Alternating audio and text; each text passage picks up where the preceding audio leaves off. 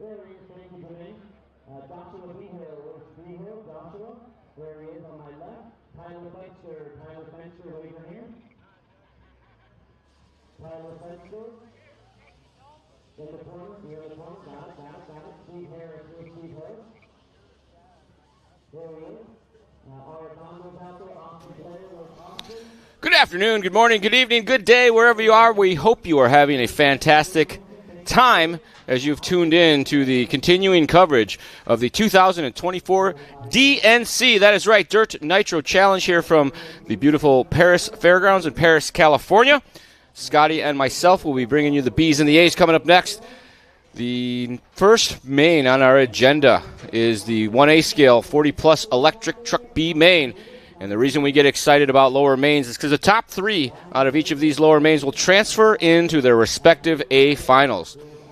We have several different divisions ranging from age restrictions, I guess you'd say, to talent restrictions, as well as electric and nitro. On Sunday at the DNC, we run A-scale nitro buggy and A-scale electric trucks. Saturday is the day for nitro truck and electric buggy. If you're interested in that, you can follow along with a live stream, or by all means, support Live RC with a bonus lap membership. You'll be able to pick through the races, choose what you want to watch. No fast forwarding, no dealing, no guessing. You can go by the race number. You can see the heat sheet. It's great for sharing your own race results with family. If you are a regular racer, you got family that races. Bonus lap memberships are a great way to have a little easier access to all of the fun information about racing stats and all of that. It's only $5 a month, or you get a deal, $50 for the whole year. So check it out at liverc.com. Dirt Nitro Challenge, like we mentioned, in its 25th running, and we just got done with an hour of what they call open practice for the A mains. Qualifying was done on Friday, so the A finalists in those classes haven't really been on the track with those vehicles in a day, so they allow them kind of a sighting session where they get 7-minute groups to go out by A mains and run some, I guess you'd say, practice laps, check on final tune, all the things that racers do. And we are kicking things off, like I said, with the B main, our electric truck 10-minute final. All the electric races are 10 minutes long. They are single A finals to determine our winners.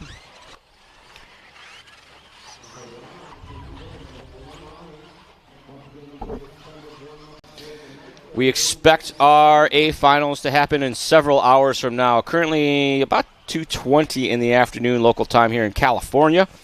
And we will be racing our A finals after dark. The lower mains are 20 to 25 minutes. Some of the B mains, I think, are 30 minutes for some of the pro classes. And then our A final will be a gauntlet, 45 minutes of racing.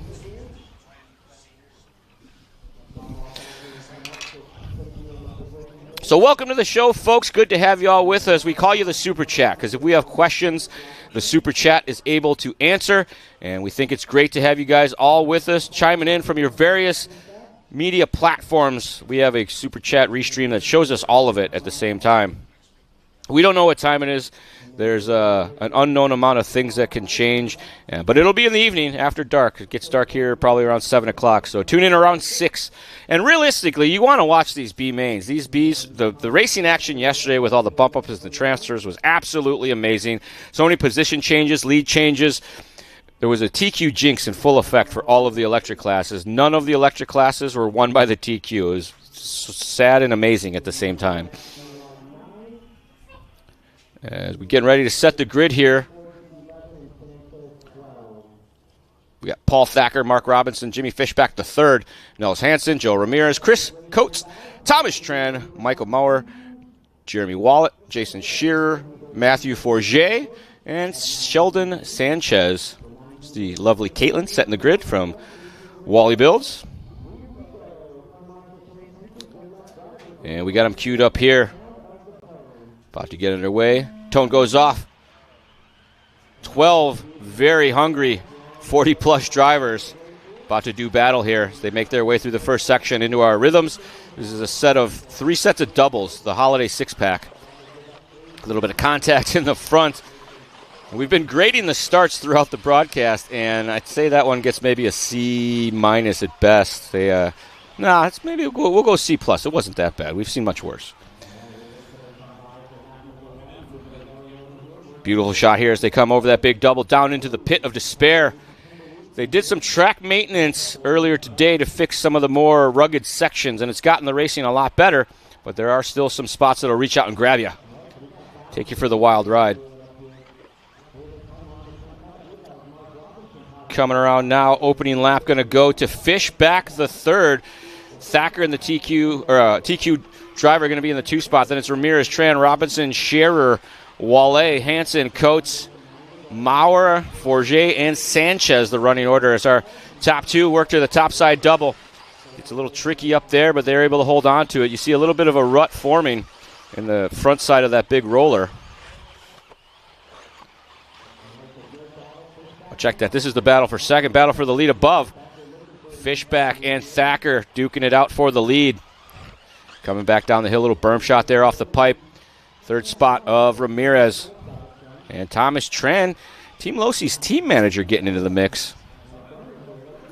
I like when the team managers race. It's good to see those guys out there enjoying their time and working with their teams directly on setup. Ramirez across the line. Behind Thacker, here comes Tran. Last time by far leader 48.8, 49.5 for Thacker. Ramirez with a 49.2, 49.4 for Tran. Hansen with a 49.8.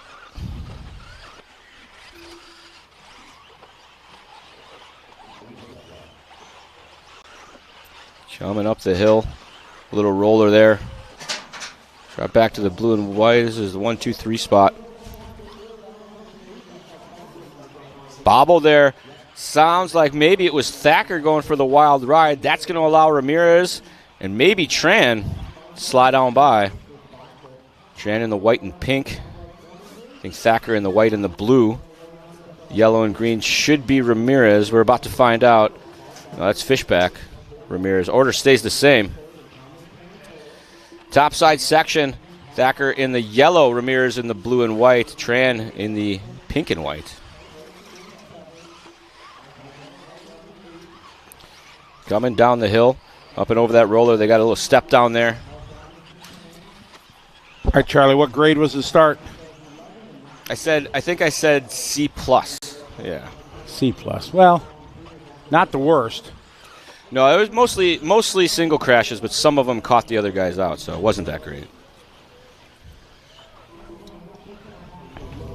Ooh, big air there off the side of the track. I believe that was maybe Tran. Oh, T. Tran in this one. Yeah. Oh, Paul Thacker. Tran up a spot to 3rd now. Fishback to 3rd. So we got a couple generations racing here. Many Fishbacks in the field. Yes. There's a Grandpa Fishback in the chat. If oh, he's yeah, the second. He was keeping the chat busy during the break. That's how it goes. Chat rooms are good for that. We stay on board with Losey team manager Thomas Tran. He was very excited at the Electric World Championships there. That was Losey's first World Championships in electric since like the 90s or the 80s or something like that. Oh, no kidding. I suppose back in Matt Francis days or when guys, him and Canwell, yeah. All right, putting the pressure on here. I think we have some lappers here in the middle. These guys look to be getting to the high side. Into our B mains here, we got Paul Thacker leading the way. Paul's a great story, Charlie. Former. Oh, there he goes. Tran by for the 2 spot now. Sorry. That's all right. No. I got to talk about racing. Former X Games snowcross champion. Oh, that's right. World record holder in snowmobile jump. Unfortunately, had a terrible accident, got paralyzed. But he's taken that and tried to make the best of it. He has a support group for veterans that get out of the service that are maybe on hard times or going through emotional problems, and takes them on adventures, fishing, ATVing into the wilderness in Colorado and Alaska, and does really good things for veterans. It's at pt11.com. Paul Thacker is his name, and does great things for veterans. So it's really a cool thing he does. Mad props to him. There's several RC related affiliations to veterans groups like that. Semper Fi Fund is one that they got a lot of guys in RC. They don't do that, but those guys all loved RC, so I made friends with a few of them. And the Operation 11 Charlie guys that are very heavily involved in RC. Their primary is to get RC into the hands of veterans, so good stuff out there. That's a good deal. We need to take care of our veterans for sure. We don't do a good job at that. Here comes Tran down the hill, trying to hold off Fishback to third, or triple L, as it says on your scoring screen. But Thacker, he had a bit of a lead, not much, 1.2. We've seen more, we've seen less, but Tran trying to put his head down. Top three going to transfer into the A final in 40-plus truck. Whoa, here we go. Thacker getting a little problem there. Tran right on the back wing. Coming through there together. Tran to the inside. Racy move there, backed it down. He thought he was going to get the door slammed on him, I think. Oops. A wide line out there. You go out just a bit too much. You go over the pipe. Only 3 minutes and 30 left in this 10-minute B main. As our top three across the line together, Thacker, Tran, and Fishback. Good battle side by side. Paul hanging on. Tom trying to do the double-double. He's got the inside. Tran pushing hard there. Elbows up, says coming through. Hooks up the pipe. That was a good blocking move coming off the pipe, though. Right? I'm sure the whole TLR camp is down there yelling words of advice up to Thomas on how he should do better. Where is Nels? Nels 8 seconds back. So the top three pretty safe right now with 3 minutes to go. Tran, nice and smooth there. Looks like the electric truggies from the open practice that I watched. They have a lot of horsepower. They have a whole lot of grip. They have some hops, and they seem to be having an easier deal with the downsides and the run-ups than we've been seeing throughout the yesterday with the buggy stuff. So, Paul, Thomas, and Jimmy, top three. Wait for Nils to come. Now Jason Shearer. Is that any relation to Brad Shearer? They might be. They might be brothers, yes. I thought you were good friends with Brad. You should know if he has a brother out here. I am. No, he's not a relation. You know, Brad Shearer's a police officer. He's a canine operator. And a canine, yes. And he was telling some stories at INS about how effective the dog is for calming people down. Like, they just stop screwing around when that dog comes out of the car. Like, they don't have to because they do know it's about to get real. Right. It's a great deterrent. And then he told us some horror stories. I was like, oh, God. Yeah, so Tran now to the top as Thacker has dropped back. We had fallen back to follow this battle, and it looks like Thacker had a rough one. That allowed T. Tran to move on up. He's at the front of this one. I can hear the cheers. Oh, pulling back onto the pipe there, getting collected. This is race 47. We're into our first of 9 B mains. B's and NAs. See it, 40-plus electric truck B main. T-Tran, Paul, Jimmy, Jason, 10 seconds back. 1 minute left to go in this one. Tran just across the line has a huge lead, 4.5 seconds. We drop back. I believe this is going to be Shearer and Coates. It's Fishback and Shears. Or no, that's Wallette way off the back. Coates just across the line now. Fishback to third. Our third and final transfer driver with a huge cushion behind him. 30 seconds left to go. Oh, my goodness. If Thomas brings home the win into B, oh, my. Stop the presses. Alert the media. Thomas was a racer before he got involved in the RC industry. He was a photographer for a while there. Did lots of photo stuff. But very good photographer. Yes. It was a shame we lost him to the team manager role, actually. But the industry. Because all of his pictures were so good. Oh, yeah, right. You specifically. Well, he worked for me. He was my media guy. He worked for lots of different people. He was a photographer. That's what they do. That is time. So Tran going to take home the win Well, probably. They're still out there. The finishing of the top 3 could still change, but they are locked in to the A main. Good for these guys. They're going to make them happy for sure. Really happy for Paul Thacker. Makes the trip down from Alaska.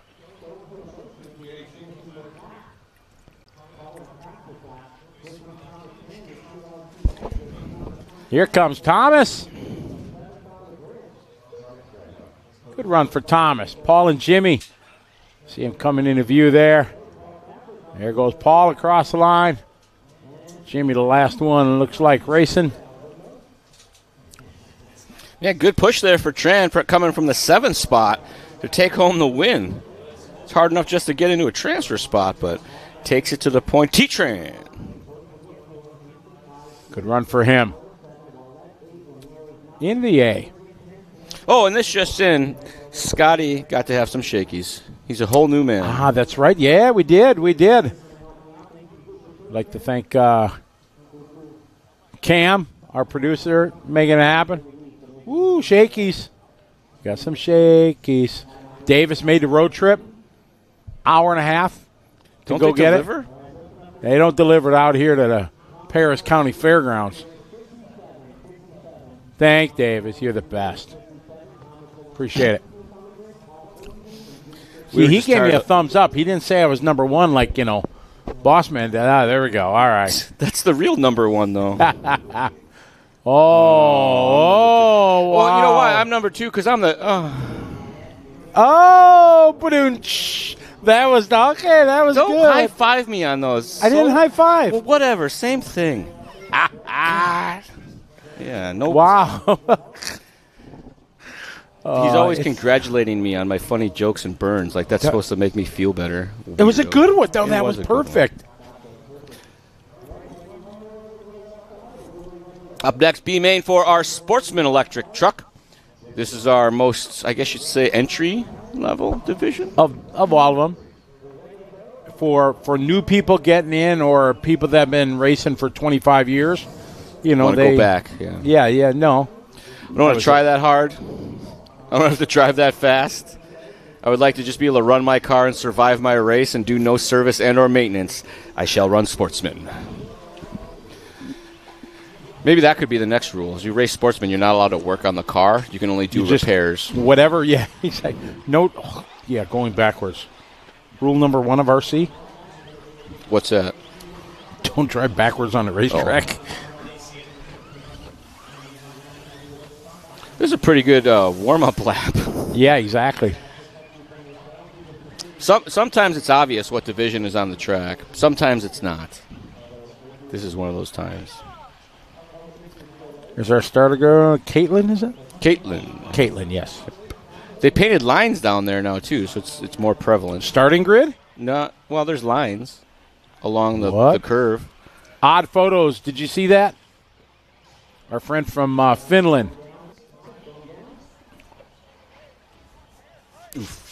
So I went out on the track to get some video for the Charlie Show. Oh, in case you guys didn't know, Hobby Wing has a official YouTube channel. It's called Hobby Wing Official, and I put the Charlie Show episodes up there new every Tuesday. And I try to cover a little bit of the events that I attend. So I ran around, got some video of the tracks from the side of the track. And as I'm coming off the track, the marshal's like, oh, watch out, these guys are pretty crazy. And I'm like standing behind the pipe, and this dude comes barreling down right at me. I'm like, oh, kind of hop up. Get it on video? No, I was leaving. Like, I was done getting my video. And the dude kind of ran over my toe. It wasn't bad. Like, I didn't get hit, but there was contact. You said they painted grids? There were lines. See, right there, those lines? The rest of them were here in the fluff, so they're all gone now. Got it. All right. If you look way in the back by the AKA banner. 14, 15, yeah. Yeah. And there's some along the drop down as well.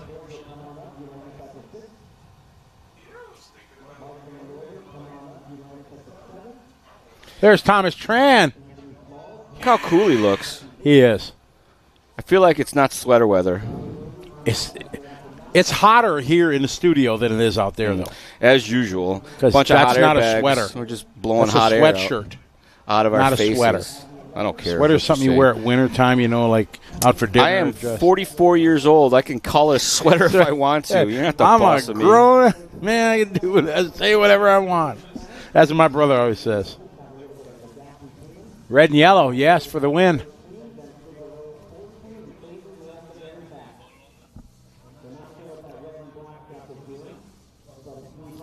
I feel like the grid starts out normal and then ends up like a parking lot at the back. Well, it kind of tightens up in the back.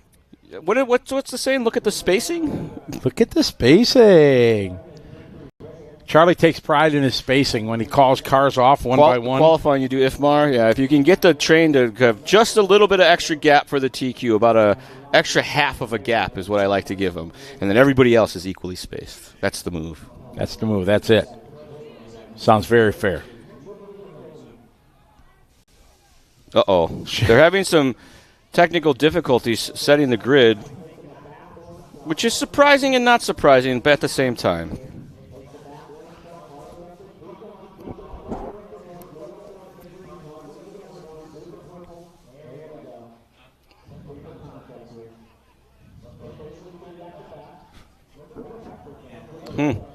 Some things can be difficult.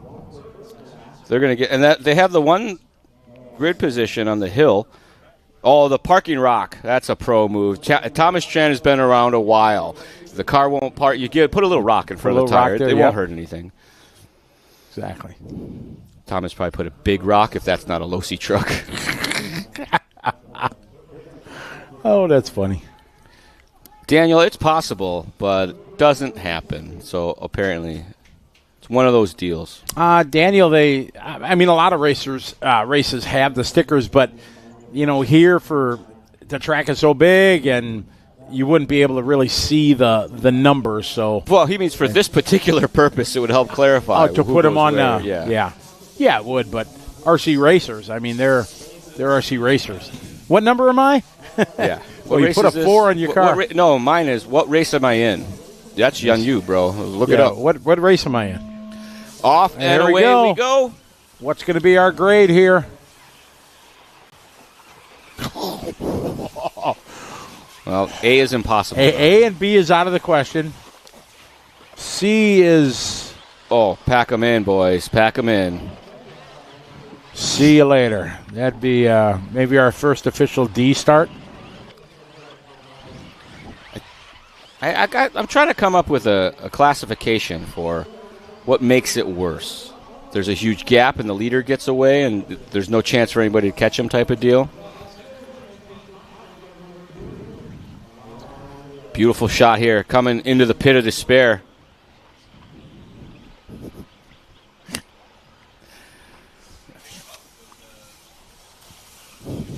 All right, coming around to complete lap number 1. All right, here we go. Lopez Johnson. The 3, the 2, and the 1, they swapped positions.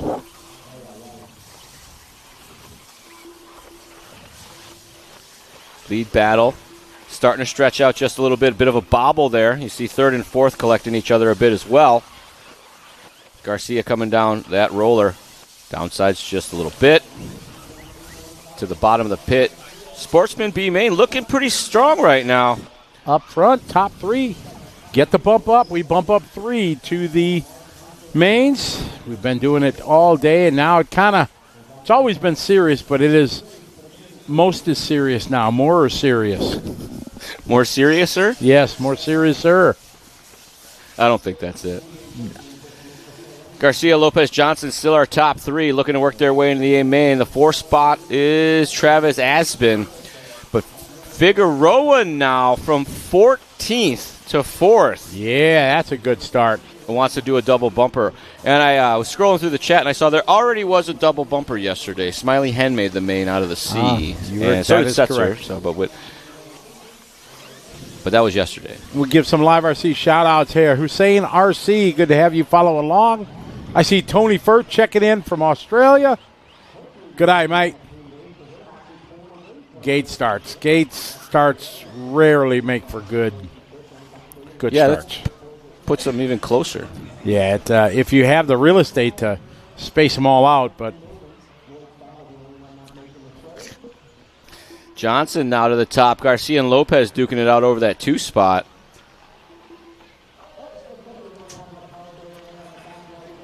Grid in this size track should be 12 feet from space to pace. spot to spot. Should be. Well, it'll give everybody something to whine about, so that's a good thing. Makes it easy. That's the easy target for all the racers is the grid. Or for us, maybe. Racers love to complain. Oh! Whoa, a little bit outside there. Hangs on. Ty B. It must be morning time in Australia because all the Aussie waking up. But it's Monday over there, right? Yeah, it's Monday.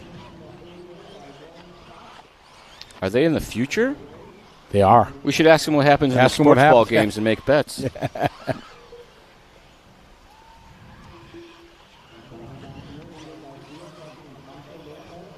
So our leader's still starting to stretch out a bit here. The gap back to Rondu. 10 seconds off our leader, 6 seconds off of third place. 10 minutes electric truck final. Sportsman Division B main. Johnson, Garcia, Lopez, Rondo, and Reyes, your top 5. Andrew Reyes hot lapping right there.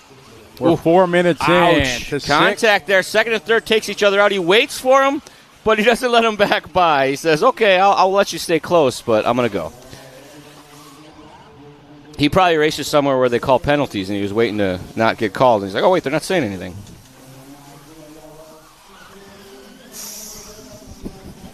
Just kidding.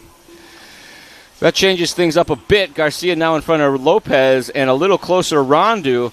Figueroa still in that 5 or 6 spot staying in contact. Oh, got a big bobble. I didn't catch who that was. And our leader crashes on the other side. Oh, somebody takes out the Marshall cone. This should change things up. I've said that before, and then they all crash again before they get back around to start-finish. But and just like that, victory donut. Too soon. 3 minutes or 5 minutes down, 5 minutes left to go as these guys approach the halfway point, trying to move to the inside to make a little contact, gets spun out, but he keeps the field all bunched up now behind our leaders. They had a 7-second lead last time by, and that's all for not now. This one is a brand new race. I think Johnson fell off of our lead. Here they come. We're about to find out. Oh, Johnson's still at the lead, but they're a lot closer now. Figueroa up the leaderboard. He started 14th, finds himself second on the board, and I think I jinxed him. I think that's Figueroa in the blue. So Garcia going to sneak by there, but Figueroa is still holding on to it. Here they come, setting up for the pit. Over the twin rollers here. Oh, man, a mess down there. Thomas working hard. Ooh. I thought he was hitting that lapper for sure. Through the chicane. Nice pass to the inside there by the blue and white truck. I believe the red and yellow is traffic moving over for these guys, or maybe not. All right, as they come across the start-finish line here, completing lap 7. Brian still on point. Figueroa is in second. Garcia, Lopez, your top 4. These guys bidding for 3 spots to make it to the big show. Oh, man, don't be picking on red and yellow. Those are the best colors for he said it's always the red and yellow truck causing problems, not moving over for the leaders. He's making fun of you. Yes, he is, yes. You run red and yellow, and you're terrible. He's just sour because the last time I raced 8 scale against him, I beat him. Oh, gosh. Like 20 years ago. He says I cut the track, but I don't think so. Scotty's a huge cheater, so I wouldn't be surprised. Oh, bobble by our leader. Johnson going for the wild ride, going to drop back into the 2 spots. Tries him inside. Went for the bonus line there. We'll see what it is. Oh, tumbled over. Is it Johnson? Nope, that was Johnson. Marshall trying to get over there into the fence. There's Johnson now across the line, looking for the next, going to be 3rd spot. Oh, new 3rd spot? Lopez now to the 3 spot. Rondu, then Figueroa. They come by, and the order changes up just a bit. I think that orange truck may be going to be traffic. A lapper.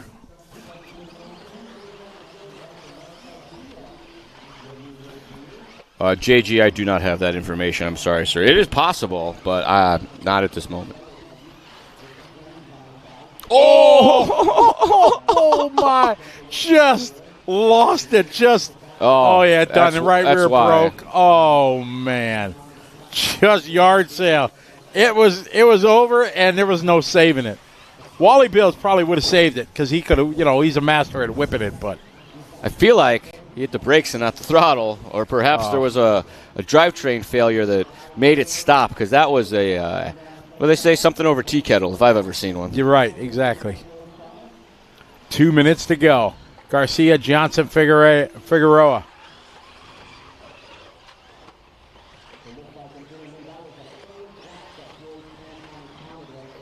Oh, everybody in Australia's got the winning lottery numbers for us. Oh, for tonight. Oh, awesome. Thank you. And they're 8675309. You know that? Oh, we got a replay here. Eric's on it. We're going to go to the instant replay here. Don't say it till the thing starts. Sometimes he messes it up. Take a look at our one-up instant replay here of that maneuver as he comes up to the double and then tries to do a front flip and only does a half of a front flip. Yeah, that's a spine breaker in reality. Got it. Not a good time to try a front flip. Good call. 50 seconds ago, Garcia, Johnson, Figueroa. Oh, we got one rolling to a stop on the backside. I thought that was our leader. May have been 40 seconds left. I believe it was Garcia, so I think third spot of Figueroa, which is a bummer because that was our transfer driver. Yes, that would have been a double bump. Sad panda. Double bump in Sportsman is even cooler. It's very true. Get way more out of your entry fee. Garcia late to the line. Where's Garcia? Garcia, there he is. 13 seconds ago, Johnson to the line. New third spot transfer driver should be Reyes. Reyes should be moving up to the third spot, and he does. It's tough luck there for Chris.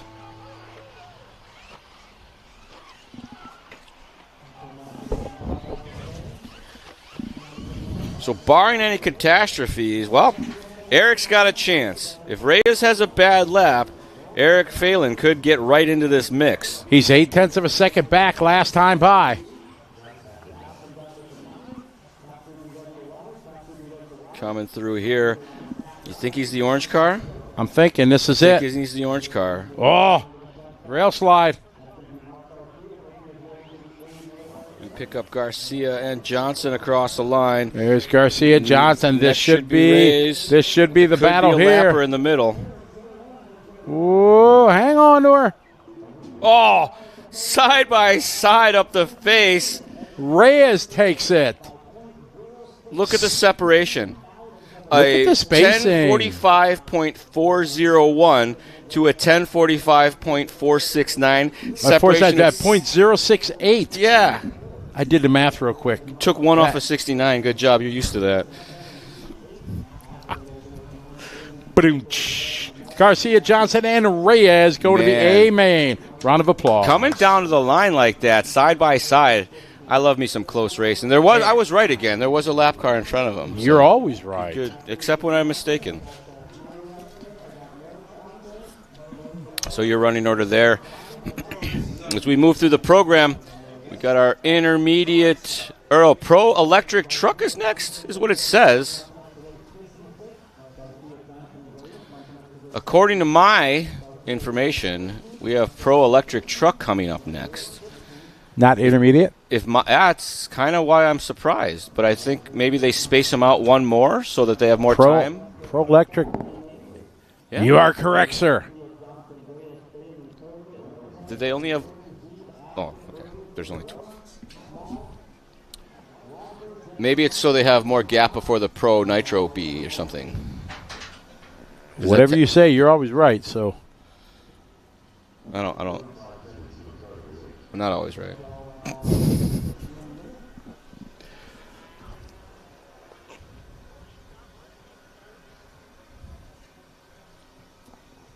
John Moore. I think that customer service and tech support can be fun, as fun as you make it. You've got to keep things in perspective and realize what you're doing for folks, and occasionally demand a little respect coming out of the other end of the phone, but yeah. John, to answer your question as being, you bet it's fun to work with Charlie, I can attest to that answer. if it's fun to work with Charlie. Oh, I thought he said fun to work at Hobby Wing. Oh. No, he says, I bet it's fun to work with Charlie. Yeah. Period. It is. You don't even have to work with me. I'm pretty fun to hang out with. I've noticed that when I hang with folks, they're always laughing, having a good time. So, they're just trying to, put up a facade so not to hurt your feelings and put out the vibe, and then they get the vibe, and then we're all having a good time. Oh, we have stories upon stories of good times Charlie and I have had through the years, but they're what's the initials? Not safe for work. NSFW. We can't talk about them. But Charlie and I have shared a passion for RC since we first met when he was still a kid. Yeah, I raced at trackside. That was one of the first out of town tracks that we went to go at that wasn't within 20, 30 minutes of our house. Well, then you ran West Bend. You ran outdoor asphalt. Charlie was quite a wheel on oval. After all of that, yeah. Yeah. Charlie became quite a wheel. They had their own race team. Him and his dad had their own race team. It wasn't a race team. It was my dad's side hustle to sell parts. Rice Burner Racing products. Rice Burner Racing. Made all sorts of cool stuff. I still have that trailer. I was 13, 14, 15 years old when we were doing that. I was making header cards and writing, description, typing that stuff up, printing it out, cutting up, stapling bags, packaging. Then I realized, I should get a job in customer service because I don't have to do this anymore. No, that's not what happened. Your dad helped me build my motors that I won the Tamiya Nationals with and went to Japan. You remember that? He was real good at cheating back then, too. Well, it was modified, so you really couldn't cheat. Well, that's what you could at that. I know what he did to your motors. You totally cheated. Oh, yeah, but it was perfectly legal. It was perfectly legal. Oh, to the word of the rule, it was legal. It definitely went against the spirit of the rule, but that's fine. No, because you could get... Oh, God, no. You make me sound like a cheater. The word of the rule was you had to have a non-rebuildable modified motor, so we took stock motors and put mod arms in them, if I remember. Correct. We took stock motors that had 24 degrees of timing, and I ran 14 by 6 wind, because I didn't want the punch we needed runtime. Was that in the super critical days? I feel like, John, we had motors made for that, but maybe not. Sure. No, I took Trinity Vampire motors, pop the top, take the arms out, and then I ran 14 by 6 turn because I wanted efficiency, not punch, because it was 1,700s trying to last the 5 minutes. It was so hard to make runtime. So I ran 14 turn, 14 by 6s. They were smooth and fast. About as fast as a 21.5 these days, I bet. Well, yeah. You think about it now. Mod back then compared to stock now. I drove Maddie's 13.5 buggy in Cleveland at the off-road race.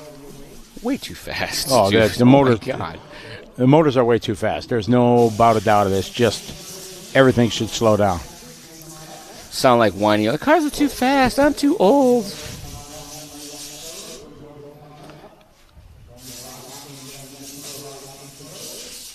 I don't miss cutting brushes and cutting armatures and no. Because until, the nice thing, we were talking about brushless motors before. The nice thing is now there's time to rebuild your shocks between a round of qualifying. Yeah, the cars got way better because you didn't have to worry about the power program. There was a very large window of time where the car didn't even have to be that good if your power program was right. I mean, that still happens in some regards. There's so much sharing of setup information and the science behind car setup that I think people get their cars pretty equal pretty quick. And then it does become a wallet game. Yeah, it's true. Yes, we did have Shakey's today for lunch during the break. So it was real mid. It was mid. Charlie's like, is this what Scotty raves about?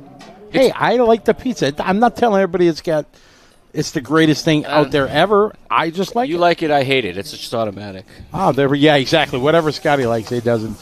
All right, what do we got? Juan Carlos, no checking. Tyler Brown, no checking. Hopefully there's our grid for our pro truck. What do you think the grade? There's Juan Carlos is checked in. What do you think your grade? We're going to have an A start? Our last highest letter was a B, and that came out of one of the pro divisions. So I would go B minus, I think, is my prediction here. Well, then now I'm biased as I judge it, so that was a bad question. And off and roll. Ooh, little Papa wheelie there. Yeah. Pro Electric Truck B Main. Full send there. That Third was spot, Olsen. David Olsen. Yeah. Put it to the inside of Frankie. Luckily, all worked out. I'm not going to say nothing yet. Well.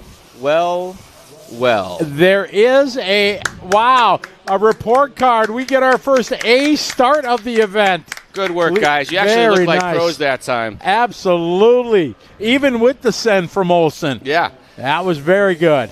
Look at that, still in line. He sent it wide was the key.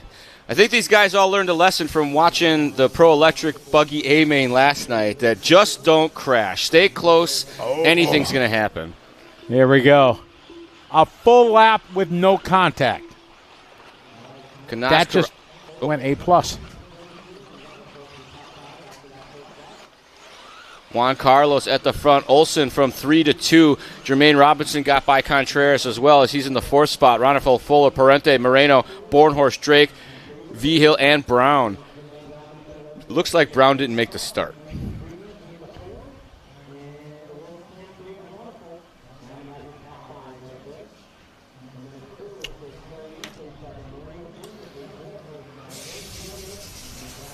Your leader right now, Juan Carlos, followed by Olsen, followed by Robinson, Contreras, and David Ronefalk. Rarely see Ronefalk back here in the B, but he's got some work to do to make it to the top 3.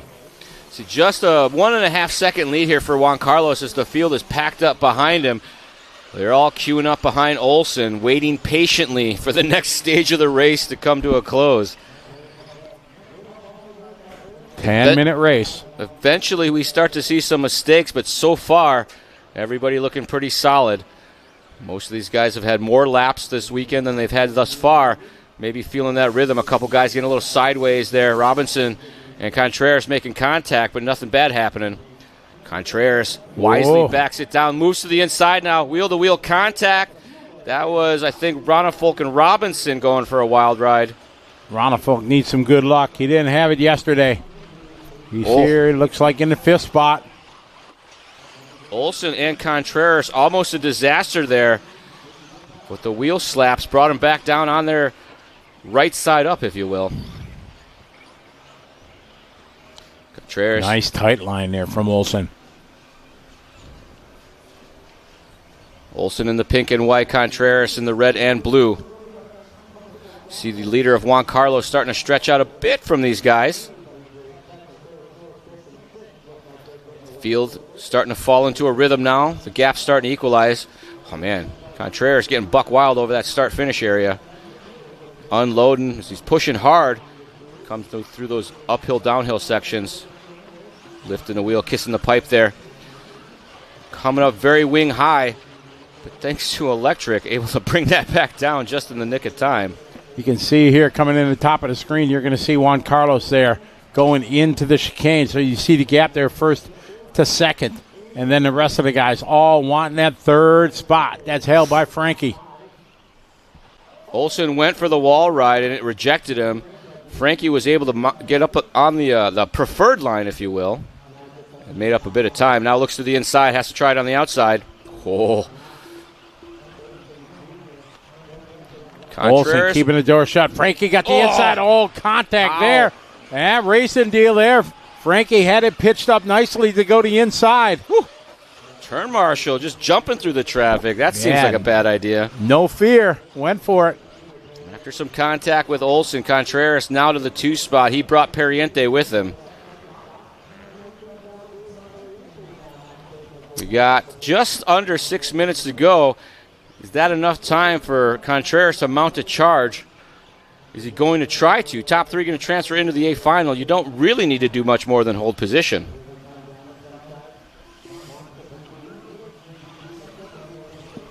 Five and a half minutes to go in this one. Frank is sliding around, doing the double right there. He's in second. Daniel is third. Ronefalk behind him. You see that green and yellow and white of Ronefalk coming in the bottom of the screen.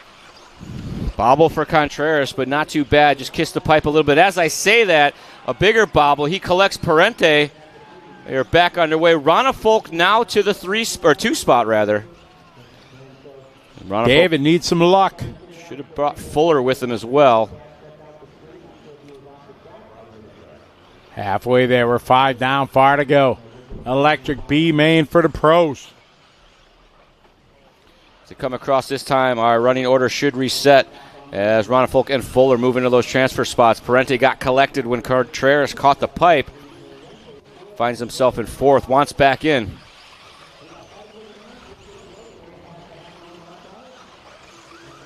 Good lines by both there through that long right-hander. Coming up here into the pit. Up to the step up. It's Juan Carlos still out front. You see Juan Carlos, getting a little bit sideways there. He's all right. Got a good lead over Ronifolk Fuller.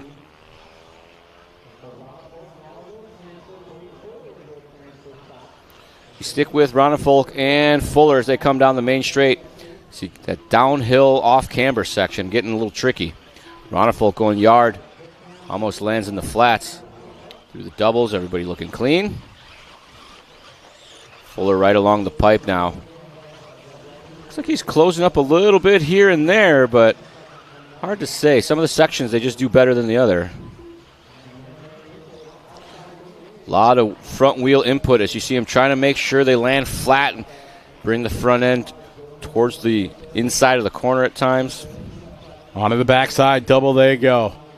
Juan Carlos is out front. He's got a 5-second lead on this battle for the 2 spot between David Caden, then Daniel Dave Olson.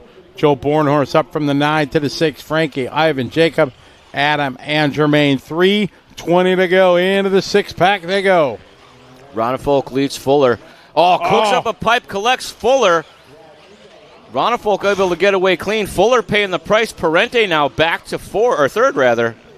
Man, tough luck there for Fuller. As Ronifolk turned it in just a bit early. Catching that pipe. Parente with a gift from the RC Gods, but Fuller says, I'd like my spot back, please. Dives to the inside, can't make it stick. Using a wall ride, too much of the wall ride. That's going to let Fuller fall back in the clutches of Joe Bornhorst. Bornhorst pushing hard. Wants to get a little closer to the front. 2 minutes and 30 seconds remaining in this one.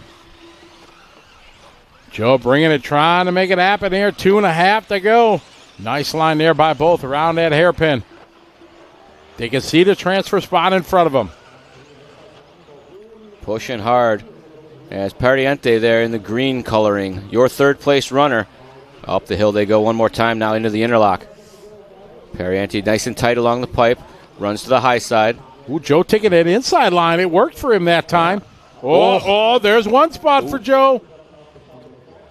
Fuller with a bobble went off the edge. Bornhorst able to move to the inside. 2 minutes left to go. Pariente has Bornhorst closing fast. Doubles look clean. Landing, turning, throttling.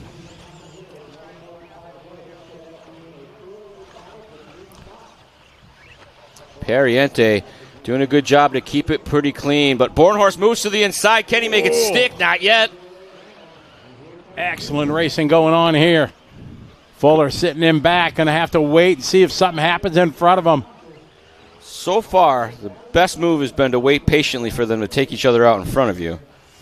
1 minute and 10 seconds left. Bornhorst makes contact coming down the hill. Gives Parente just enough touch to push him sideways. Now, if you look in front of you, coming in and out of screen, that's the battle for the lead. Now, as Ronifolk case closed up on Juan Carlos Canas. Canas maybe having... he's by now. Ronifolk to the inside takes the position. From the 6th starting spot for Ronifolk. Stretching, reaching up to the top of that step up. Into the chicane they go, nose to tail. 45 seconds to go in this one. Battle here up front and a battle behind. They're going to make it by for one more. Bornhorst had the third, but drives off track just a little bit. Pariente right with him. Bornhorst and Pariente across together. See if Joe can keep his composure. Keep the door shut. Nice end of the double-double. Danny right behind him. Daniel to the inside. No. Wow. Nice move there. How did he pull that one off? Joe went just a bit wide. Trouble for Ronifolk and Bornhorst. Pariente get together. It's a 4-way mess coming to the finish line. 5-way. Oh, my. Elbows are going to be out, Charlie. Here we go. Ronifolk got back by Perdiente somehow. Here comes Bornhorst pushing up on the back of the leader.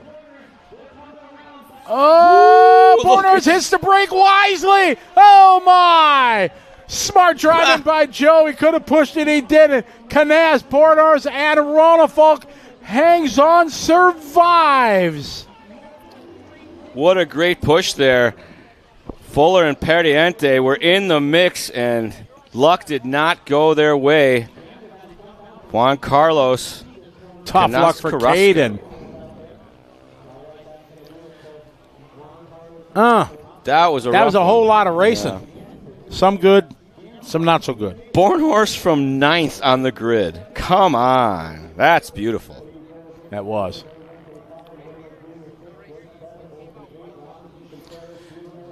Here's your rundown.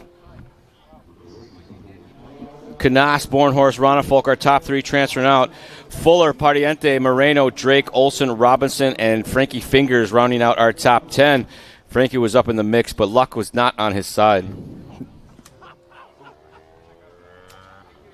Oh.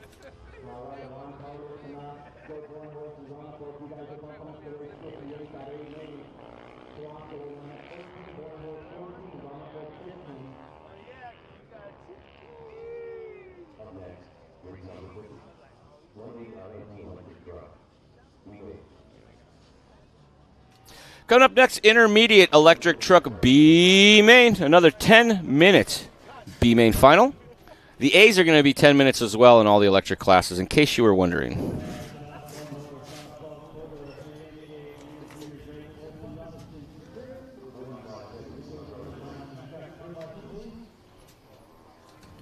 Beautiful day here in Paris, California. 25th running of the Dirt Nitro Challenge. Maybe the nicest day of the week, wouldn't you say? I was only here yesterday, so it's definitely nicer than yesterday. That's true. Very good racing. Hello to everybody watching from around the world. It's only going to get better throughout the day. Intermediate electric truck right now.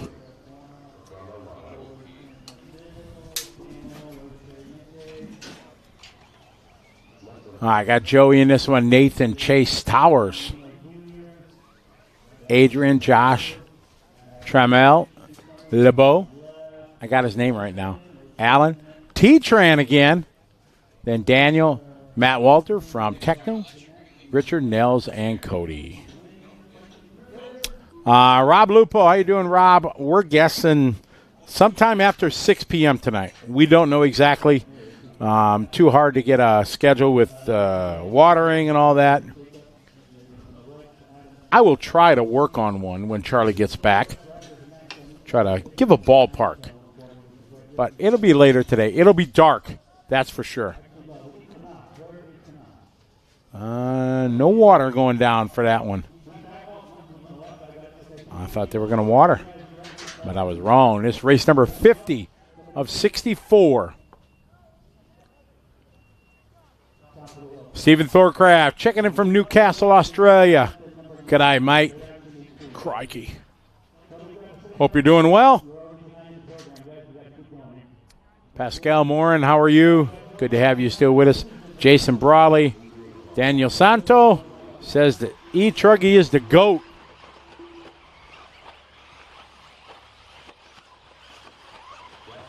Mike Mattis, how you doing? Good to have you following along. Mrs. T. Charles B. Mark Adams. What's up, Mark? TC3 with a 7-turn. There you go. The sound of that gripping and ripping. Joseph Fisher. Scotty, I know it's the 1/8, but why do you think the 1/10 racing promotions do not want to adopt a variation of the EOS format so that we can have more racing in less days and shorter days? Well, it really depends. For racing here in America, usually we have so many entries that it is such a challenge to get everything in a day. The EOS that we have in Dawn, Germany is different. So that way, that's a 4-day race there. So it does make for a long week. A lot of times people don't like change as much as I like change for my events and stuff like that, events I organize. There's a lot of racers that don't like change. So I think it's it can be a hit and miss. Wrestling the Wilkinson checking in. We are still here.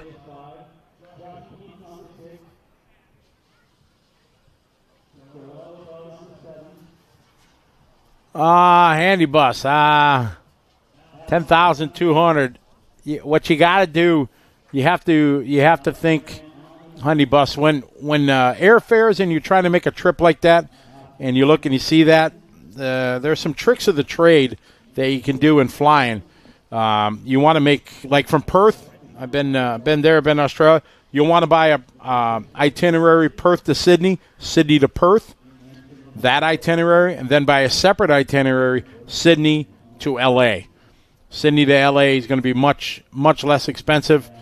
Domestic Perth Sydney flights, I don't know if they're $400 or $500, probably maybe $800, but you'll be able to do it for a couple $1,000. Still a lot of money, but you'll be able to do it less. Paul Lynch checking in. Luke Muskow, how are you? I know my flights that I have from the U.S. to Australia, U.S. dollars, about $2,500. They're very expensive. Post-pandemic, to get to Australia or Asia, crazy. For the pandemic, I used to pay $1,300 to $1,500 round trip to get from the U.S. to Asia to U.S. to Australia. But after the pandemic screwed up a lot of stuff, including airfare.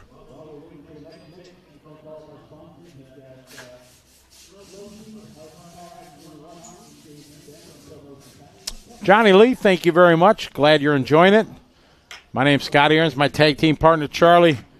We started this chaos 2008, the first broadcast on Live RC for the World Championships. Great to be reunited with my tag team partner.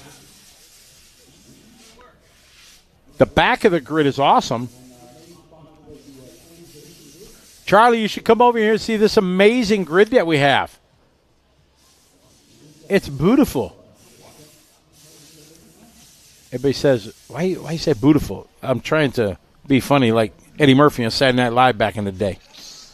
You remember Eddie Murphy when he did Buckwheat? Yeah. I just bumped into Joe Bornhorst. Oh, did he hurt you?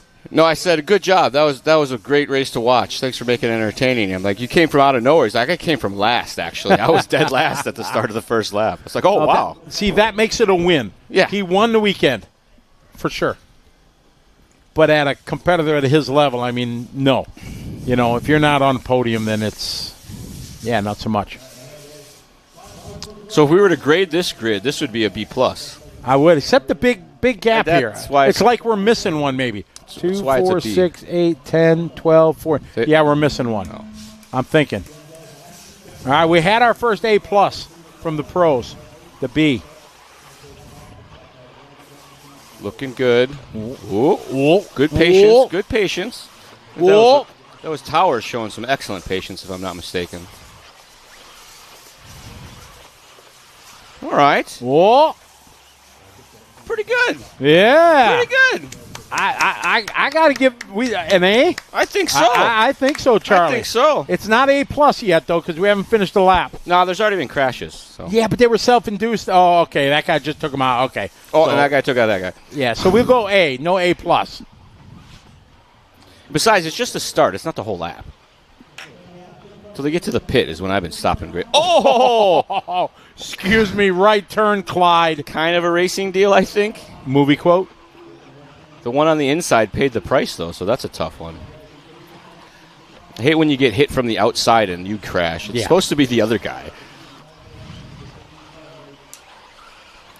Battle heating up here at the front between Chudy and Keith. Keith now moving to the inside. Oh, man. That angle made it look like they were about to destroy each other going into the pit, but somehow not lining up. Inside, outside.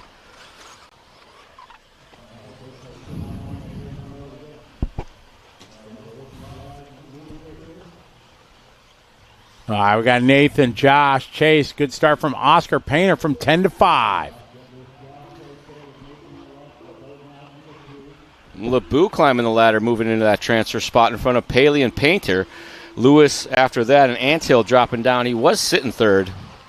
Well, both of them kind of getting wrong over the double there and trying to drive into the option lane.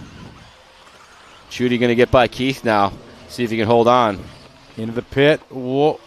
Wow, these guys are running very close. Very nice driving, those two. Excellent job. All these inside looks and no contact, somehow able to maintain. They must be friends or something.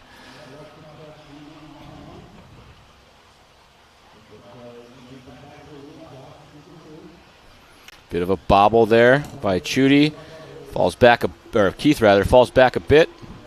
LeBeau, some big pressure now from Palale and Painter. Palale?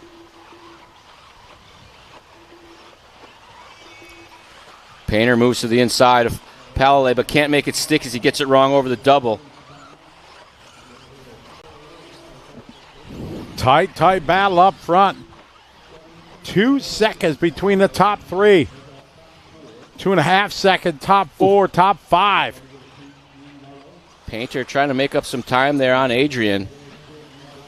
Pushed hard, caught the pipe. Oh, Adrian with a bit of a bobble there. That's going to allow Painter by. Come on to the front section here. Oh, nice pass in the back there, side by side. Adrian moves up to the 3 spot. Tramel LeBeau is 4. Joey Avellino is 5.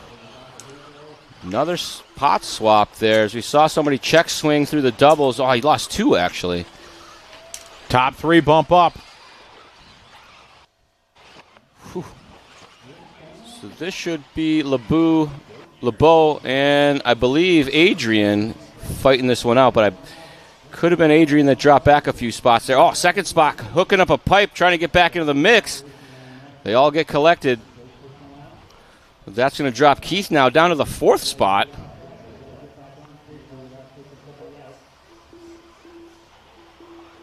Nathan, Adrian, Joey. Avellino now up into the 3 spot there. As he is trying to follow Adrian through the field.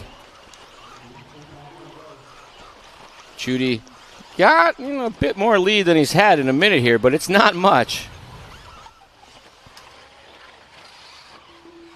Our lead group coming down through the pit of despair. We need to get you a palm frond. Yeah, exactly. Save that. We're going to need that later. Huh? Oh, okay. Chudy at the front. Palele. What a producer, huh? Yeah. Told you he's way better than Brandon. Sunglasses for better hallway vision. The door was open before. That was another movie quote. Cooling. Got a couple of movie quotes out there. Oh! We do that one every show. Charlie, that was good. Every time you see me wearing my sunglasses, you say that to me, and then you say movie quote, and then I say Breakfast Club. And you've never seen that. You've never seen that movie. Yeah, I have. It is Nathan, Joey, Adrian, Tramel LeBeau is 4. Josh Keith 5. Whoa, tight battle up front for the. A little bump and grind there. It's like a race horn. You give him a little tap. Oh, inside. Trying to. Wheel the wheel. That was some good side-by-side racing there. Well done. Top 3 sticking together, but Avellino moving to the top. Chudy dropping down. Palele still holding on to that 3rd, but LeBeau wants it back.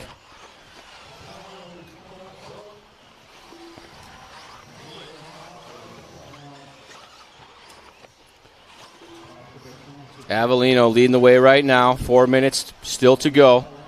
Intermediate electric truck B main action here at the 2024 DNC, the Paris Fairgrounds in Paris, California.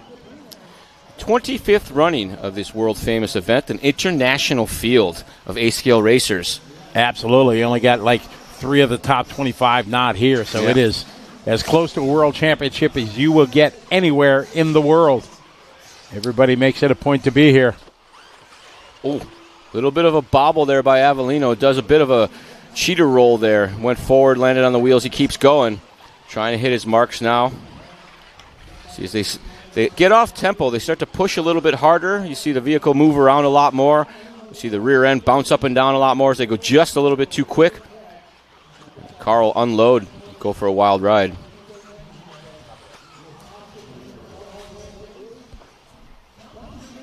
Joey, Nathan, Trammell, LeBeau now moving up to that transfer spot. There's Joey across the line, 2:45 left to go. Can you hear it, Charlie? Can you hear it? Hear what? Drop. Oh, the sound of Nitro in the distance. I think after this, this is our last Electric B. Yeah, for some reason they ran Pro first before, so this should be, I think then we get into a whole lot of 20 and 30-minute mains. Yay! Joey, Nathan, Oscar, Thomas Tran getting in the mix. What do you say, Charlie? Here from comes the 9. Thomas. He's in 4th already. You go, Thomas. It's your birthday. He's in the main for 40+. He just did that not too long ago. Now he's double dipping as he's in an intermediate as well for bonus track time. He's up next. I think he's just racing electric, not nitro. Ah, okay. I think. Oh, you're probably right. You're always right. It would make sense for him to just run electric because they wouldn't have to tap into the pit guy duties and all the other things that are going on in that team. Joey, Nathan, Oscar. I would go pit for him, though, because I'm that kind of guy. I don't think people would want me to pit for them. Joey, hot lap in the race right there with the lead. 5.4 over Nathan. Oscar, T-Tran, 2.5 seconds back.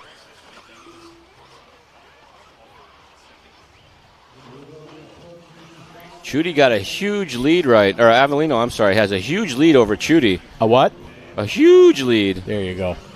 1 to go, 1 to go. Avellino working through the interlock nice and smooth. You see the track changing a bit of color. They haven't put a spritzel on it in quite some time. Yeah, this is second or third race, so I'm sure with the nitro coming up, they'll water it well. I think they just watered it one time for all of the electric mains, maybe.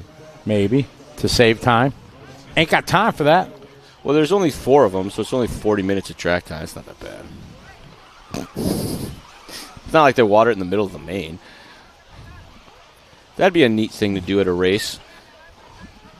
We did it at sprinklers trackside on in the middle of the race. In the back when we raced rally cars and dirt track.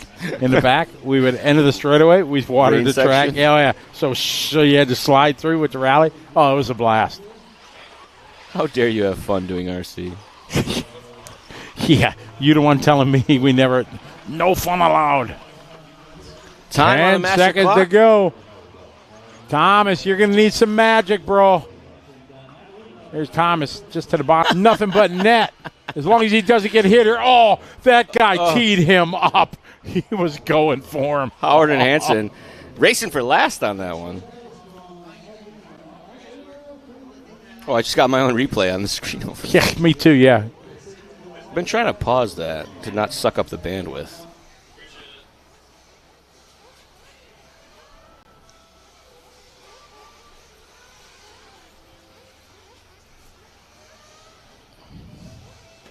All righty. Time for a little brop. This should be either our 40 plus. Oh, no, it says it right there. It's our 40 plus Nitro B main. I was going to say, you're so astute. I can't see. I forgot. You're too short there. Let me lower the screen laptop so you can see it. It's fine. I don't need to know what's up next, honestly. You're back. There is in a gray sweatshirt, Trammell LeBeau. Good job.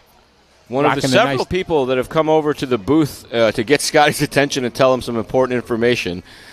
Well, his was important. He wanted to tell you how to say his name. Exactly, because I was butchering it, but as you and I both say, we take pride in trying to say the names correctly. At least I say I take pride in it, but I figure if I took pride in it, I would do better at it. Oh, look at this. Stephen Bess, our top qualifier in the 40-plus Nitro Buggy B main. I like to see that. Shane Simmons, Brian Eider, Anthony Howarth, Eric DeShenis, Tony Newland, Emmanuel Nixat, the Toe, Greg Degani, Ophir Komarian, Felipe Martinez, Nick Hernandez, Lance Hubbard, Ever Lobos, Jose Alvarado, and Gilbert Jimenez.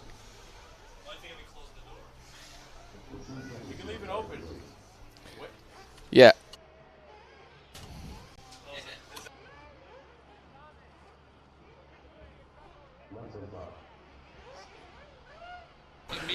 Charlie with another off-air burn. Psst.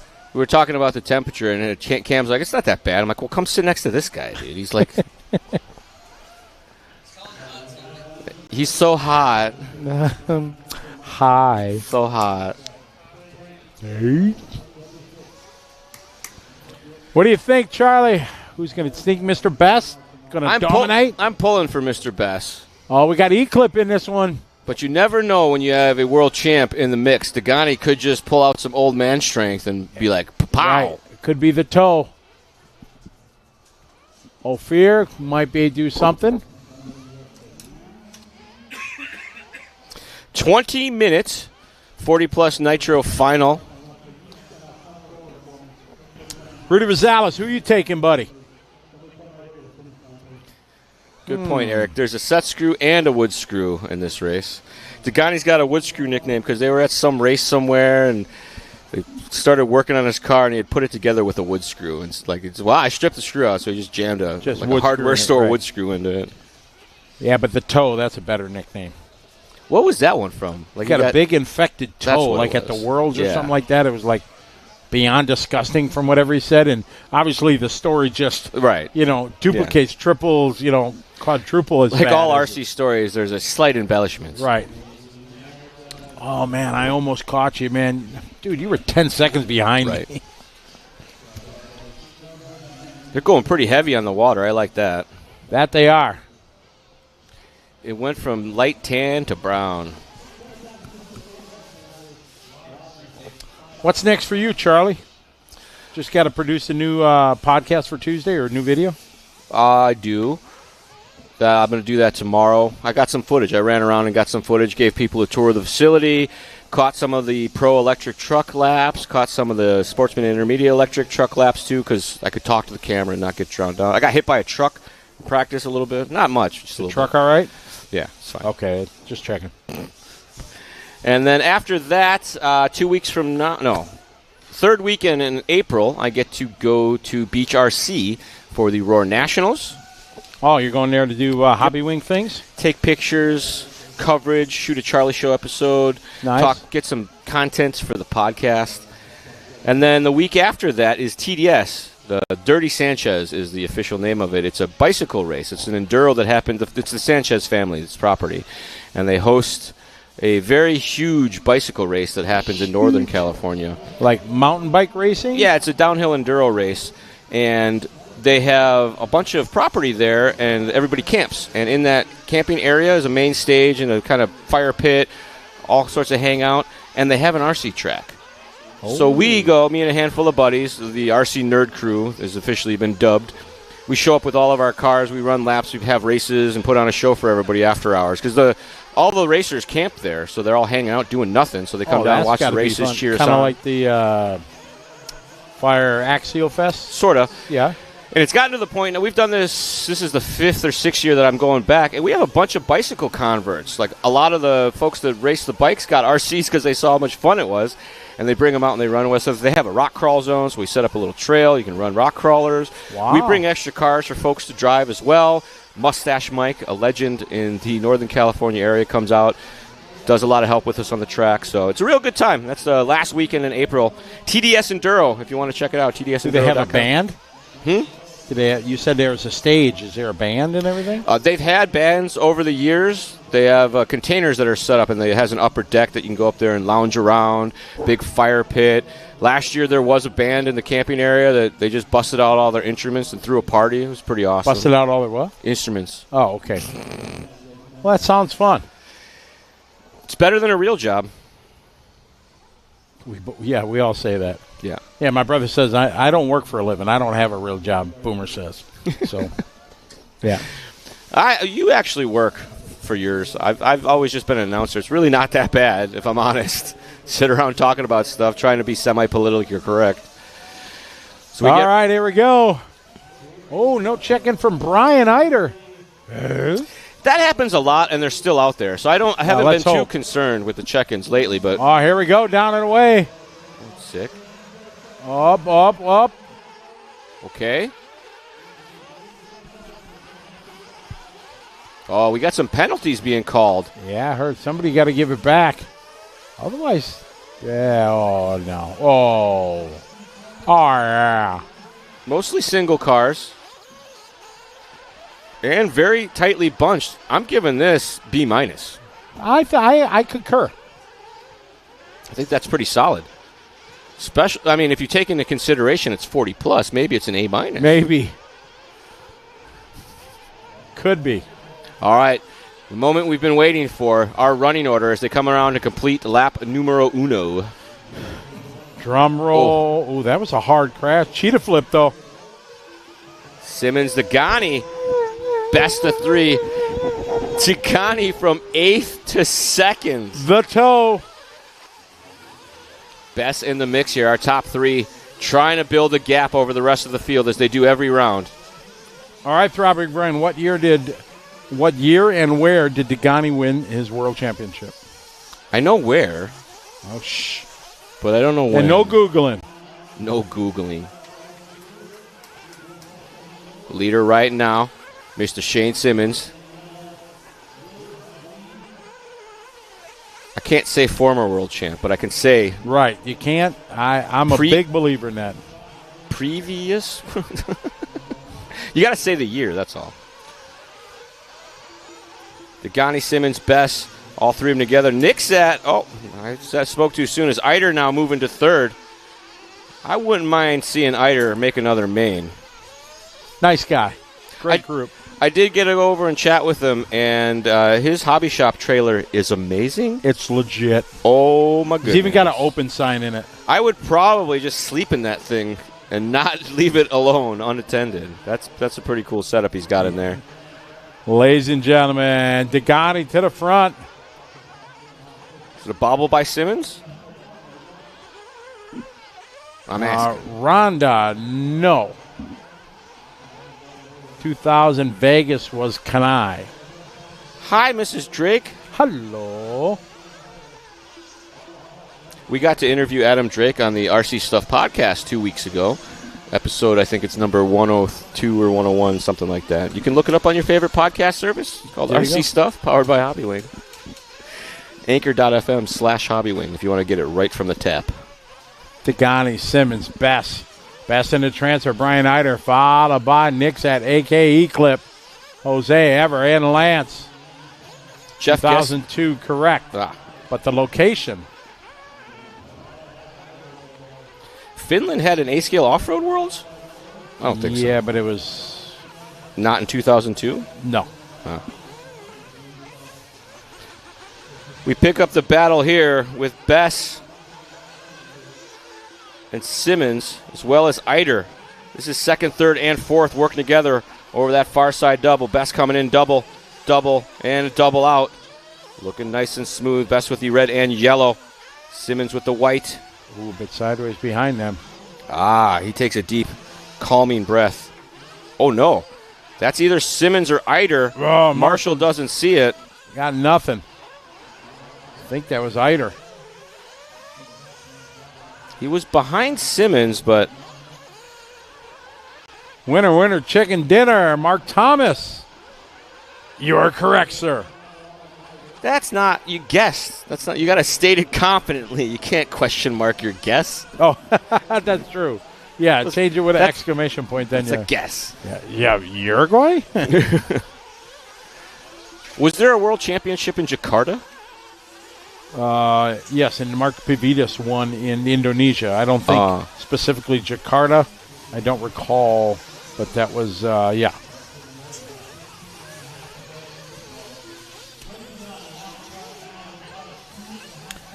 Working our way through this near side.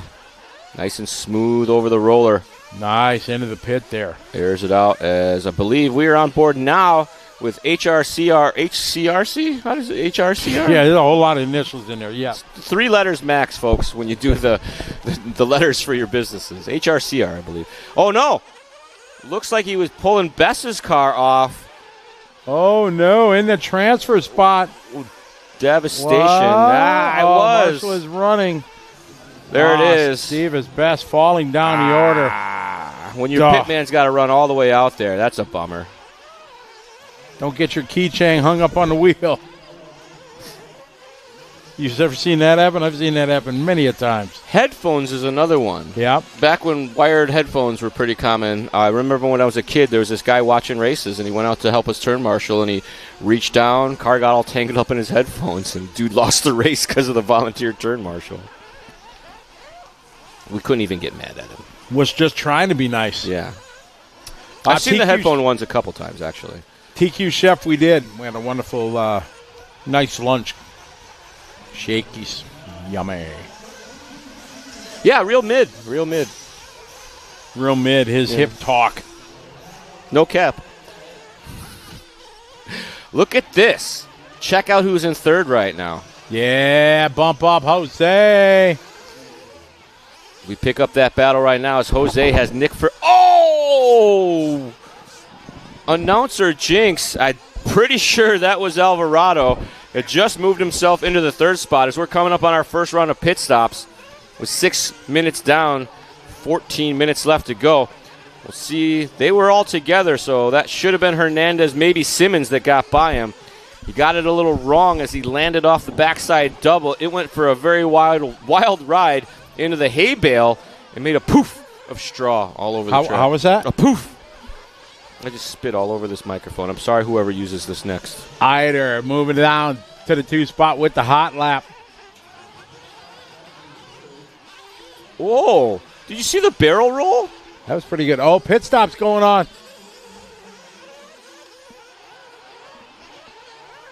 Look at Hollywood down here. Youngster. I think that's that might have been the young man that won Camarian that won. Might be possible. Benny. You got the Aaron Jones sunglasses. Pit stop cycling through now as we get just past the 7-minute mark. Oh yeah, that's Ophir's son, Benny, who won yesterday. He gets to see how good of a pit stop he is. All right, we got some action going on right down here. Front row camera. Car picks up, down. Oh, I wonder if he got that all the way full. Yeah, there's a lot on the pit boy, table there. That gun was coming out before. Ooh. Coming up on 8 minutes down, 12 minutes remaining. What do you folks in the chat room think? I'm thinking that one's going to flame out. Oh, I called it. I wasn't even talking about it. How about that, huh? Whichever one was on the screen, Scotty has the power to make them stop. Oh, no. It's running. They're going to make it not die some more. Give it some idle. All right, so back to the action. We got Degani leading the way, and as pit stops cycle through, we'll get our real order. It should fall somewhat back to normal with Eider and Hernandez. Now Alvarado back into the mix. Simmons. Here comes Lobos and Hubbard.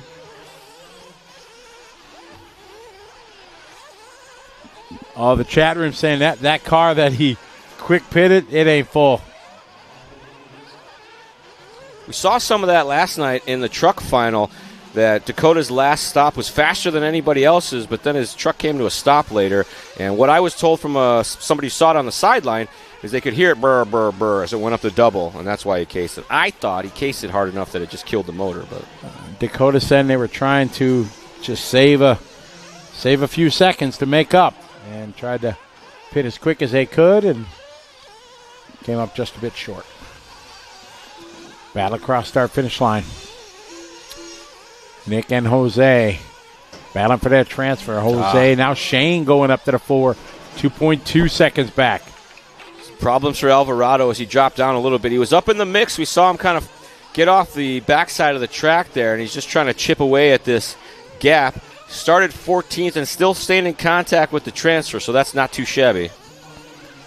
He's probably going to need some bad luck on their behalf. It's hard to make up time in these mains. All right, so the throbbing brain knows all. He says the quick pit was from Alvarado. Okay. So we'll keep an eye on Jose, who's definitely in the hunt for the transfer. 3 seconds out of the transfer spot. So let's hope he got enough fuel in it. We pick up Hernandez and Simmons, 3rd and 4th. Whoa, Hernandez getting big air there. They both square up into the double nicely. Oh, Hernandez with a little bit of a wonk. But Simmons can't capitalize. A little bit of a wonk. Got it. And I think that's going to allow Alvarado to at least get by Simmons, maybe not.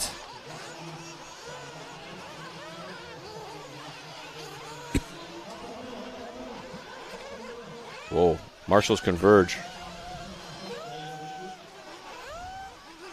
So Degani just checked in 47.9. Eider with a 49.1, 48.7 for Hernandez. Simmons about 1.8 off the back of Hernandez, trying to make something happen. As we jump on board the third place runner, Hernandez. You see Simmons just off the back there. Hernandez with the big air. Simmons was in the lead in this corner 1 lap ago. Crashed just here and allowed Hernandez to get by. Hernandez smooth and easy over the double. Simmons trying to do the same. Came out a little nose high. Down the hill they go. Does the roller. Nice and easy over the big double into the pit. Steps a little sideways. Straight up the step-up jump, which we don't see too much of. Usually they do a little crosstown there, inside, outside, or outside, inside. Hernandez collecting the fluff and going for a bit of a ride, but able to hold on. Got him a little squirrely over the double. Now loses that spot to Simmons. So now Simmons, your new third-place operator. Degani in control by 9.5. Cross start finish line. Shane doing his hot lap there, 47.44. 47 to a 51 for Simmons and Hernandez. Hernandez giving back 4 seconds. Simmons looking pretty consistent here. Started in the 2 spot. Back now to 3.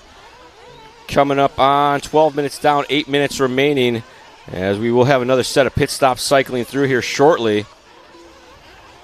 Alvarado still on the track, 48.2 last time by. Not good enough to make up any time on our lead group.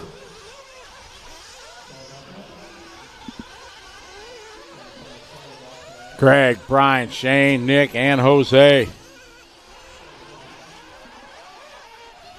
Simmons and Hernandez across the line one more time. Gap remains about the same.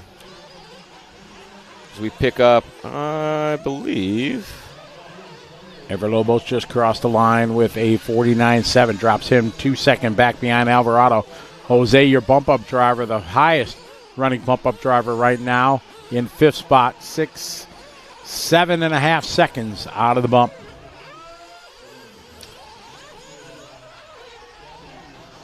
Degani into the pits. Car goes up, fuel goes in. Nice and easy. They got a huge lead. And away he goes. All right, let's see here. Alvarado, we saw him, maybe his son. You see him gritting up. Is he going to make it? Simmons now into the pits. We stay here on the pit camp. Looks like he did get it full. Good job. It's Alvarado in the blue and white. It's a pitman race. It's a sloppy gun. It is, but he's getting it done. I mean, that's his factory pit stop minus the spillage. Yeah. So if you know who that young man is, let us know. We'll give him some props.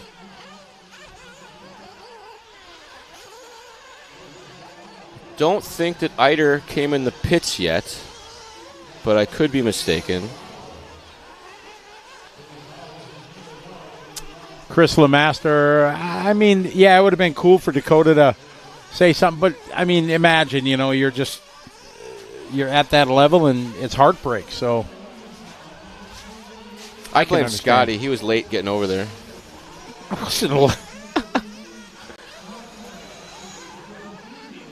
Yeah, he's probably just ripping it, yeah. It's his son, GJ says. Well, heck of a pit stop there. That's another one with a question mark. That's a guess. Don't give us guesses. Yes. That's true. Charlie is very specific in emails and everything, here. like your and you are and there. Yeah, exactly. It's and it's. He'll reply in his email, don't you mean that's not true. I ain't got time for that. People can show their ignorance with their inability to spell all they want. It don't bother me that bad. It's Greg, Brian, Shane, Tagani, 40-plus, trying to bump up into the A main. That kid just gave a thumbs up like he knew we were talking about him. That's cool. That's cool. Probably got a text, yeah. Hey, they're talking about you. Jeremy Alvarado is his name. Tyrone is taking the role of the super brain here. Yeah, Thank you, when Tyrone. BJ's not around, Tyrone's got our back. Exactly.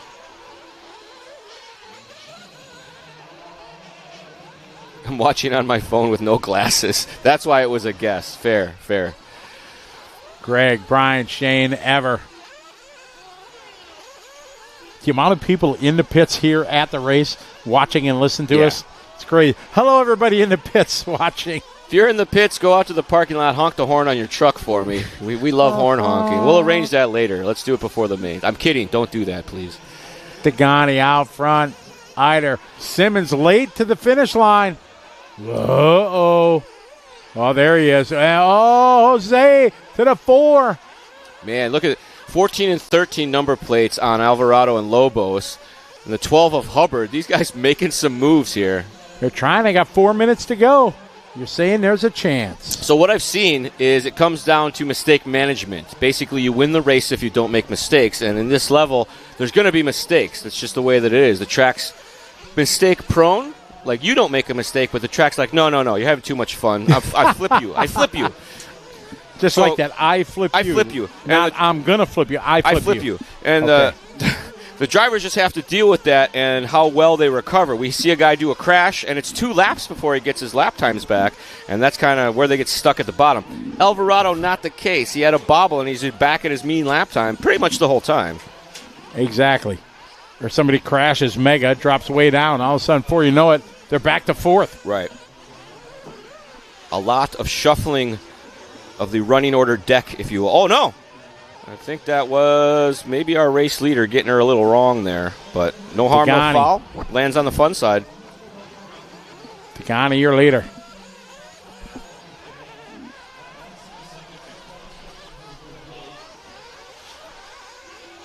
Eider still holding down that 2 spot. He comes across the line with a 48.9. Nicely done, 48.4 for Simmons.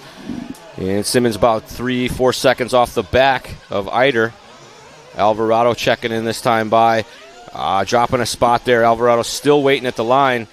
There he is. Rough one there with a 52.4.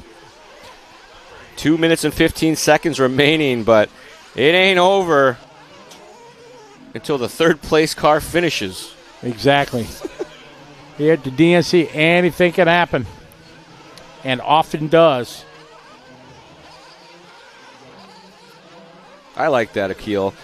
The track determines the mistakes that a racer will make, yeah? I could agree with that. Track's easy, less mistakes. Or your competitor that peels you. Eider across the line, that time by 47.3. Tagani got it on cruise control. Simmons running 3rd. Lobos and Alvarado still fighting over the 4th spot. 90 seconds on the master clock now as we get one more off-track excursion for good measure. That was Eider taking a wild ride. He's got the red tail with the white nose. HRCR.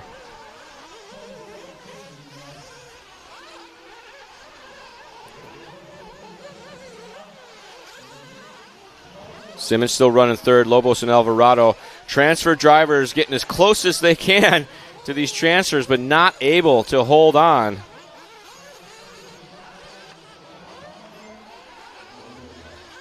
Coming up on our 1 minute remaining. They're going to get this lap and one more maybe.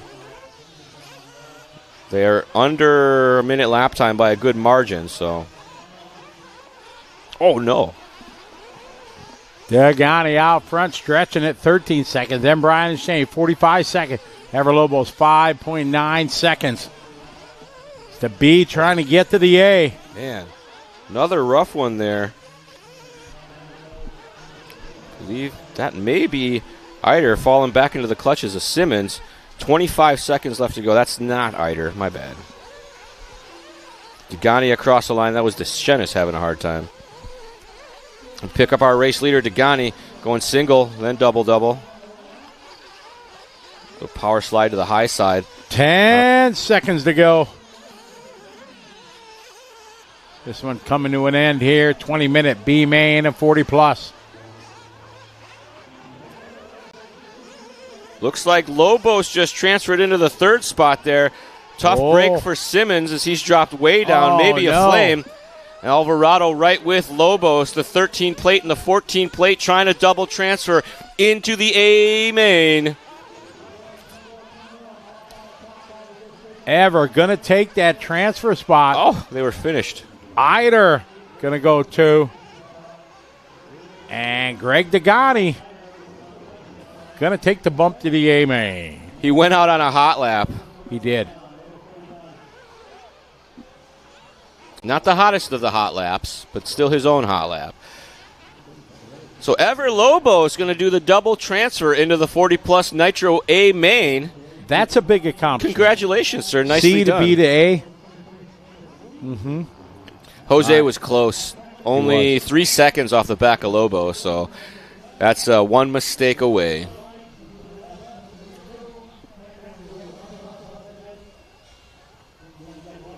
Rob, she's at home taking care of the dogs from the sound of things. I haven't seen her, but maybe she's here lurking. She might be. I haven't seen her yet. 50+ Nitro Buggy coming next, our next age category. Charlie, what's been your favorite form of RC racing through your life of RC?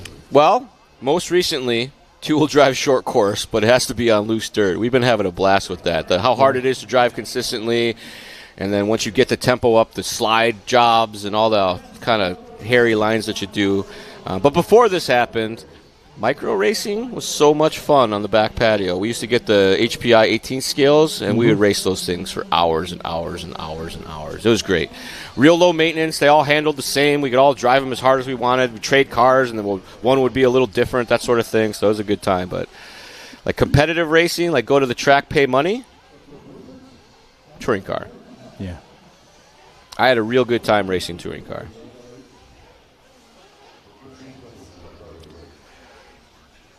All right, we're going to take a short pause for the cause here and had a chance to have a word with Aiden Horn the other night. So let's pass it down to Scotty.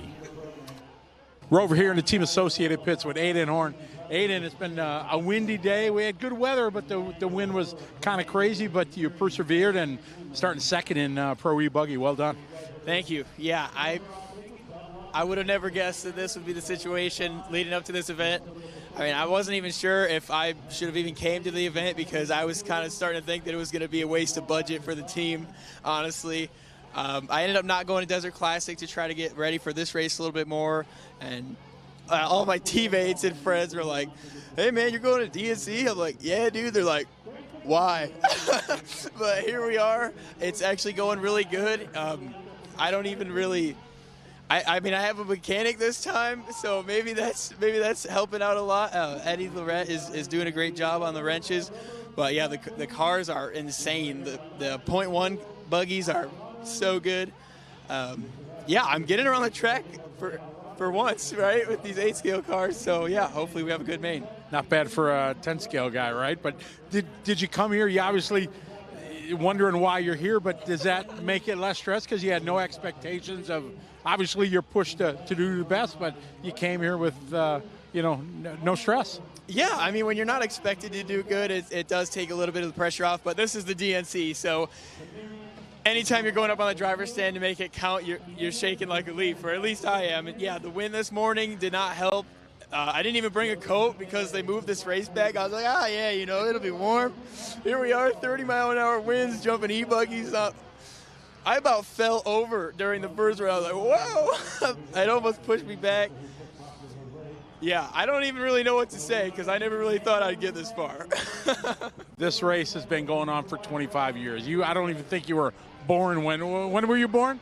02. 02. So this race was going on before you were even born. Why do you think the DNC is so at such a level of 8-scale races around the world, the one that everybody wants to participate in, everybody wants to win? It's just the gnarliest race there is. You got the gnarliest track, the gnarliest schedule. You get very limited practice, track changes from run to run. It doesn't get much more difficult, so I think that's what just brings out the best of everybody and worst of everybody. Well, great job so far here. Best of luck the rest of the weekend. Thank you. All right, there you go. Aiden Horn, no expectations coming here. No stress, but he had a heck of a first day. Going to roll out second in Pro E-Buggy. Thank you very much, Scotty. I appreciate that. Great interview there with Hayden. Nice work. What a weirdo. Yes, I am. About to get underway here with our 50 years young and over division.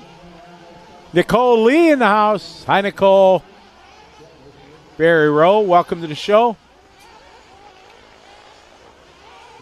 Tyrone, you still on site, hanging out, or you're at home? Man, my Instagram post won't post. I made an awesome Instagram post during the lunch break, and it's like taking forever. So is our selfie together going to make the show on Tuesday? No, no. Why would it be on the show? I didn't even mention you in all the footage that I did. I did a bit about Live RC and being here. And all wow. That, so. Everything I posted is, with you and quality time we get together and all that stuff. Stop being so sentimental. God, nobody wants to hear this crap. Just tell everybody I really don't like you. Ken knows how much I really don't like you. I told him all about your subtle nuances. Oh, Ken Stout? Yeah.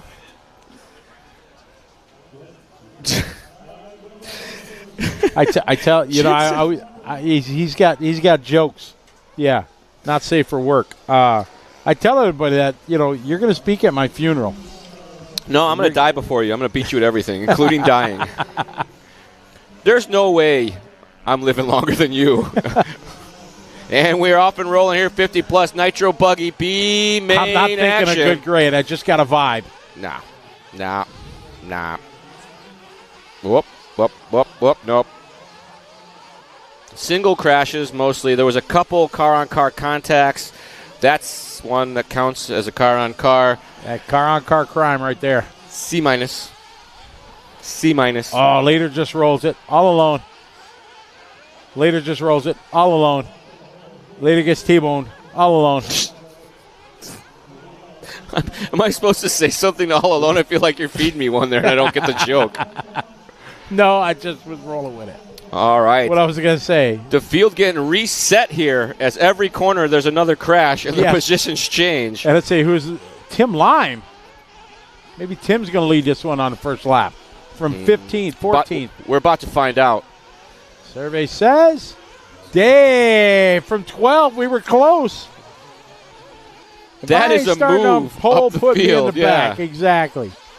From 12th to 1st. Not bad. 12th. TLR, you called it. Shout out. Little contact there. Leader crashed. Tomzik moved to the inside. Leader tried to fight back. They made wheel-to-wheel contact. And I think Didasco is still at the front.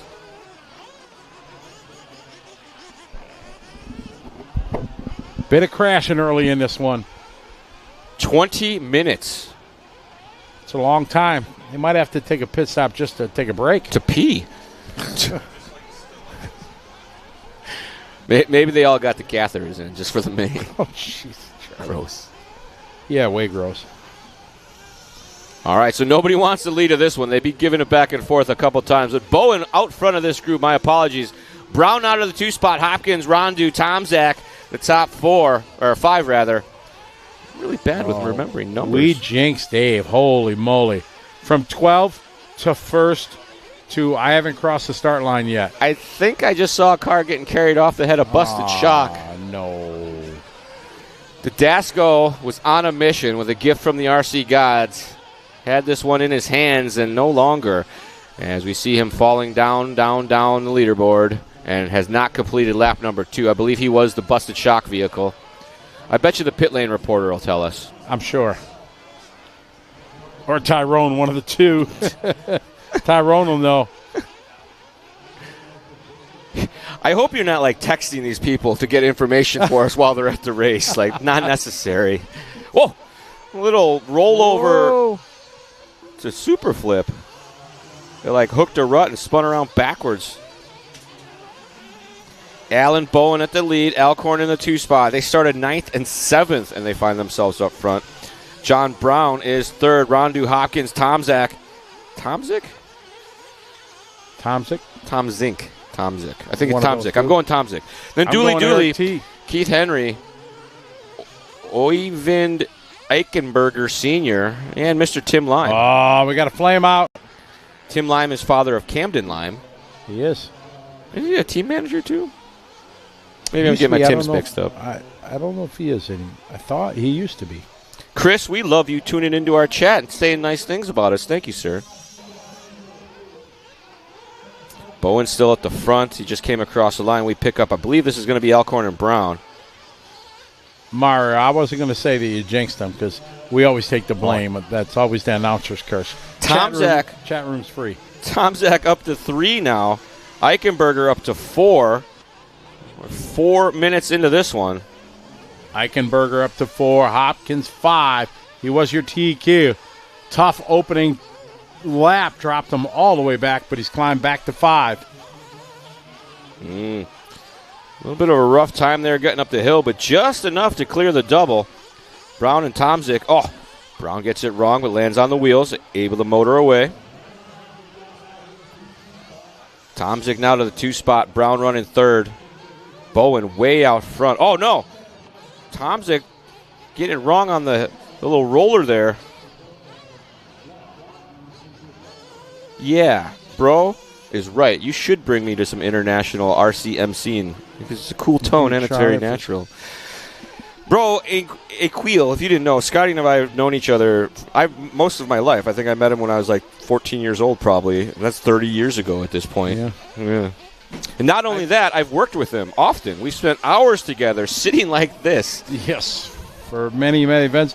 I've hired you to race direct events. And one time I traveled the country with him on the Short Course Showdown as his media guy. I bought a fancy pants camera, flew around the country, taking podium pictures that were not very good, if I do say so myself. Turns out the cell phones these days are way better than the cameras were back then. Yeah. But it was, like I said, it's better than a real job. Yeah. Get to meet lots of cool people.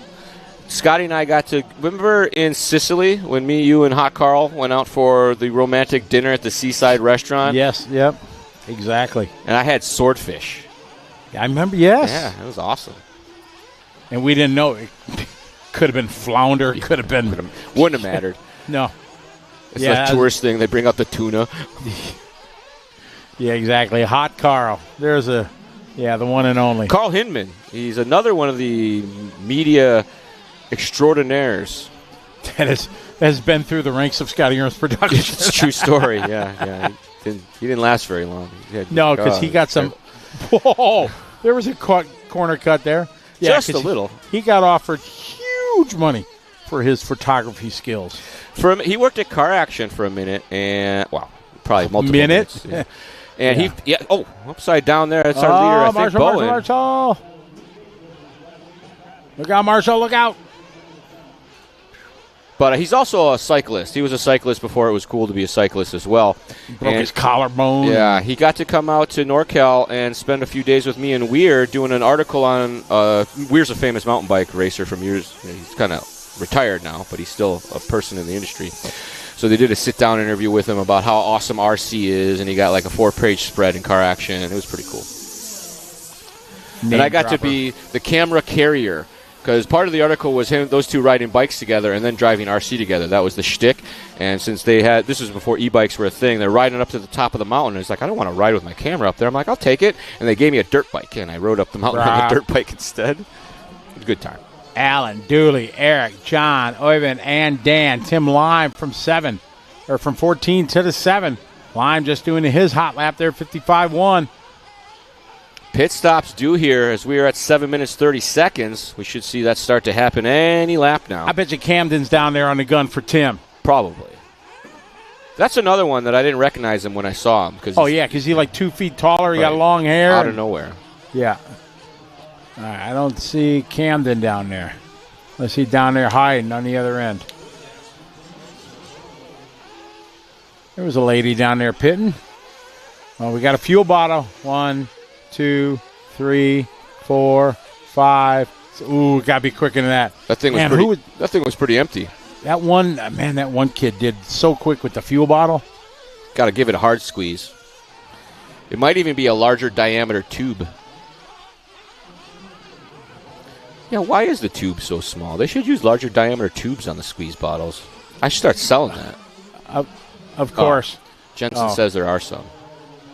Text from, Medell, I'm telling you, he has a special ringtone for when you text. He respects and admires you so much that he wants to make sure. What do you call 2 monkeys that share an Amazon account? Primates. That's a Fred. Give me your phone. We're turning it off, dude. You're gonna get us fired with crap like that. That's terrible. Oh my goodness, primates. Jeez. Fred Medell, ladies and gentlemen. All right, Allen out front. Dooley, top 3. It's serious now. B main on the track. Bump into the A. We're coming up about halfway. Expect one more round of pit stops. Tomzik's been secure in this transfer spot for the last several laps, but it looks like Eichenbacher starting to close that gap just a little bit. 2 seconds only the gap between Tomzik and Eichenberger. Alexa, play Frozen.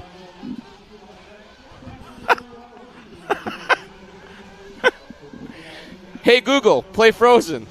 Oh, it'll happen. I know. Alexa's right now, yeah, playing Frozen. They'll let us know. Hey, Alexa, set alarm for 4 a.m. Alan, Eric, Dooley, Oyvind, and Keith, your top 5. I had a buddy who had he does an iPhone. He uses the other one, the Echo or something like that. And he'd go out of the room, and we'd set his alarm every time for who let the dogs out at 4:30 a.m. I get a text at 4:35. Sort of. Alan out front. I'm just going out on a ledge here, Charlie. If you look at the gap between first and second, they're on it, but they ain't got the street creds from way back in the day like we do. Whatever. They don't need street cred when they're competent. That's true. They're way more competent than we are. The competence level is much higher than it originally started. Yeah, Alan, Eric, Oyvind now moving up. Final round of pit stops going to be happening. We got a flame out back there. Uh-oh.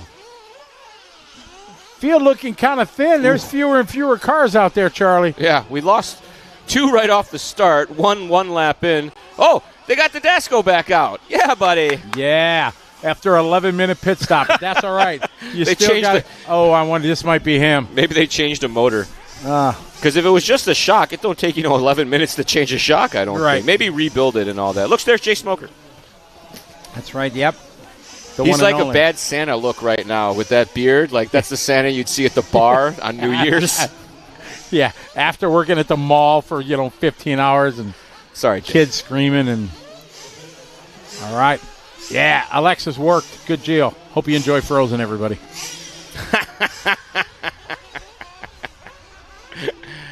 That's a good one. Alan, Eric, Oyvind, Dooley. Bowen's lead has extended to 57 seconds. He's +1 on the lap count. Yeah, about that. Dooley having some problems. Dropped out of the transfer. Sorry that we missed that one if you're a Dooley fan, but Tomzik and Eichenbacher climbing the ladder.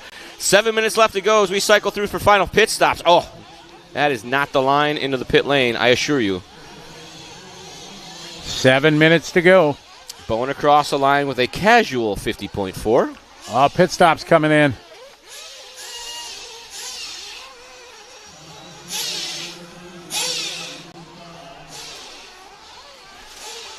$6:40 to go.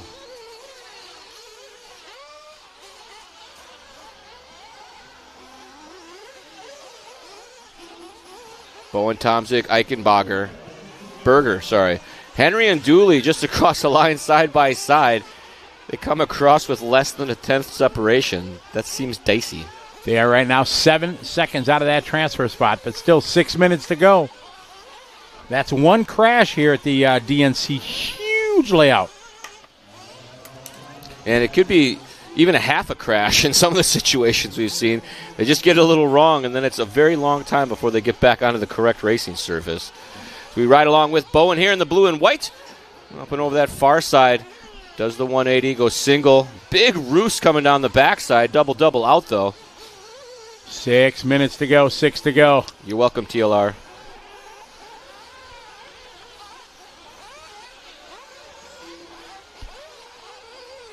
Alan, Eric, Oyvind, Keith, Dooley, your top 5. Only 3 get to go to the big show.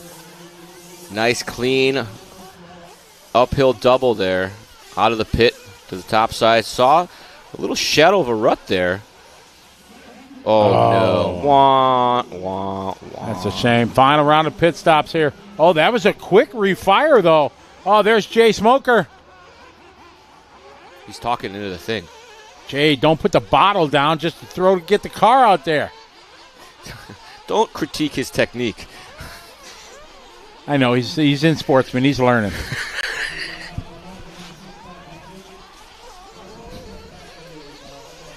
Good one. Alan, Eric, Oyvind, Dan. I should race next year and run pro. Just to be traffic. Yeah. I've taken everybody out. Doing cross lanes. Try to do a backflip every lap. It'd be sick. I'll hire Wally Builds. Oh, yeah, get you dialed in. Ask him for the backflip setup. Sure, yes. I'd probably that's get funny. banned. Yeah, Joey, come over. Hey, Charlie, about your entry. Suddenly there's a resort, and I'm in a heat all by myself. Yeah. Pro exhibition. After the A resort. Right. So the event's over, then it's Charlie's heat. I go up there. When's my heat? Oh, you're at the end. Don't worry. We got you. Yeah. I'm going to give you a makeup round. Craig Wallace, success. Nice. Enjoy Frozen. Alan, Eric, Oyvind, Alan. A 1 minute, 14-second lead. I started using the CarPlay thing. Oh, yeah, now that you got a new truck. So, you can add it to any car. They sell a little module for it that you can plug into your stuff. But anyway, I've been driving down doing stuff, and somebody will text me, so I'll have the lady in the phone read it to me, and then you'll say it back to them. And my text returns are usually pretty rude. But to have that nice lady read my rude text back to me, very entertaining. I found that I prefer to text people while I'm driving now to use that thing. It's awesome.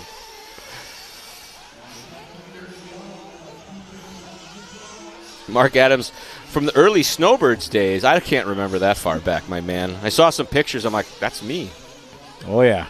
How you doing, Mark? Old school on-road racer there. I got a Snowbirds Phil story that we'll use when we're not in the middle of a final couple minutes here, but remind me later to tell the Snowbirds story. Alan, Oyvind, Eric, John, Dan, Keith, Dooley, and Tim is the order. You can see that pothole that he's using as there's a big shadow in it that he goes around the outside of, so that's pretty cool. 2 minutes and 45 seconds left for Bowen to hold on to this one. Been leading it for a very long time. Eichenberger moving up to 2. Tomzik getting across now. 52-second lap time. Not great, but not bad. Oh, no, 58-second lap time. My bad. Allen lost some time. Now only a minute 16 lead. Maybe a safety pit stop. A minute 16 lead. He's going to lap him twice. He's 20 in there on 18, so it's possible. He's on a rail in this one. Either he's on a rail or they're off the rails. I'm giving all props to Allen. Everybody else is doing well. Just Allen right now. Look what you did to him. Look what you did to him. Stop it. To the Bowen family that's watching, please forgive me. 2 minutes to go in this one. 2 to go.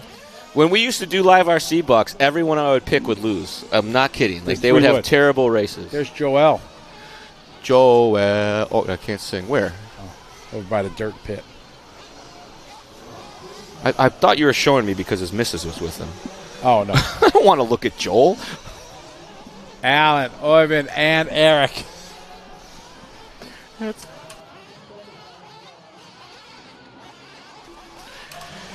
90 seconds to go. Bowen in command. He's got a lap plus on the field. He's got 21. They got 19 so far.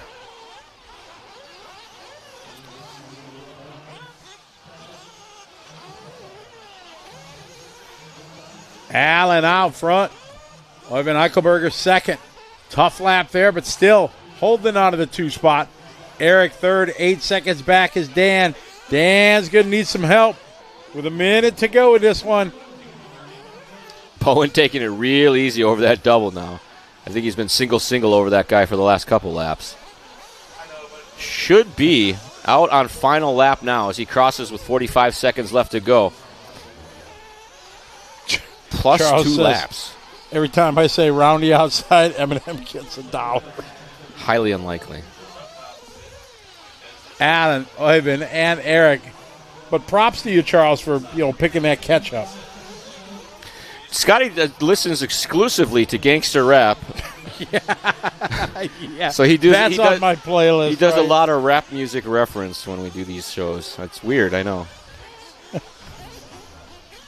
Yeah, that's my playlist. Oh, no. More props for Bart. Just stand there, Marshall. He'll get it.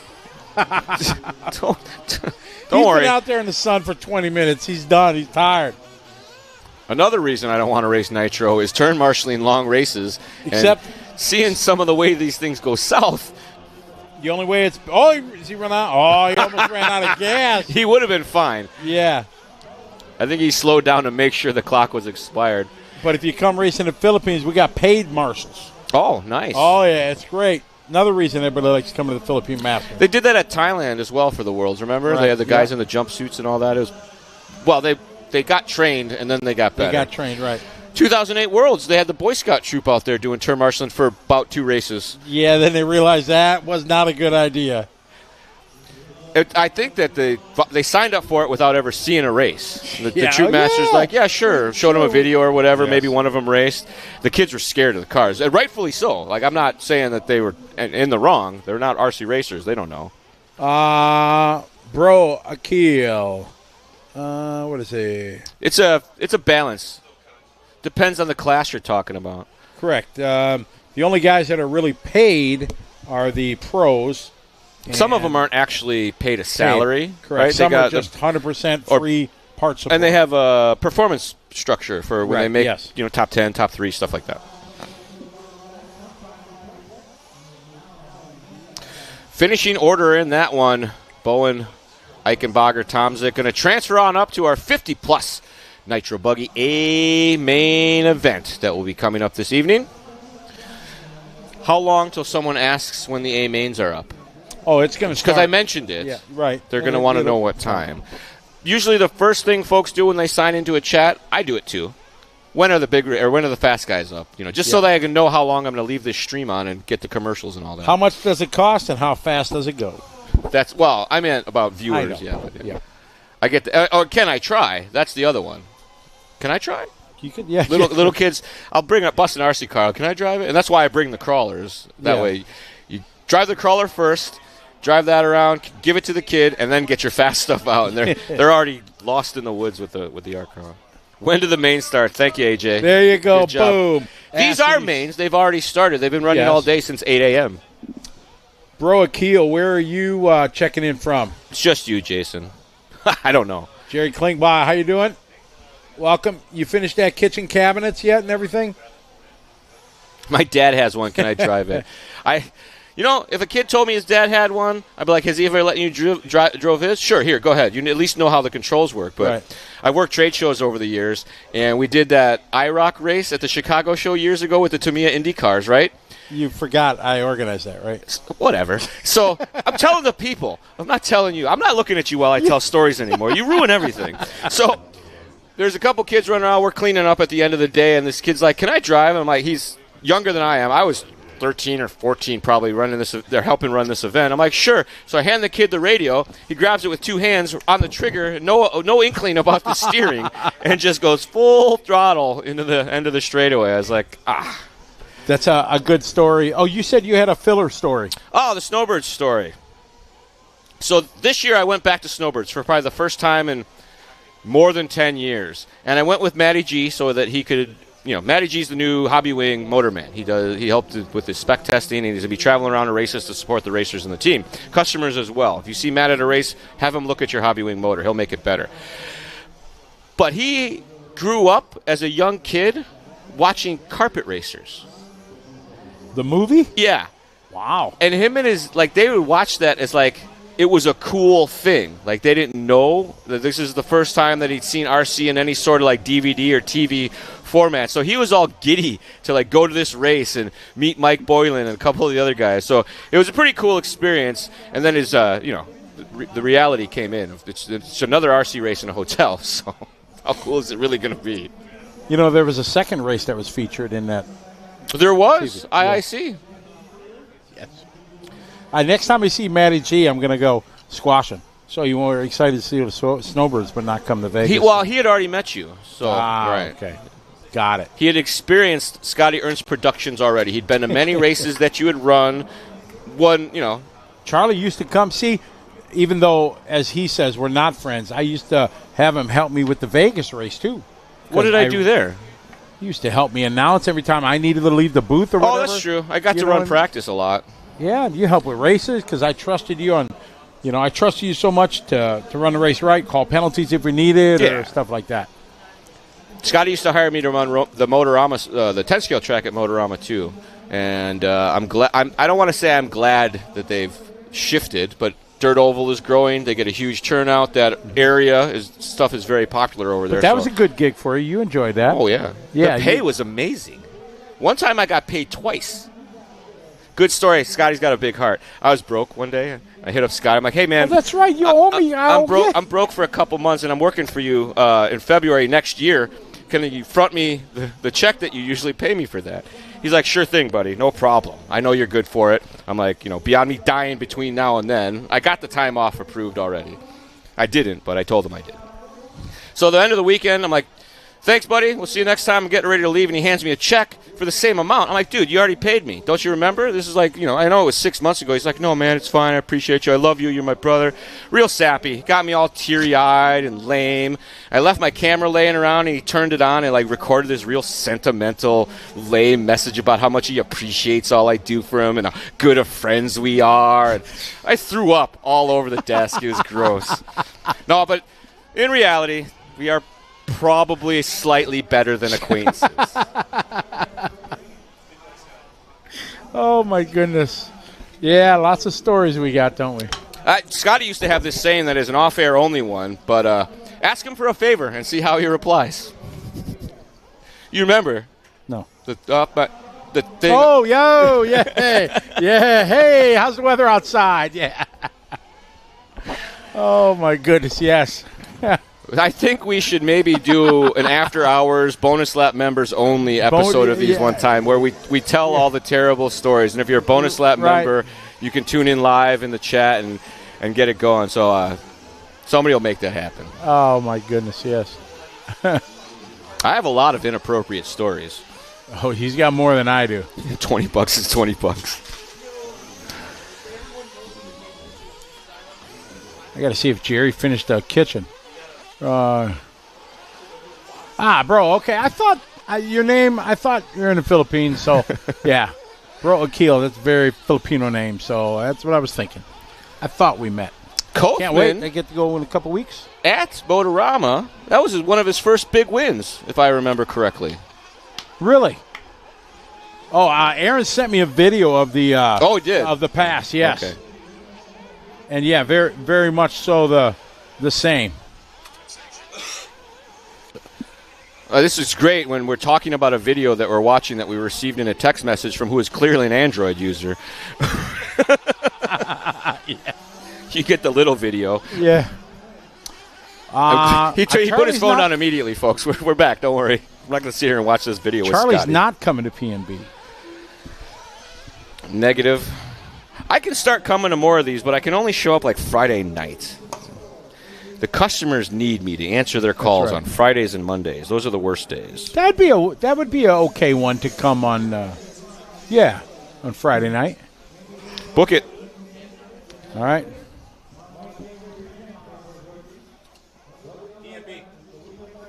We'll talk later. Let's not do this seriously right now. We're in the middle of something else, you maroons. You maroon. What a bunch of maroons. All right, this should be a good one here. Set the grid. B main of our intermediate Nitro buggy. Intermediate is one step above Sportsman. In case you didn't know, the matrix. All right, I got Wally Bills in this one. Tic-tac-toe? Nick. That's it. Where's he starting? He's starting ninth. Gonna go to the front. I'm picking Alvarado. Come on, Jose. Let's do it. I got to throw good vibes to Wally because he's had nothing but bad luck. Let's watch this start. Single crash, no collections. Single crash, no collections. That's not bad. One crash only. Okay, let's get through this section here. Okay, they did it. I'm saying B. Yeah, I'd agree with that. I'd go even as much as a B plus. Only one crash. Yeah. These don't count. This is in the pit.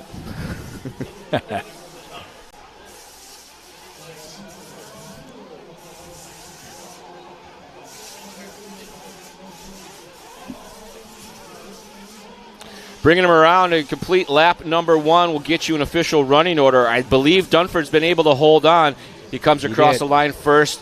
De Granada, Wyrick, McLaughlin, Antill, Watlett, Alvarado, Martinez, Simmons, Lindau, Churchman, Antill falling down with Olins now, Palele and Hernandez.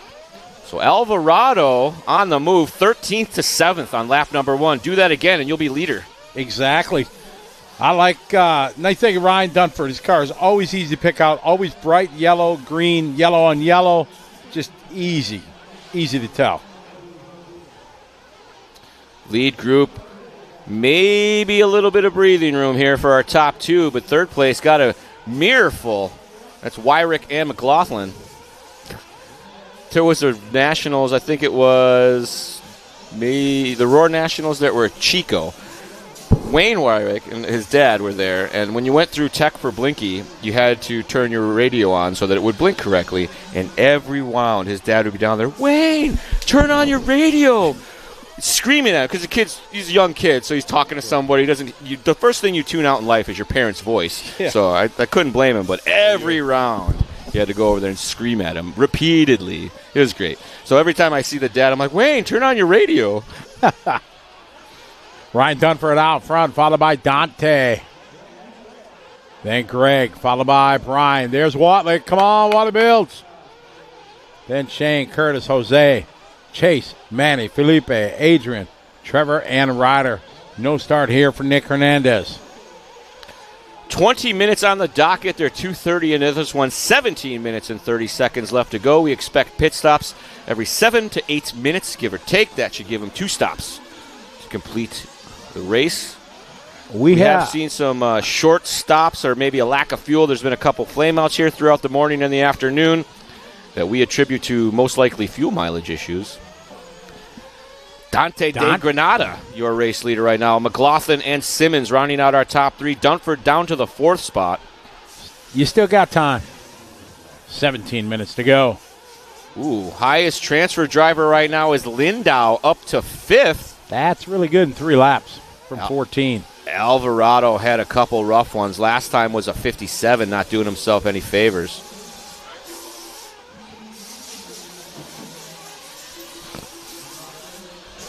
Dante last lap, 47.6. Greg, 48.8. Shane, 46.9. Ryan, 49.3. Curtis, 49.3.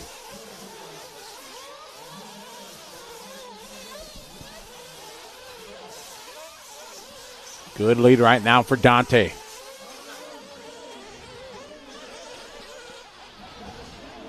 Following Dunford here in that 4 spot. Well, I'm getting a pit report that maybe Simmons breaking down, and it hasn't cycled through yet. We'll get that order as they come across now. Dante across the line. Across the line. McLaughlin across the line. Second spot, there's McLaughlin. Yeah. Shane Simmons having trouble. Your pit reporter's right on it, Charlie. Dunford and Lindau moving up. Olin's moving past. Simmons dropping down the ladder. Possibly a mechanical. Oh, man, I may have jinxed Mr. Alvarado. He was making some progress on our leaders, but last several have been rough ones. Same. Hey there, how you doing? Rando. Happens all the time. Dante, Greg, Ryan. Yeah, and folks, if you haven't seen me in a few years, when you walk up, say your name. I probably don't remember. I'll just throw it out there. Like, I'm real bad with names, and I'll remember that we know each other. I'll recognize you, but I'll totally lose the name. For a while there, I was meeting like several hundred people a year type of deal, and none of it was sticking at all, and I feel terrible. But I've been trying to get better when I make new friends or new acquaintances. I try to remember their name because it's real awkward the next time you hang out with them. You're like, what was your name again? Greg, Dante, Ryan, your top 3. Curtis 4, Trevor 5.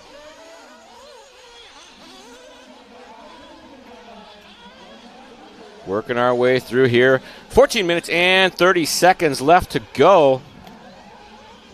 As we are with Dunford and Lindau.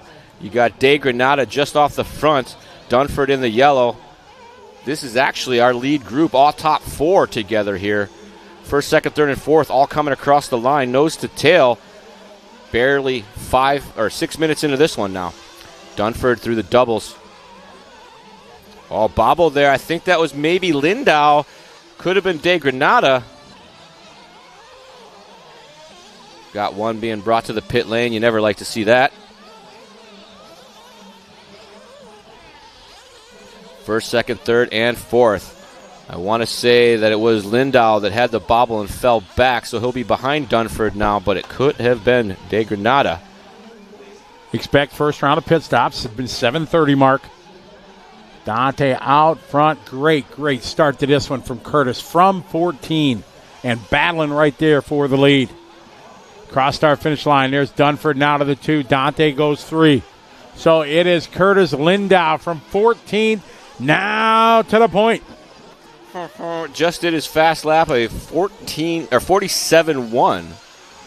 Laying it down, but your guy. Remember, if you're not going to win, hot lap, right? Go get him. Go get him, Jose. Come on, Wally builds. Looks like Jose's off the track, actually. You didn't have to say that. Well, we still hope. Oh, that's right. The people at home don't even know what we're seeing over here on our scoring, so it's okay. Oh, some collections there. As I believe that was Lindau and De Granada getting together, or it could have been Olin's in the mix. That might move Dunford now to the point. I think our leader, I was looking at the scoring, and I think our leader, Lindau just across the line. Dunford got collected in that wreck, so he's still in second, but is it going to be Olin's or De Granada? They're all coming into the pits. Bad idea. Coming in hot. Oh, flame outs. Missed the pit, coming in too hot. Oops. Whoa, wow. No look, all toss. Oh, yeah, just lots of fuel.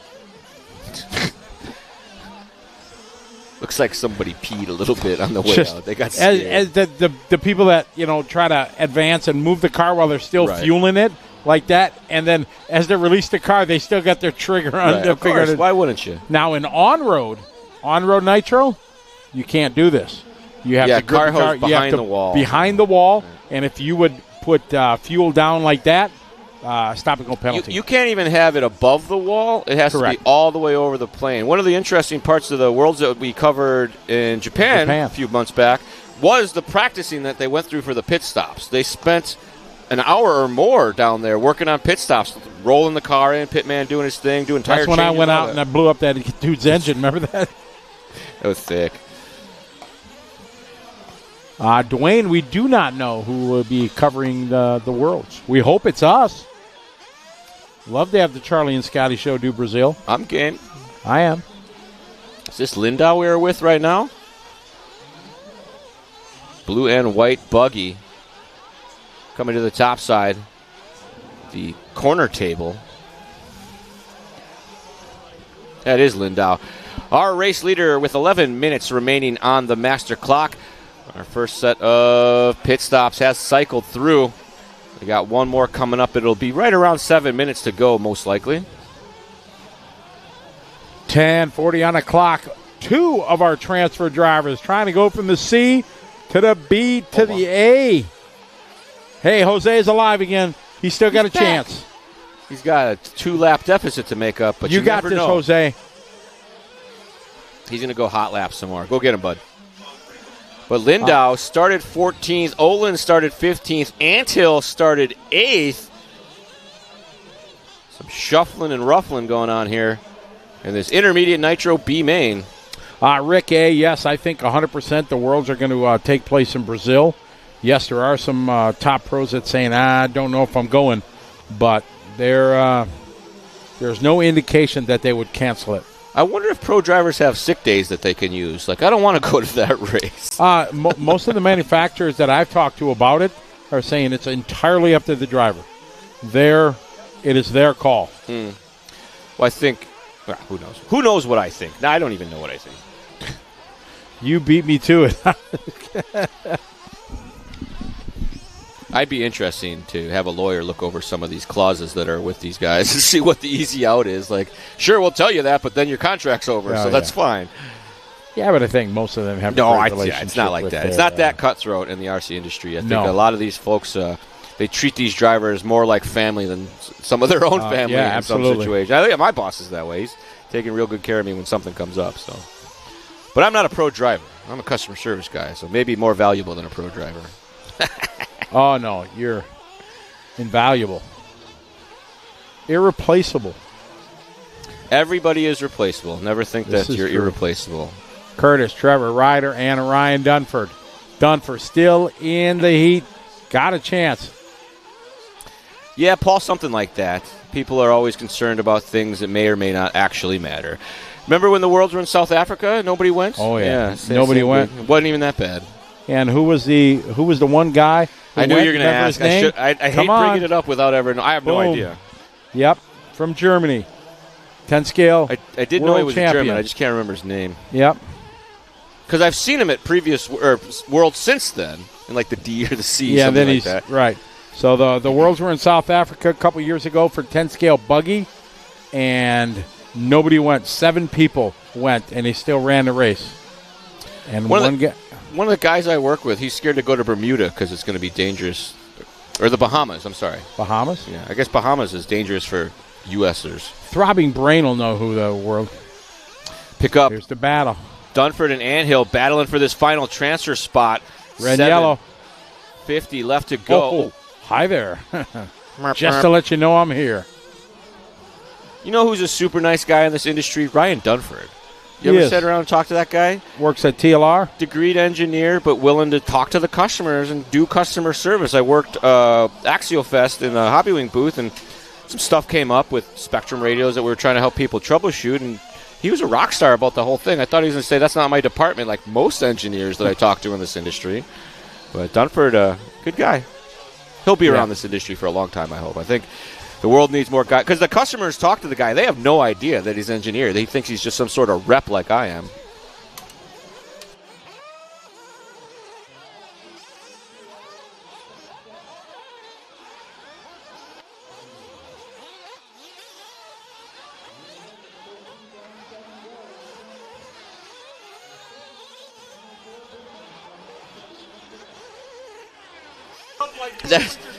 That's great, but I feel like the timing on that bit of information was not good. We'll save that for later, folks. Don't worry. We got a good story for you.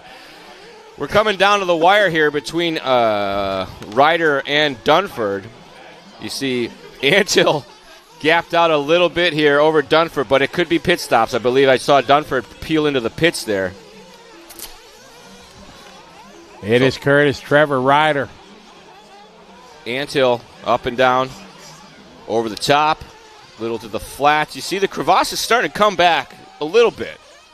Nothing like it was before. Like, if you guys didn't catch, I walked around on the track this morning when we got here, and you can't see how rough it is from the angles that we get on the cameras. When you get down in there, I mean, some of them were a couple inches of Yeah, could you tell last night when we went trackside? Yeah, that was good when they got the camera down there. I like that you used Brandon Rose for size reference. That was nice. Yeah. I started talking and Brandon was there. Oh, no. Uh-oh, I hear Flame out shouting. in the pits. JBRL himself losing his mind out there. Yeah, I believe you're correct. It was Dunford. Oh, man. And he was battling somebody. J&T was like way in the back, yo. One of the associated guys. So heartbreak there for Dunford as he maybe ran it just out of gas as he got to pit lane. But could have been. Every once in a while, they come into pit lane and they die. Idle's a little low, maybe a little lean. I don't know anything about Nitro, as you can tell. You were rolling with it well. I was just going to, support you and back you up. But in my life, I have learned that often the facts don't matter. It's the confidence that you say the statement with. Exactly. Like making a statement in the chat room with a question mark. Right. That's not. It's like, huh? Antill still in the third, and his closest competitor was Dunford, and we did see that was a confirmed flame out on him. So still got 4 minutes and 45 left to go, so you never know what can happen. We've seen a lot of interesting line choices. Dunford lost 11 seconds in that one. 106 lap time, unfortunately. Max Kramer, what's up, buddy? Oh, John, you just missed that. I did it like 15 minutes ago with a rounding success. Lindau still at the front. Olin's in the 2 spot. 2 of our transfer drivers really wishing they could have taken Alvarado with them to the front. I believe my choice of Jose was the ultimate jinx. It's just like the Live RC Bucks back in the day. Yeah, I jinxed Watlett, and Watlett flamed out. So I am still very excited for some more double transfers into the main. So hopefully we don't jinx it by talking about it. The chat's like, we'll stop talking about it.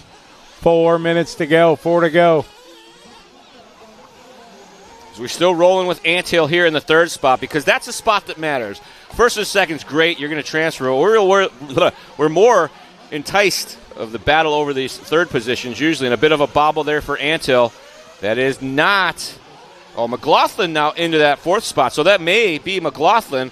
He was 12 seconds off the back of Antill. That was not a 10-second wreck. So highly unlikely, but possible. Dunford, unfortunately, falling all the way down to P7 right now. Wyrick goes by. Aggressive here. If that's a lapper, I'd be surprised. He's coming in hot. Came in for fuel. Ah, okay. Oh, no, he did not. I thought he did. It wasn't McLaughlin, though. I want to say that's Watlett going out on a heater. Yeah. Watlett. Wally builds himself out there. Did he get hot lap yet? He does. He's got hot lap. Good job, bud. So. At least you got hot lap. Yeah, Wally Bell's got a good program. If you're a busy man, you ain't got time for that, call up Watlett. You got more money than time? Watlett's got you covered. That's right. He'll make it happen. I've met plenty of people that have more money than time. So it's not just working on the car. He watches you run. He coaches you.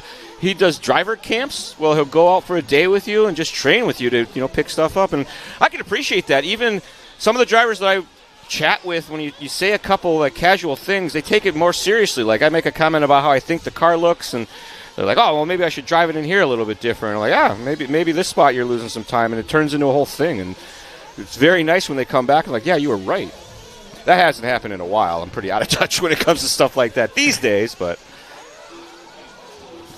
well, I used to do a lot of pitman stuff for Kinwald at the Carpet On-Road races, and he said that I scrubbed his tires been better than anybody else. I was just going to say you're official A-Main tire scrubber inner guy. And I'm like, you're just saying that to me. Tim Lime in the house. I work on your car for you and make sure I'm at the ready. Oh, look, it's Tim Lime. Lindau turned 13 yesterday. Bumping up. He's got the power of the teenager. Lindau, 13 years old yesterday. I like that none of the guys in the booth tried to holler that at us. They made him. No, they all made us. We're buried in the back here, and no help. Zero. I'm just giving you a hard time, Losser. Cam is preoccupied with things. 1 minute, 20 seconds left to go. 13-year-old Curtis Lindau. Yeah, Curtis. He was 12 until yesterday. Go, Curtis. It's your birthday. Don't jinx him. Ollins and Antill. Is that Scott Antill? So is that his dad? I feel like there's a racing family of the Antills that I should know. That used to live in Vegas. Yeah. The Antills. I believe so. Greg? I can't remember. Your guess is as good as mine. I was hoping you would know. And there's a Chase Antill out there, too. If they are son of Scott, it's a very expensive race program. Oh, we got what? Thunder outside? I saw the not so nice looking cloud. Sun? It's just not so sun. There's gray ones, there's some blacker looking ones, and then there's bright shining right here sun. is not so good. Oh, nobody wants to see the weather. We're not a bunch of old retired people watching this race. God. All we do is sit at home and watch the Weather Channel. 20 seconds left to go. He shows us the clouds. It's Curtis, Trevor, Ryder. But Ryder's got a comfortable cushion right now on Brian. All it takes is for Charlie to start talking about somebody and crash-tastic. Oh, he slows down and waited. Ryder just says, I'm just going to slow down, wait. Ryder going to get that bump. Might be a good pit man, might be a good driver, you never know, but he is secured, locking it in. Brian Wyrick, tough break. The number 2 plate and the number 1 plate coming up just shy of a transfer. Dunford had it locked down till that flame, unfortunately. Lost the fire. So Lindau and Olins, maybe they're going to race it out here to the end just to keep it interesting. Lindau going to take it. Ryder is the son of Steve Antill. Is Chase also a relative of the Antills? Do you know, Mr. Carver? And they are still in Vegas. There you go. Fantastic. I met them somehow through racing. I forget. It was years ago, I feel like, but maybe before his kids. I'm pretty sure it was before his kids were racing.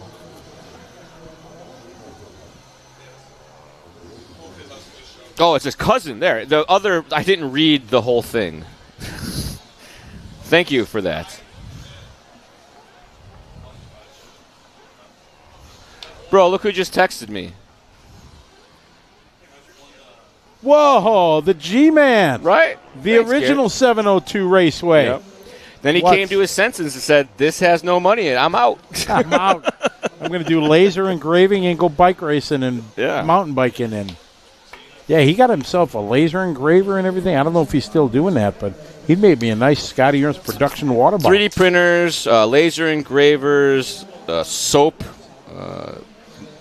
What are they called? Essential oils. All of these things are all of the pop-up industries that we've seen for working from home or starting your own business. Sure. Laser engraving's been a big one that I see a lot of that. All right. So what do you think the over and under is that's going to miss us? I don't think we're supposed to. Let me look. There's an app for that. Oh, lightning. Oh. We're right on the edge of it. Oh, well, then you open the app and it immediately cuts to lightning, and it says, light rain expected in the next 15 minutes. The phone shakes when the lightning goes off. Really? That's thunder. That doesn't sound pleasant. I wonder, well, we're inside of a metal box. In a metal box sitting on metal chairs. It's probably grounded. I'm sure they went through all the codes here for people to occupy these containers, not just things. Yeah. What are these morons doing over here?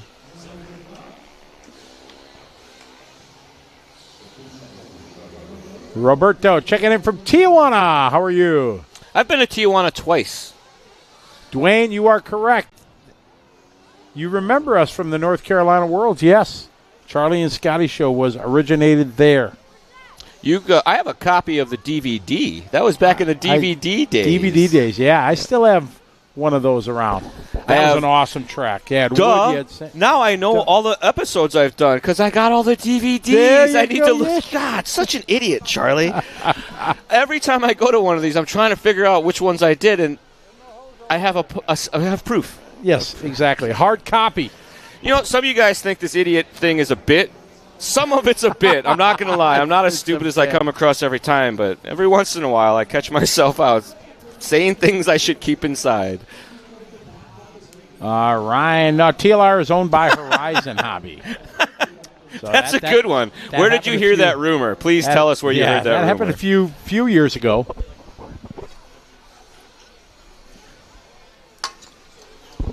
they're going to soon there will be a monopoly in the RC industry of the sole distributorship. But luckily, MAINS keeping us all honest out there. They're doing big things. They merged with the Hobbytown nation, so that's going to be real good for Hobbytown and real good for AMAIN. Horizon, AMAIN, and HRP. Yeah.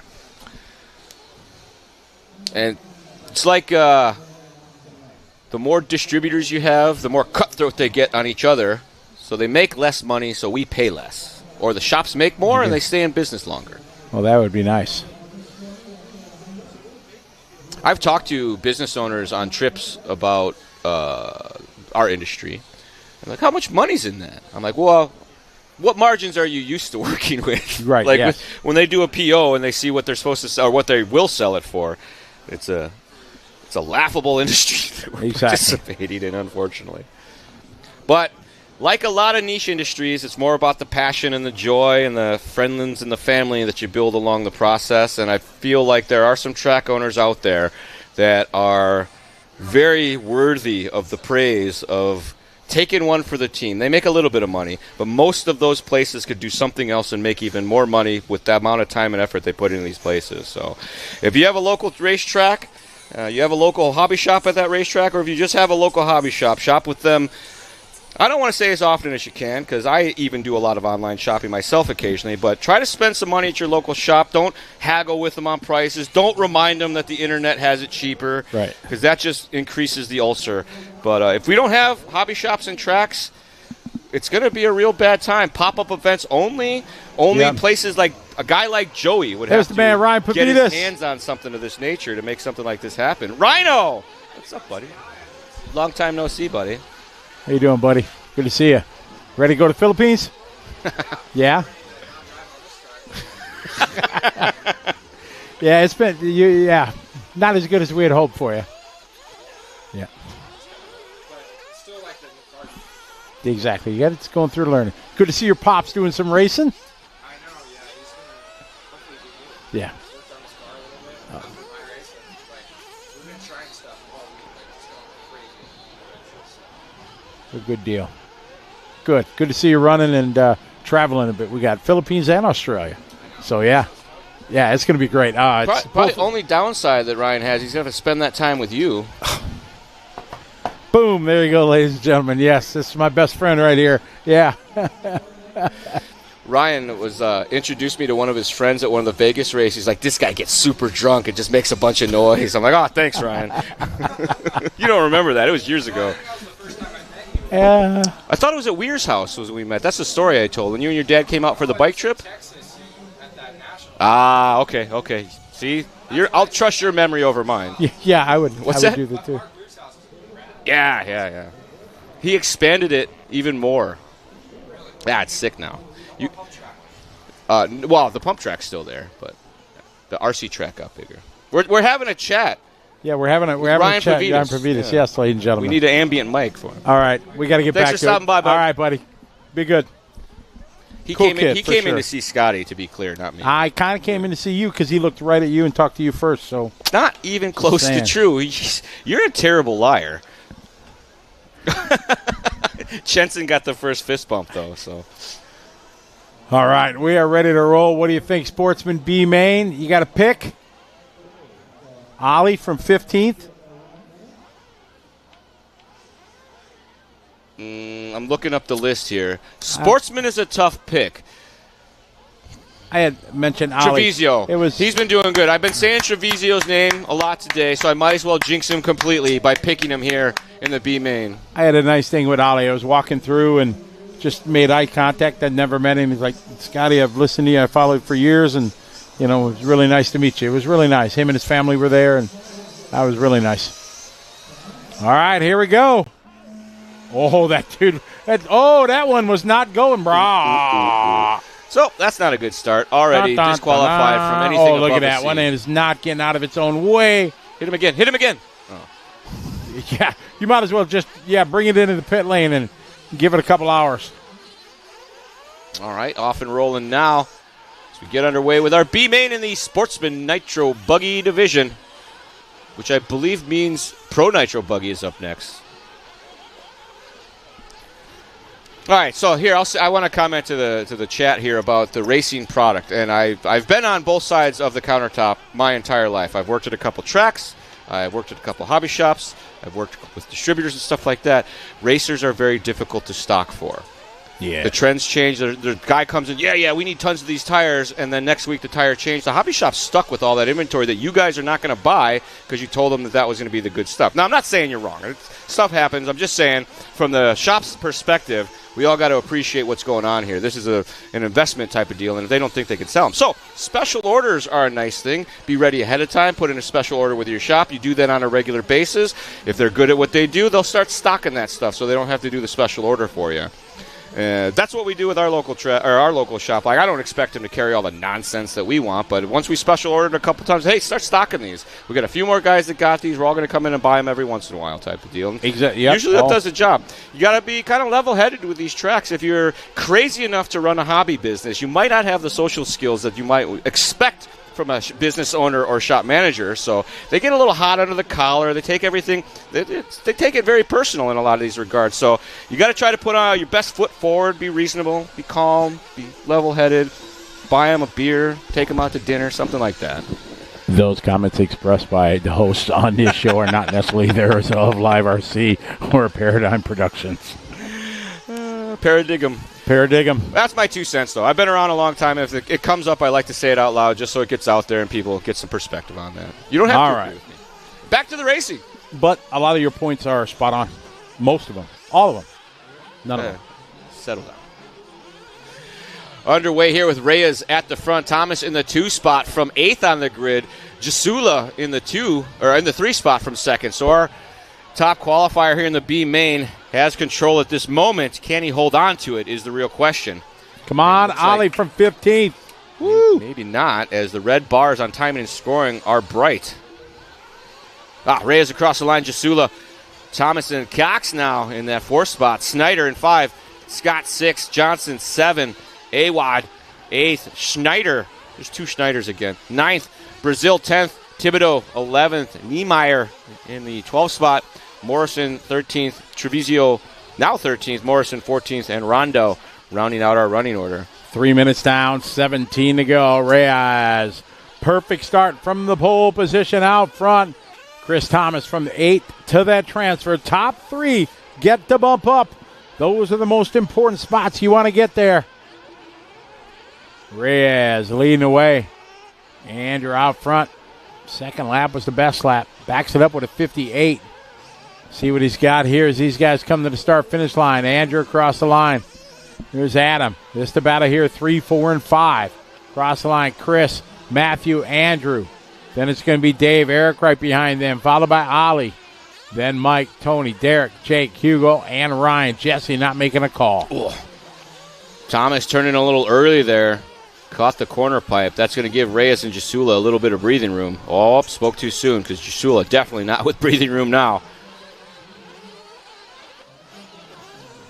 That was an interesting one. New berm shots starting to come up at the entry to the pit of despair.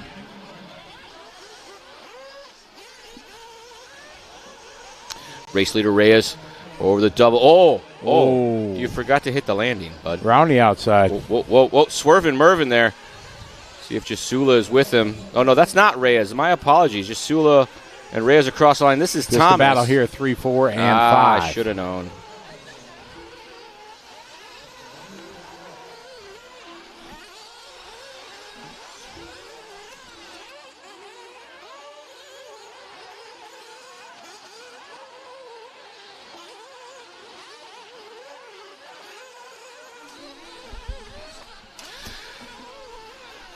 It's Andrew, Adam, Chris, Dave, Matthew, all battling for the 3 coveted spots. Oh, looks like Thomas closing in now. That's 2nd spot, just a corner. Oh, never mind. And then got run into. That was David Scott moving up to a transfer spot. Getting a little wrong right there. Thomas trying to salvage. He's trying to get back in the mix with these guys. 3rd spot leading this group. 4th spot just behind Jasula and Reyes already across the line. That is Snyder now to the 3 spot. Andrew, Adam, Matthew. Oh, boy, it's getting dark outside, Charlie. right outside the RC Snyder studio here. Off the edge. Goes for the wild ride, but back underway now, and I believe that's going to be Scott. Or maybe it's Awad. Come on, Ollie. Oh, Marshall hustling to that one, going into the chicane. Pink and white. If memory serves, I think this is Ali Awad. Oh, that looks like the lines he was taking. Andrew across the line with a comfortable lead right now. Over second spot, Adam, but Adam late to the line. Going to change around here as they come around. Adam, Ollie goes to 3, David 4, Matthew 5. Come on, Ollie, from the bump up 15. A little bit of contact there. Scott says, I'll take that fourth spot or third spot from you. Contact there in the six-pack. Then I'll crash in front That Marshall of you. was moving, though, huh? Yep. Props to that Marshall. Must have been his buddy. Notice the Marshalls try a little harder when it's their homie. I'm just saying. We jump up now to, I believe this is our leader, Reyes.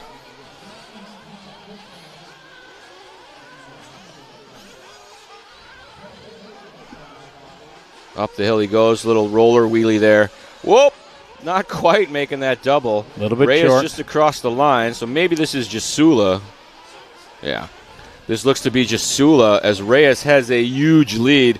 11 seconds last time by. Pit stop starting to happen now. Oh, yeah. Up.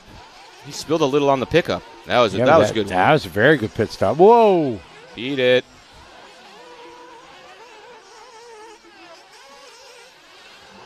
Good clean stops here. Yeah. Oh, we got a bottle stop coming up. It sounds like going to the bar. Let's make a bottle stop real quick. Oh, little fumble. Yeah. Well, all in all, pretty good stops. Yeah. Everything looked clean. Yeah. First stop's easy. You still got time to make up some ground, so not as much pressure as that second stop. But top three right now, the number 1 and the 2 of Reyes and Jasula. And starting from DAL, now running third, Ali Awad. We pick up Ali here in the white and pink. Come on, Ali. Heave him my up pick. To 2. He's gotten by Jasula. You got to wonder if he's done his pit stop yet. I believe so from looking at those lap times. Yeah. Either that or they've been taking each other out this whole time. Big roost there as he gets to the high side. I feel like that right-hander before the backside double has gotten tore back. We're going to have to maybe get that other camera down and take a look at that because it seems like a lot of these guys are running this crazy wide line. And maybe it's just to get the run up at the double. Overanalyzing things. Like I'm some sort of sports analyst. Just making stuff to talk about. Isn't that our job? I guess. At least that fill was related to this. Yeah. Instead of Snowbird stories or whatever else we've been yammering on about. Down the straightaway. Andrew, Ollie, Adam.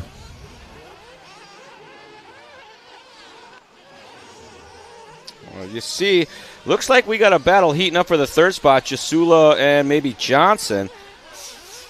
Hot lap. Matthew Snyder that time, 49.2. Fast lap of the race. Ali making his consistency a focus for next year, I think. He's had a fast hot rod throughout his races, but we do see him having a bobble here, a bobble there that has taken him kind of out of contention more than once. He did transfer one time, so it's not like he's not good at this, but that consistency would help a lot. Oh, lands and moves to the inside. Awad takes it back. Jasula and Awad fighting over the 2 spot. No real reason to battle. Just need to work together to gap out Johnson. You see Johnson fourth in line there, still with them. Oh, big air there. Both of them having very rough laps. I feel like Jasula gets psyched out by Awad's crashes and just kind of makes him second guess his choices. This should be Adam and Eric. Well, was. Yeah, I know. Yeah. Some folks are like, why don't you do this? Why don't you? Well, we're trying, folks. We really are. But as quick as we get a camera on it, dude flies off the track. I'm just saying. Might have been Ollie that got it sideways. Reyes from the 1 spot. Got a clean start. Hasn't looked back since. Awad from the 15th spot on the grid, dead last, pulling towards the front. I picked Treviso, and he is down in the 9th spot. So just did hot lap, though, so there's a chance. My pick does keep doing hot lap. You right? No, Snyder's got hot lap. He's got the 49 too. He did his hot lap. Oh, he just did it that lap there, last lap. Reyes, Awad, and Johnson, our top three as we approach 11 minutes down, 9 minutes to go. Pit stop's doing about 2 minutes, maybe a little sooner, maybe a little later. 9-second lead for Andrew over Ali. Eric, 1 second behind Ali, then 2.3 to Adam, 2.7 to Scott, and Thomas behind him, 2.9. Eric, this is located Paris, California. At the beautiful Paris Fairgrounds. Fairgrounds, exactly. Look at the backdrop there. It's beautiful. They got a dirt oval track, a big one for full-size cars. Like they were half racing mile, last night, I think, something like that. They got a go-kart track that they do go-karts, supermotos, mini-moto stuff on. They have a BMX track. They have all the horse arena stuff. They got one of them big halls for conventions, all sorts of nonsense. They got that classic fair food as well. You're done with the Grom. Oh, no. I just rebuilt it. Oh, really? Oh. Like took it completely apart? No. I had 2 Groms. One of them had 28,000 miles, something like that, and I forgot to maintenance the timing chain tensioner, and that motor grenaded. And I had a trip that we were going on with Grom, so I bought another one from a buddy that I got a really good deal on that had a bunch of work done to it, big bore kit and all that. So I rode that around for about a year while the other one was still blown up. Well, then I blew that one up. Because they're so fun to ride. You just revving them around, doing all sorts of nonsense. It's great. Ride those things for hours on end. And then street legal, right? Yeah. I fixed that one and I bought a used engine off the internet from not off the internet, from a motorcycle guy that I know that crashed a bike. The engine was fine, but his bike was totaled. Put that into the second bike that I purchased because it had less miles on it. It was in good shape. And I was out on a group ride with some dudes I didn't know that well. One of them was doing really lame wheelies, crashed in front of me, like right in front of me. And yeah, I ran into his bike, went something over tea kettle, landed flat on my back, broke my collarbone, fractured a couple spines, and I healed up fine. Everything's okay for the most part. But it took a while for me to get the motivation to take the broken bike engine and put that into the worn-out bike. Yeah. So I got the worn-out bike back up and running, and I just picked up another engine today, actually, from Cody Turner to fix the broken bike, because all it really needs is a frame. It's not that bad. Cool story, bro. Very good story. Thank goodness you're all right. Got very lucky. You got hurt. Yeah, I got very, very lucky on that one. It could have been real bad. Jasula you have a helmet? Oh, of course. California, you have to. I don't mess around. I wear a motorcycle there's jacket. A lot of rules that are out there, but not everybody follows them. So. Safety rules. I wear my seatbelt, too. So, but I got helmet, motorcycle jeans, motorcycle jacket, proper gloves, all that. It makes a big difference. I've crashed those Groms 5 or 6 times now, and the only part of my body that ever gets injured is the part that doesn't have motorcycle gear. Like, if I wear regular jeans, you'll bang your knee up real bad on something simple, or if you're wearing a regular jacket, you go down, it shreds right away. So having some proper gear makes a big difference, even if your bike is super slow. Ollie, Andrew, Eric. Yeah, because you're hitting the ground at 45 miles an hour. That's the ground's still the ground. The what? The ground is still the ground. Is. Yeah. It is abrasive. 5:45 to go. Pit stop cycling through here as we see Ali Awad now moving to the top spot. Scotty's pick at the start of this one. We'll see if he can fight through the announcer pick jinx. I'm not talking about him anymore. Yeah, I wonder if my jinx works if I talk about your pick. Maybe we've got some guy out front. Andrew in second right now. Eric is in third. Adam 4. Adam 4.2 seconds back. Oh, no. Ali. Don't be scaring me like that. Yeah. He's got some good pace, I'll tell you what, but he also has some wild crashes. I don't know if it's a ride height thing or what. Oh, he's in for final pit stop.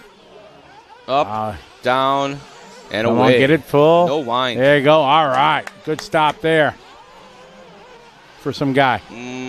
So he had a 5-second gap over Reyes going into the pits. You think he held on to it? I think I think that's Reyes just ahead of him. So I'm sure you've heard this before, but Jerry points it out. Dress for the slide, not the for ride. The ride. Yeah, exactly. Ollie, Andrew, Eric. I'm going to get a motorcycle in my retirement. You should. They're fun. Yeah, I want to get. My brother never had a motorcycle in his life, so he bought. It's similar to a Grom. It's called a CT125. No clutch. You just shift gears. It's great. I just stupid thinking. I was thinking one of those 3-wheel spider things. No, those are bad, dangerous, or just no. You're stupid if you got one. You said motorcycle. That is True. not a motorcycle. Oh, okay, I go talk to. You see one of those out. Go talk to the owner. Anybody in the chat own one of those? Not happy with them. Just go talk to them. I'm just saying. No, educate me. See if you're like them, and you want to, be like them. So not those things. Bueno? Those vehicles are very weird. They're safe. It's fine. They're probably slightly safer than a motorcycle. Marshall is on it. It ain't the same as a motorcycle. I'll just put it that way. It's like a car that sucks, basically. Okay, there we go. Obviously not getting 5-star reviews from Charlie Swanka. Andrew, Ollie, Eric. They had some that looked like they were pretty decked out and made it look like good cruising bikes. Yeah, I'm sure. But you could do that in a car. Okay, wow. I brought up a bad subject, didn't I? No, I'm just saying. Like you said motorcycle, and you bring up a tricycle right away, and it's not even close to the same. If you led with that, I would have been like, oh, yeah, turns out you're lame. All right, Andrew out front. Oh, no. See, you're distracting me here. All right, 3 minutes to go. Where's Eric Johnson?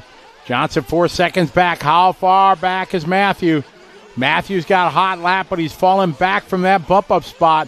8.3 seconds. Pick up our leader, Rays, coming down the hill. Up and over the roller. Sizes up. Jumps down into the pit of despair. Nice and smooth there. Medium inside line. Straight up the tower. Oh, you're Shark. You're definitely right. I hit a nerve on Charlie for sure. Man, the look on his face, folks, is like straight up serious. Like, I just didn't want you to make a bad choice. I care about you so much that I want you to get that terrible idea out of your head. There we go. You'll get made fun of by all of your own friends for riding that thing up the trackside, I assure you. Eric, late pit stop for Andrew. Insurance pit stop, maybe. Ollie into the, where's Ollie? That was Ollie that goes by. And the one and only Notch Johnson is in the 3 spot. What? That's right. I got the hat right here. That's Notch? That's top notch right there. Why wouldn't he sign up as Notch Johnson? He said he wanted, what was the word he said? He wanted to use his IRS name, he said. Man, I got to go find Notch and say hi. I haven't seen him in ages, so he came up and said, hey, Scotty, how you doing? Good to see you. I want to give you this. And so Notch said, this is Notch. Okay. Because 10 years maybe, I would think. You know. I think I saw him at a Reedy race or something like that. Not a few years. I mean, who knows? It could have been 10 years ago for all I know.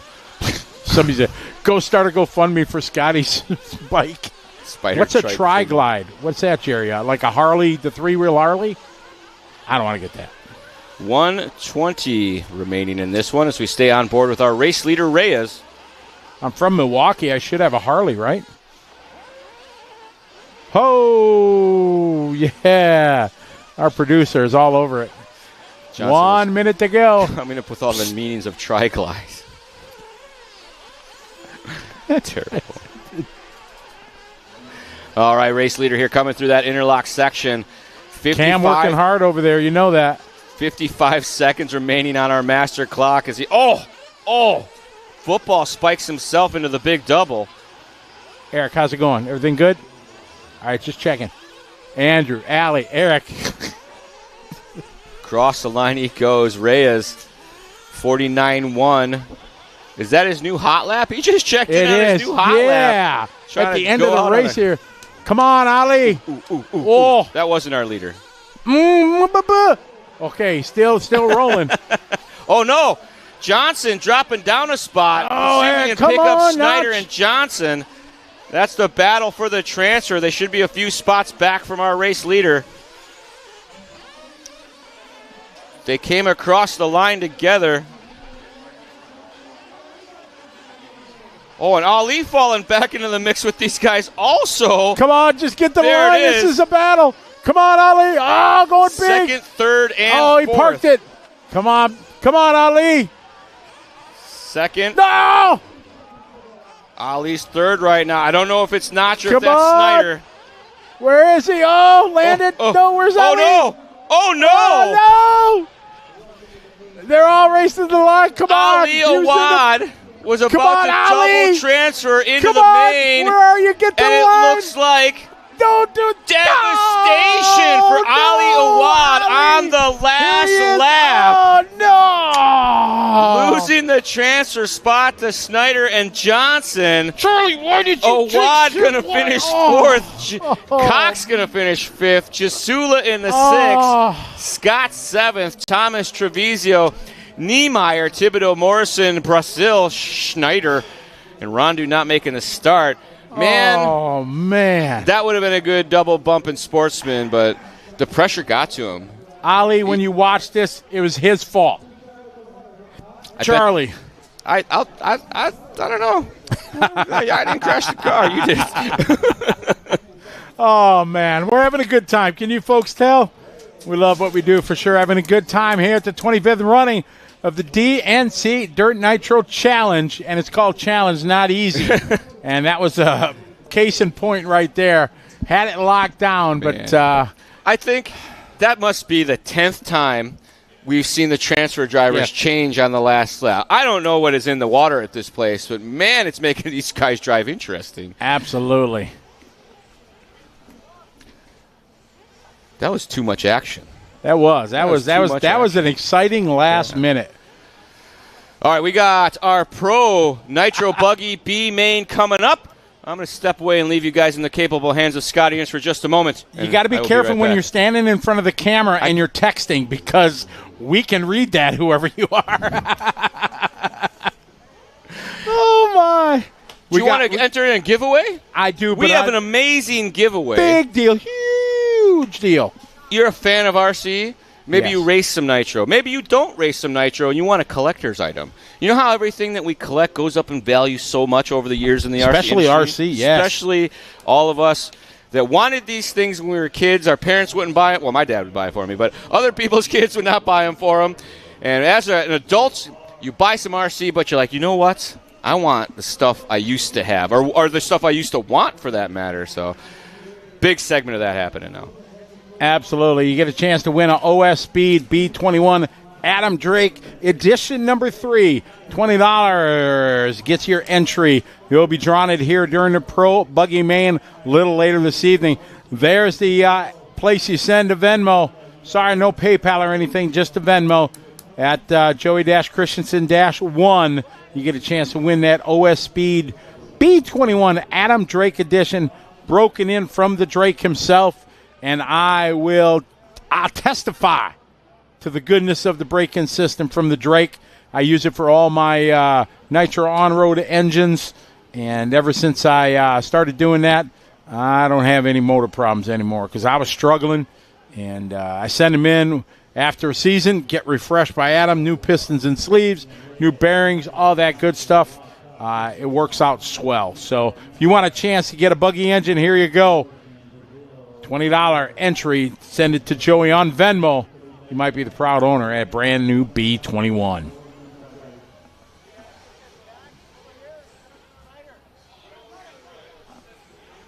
All right, I had a chance to talk to the one and only Dakota Fenn. We're going to throw that to you right now. Dakota, last night's event was one of the iconic, memorable races. That's what this Dirt Nitro Challenge is about. Take us through that amazing race that you had last night. Yeah, we made some changes. Actually, I made a lot of changes yesterday going into Truggy, and was definitely better in practice, and then made a couple more tweaks for the night show.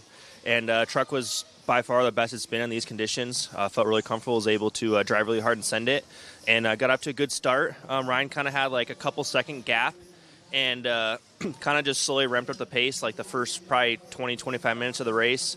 And I feel like kind of we got halfway through. We did that second to last pit stop, and then it was kind of game on from there. He was going really good. He was kind of like right on that like edge, you know, that 98, 99% where he could do really quick laps, but not have too many mistakes. And on these track conditions, going that extra 1 to 2 tenths is such a tough ask. And I got close a couple times, and then just had some small mistakes there. We took a calculated risk there at the end. Was driving a lot harder, using a lot more fuel. And we kind of did a little bit of like a short stop there, just trying to get me out and give me a shot. And it didn't work out, but yeah, we gave it our all, and was definitely a pretty exciting race. All right. Thank you very much, Scotty. It was good to chat with Dakota. And these guys getting ready to have a throwdown here for our Pro Nitro Buggy B main. Look at the name in this field. Dakota Fenn, Camden Line, Tater Sontag, Spencer Hacker, Daniel Perrienti, Brandon Rose, Adam Drake, Joe Figueredo, Seth Van Dalen, Cole Tollett, Ryan Cavalier, Jory Bourdon, Cole Ogden, Dylan Nelson, and Walker Spinrad. That is a who's 8-scale racing at any race, let alone being in the B main. All right, Throbbing Brain, the chat room. Who is your pick?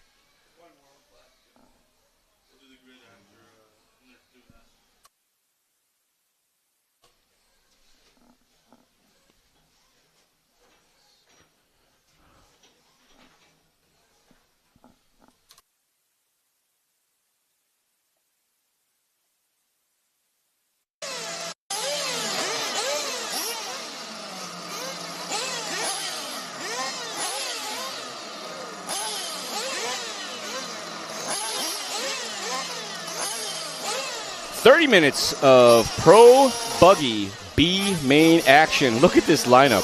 Dakota Fenn, Camden Lime, your current two-wheel drive electric off-road champion Tater Sontag, Spencer Heckert, Daniel Parente, Brandon Rose, Adam Drake, Joao Figueiredo, Seth Van Dalen, Cole Tollard, Ryan Cavalieri, Joe Bourdon, Cole Ogden, Dylan Nelson, and Walker Spinrad. A star-studded B main about to get underway.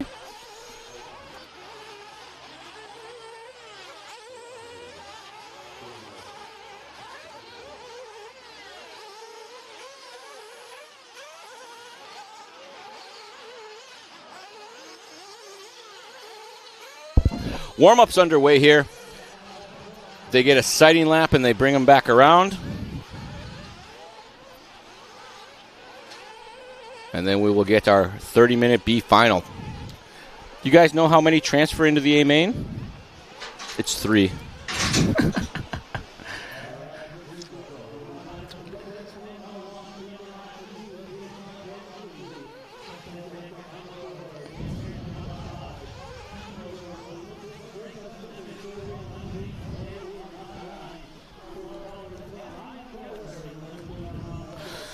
Grid being set here.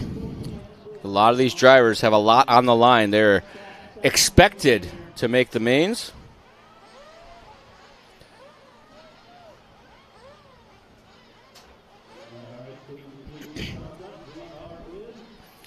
All right, grid has been positioned. Caitlin is ready to signal him. She's got pink hands.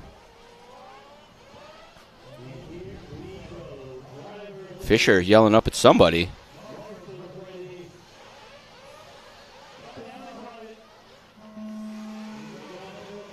All right. Our Pro B final underway here. Oh, a couple getting it wrong there. It looked like that was Parente, maybe Rose. Here they come. Through the rhythms. Out and around that 180. Nicely done. A couple crashes in the back. Looks like single cars only, so I think that gets a B-ish. Somewhere in the Bs. Oh, Fenn getting it wrong. Crazy cheetah whip to get back onto the track. Somehow able to correct it and maintain the position. It should be Camden Lime on his back door. They're coming up and over. Little slap lander there. A couple coming up short. Can't get the run. Back to the front. Fend and Lime. Across the line they go, trying to gap out from the field and keep themselves secure.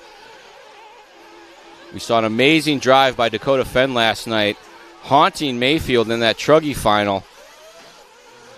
Knows his way around this track well. We'll be expecting long pit stops.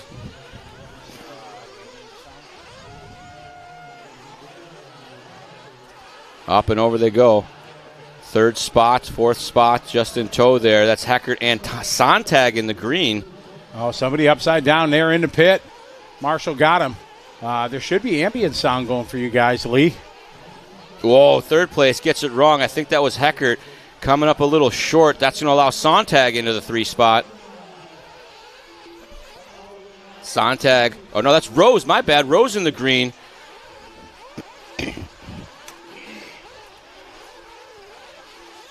pick up Brandon Rose leading this pack through the rhythm section. Backside double.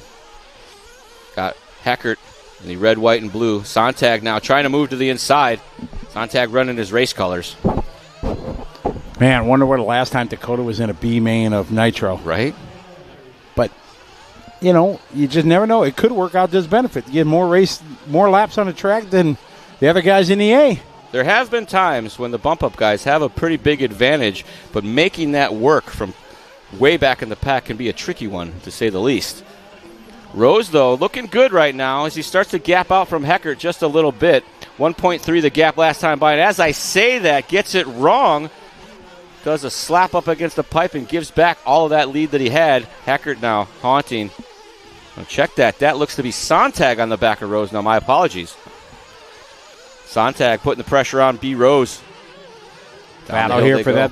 Battle for the 3. Oh, getting it wrong. Sontag hooks up the pipe and collects the car behind him as well. Here comes Cavo. You never caught on Cavallari. Once it comes race time, it doesn't matter how good his car works or doesn't work. He makes it happen. Exactly. Sets up wide here. Nice setup there. Cavallari set that one up beautifully. Took the wide line there, coming out, and made the pass. Get the new order here. That's Sontag battling with Cavallari for that 4 spot. B. Rose up ahead of these guys by about a corner. Here they go side by side through the rhythms. This is always risky. Somehow they make it work. Inside, outside. Hit the brakes, beat it. Sontag went high side to low side. World champ to world champ crime. That's the new school versus the old school right there. That's it. Cavo pushing hard. There we go. Rose in that all green. Battle behind him for that 4th spot. Rose trying to hold on. Those guys made a little bit of contact, slowed each other down, allowed Rose to build up a little bit of a gap. Rose with a 45.6 that last time. They did 45.1, so they're closing on him just a bit. New hot lap there for Cavo with a 44.9, his best. Camden Lime currently holding our top hot lap with a 44.5. Got 4 minutes down, 26 to go. This 30-minute B main for Pro Buggy. We roll on with Sontag and the battle with Cavallari behind. Sontag, a little over jump there. Cavallari looking a little smoother. Outside to inside line as they go up the hill. You can see the smoke and the setting sun. Looks so cool. It's beautiful. Outside to inside lines again. Cavo ghosting Sontag right here. Oh, Sontag gets it wrong coming down the hill. One of those character moments where you're pushing just a touch too hard. Car gets upset. You try to make the correction, and it says, Cavallari now going to have his sights set on the back of B. Rose. 5 minutes into this one. 30-minute B main here at the DNC. 45-minute A. Top 3 bump up. Dakota, Camden, and Brandon. Brandon had a 3-second lead over Cavallari. We pick up Dakota Fenn. Rocking the TLR. Orange and blue on yellow wheels. We all know why. Down the straightaway. A little pop-a wheelie there. Up and over the roller. Looking very smooth. Big air over the double. Clears it no problem. Dakota that last time by checked in with his and the hot lap thus far. A 44.059. Beautiful line. They went through that long sweeping right-hander. Over the roller into the pit. He's going to pop up to the step up. Nicely there. Dakota Fenn looking strong right here. One of the odds-on favorites to win this overall. So probably one of the odds-on favorites to win this B as well. Yeah. But we've seen some things here in the B mains this afternoon. Tell you one thing, though. If he's so fortunate to bump up, it's going to add a whole nother twist to the final. Right. To have somebody of his caliber here starting in the back. Man, if he can get a good start, get up halfway through the field in the opening 2 laps, it's game on. I tell you what, he looks like he's doing predictive driving. A lot of times I call it reactive driving, where you're out there and you're just kind of reacting to what the car's doing, but he's putting it where he wants to and doing it again and again. So we drop back to our second place runner, Mr. Camden Lime. Solid run going on for Camden. B. Rose behind him. Figueredo, Cole Toller, followed by Heckert and Cavallari. Shuffling going on at the back, but we stay with Lime as he works his way over that far side. What's turning into kind of a tabletop now. Goes around that corner table, down through that fake start-finish line, across the real line, up and over the start-finish. Checks in with a 46.9. Not a great lap, but safe nonetheless. Rose still holding the third spot. Figueiredo in fourth. It's Heckert after that. Heckert taller than Cavalieri right here. Spencer Heckert. Cavalieri was ahead of these guys a couple laps back. Pit reporter says he had a bobble, was upside down, had to get marshaled, lost a few. So it's Heckert holding on. He's got Toll Collard right behind him. Oh, where'd Heckert go? Just disappeared. You forgot to do the landing part. Oh, excellent jump, bad landing. Pit stop's happening. Coming in about the 7:30 mark. Should do 3 stops for this race. So 7, 14, 21, yeah. Here they come. And here's the nice shot here on this main camera. I really like this one for the pit stops. This is the best, I think. Yeah, it gives a good view of the whole thing. Everybody can see what's going on. All pretty good. Got one more coming in here. Looks like Seth Van Dalen there. Looks like Danny Perrienti up. Perrienti having trouble there. Pit reporter says Sontag was off the high line. Trying to salvage now. Here comes Fend. All right, Fend is in. Last one in. Might come out still leading. All right. They check the gun. Mike Sontag was there on the gun. There's Billy Fish there. Fisher, Fish Daddy. Probably former doing DNC B-Rose. winner. Yeah, probably doing Brandon. Here. They went 840.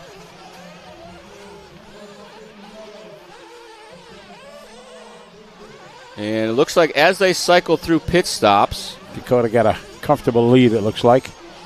He had a 6-second lead going into that one. Whoa, Dakota way off track. Lost it in the dust there. That wall ride you talked about, it has built up so much. It is so easy to go over the wall.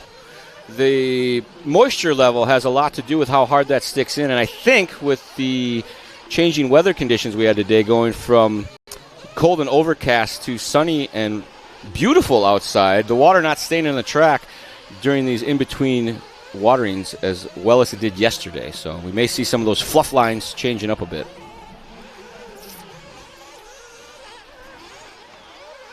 Where did they find people small enough to drive these cars? All right, we pick up Brandon Rose right here.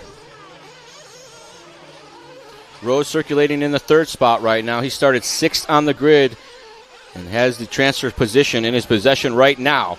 But there is only a third of the race behind us. Still 20 whole minutes left to go. Barinium Builders, some of the logos, yes, of when the drivers changed here this year. There are some that are maybe a little bit different. That's all controlled up in race control, so that's unfortunately not in our realm of fixable right now. So there's a couple that are incorrect. We understand that. But you guys know. Dakota Fend out front, rocking TLR orange and blue. We follow B-Row, Brandon Rowe. We're back on Dakota now. Again, Dakota. He's trying out new hot line, just checking out things. Oh, man, he's got a 6-second lead last time. Well, 5 and some change. It's going to be 4 now. Yeah, reduce maybe 3.5. At least a little bit. So Fend from a 44.7 to a 47.0, here comes Lime. Camden across the line this time, 45, 4.0. Called is it. the gap. That's why you the man. No, you called it. Fend back in control now. Had a rough lap there, got way off. Little throttle jockeying. Had him having second decisions. Second thoughts about his decisions. That's what I meant. Dakota, Camden, Brandon. We're 18:50 to go. And Eternity is still. He's still using that high side line. It bit him twice in a row. I could feel the angst in your voice there. Dakota Fend. Out front. Faced heartbreak last night.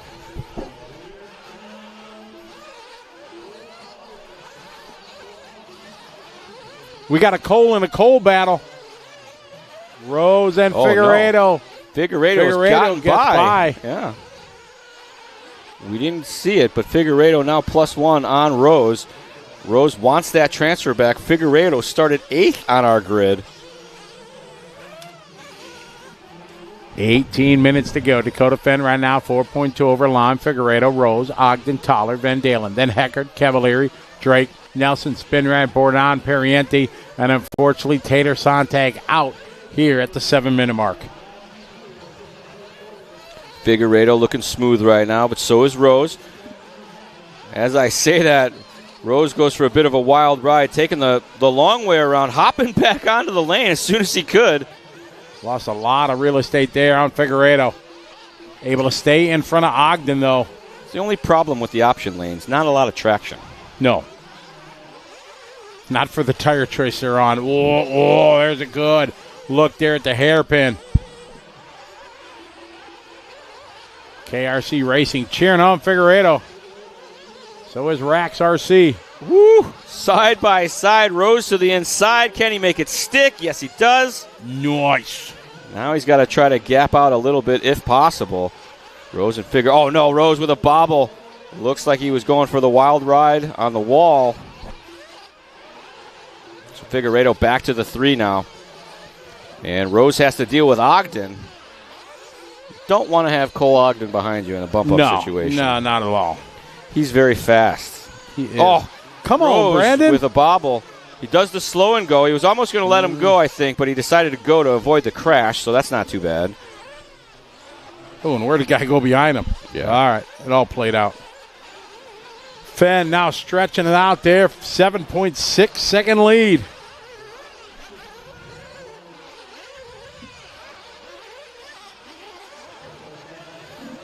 See the shadows getting long here as we get into our evening hours.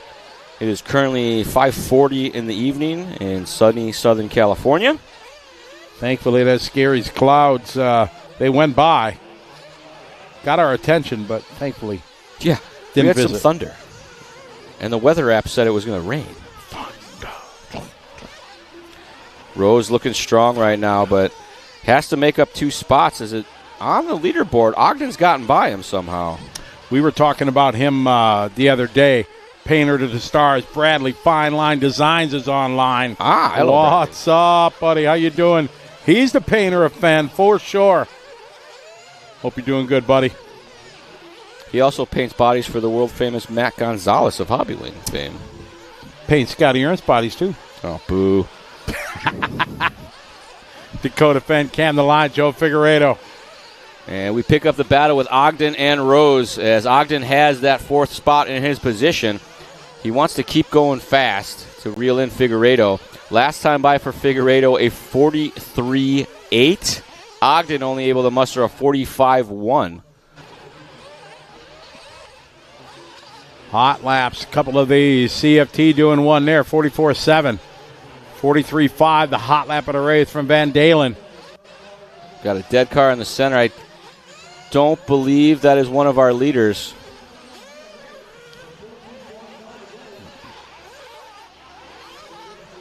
Fenn, Lime, Figueredo. I think that might have been Dylan, maybe. Approaching the halfway pit point. stops. Here comes the pit stops. Good shot. Oh, a couple guys flaming out. 3 cars running off the track. Flame outs. Oops. We got a whole bunch.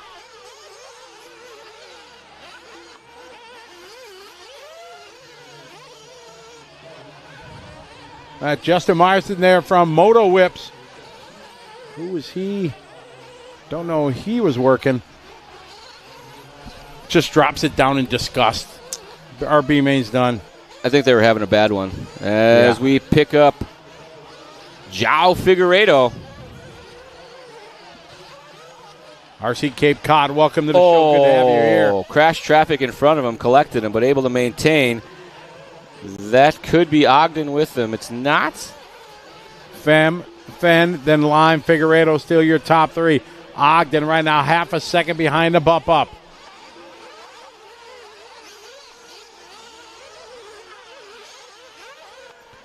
Working their way through the step-down area. That roller's getting sharper. And just like that, the sun goes behind the clouds. It gets dark out there. Yeah, it looks like it went to nighttime all of a sudden, just like that. Flip of a switch. 16-second lead right now for Fenn. Lime with a 3.2 over Figueredo. They got a half a second over Ogden. B. Rose still in the fight.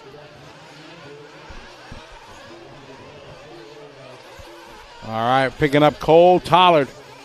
Cheesehead from Wisconsin, rocking the TLR. Big fan of chocolate milk, it turns out. Yes, he is. Oh, our fault. Man, do better. Cole working his way through the front side section. And up and over the big double. Lands on the flat. You see it slap the front end up just a little bit under acceleration as it unloads. Nice tight line there around the 180. Clears the double, no problem. Trying to move to the inside here. Tollard, and that is not Heckert. Oh, no, that maybe is Heckert for position. Heckert in the red, white, and blue, that is. So Tollard wants one more closer to the transfer. They still got 12 minutes left to go, so we're due for another pit stop. Probably around the 8 to go mark, maybe another 3-4 minutes from now. Cole having a tough one here. All right, Dakota Fenn, year later. Got a 16-second lead. Good battle here. Camden line, Joe Figueredo for second. Oh, Tollard catching the corner. We pick up Joe Figueredo. Figueredo right now. Jesse Lime there at the bottom of your screen now coming out. Across the line. Lime, Figueredo. 11 and a half to go. Son of Tim Lime. Yes, team manager at S-Works. Up and over.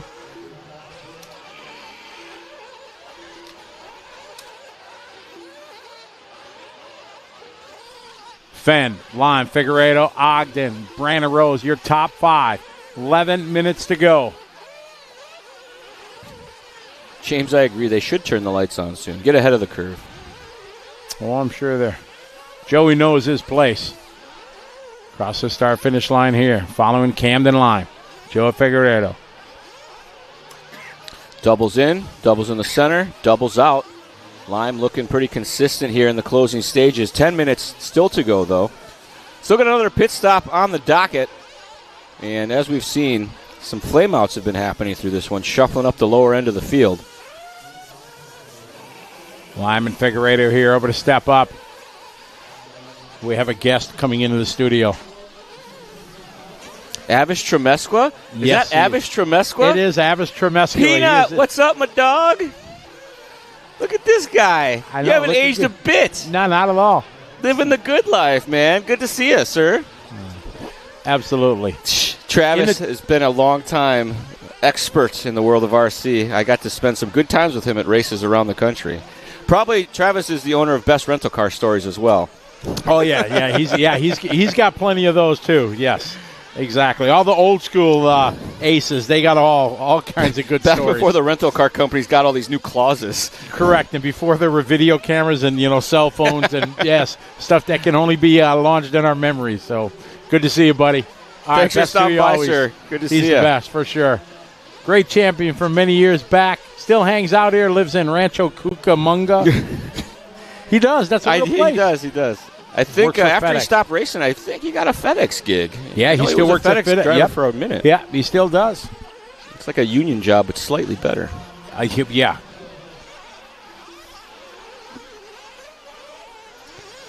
We stay with Lime through that backside section, now working towards our center. Coming right for us through the downhill. As we move over to Cole Ogden now, currently circulating in the 5 position. Car looking pretty good. Got one upside down right there. Out of the way. I think that was Pariente in the green, but don't quote me. Fenn, Lime, Figueredo, Rose, Ogden, your top 5. Cole Tollard just doing his hot lap there on lap 27, 44.6. He is right now about 12 seconds out of the transfer spot. Came off the big double, all sorts of sideways, and not left to right sideways, but Oh, vertical? I don't know. It twisted. 8:10 to go. The side Final of the pit car. stop's coming up soon. Oh, that looked like it was going to be bad, but Yeah, good save. it was just the angle. Through that center area. Looking good down in the pit. Disappears for a moment. Pops back out. Fenn, Lime, and Figueiredo at the top of this one. All right, we expect guys coming into the pit lane now. Whew, there it is again. This buggy does not like that big double. Twice now. Lime and Figueiredo right now going for it. Probably expect to see them peel into the pits. 7:30 remaining as they bring it around. They probably got a lap or two yet to go. It can go 7 easily, though, right? 7.5, so they should be due. Oh, there we go. There you go, Dakota Fenn down and away. Using a wall ride. One-handed pit stop. Woo! Fumbling, tumbling, stumbling, both of them. Marshall says, lift. I'm not reaching down for that thing. Everybody coming in. Oh, that was a good stop there. There's Fish Daddy. His hands are so big, he just palms it. Yeah. Good stop there for B. Rose. Looks like Fuller's down there for Rose. Final stop here for these guys. 6.5 to go. James Doherty said, Dakota's just running this for practice. We mentioned it, it's going to be the first thing I'm going to ask him. I says, is this extra 30 minutes, does it play out? Does it help? I can't think that it hurts. No, I think the only downside is starting for 13th instead of somewhere exactly much higher up the ladder. But the pro starts have been pretty solid for the most part. We've seen these guys using some pretty good patience and consistency through the tricky parts, and they're able to race each other fairly clean. My gut says not for the A. Yeah, I got a feeling that if you're not in the top 4, you want to be in the back 4. right. Oh, marshals are there. Dancing to Jake, trying to get out of the way. That's going to allow Rose to get by. You get complacent. Lose a focus for just a moment. Bam. Rose now, I believe that's going to move him up to the 2 spot. Camden Lime will have a mirror full of Cole Ogden next. Ooh, getting a little squirrely there coming up the hill. All right, now we got 5:20 to go. They cross the line here. It is B. Rose now to the 2, Lime to the 3. Where's Ogden? Figueiredo. No. Ogden falls to 5. 49 second lap for Ogden. Figueiredo goes 4. 3.5 seconds out of the transfer.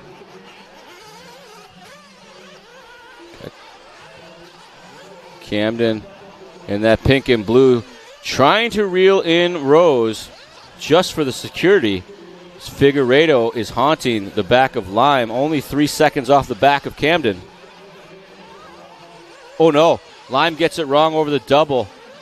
It looks like it just gave up flying correctly through the air. Started to spin. Drop over now to Brandon Rose in the green. Fan with a huge lead right now. 30 seconds the advantage for Defend. Big lead for him. Rose with a bit of a bobble, but not that bad.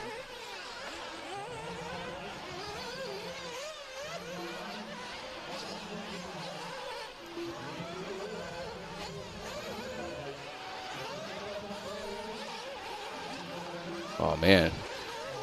Cavo getting the blue flag out there in this one. That's not something you hear very often. Oh, sounds like Figueiredo went into the pits out of nowhere, giving Camden some breathing room. Maybe not. I see he did a 43, so. Cole Ogden looks to be off the track. Nope, he's back now with a 51.8, maybe just a pit stop. Maybe that was Ogden with a late stop.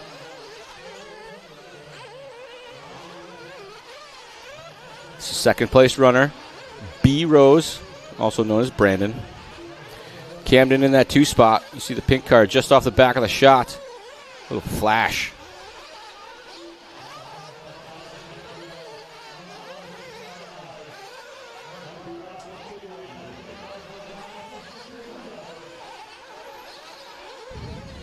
Just behind Rose here, Lime has a mirror full of Figueredo. They're collecting that for us now. 3 minutes left to go. They both tumble. Right. Oh, my goodness. That's going to heat up the battle. It's just off the back. You see Lime and Figueredo with Rose now. Oh, my. Second, third, and fourth, nose to tail, coming through the interlock section. Camden Line has the transfer now. Elbows up, trying to defend against a hard-charging Figueredo. These guys all know what's on the line. They know what position they're on. Lime has it now. 2 minutes, 15 seconds left to go, but can he hold off Figueredo? Up and over the start-finish area. Into the 6-pack. Double, double, double. Got Brandon in the green machine. Camden Lime right behind him. Joe Figueredo behind him. 3 cars here coming into the pit. There's B. Rose. Watching him wheel it. Less than 2 to go. They're going to get this one plus maybe 2 more. Whoa. Tough break. Keeping it launched and pinned. But luck on his side as well. Kind of looked like he made up some time there. Going Yahtzee on the throttle. Pulled away from Figueredo. Yeah. Figueredo did a 48-second lap time. They were in the 44s and the 45s, so maybe Figueredo making a bobble. Minute 15 to go.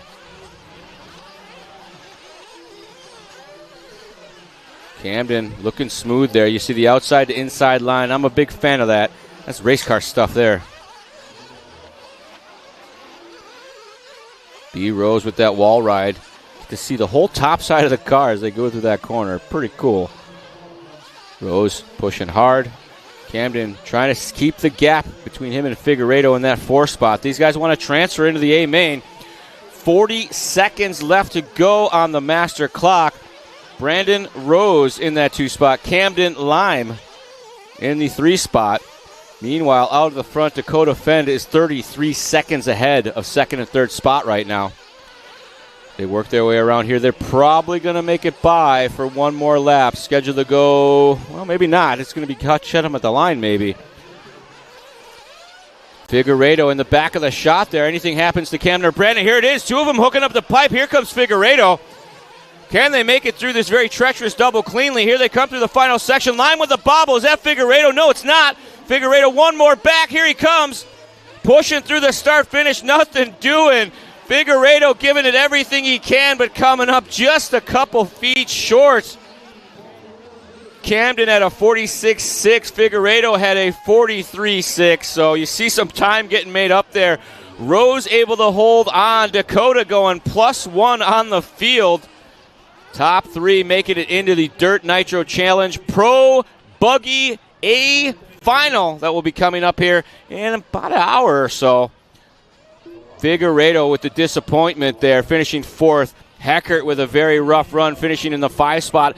Ogden up in the mix for many laps of this race. Started 13th, finished 6th overall. Adam Drake started 7th, finished 7th. Tollard able to move up a couple spots, started 10th, finished 8th. Seth Van Dalen in the 9th spot. Cavill going to finish in the 10th spot. Bourdon 11th. Parente 12th. Spinrad 13th. Dylan Nelson in the 14th spot. And Tater Sontag with some bad luck out early in this one. Scotty Ernst is down in the mix. Going to chat with some of these drivers. We're going to send it down to Mr. Ernst on the driver's stand. Take it away, Scotty.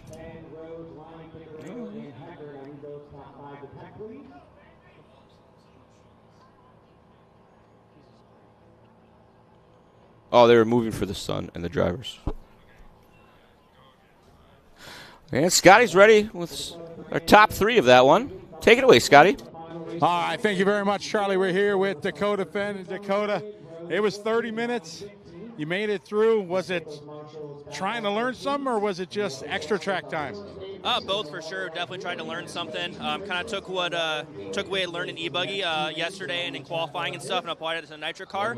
Obviously, the track's gonna be a lot different tonight for the A main, but yeah, we learned some. I tried some different lines out there then. Once we did my last pit stop, kind of messed around a little bit, and we'll kind of keep an eye on it. Probably make a couple of changes to the car. We kind of have the car set for the night, so I think it'll be better tonight anyway. So yeah, it's always scary being in the B main. There's always a lot of added risk, but we'll take it. We did what we could, had a clean run, and yeah, we'll keep fighting. Well, Charlie and I are commenting. We call it the wall ride. You can see it kind of right there. It's built up over. That's a pretty hard section now if you go too high. Yeah, it's really sketchy. I tried moving around a little bit and talking to my guys down in the pits, kind of seeing where everyone else was going, and it's really kind of the only line that I was able to find. But yeah, it's pretty scary. You got to get up high to get around those holes, and then about halfway through you lose your car for a good at least a second or so till you get to the roller again. So definitely a little sketchy, but that's gonna make it break it. All right, you got it done. Now good luck in the show. Cool, thank you. All right, there you go. Let's get Brandon over here. Brandon, we've been talking a lot this week. That's a good thing, right? I like talking to you, Scotty. How was that race? It was good. It was a little tough out first. I think I ran too hard of a tire for like how wet it was. But then towards the end, my car got really good, and it was way easier to drive. And it was a really fun race. I was cheering on Camden so hard. I wanted us both to bump since he's my boy and everything, and he killed it. And Dakota, of course, smoked us all. And yeah, it was a lot of fun. What are you going to do to prepare for the final here? And since there's not a ton of time, what kind of changes do you make or preparations? Yeah, I think I'm going to change some shock stuff. My car felt really bouncy out there, so just make a few little changes and then just go with that and hopefully let it eat. All right. All you need is a chip in the chair in the game, and you got it. Best of luck to you. Yes, sir. Thank you. All right, Brandon Rose, good one. Get Camden Line over here. Man, I ain't seen you smile that much, man. You made it. That was a heck of a fight to the finish. Yeah, my car was really good at the start. I just paced Dakota and tried to latch on as much as I could. Obviously, I knew it's Dakota Fenn. He's one of the best driver in the world, and I knew he was going to pull away pretty quick. So I just tried to follow him, and I got a pretty good gap to third and fourth. And I just made some stupid little mistakes on my own part, but man, that last lap, dude, I don't think I've ever shaked that much. What are you going to prepare for the show?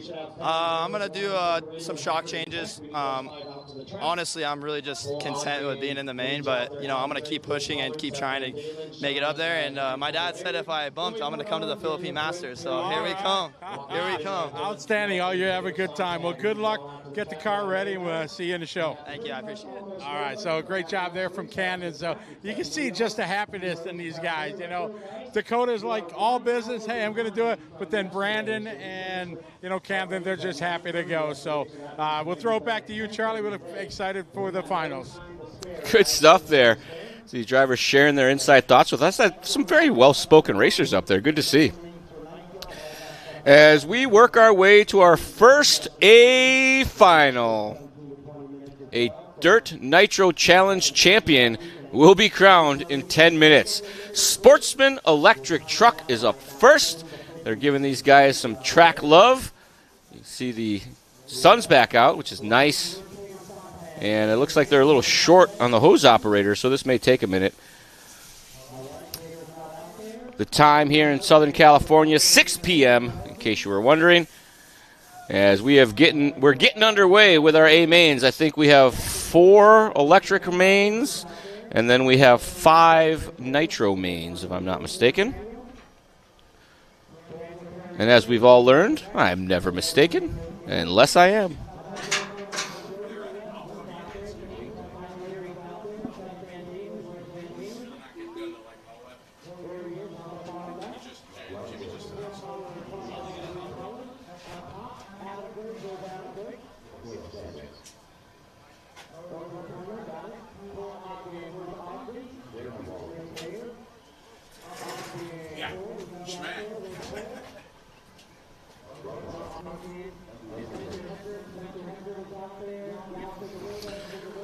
Final track preparations happening here as they start to roll them out to release the hounds on their warm-up lap.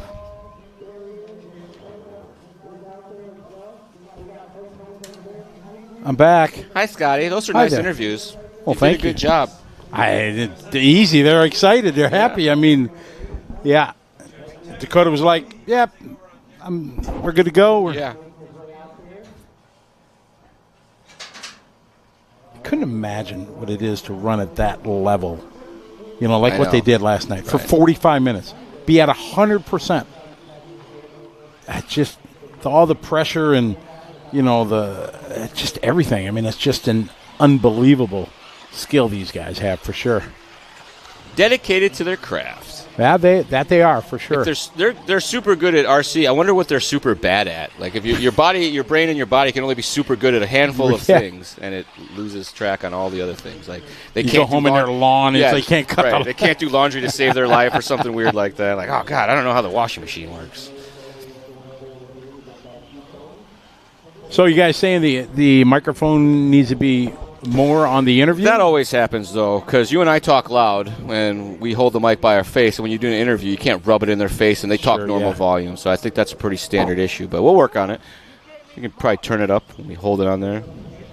They're probably bad at talking to women. Dominic, that's wrong. They're both married. They're all right.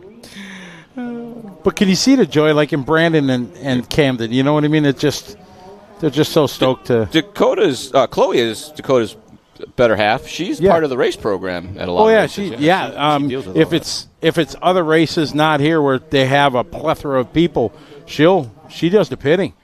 Yeah. She can make it happen.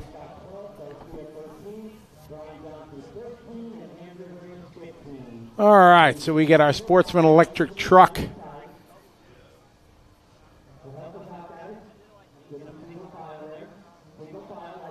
Ah, the joys of gridding. Yeah, it takes a while.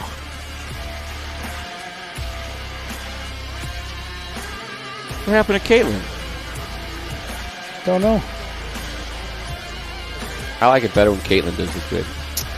Your starting lineup here in the Sportsman Electric Truck A final. From the point, Mr. Caleb Sanchez. Hayden Hathcote in the 2-spot, Luis Zavis. And it's Ramirez, Morrison, Merica, Maurer, May, Mueller, and Brazil as our top 10 with Wale, Scott, Garcia, Johnson, and Reyes rounding out the field. Garcia, Johnson, and Reyes are transfer drivers. We're about to get this one underway. Take a look at our driver to watch. It is Hathcote, Hayden Hathcote, our second place qualifier. Keeping all eyes on him. He had some fast runs in qualifying, but luck did not go his way. Finds himself 2 on the grid. And here we go.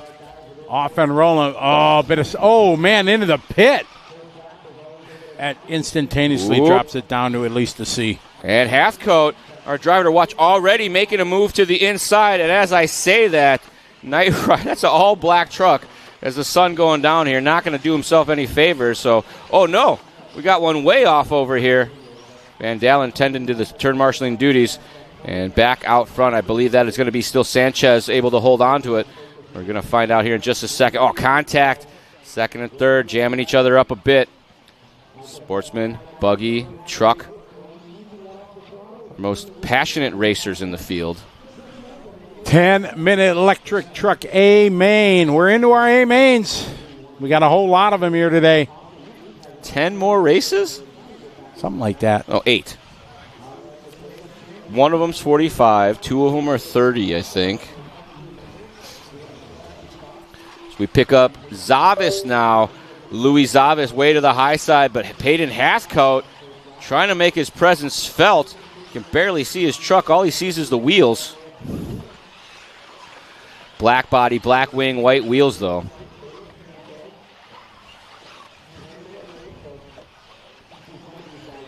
Hathcote putting the pressure on the back of Louis Zavis. Getting a little sideways there. Zavis doing the wild ride, or the wall ride, rather. A lot of these up the face there, getting very turned sideways.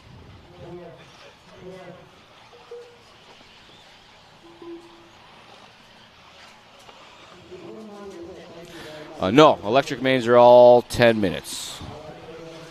And it's single A mains as well, so they just get one shot at this. I've been to events where they do triple A mains for the electric because they want more time. Oh, man, it is rough at the front of this one. Definitely a Sportsman race as nobody wants the lead except for Sanchez. He's got it right now, but they are duking it out behind him. You see, or maybe that's Zavis up ahead, and this is the battle for the third spot with Morrison. My apologies, folks. Yeah, Sanchez and Zavas up ahead. This is Morrison and May. Or May and Morrison, I'm not quite sure. Green wheels, that's not one you see very often. Picking up the battle for our top spot here. Championship on the line between Sanchez and Luis Zavas. Morrison to the 3 spot now. May to the 4 spot. Single in. Barely able to get to the top of that double. Real high side there. Getting out drifty. A little bit of an over jump. Gets sideways over that hipster. Sanchez with a bit of gap now. See if he can maintain. 3 minutes down. 7 minutes left to go. Sun pretty much all but gone. Track should stay nice here for the rest of the night. Probably throw some water still here a little bit. Sportsman E, truck race 56. Oh! That was Zavas getting it all kinds of wrong. Coming up over the big double, and you see him not in the back of the shot. He was right there with our leader, way off the back now, dropping down 3.1 the gap now. Zavas with another bobble. That's going to allow May and Reyes by, or at least May. Reyes wants a piece of it. Oh. Thought they had a chance. Zavas going to hold on now. Zavas with pressure from who I believe is Reyes in the red and very dark color. Follows him down into the pit. Back up and out. Great run going on from Reyes from 15th in the transfer spot up to the 4 spot. Wow. Payton, you're one to watch. Started 2, down into 5. Still got 6 minutes to go. It's Caleb Sanchez, got a 3.5 second lead right now over Zavas, May, Reyes, and Halfcoat. Here they come across the line. Zavas with Reyes 1.0 seconds back. Considering he came from all the way at the back of the pack, pretty impressive.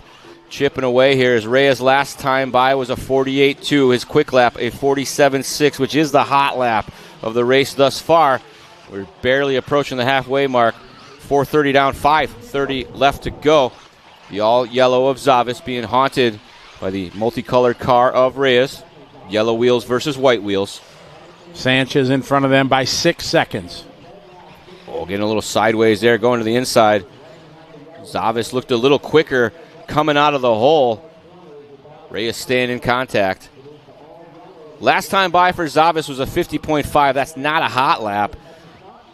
We'll see with this time by much better, a 48.3, his new hot lap, but Reyes with a 47.9, closing the gap, putting the pressure. Doubles it. Oh, bit of a bobble there by Zavas in the center. Reyes not able to capitalize. Just hit the halfway mark in this one. 5 down, 5 to go. Sanchez, Zavas, Reyes, May, Halfcoat.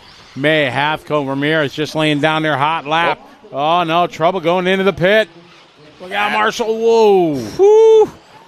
Right into the danger zone. That was Zavas. So Reyes by to the 2 spot now. Zavas down to 4th. Should move James May. Nope, not that one. Into the 3rd spot. Tough luck there for Zavas here. Still got time to get back in it. Sanchez stretching out that lead. It was 6.4 second last time by. This time by, it is a 9.1 second lead for your TQ, Caleb Sanchez. Last time by for Sanchez, a 48.2. Reyes on the pass lap, going to go a 52. You see, they are capable of similar paces. Both of them can do 47s and 48s pretty regular. But can they do it with the pressure on here in our Sportsman A final? 3:45 to go. Sanchez still maintaining that good lead, but the fight right now, 2, 3, and 4, Reyes, May, and Zavas. 3 minutes and 30 seconds still to go in this one. You see Zavas in the yellow there, just ahead of Ramirez and Mueller battle here. This is for the 5th spot. Oh, no. That's Reyes. This is the battle for here. Reyes, May, and Zavas all coming across the start-finish line. Zavas got by. Reyes fell back. He's in 3rd now. May and Ramirez reeled him in. See that yellow car? That's Zavas coming into the 6-pack. Oh, contact there as May comes up short. Ramirez with nowhere to go and pays the price. Oh, tough luck there. 3 to go. It would love to see a bump-up driver make the podium. That'd be awesome. I thought it was risky business going through the rhythm section side by side, but I feel like there's no safe lines through there. If you're with there with another car, maybe just wait till he gets all the way out the other end. 2:40 to go. Oh, our driver to watch is off the track. We see Hathcote's truck sitting there by the 7 cone. Tough luck for him. Sanchez at the front. Now, if you followed with us yesterday, the TQ jinx was real in the electric classes. So yes, Sanchez has more than just this race to fight off. He's got to fight the jinx as well. Zavis with a bobble there coming out of the rhythm section. That's going to allow Reyes back by, as well as Mueller and May now trying to get in the mix. These guys all going for those podium spots. 2 minutes to go. Get on the podium. You get your picture with the Dirt Girls. It's super awesome. There you go. Reyes with, I believe that's Mueller with him now as they come around. Oh, Reyes getting up on the pipe. And another pipe. Back onto the track now. Has to single. Finds himself once again behind Zavis. Sanchez loving all these mistakes behind him. 2nd through 5th, all making small bobbles that are just increasing the lead. The gap to Sanchez, 21.8 seconds now. So our race leader with 1 minute and 20 seconds to go maybe has this one in the bag. You never can tell. He is hot lapping these guys. Almost every lap he is quicker, so the gap widens. 48-second lap for our leader, 49 for the 2-spot, 54. And as I say that, Sanchez late to the line. There he is. Does a 52.4. Bit of a rough lap, but still a huge lead. Mueller and Zavis, nose to tail, side by side as they work their way around right now.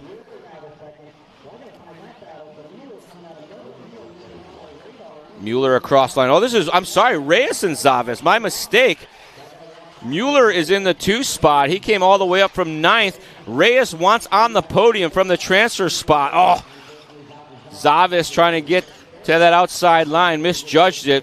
Did a bit of a waffle stomp and went flying off the line.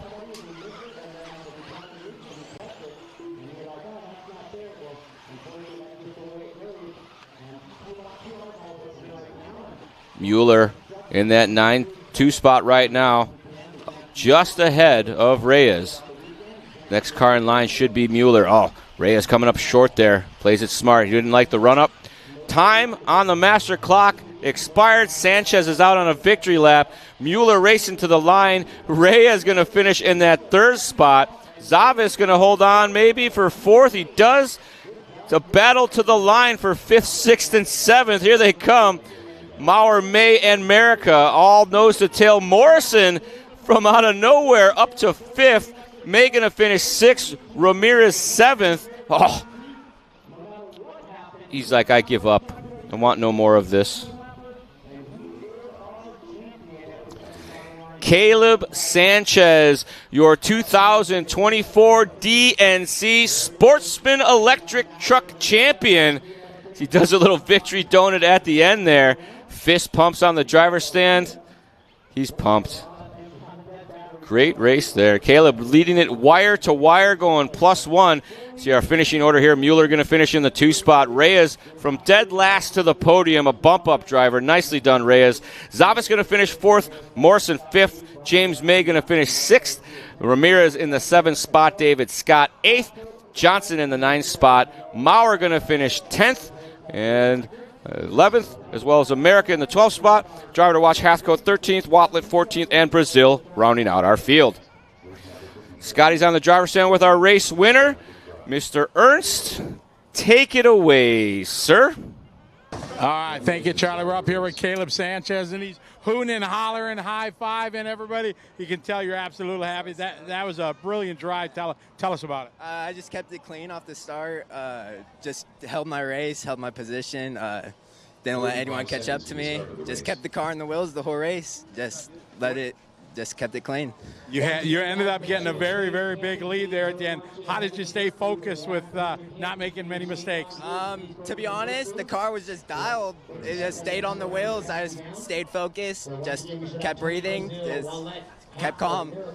Well, congratulations. Well done. You're a champ. Good job. Thank you, guys. All right. Caleb taking a win. Well done. Very, very good job.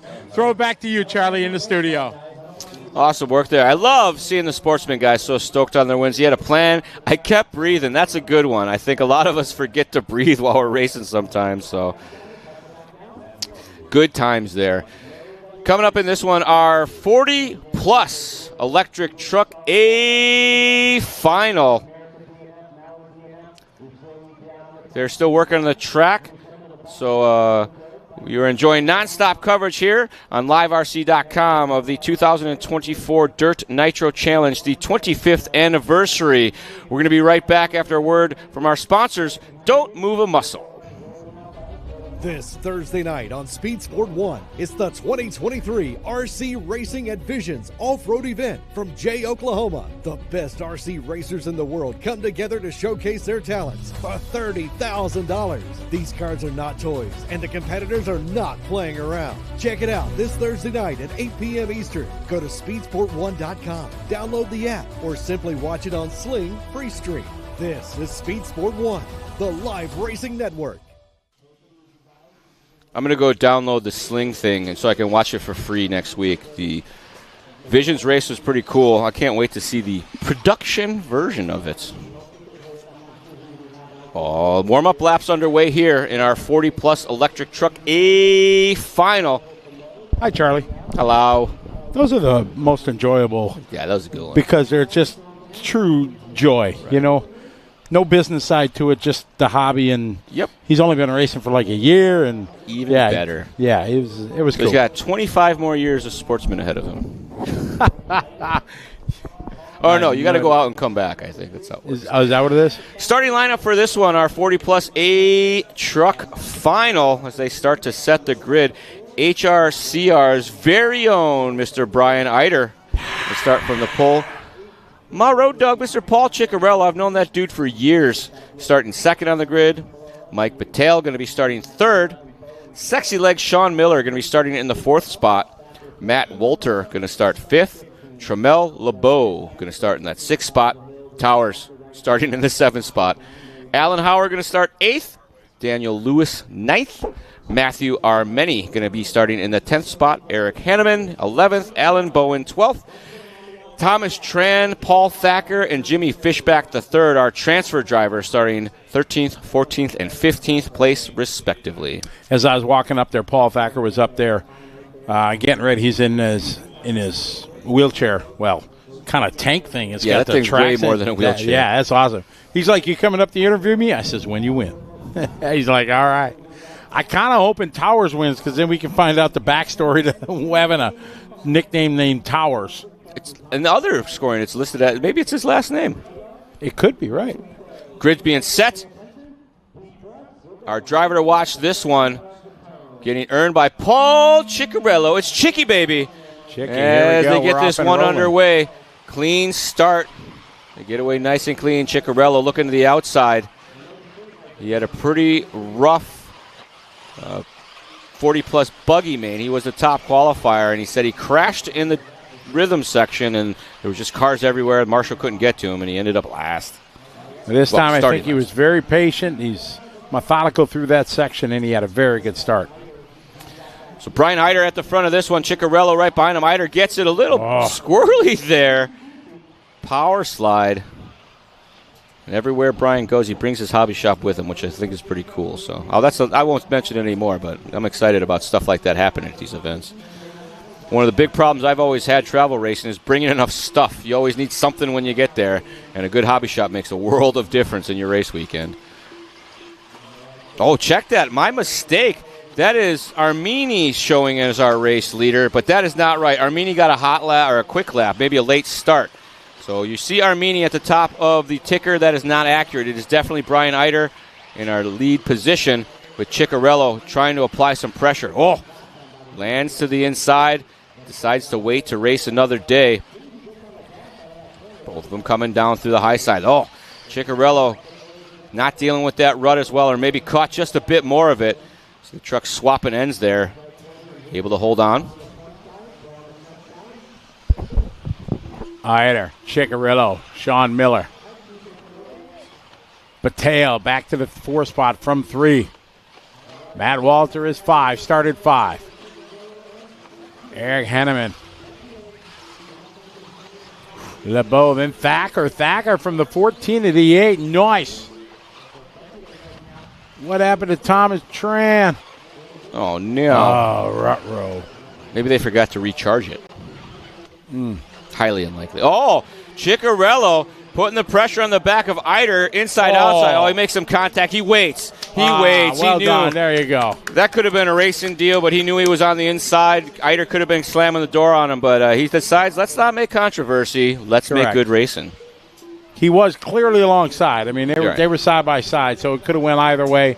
And Brian probably would have understood, but good sportsmanship. That's us old guys here. Paul knows better. He's old school. Yeah, I mean, old school. Sorry, I didn't mean to just say old. Wow. Old school. Old. Stop. Yeah. I think I'm Started actually with the exclamation I point. might actually be a year older than Paul. I'm not sure. Yeah, but we're not as good as him when it comes to racing. Oh, that's no. for sure. Well, he's been like top level travel racer for years. I mean, it wasn't exactly. His kid was. Oh, Brian. Sorry, Eider caught the wall of death there. Oh, Eider getting it wrong. Oh, but so does Chicky has a bit of a bobble. Oh, tries to slam the door in front of him. So Eider dropping down a spot. The sun comes back out to cause havoc with their eyes here. Shadows in and out of the racetrack. Oh, coming in hot. Oh, wing high. Oh, very man. aggressive. Eider's not pleased with himself and trying to put the hammer down. Maybe getting some advice from the pit lane. It's, come on, get after it. Sexy leg, Sean Miller into the mix. Eider comes up a little short. Miller got in the back of him. Sean is so happy to be racing. He's just high-fiving and having a good time. If he gets a podium out of this, he's going to be so stoked. Eider with the bobble there. Miller, what looks like he got around him. Yes, he did. So Miller now to the 2 spot. Eider wants back up in here. Podium's not good enough when you're the TQ. Oh, bobble there by Ciccarello. So our top 3 all nose to tail again. Miller with a rough one there. Eider getting into Miller, paying the price. So he drops back down to 3rd a little farther back, falls back into the clutches of Battelle. Chicky somehow staying out front with a big miscue.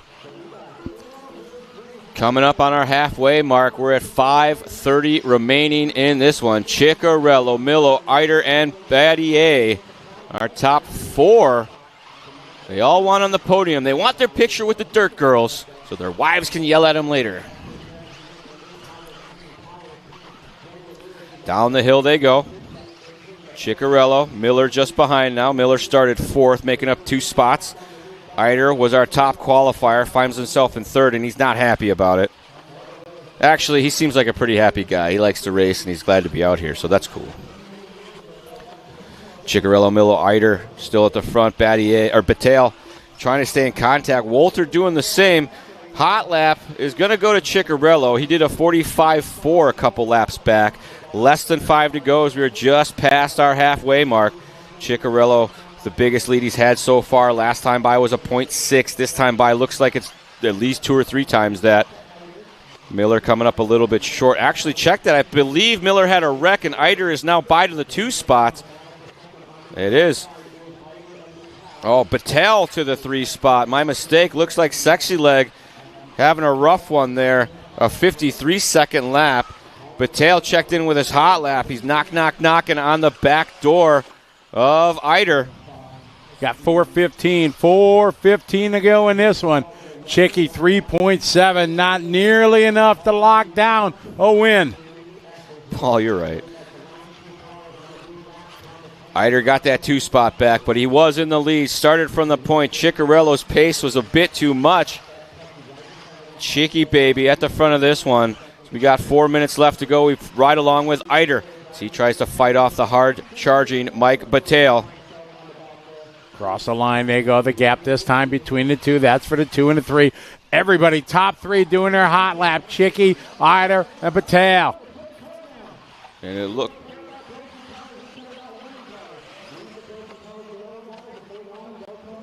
I gotta wonder. No, it wasn't. It was a yellow car. I know. Yeah, Chickies I was is wondering yellow if that there. Chickies already. Yeah, looks like he's up ahead. I thought there. maybe he had a super wreck and nobody saw it. And he's up there not yelling because he doesn't yell at marshals. 22nd. That'd have been a long one. We'll check here. Chickie threw down hot lap last lap. Should be coming across the line any minute. Eider got a little sideways up the face, decided it was best to back her down, went single, and allows Battelle to make up some valuable track space. That's the battle continue. Eider and Battelle. Chickie out front 6.3. Chickie got this one right now. The tough one here is you think you got a spot to pass somebody because there's a lane there, but might not be the hot spot to take the truck to, and not going to work out for you. But Battelle looking for a way around Eider now. Went to the inside. Eider got loose as Battelle went up the track, so kind of a racing deal. A little bit of a racing deal. So Ciccarella's out front right now, leading the way. 45-0 last lap. He's got a 6.3 second lead. Ciccarello across start-finish line as these guys work their way through the fake start-finish area. Eider, HRCR's very own, up and over that topside section. Does a 180 on the backside, triple or double across. The dude's head is in the way. Yeah. Chickie, Eider, Battelle, Sean Miller 4, Matt Walter from Techno up to the 5. Eider looking good right now. He had a bit of a miscue there, but unfortunately, Battelle got the worst end of that deal and a couple corners back. Sean Miller right now 2 seconds behind Battelle here for that podium with a minute 30 to go. Chickie in control, resetting hot lap with a 7-second lead. Paul not holding anything back. He wants his title here at the 25th running of the DNC. Little miscue there, but keeps it. Well, he went between the pipes, and then he went between the pipes again. Pick up our leader, Paul Ciccarello, here with 1 minute remaining, picking his way through some lap traffic. Last time across the line, his lead was something like 10 seconds. Chickie, Eider, Battelle, top 3. Miller, 4.3 seconds back. Lap traffic's like, I'm going to try to give you a hard time. 50 seconds to go here in this one. Ciccarello trying to bring it home clean, working his way into the rhythm sections for what may be the last time. Double, comes up a little short. Check swing there. As we've seen many times before, these little bobbles can turn into big mistakes. 11 seconds sounds like a lot, but some of these turn marshal spots are farther from the wrecks than they'd like them to be. Ciccarello looking smooth and clean, though. Very experienced racer. Believe he's from the Iowa area? Ohio, I think. Ciccarello up and over the double. 10 seconds on the master clock. Maybe he's going to make it out for the victory lap. You see him getting caught up with some lap traffic. Oh, no, that was behind him. My bad. Ciccarello across the line to take the win. Your 2024 40-plus electric truck champion here at the DNC. Eider and Battelle still out on the track. Here comes Eider across the line. Battelle now across the line. Sexy Leg and Walter. Not a battle. Miller going to finish where he qualified in the 4th spot. Walter going to finish where he qualified in the 5th spot. Eric Hanneman climbing way up the ladder from 11th to 6th. Bowen going to finish 7th after starting 12th. Thacker started 14th, climbed his way back up to 8th. Alan Howard going to finish in the 9th spot. Lewis going to finish 10th. Towers going to finish 11th.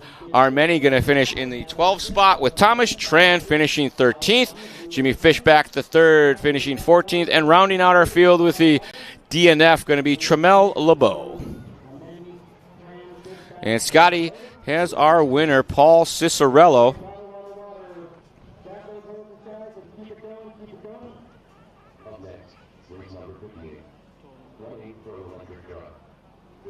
Scotty going to have a word with the one of the few guys that I'm taller than, Paul Ciccarello. And it's not by much, I assure you.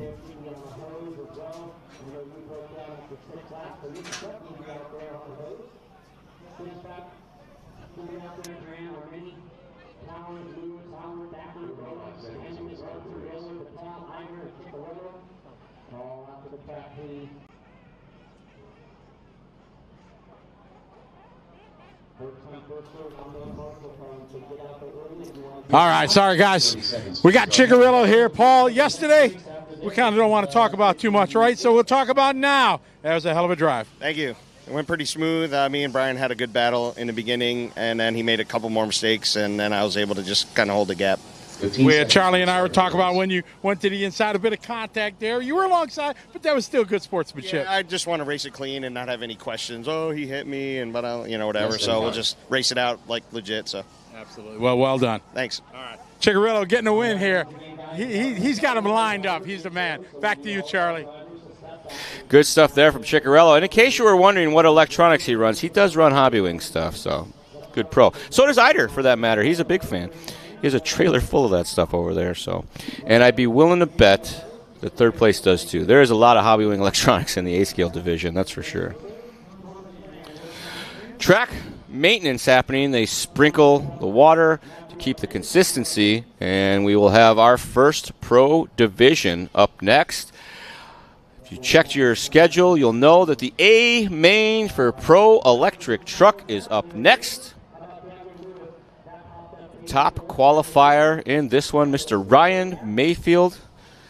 Too tall himself, Ryan Lutz, going to start in the second spot. Spencer Heckert starting third. Brandon Rose going to be starting in that fourth spot. Jared Wiggins starting fifth. Sixth spot going to go to Mason Fuller. Seventh on the grid is Mr. Ryan Cavallari. Eighth on the grid, Joey Bourdon. Ninth on the grid, Aiden Horn. Seth Van Dalen going to start in that 10th spot with João Figueiredo starting in the 11th spot. Rivkin starting 12th, and our three bump-up drivers, Juan Carlos Canas Carrasco, Joe Bornhos, and David Ronnefolk starting 15th on the grid. Yeah, you don't see his name kind of bottom of the You don't see it outside the top five very often. Yeah, usually. So, but hey, you got to be in it to win it. We all got off days. Chicky's like, what do I do? Where do I go? He's just telling him he's got his marshal up there. Yeah, that's right. I'm good. All right. So again, shout out to everybody in the chat room. Make sure you, if you're in the YouTube, hit the thumbs up. We appreciate it very much. Helps us spread the love of RC. We've had you folks joining us for 2-3 days. Some people have been with us since the beginning. Shout out to Glenn Mathias. How are you? Gavin Vucine, I hope you're doing well. Blade Swanson, greetings to you. John Smith, how are you? Aaron Kaufman. William Singh, what's up? Hope you're doing well. AJ Waters. All right, we're going to throw it over to Jimmy Babcock, who do driver introductions. Qualifier, the world champ, Mr. David Ronnefolk.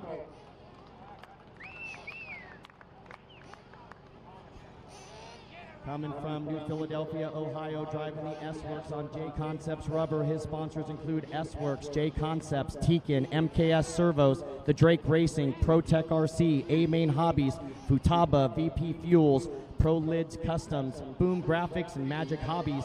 Special thanks to the whole S-Works team, to Billy, and to my family, friends, and wife for the help and support.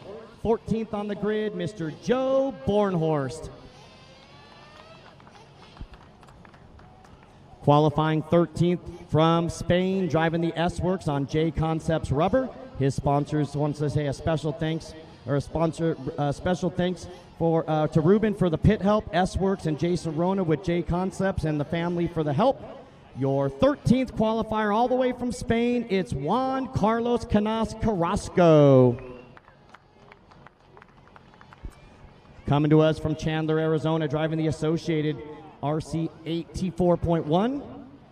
Driving on J Concepts tires, his sponsors include Team Associated, Hobbywing, J Concepts, Reds, A-Main, ProTech, VP, Savox, Futaba, Stick It One, Hobby Action, Factory Team, Makita, Kicker, and Live RC. I want to thank my parents, my pit crew, Barry Baker, Richard Saxon, and everyone who's helped me this weekend.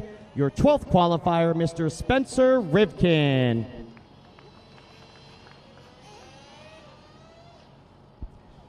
Qualifying in the 11th spot, coming all the way from Portugal. driving the Techno on Hot Race tires. Want to give a special thank you to the Techno team for the awesome week. Elise Tuned, Hot Race, 36 Mood, Corsatec, Hobby Import, SP Modelissimo, Moto Gallos, BP Design, TKR Graphics, E1RC, RSRC, Baru RC. Thanks as well to Team Big Chicken and to my family and friends for the support overseas. Let's have some fun. Your 11th qualifier, Mr. Yao Figueiredo.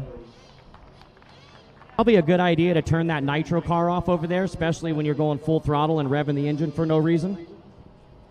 Qualifying in the 10th spot, coming from Minnesota, driving the Techno on J Concepts rubber. His sponsors include Techno RC, J Concepts, Beach RC, Ultimate Racing, Send It RC, VP Fuels, Full Throttle Raceway, and King Kong Hobbies. I'd like to thank all my sponsors for their continued support. I'd also like to thank my friends and family back home for their support. Your 10th qualifier, Mr. Seth Van Dalen. Coming from Michigan, it's going to be the Team Associated T4E on Proline tires. His sponsors include Team Associated, Proline, Reedy, One Up Racing, Factory Team, A-Main Hobbies, Factory Tracks Racing, RC1, Bradley Fine Line Designs, 92 Designs, CX Wallets, Makita, Kicker, and AHRC. 9th spot on the grid, Mr. Aiden Horn. Coming from North Canton, Ohio, driving the Techno on J Concepts tires. His sponsors include Techno, J Concepts, Tekin, MKS, JTP RC, Boom RC, Factory Extreme, and Magic Hobbies. Your 8th qualifier, Mr. Joey Bourdon. Qualifying in the 7th spot from Huntington Beach, California, driving the X-Ray on TZO tires. His sponsors include Sparco, X-Ray, TZO, Hobbywing, Sundapow, Savox, One Up, Stick It One, Dark Side Designs. Your 7th qualifier, Mr. Ryan Cavallari.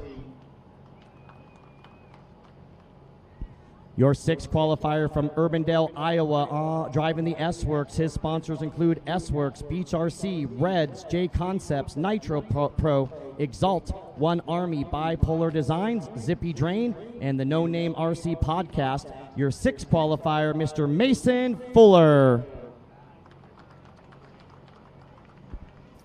5th on the grid from Dixon, Illinois, driving the Techno RC on J Concepts rubber. His sponsors include Techno RC, J Concepts, Nova Engines, Tekin, MKS Servo, VP Racing Fuel, Fly Sky, Boom RC, DCRC Designs. Special thanks to Katie and my dad for their help and support this weekend, and to my mom watching at home.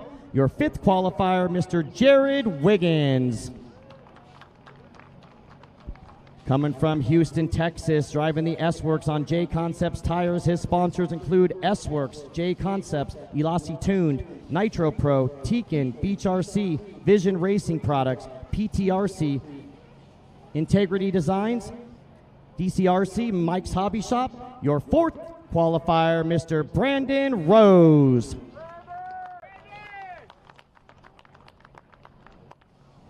And your 3rd spot on the grid from Mansfield, Ohio, driving the Techno on ProMotion tires. His sponsors include Techno, ProMotion, ProTech RC, VP Racing Fuels, Hobbywing, A-Main Hobbies, J&T Bearing, 920 Designs, Bradley Fine Line Designs, Racecraft, Factory Tracks, AMR Engines, LFR, The Drake Racing, Wolf Den RC, AHRC. Huge thanks to my family for their support and Ryan and Mike for the help.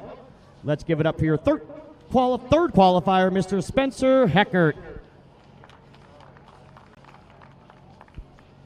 And your 2nd qualifier from Medina, Ohio, driving the Kyosho on AKA rubber. His sponsors include Kyosho, Futaba, AKA Tekin, ProTech RC, Invisible Speed, Alpha Plus, VP Racing Fuels, A-Main Hobbies, Boom Graphics, Prevail Paints, and Lutz RC. Your 2nd qualifier, Mr. Ryan Lutz. And your top qualifier of the weekend from Chandler, Arizona, driving the Techno RC on J Concepts rubber. His sponsors include Techno RC, J Concepts, Hobbywing, A-Main Hobbies, ProTech RC, VP Racing, RM2, Flashpoint RC, MIP, Stick It One, Drake In, Factory Tracks, and Moto Whips. Thanks to Mike Truey for the pit help, Jason, Paul, and Hannah for the tire help, and the whole Techno team for a great weekend. Your top qualifier, Mr. Ryan Mayfield. All right, no time to waste. Let's go ahead and roll them out. Here we go. Roll them out. Here we go. Ryan Mayfield, Ryan Lutz, Spencer Heckert, Joe Bort. All right, there we go. Jimmy introducing the Gladiators going at it on a beautiful Sunday night. Yeah, it's officially night. What time has we got? Sun's still up. It's evening. Oh, evening. Okay. It's evening until the sun goes down. That's how it is. Yeah, I looked it up. 1843 on the clock. Yeah. Pro Electric Truck about to get underway. Going to crown a champion here at the 2024 DNC 25th anniversary of the Dirt Nitro Challenge. We get asked all the time where we are. We're in Paris, California at the expansive Paris Fairgrounds. We've talked about it before, but they got a full-size dirt oval track. I think it's a half mile. They have a go-kart / supermoto / mini-moto track. They have a BMX track. They've got an arena area for horse stuff. Bleachers for days. They got everything here. They had midget wrestling on Friday night. Yeah, that's right. Oh, man. So, Charlie and I, we were talking, wondering if odd not having Tebow and Tessman here. I wonder if they're at home watching. I'm sure. If you guys are, we're thinking about you. Hi, you guys. Evolution. Thanks, sir. I appreciate that. I find myself hilarious as well. There you go. Boom. Best announcer. Hilarious. He's got the joke. Another fist bump. This guy.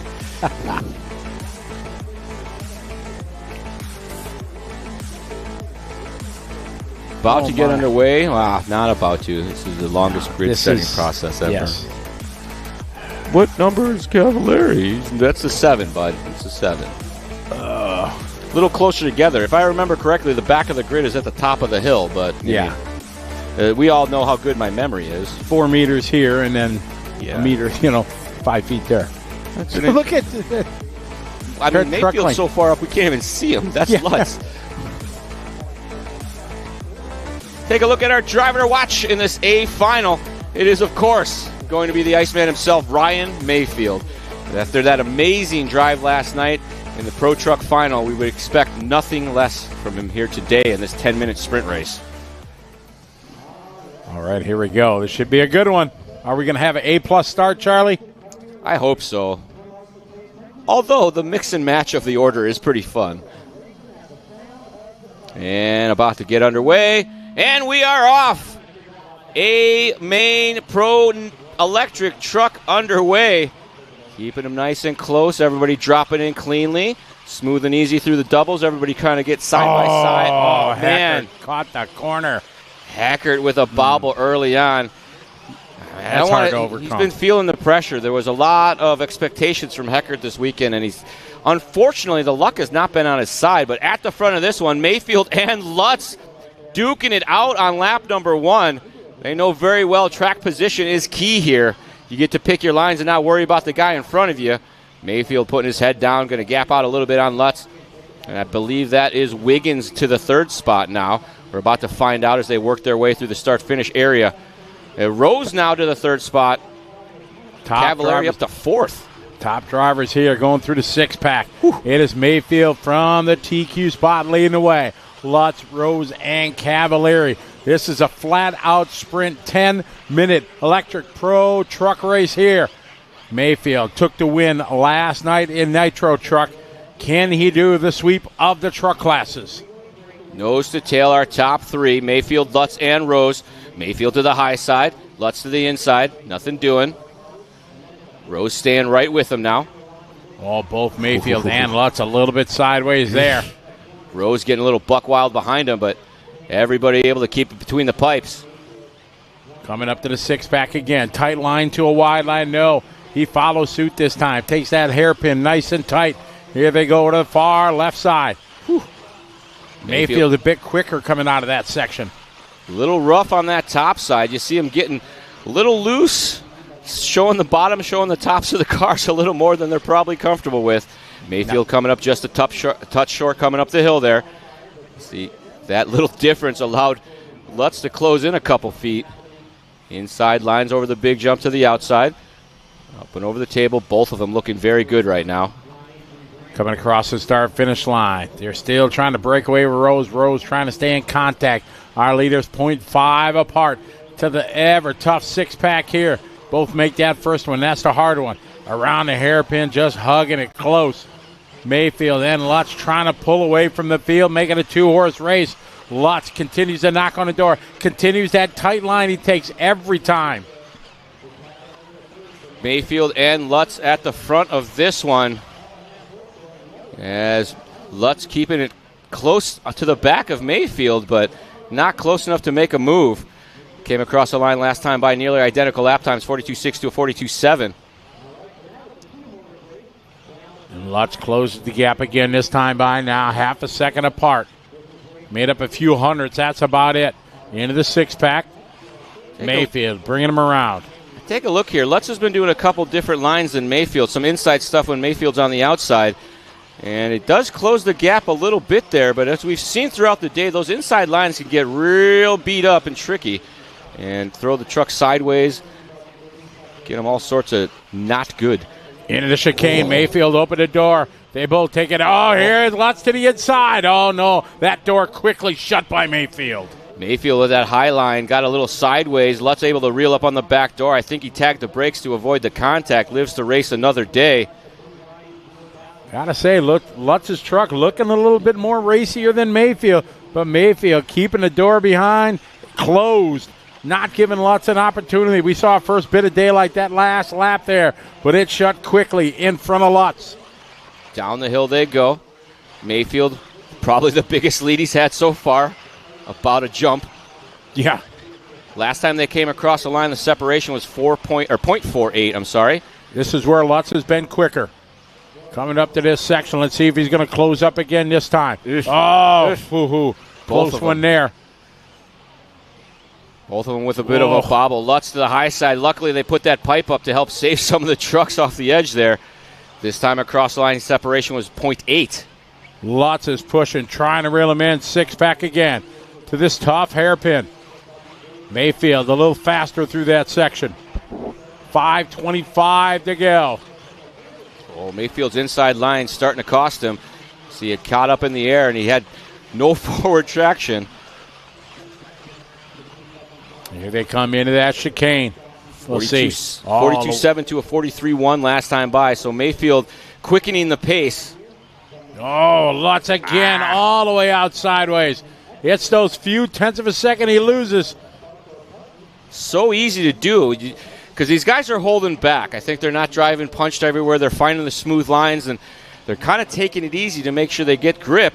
And often they get just past that point, and that's when we see these little bobbles start to happen where the vehicle just doesn't do what they're telling it to. As we have been watching the front runners, Cavalieri goes from 7 to P3. Brilliant run going on for Cavalieri. We stay with the battle up front into this tough chicane. Into the wall right here. Mayfield followed by Lutz.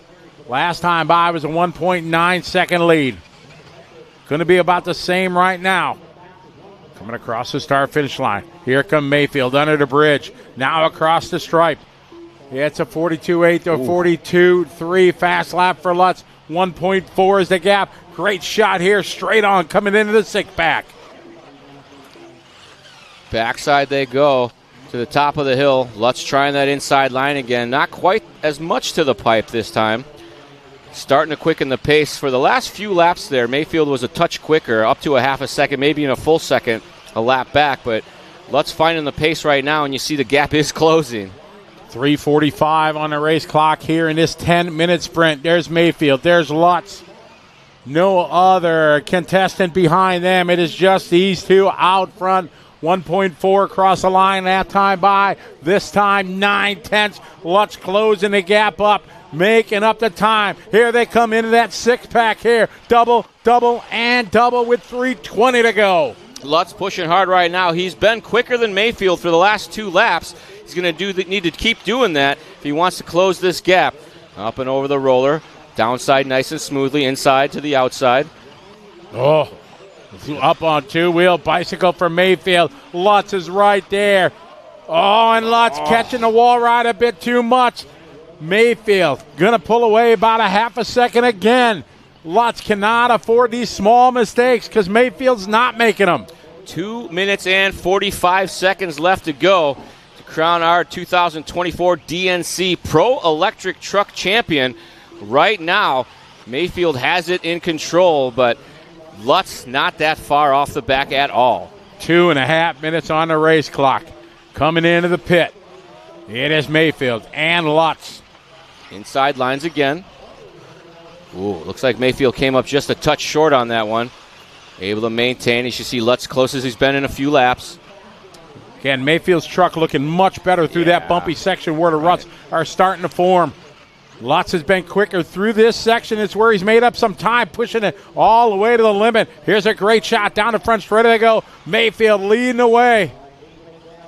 It looks to me like Lutz's truck is better in a couple spots, but Mayfield hasn't beat in some of the rougher sections of the track. So maybe that playing to his advantage now as you see Mayfield with a 42.6, Lutz with a 42.3. So Lutz making up time here and there, but not quite enough because he gives it back every once in a while too. Here they go to the step up into this tough chicane section here. Mayfield leading the way here. We got a $1:30 to go. Again, see Lutz is just bouncing a bit more there. Oh, but Mayfield a little short there. Lutz not close enough to capitalize, but he punches it here. Lutz pushing hard down the hill. Here they come across start finish. Check the lap times. We got a 43.3 to a 42.7. So again, Lutz quicker. All right, Lutz starting to push it now. You saw him sliding around the last couple corners, trying to put the pressure on Mayfield to get Mayfield to flinch. Mayfield coming down the hill now. Into the pit of despair. Inside, through the center, nicely done. 1 minute to go, a lap and a half left. What a race we got. Wow. Mayfield and Lutz. Mayfield's wall ride line there after the second pit is slightly better than Lutz's. I think he puts it a little closer to the pipe where it's just a touch smoother. That or the suspension package is superior. 40 seconds to go here, the final lap. Oh, Lutz getting it wrong. Oh, man. That might have been the difference. That hurt for sure. Here come Mayfield. You see the gap now. It was a half a second last time by. It's a little bit more here as they bring it around to the final lap. Last lap here, they're racing to the checkers. Mayfield, Lutz, and Rose to the 3 spot as he gets around Cavo. Mayfield at the front, Lutz haunting. Through the wall ride they go, hipping and hopping, up and over the roller. Mayfield, barely. Here he goes, coming to the line. Time on the master clock is expired. It's a drag race. Lutz giving it all he can. Mayfield holding on. Lutz in the 2 spot. Is it going to be Rose or Cavallari for that 3rd spot on the podium? Looks like it's going to be Rose to the 3 spot, edging out Cavallari. But check that out, 0.6 of a second. Bourdon going to finish 5th. We're waiting on the rest of the field. Here comes Fuller to finish 6th. Heckert going to finish 7th. Juan Carlos, one of our transfer drivers. Ronnefolk, one of our transfer drivers. Bornhorst, one of our transfer drivers, going to finish 8th, 9th, and 10th. Rivkin going up 1 spot from 12th to 11th. Figueredo going to finish 12th. Wiggins 13th. Aiden Horn off after 13. And Seth Van Dalen also with some bad luck to round out our running order. Great final here as Lutz kept the pressure on Mayfield all race long. Some of us thought he was going to be checked out, gone, but Lutz kept it extremely interesting for the fans. Great racing.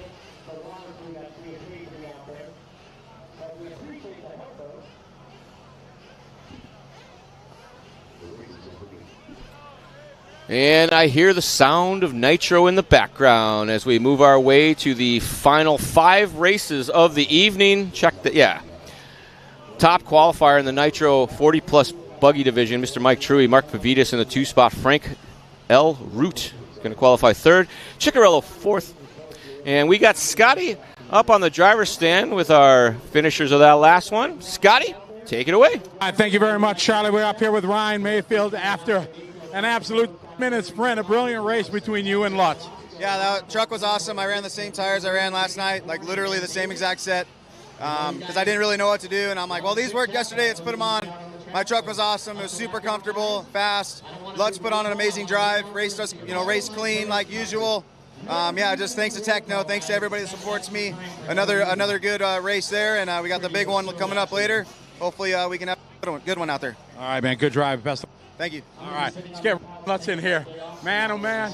Yeah, you want to win, but, man, you did all you could. That was a brilliant drive. Yeah, I appreciate that. It's Ryan Mayfield, so he's not going to really make a mistake, and just try to keep getting there. And every time I did, I seemed to make a little bit of a bobble, and that was enough for him to get a little bit of gap again, and I had to make it up again. But I did the best I could. Truck was great, and happy to come away with the podium this weekend. Absolutely. Well done. Great drive. Thank you. Appreciate it. All right. There you go. We're going to get Brandon Rose over here. You and I, we talked about we're enjoying seeing each other like this. Another podium man. Well done, buddy. Yeah, I knew the truck felt really good that run. Made that small mistake at the very beginning, which I was really bummed about. I think I could have fought for the win, but just pushed hard, salvaged the podium, and yeah, it felt great. Everything was working great. So well done. Another great drive tonight. Thank you. All right. There you go. We get through the top three. Another great run for Brandon Mayfield. Mayfield, right? What are you going to do? He's on it this weekend for sure, like he is every time here at the DNC. Back to you, Charlie, in the studio. Good stuff there. I love these post-race interviews. It's a good time, and I'm slowly becoming a Brandon Rose fan. He's a very well-spoken racer. Those guys all are, but I haven't seen Brandon on the mic very often, so hats off to him. Track being watered down here for the start of our 40-plus Nitro Buggy A main event. Packed driver stand there, 15 drivers, shoulder to shoulder, ready to do battle. Truey on the point. Pavita's going to start second. Root going to start in the 3 spot. Ciccarello fourth. Saxton will be starting 5th. Baker going to be starting 6th. Tilke 7th. Dunford 8th. Patel 9th. Vinkamulder 10th. Tung starting in the 11th. Shirley starting 12th. Our bump-up drivers start now 13th through 15th. Degani in the 13, Eider in the 14, and Ever Lobos rounding out our starting order.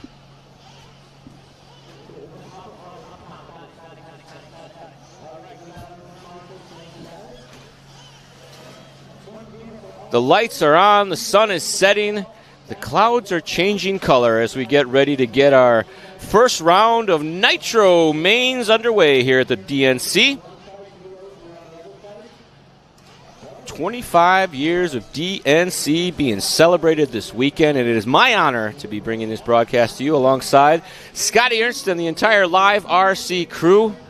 It's been a pleasure thus far, and I am very excited for the rest of the racing action. I tell you what, if you wanted racing, if you wanted position swaps, if you wanted lead changes, you got exactly what you were hoping for this week. It's been great. A lot of great racing for sure, and a lot more in store here as we roll through our mains. How about the weekend for Brandon Rose? It's like doing very, very well. Many mains, many interviews. Yeah. All right, we got a Tyler Hooks visitor in the chat room. Oh, what's up, Tyler Hooks? How you doing? I love me some Tyler Hooks. Sighting lap underway here for 40-plus Nitro Buggy. All right, who's your pick in a 40-plus 25-minute? I'm not picking anybody. No, I don't want to I'm a super jinx, and I'm not picking anybody. I'm not even cheering for anybody in for this one. Maybe I should pick someone I don't want to win. Okay, there you go. But now you let the cat out of the bag, so now if you pick him, we know. It wouldn't be real. Like, the karma would know, and it'd be like, no. Karma knows all. Tyler turn left hooks. Turn left hooks. Yeah. That's him now, yeah. He is a dirt oval world champion. Pretty much. Yep. You win the Chili Bowl, world champion. There are more world champions in this class than there are in the pro class. True story. Trury has been dominating this one. Sonny Santucci, he's a monster truck master, Sonny. Do you know Sonny? No, I don't think so. Oh, yeah. When it comes to the RC monster truck, oh, yeah, he's the man. RC monster trucks got big these last couple years. It really has. A lot of support from some of the bigger manufacturers with some beef axles that people could really get down on. These guys run 2-cell short course systems in them, and they shred. The kids love it, too. Oh, they absolutely. That's important. We got lots of great racers in here, but man, what would it be for Pavitas kind of come out of retirement here? Well, Truey's kind of out of retirement too here because he hasn't raced in a while. Right. Dave Tyler Hook said, Sonny Santucci, monster truck world champion. Exactly. AJ, when does qualifying start? 3 days ago. When's somebody going to ask us when the pro main starts? Right, exactly. Soon, I'm sure. All right, it looks like they gave him more than one sighting lap. Typically, it's only one, but I guess that changed, and I didn't know.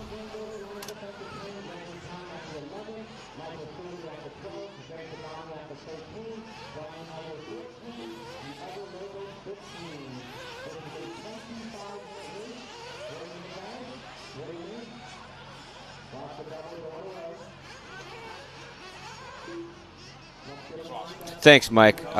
I was hoping, Zach, good job. We appreciate you guys playing the game. Richard Wicks, good job, buddy. Jesse Parks, hello from New York. Hi, Jesse. You guys are hilarious. Hey, you asked for it, bro. I know. Exactly. It's good. I like it. You guys are great. All right, 25-minute pro, or not pro, 40, well, kind of pro, 40-plus main. Former pros.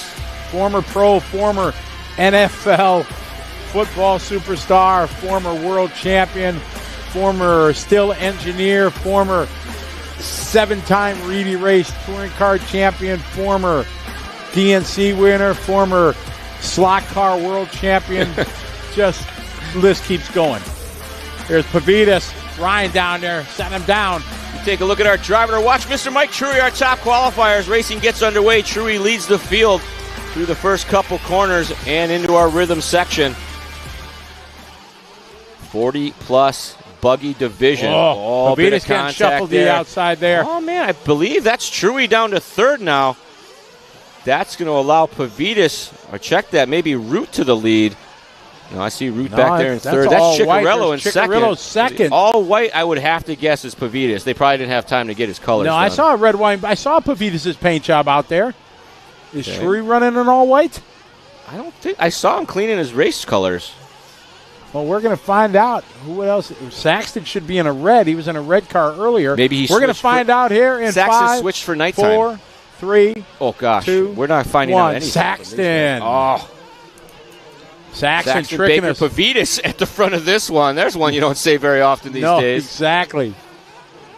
Baker and Pavitas notorious for their battles in the TC3 touring car days. You remember the kickflip at the Reedy race that Pavitas did in the kink? Oh, when he hit the kink, did a barrel roll, and landed on the wheels, yep, and did a hot lap. It was pretty sick. So Saxton out front, Mark Pavitas on his back door. Truey, our top qualifier, all the way down to 10th spot after the opening lap. 23:34 to go. Long time here left for our 40-plus A main. Battle at the front here. This is Pavitas and Ciccarello. Pavitas with the white nose, Ciccarello with the yellow. Degani, Baker, Vinkemolder after that. Oh, catches the pipe there. Paul could have went to the inside, but he needed the line to line up the doubles. Just had to wait a moment. Oh, Ciccarello getting a little wrong there, but no harm, no foul, able to maintain. Saxton, in the meantime, though, a 4-second gap already. Saxton at the front desk trying to check out early in this one as Ciccarello goes to the inside here, moving up. It's Chicky, baby. 1+ on Pavitas now as Pavitas got a mirror full of Barry Baker. Pavitas gets it wrong up the double. Baker going to go by. Maybe that's Degani. It looks like Barry's paint Baker job. was in the blue, I think. Here's the Pavitas behind Ciccarello. Pavitas gets it wrong. Here comes Winkelmunder. Come on, Donnie V in the all-lord. Yeah, Donnie gets some. Oh, big air, airing it out there, wheel to wheel. 3 wide there. That's not going to work. Ciccarello was way wide. No. Oh, Donnie V upside down. That's Baker that's with him there. Oh, my. Clean up aisle 4. Oh, no, that was Pavitas, I think. No, that's Barry's car. He's got the flames on the side. Oh, no. Ciccarello made a bit of a bobble. The field kind of collected behind him, and then it was just wheels touching wheels in the air, and it was all downhill from there. But that does, I believe, move Truey now back to a podium position We see him there leading, who I believe is maybe Eider or Tilke. We're going to find out here as they come by. Saxton at the front, Ciccarello. Now Degani to the 2 spot, Eider third, Ciccarello fourth, Truey and Tilke here. How about our bump-up drivers up to the 2 and the 3 spot? Then Chicky, Truey, Telke, Root, Tung, Finkelmunder, Barry, Pavitas, Patel, Shirley, Lobos, and Dunford. 25-minute main. They're 3 minutes and 30 seconds into this one. Oh, Chicky getting it all kinds of wrong. He was just getting into a battle with Eider and really missed that corner going opposite lane. Saxton at the front, Degani second. Eider may be one of the few drivers you haven't heard from over the years.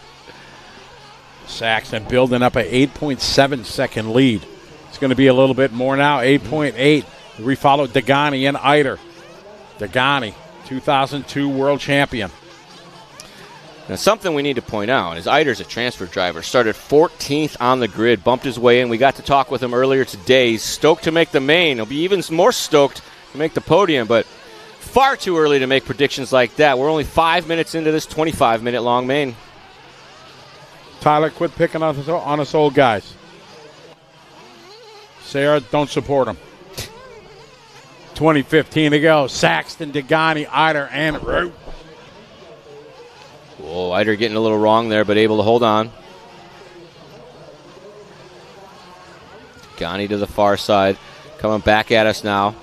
Big air over that start-finish double. They get about a little over head high.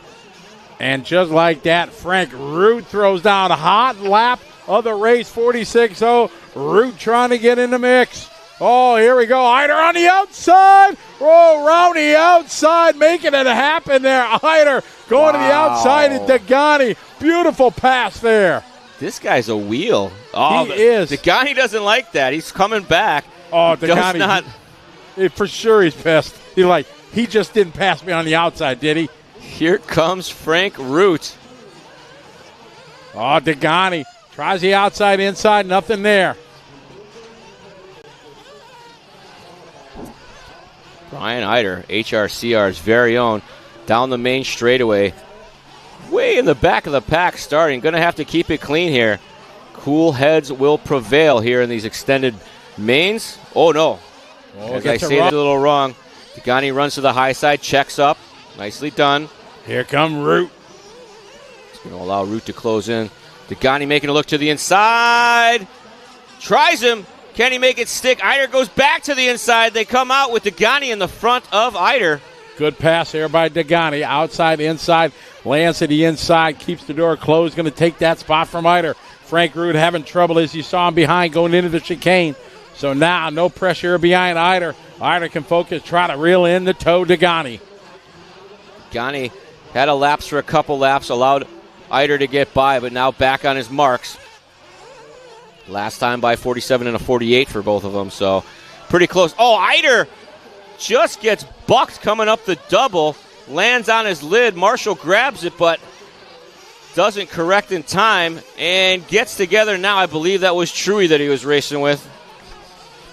That was Root that got by. They have similar paint jobs. So that's going to move Root up to third now.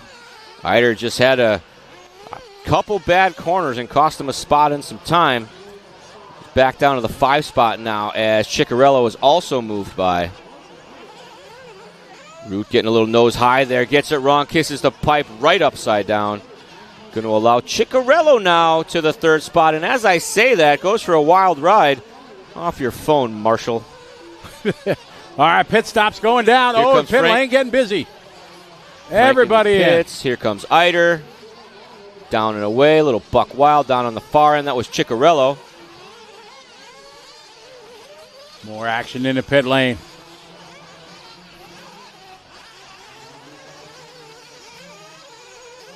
Resetting watches, checking fuel. 8 minutes has elapsed. More coming in. As this is looking for your pit. Where do we go? Saxton into the pits now. Up, down, and away. A little splash of gas everywhere. So Saxon going 8-12. He had a 12-second lead. Well, no, that's 12-second lead last time by. We'll see how it cycles through the pits. And as we jump on board with, is that Truey? That's Eider. Eider right there, Ciccarillo. We'll see here. Pit stops. Mix up everything in the order. We'll give him one more lap here to find out what's going on. Oh, one getting cross lane there.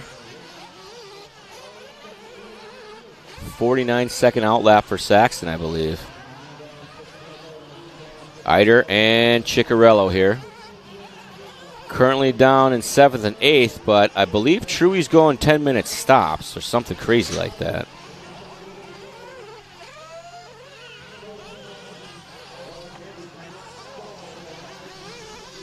$15:45.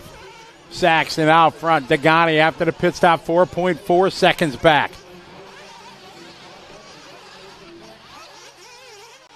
Got Ciccarello, Root, and I believe that is Truey next in line. Or no, Root then Truey. Or Truey then Root. My bad. My mistake.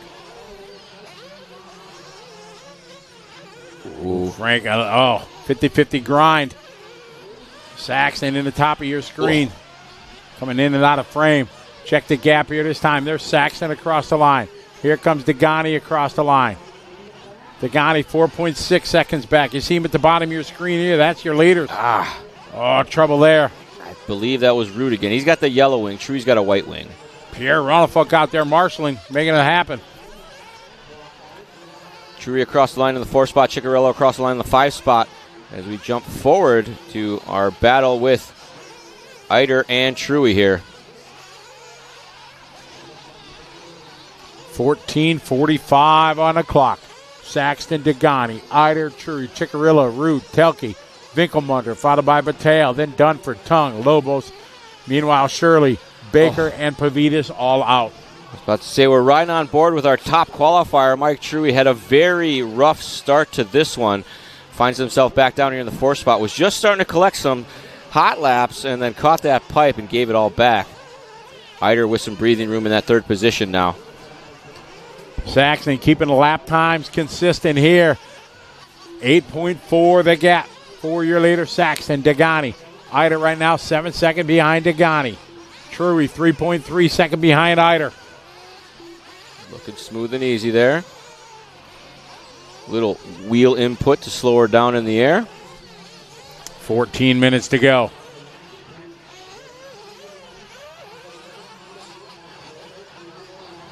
Truey looking to smooth things out a bit here.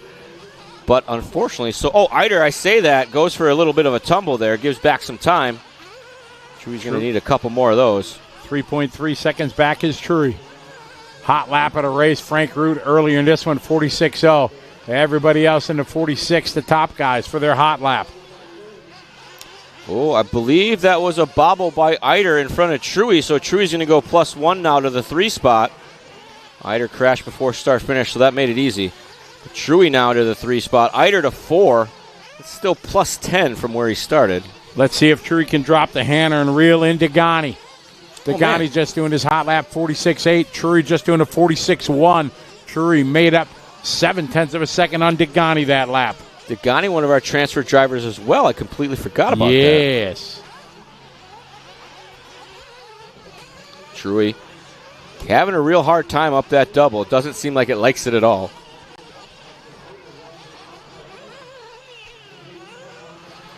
Truey across start finish line this time by, going to get a 46.5. Close to his hot lap, gaining just about 0.8 of a second on Degani. We are halfway there, 12.5 down, 12.5 to go. You can see him starting to come in here. Saxton, Degani, Truey, Eider, Ciccarello, your top 5. As he said, Truey had a tough start. He is trying to lay the laps down to reel these guys in. I went and chatted with him after the open practice. Says, did you win practice? And he laughed, said no. Well, what happened? He's like, well, I'm not very good at this like I used to be. So they had some changes planned. They're going to work on everything from the sounds of it. Yeah, exactly. All right, across the start finish line, we're following Truey. Truey He's coming up here on Ever Lobos. Ever's going to give him room here. Excellent. And Degani with a rough one there, 52nd lap, but maybe a pit stop. Drury was 4 seconds back last time.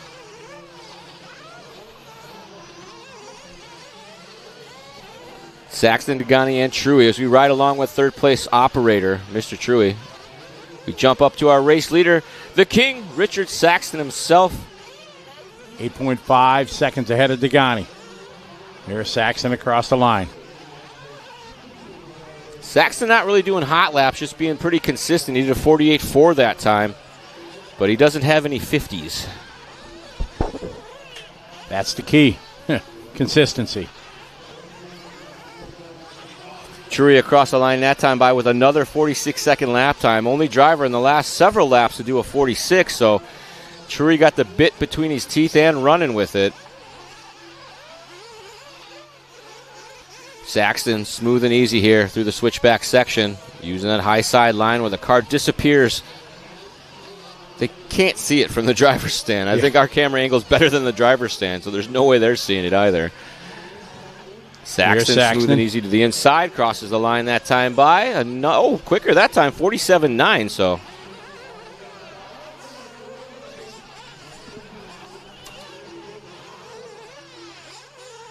And Truey now closing up on the back of Degani, making up another 7/10, a 48.2 to a 47.6. Saxton up and over the roller, coming into the double, down to the pit, going high side, slaps the pipe. Saxton in control. 9 seconds to the good of Degani. We look at that gap now. Truey has chipped away at Degani, 1.3 seconds back. Pit stop's just going down here at this section. Going to cycle things around again. As they do the pit stops, they get their hot lap, and then it's an unknown amount of time in the pits and the out lap. And usually you'll see anywhere from a 49 to a 51 on an out lap, which can be the same as a bad lap, so it can be misleading. More pit stops going down here. Ciccarello, I believe.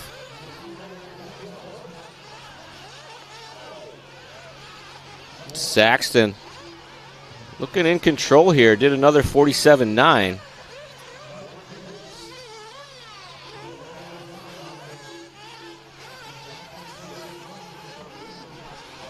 Nine minutes to go in this one. Saxton still on point, leading the way. Let this round of pit stop cycle through. Find out what our gap is. Oh, a couple guys spinning out, doing donuts back there. All right, Saxton's in. The Shannis, they are on the fuel. These pit stop cycle, we see Truey moving past the guy. Ciccarello up to 4th. Vinkelmolder all the way up to 5th. So Saxton just came in for fuel with 8.5 minutes to go. Ooh, that seems early. It's right on the cusp. He went 8:12 the first round on his pit. He was at 8:12 when he came in. I'm sure they did some math and science. Oh, I'm sure they did. Absolutely. That's the king. Ciccarello and Vinkelmolder here duking it out over that 4 spot. Vinkelmolder in the orange. Oh, man, Ciccarello in the yellow, but gets it wrong there. Chicky right now, he's in the 5th spot.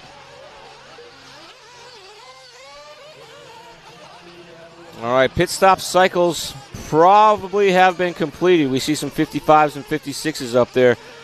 Truey back on his horse now. He is ahead of Degani by about 2.3. And as I look at the times, I see 1:56 lap time, and I feel like that's a crash for Truey, not a pit stop, but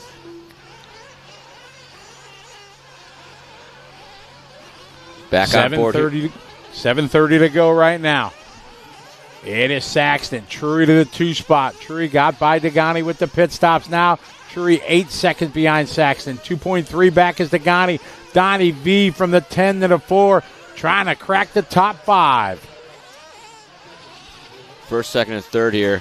We see Saxton, Truey, and Degani. Those are some names that have been around this industry for a minute.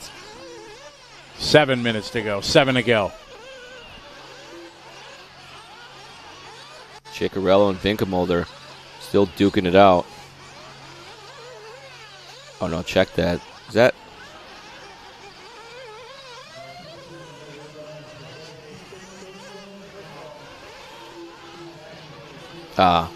That's Root and Vinkelmolder. I keep confusing Root's car with Truey's Root car. and Truey, very, very close. Exactly. We know Donnie's in the all orange, on yellow. TLR boys going at it right here.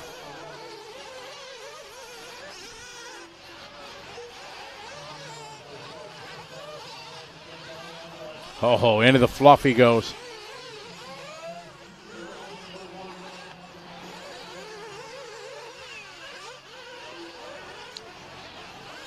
See, Vinkelmolder getting a bit of gap now over Root. That's going to allow Dunford to close up. Getting it wrong. Pierre Ronefolk trying to get there. He's rolling again. Hot lap of the race. Truey busting into the 45, closing up 2 seconds here on your leader, Saxton. This one ain't over. 5:44. 7 seconds, the gap between. Who just Truey. came in for fuel? Was that Saxton? No. Who was this? Or is that Eider? That's Eider. That's Eider. Eider, who was down in 7th. So Saxon across the line. Here's Truey. Truey 3.9 back. What happened? Truey. More pit stops. Truey 5:15 to go. 3 seconds to the plus for Truey that time by. Degani was in and out of the pits, I think, because he's red bars on. 5 minutes to go in this one. And that's BT. I think Reggie Tung with him.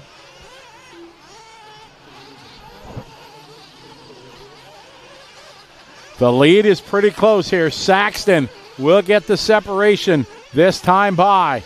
Here comes Saxton across the line. We're looking at scoring and timing here. He throws down a 48-1. Truey now this time by 5.1 back. So that's the gap.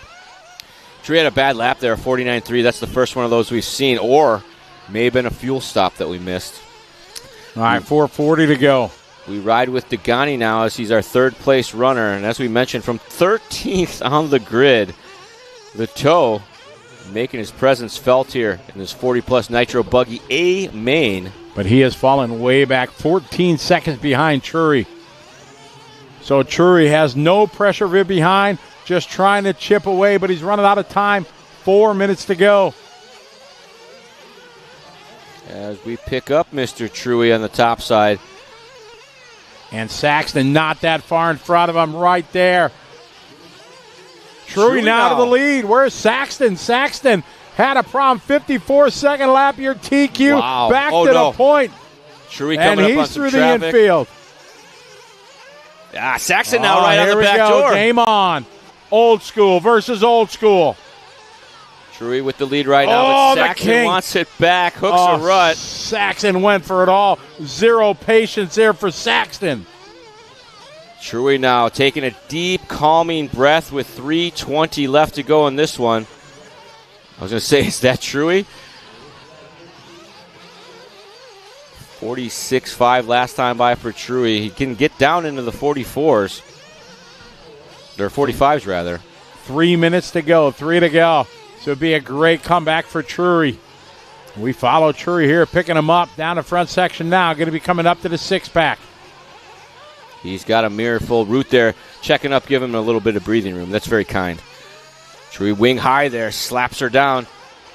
2 minutes and 45 seconds still to go in this one. Everybody should be good on fuel. You see the gap last time across the line, 4.7 seconds for Truey. Had a very rough start, but finishing quite strong here, or at least making a post-race charge. Race charge. Truey last lap has 50.1. He's got hot lap 45. He had 4.7 second lead over Saxton last time by. Here comes Truey. Truey coming in for fuel. Pit stop. Oh, splash and go there. Oh, gosh. And he gets it Come wrong. on, guy. Oh, my. That guy had his hands in his pockets. And Saxton gets by. That bobble on the out is probably the difference there. I think he no doubt about it. He would have been out first. Truey's got to compose himself. Come on, Mike. Saxton with the lead. He's made his mistakes. He's not making any more. Truey's going to have to earn it. Up the hill they go. Truey's car not happy with a full tank of gas, I don't think. Oh, no. 30 to go. Another mistake. Saxton up and over the double. Truey with a late race pit stop, maybe for insurance, but maybe they thought they had enough gap, and that out really cost them. But Saxton in command now, 47.9 for Saxton. You see Truey there with a 55. That's even a bad crash lap. Degani still in the third spot, just 5 seconds off of these guys. Saxton taking the fight from Truey. 1 minute to go. Saxton in command right now. You see Truey just off the back of the shot, maybe 2 corners back. Saxton slaps that pipe one more time. They're going to make it across the line. Race them to the finish. It'll be checkers or wreckers for Truey and Saxton as they come around. In the closing stages, Degani, Vinkelmulder, Root, Dunford, Ciccarello, Tilke, Eider, Battelle, Tung, Lobo, Shirley, Baker, and Pavitas are running order. Right now, Truey closing that gap on Saxton. They come across the line with 35 seconds left to go. Man, an excellent fight here to the finish here. 2 of the greats in the world of 8, Scale Buggy, Saxton, and Truey going to go head-to-head here on the final lap. Truey pushing hard. Saxton gets away just a bit. This section was real hard on Saxton last time. Truey keeps it close. Here they come through the rollers. Into the pit of despair. Truey check swings, looks to the inside, sizing him up. Time has expired. They are racing him to the line. Truey to the inside. Makes it stick, catches the pipe. Saxton gets into him. They get away clean, side by side up the hill. Truey gets it wrong over the double, somehow manages to keep it on the wheels. Saxton has it, but Truey wants it back, tries him on the outside, to the inside, across the line. Saxton holds on somehow as Truey put an amazing drive. Separation is 0.04 of a second. An amazing last lap there by Mike Truey. Puts in a 46.8 to the 47.1 from Saxton. You see him on the driver's stand. Very pleased with each other's performance. Truey had one too many bobbles, big smiles, high fives across the board. Woo! DNC 2024, baby. I did not sign up for this much excitement. 0.04, my friend.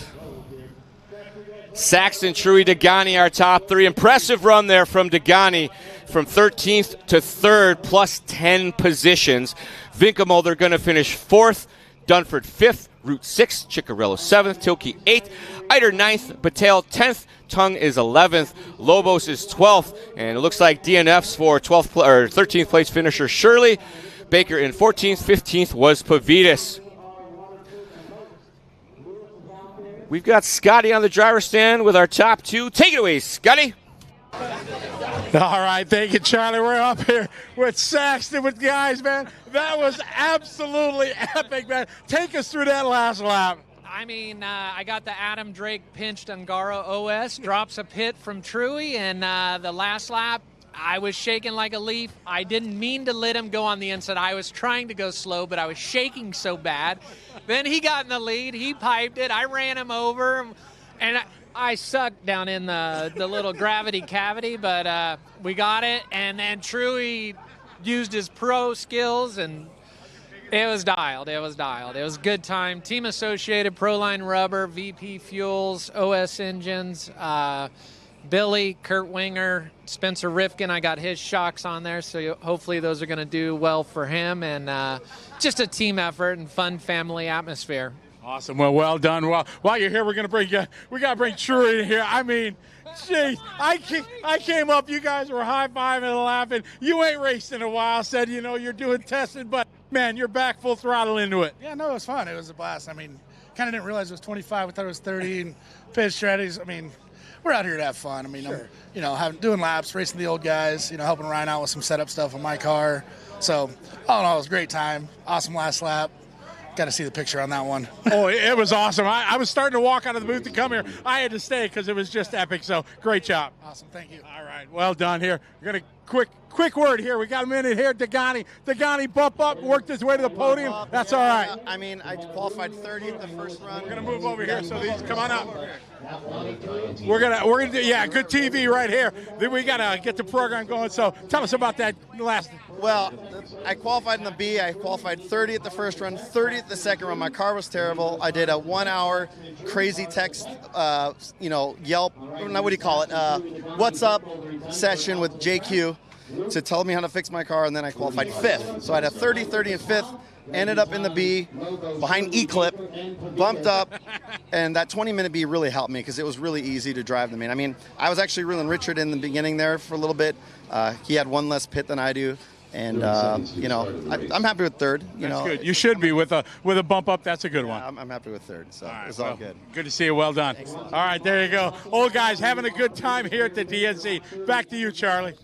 Great stuff there. I love a Richard Saxon interview. I sucked in the gravity cavity over there. Oh, man, great stuff there in our 40-plus Nitro Buggy A final. Your 2024 DNC champion, Richard the King Saxton, everybody. What an amazing race. Separated at the end by 42 hundredths of a second. That's a .042. Amazing drive there by Truey on the last lap. He tried the hot line to the outside to get a run at him, came down the inside, and just, if they would have put that line maybe 10 feet farther down, he probably would have had him. That was amazing. What do you guys think in the chat? Was that a good one? Let us know your feelings. Who were you pulling for? How'd your guy do? Did you have fun watching that one? I sure did. Up next, intermediate electric truck A main. A 10-minute electric truck final coming up next. They are doing stuff and things down on the track. What those are, not quite sure. Josh, I agree. Very exciting. I like the part where they finish really close. Thanks, Zach. Best of the weekend, maybe? Yeah, nail biter. But when's the pro main? Soon. We have 64 races. It's race 64. We're on 60 right now. Best finish of the weekend so far? Oh, my God. Wow, that was epic. Man. That was too much.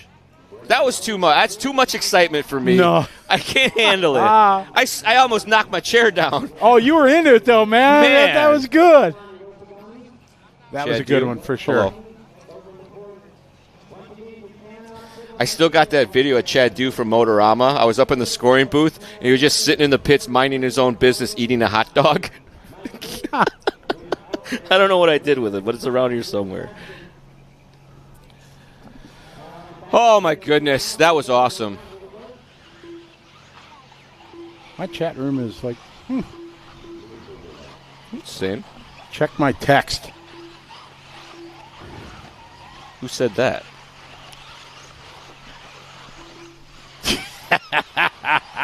Well, you got to tell the class now. You have something like that. You got to share. They said you got to catch your breath. They're worried you're going to have a stroke. Right.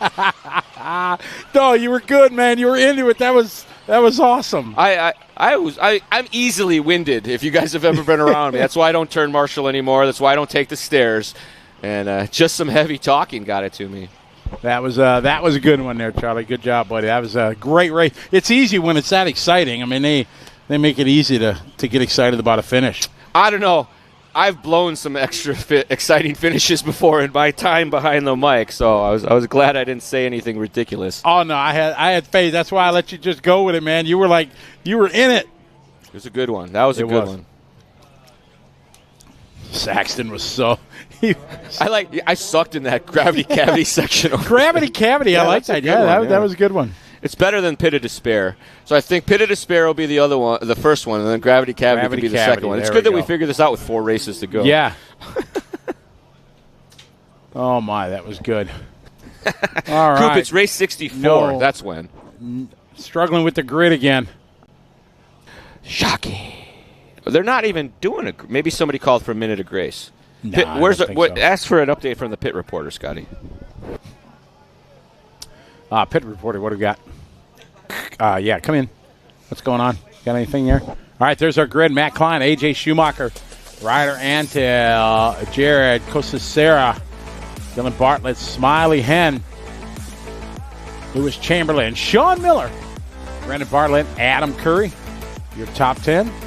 Looking at the back of the grid, we have Brian Wyrick, Matthew Armini, Joey Avellino. That's one of your favorite picks. Joey there.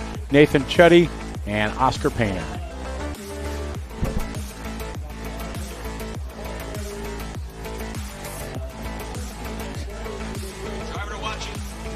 Driver to watch in this one, gonna be Mr. Matt Klein himself, our top qualifier.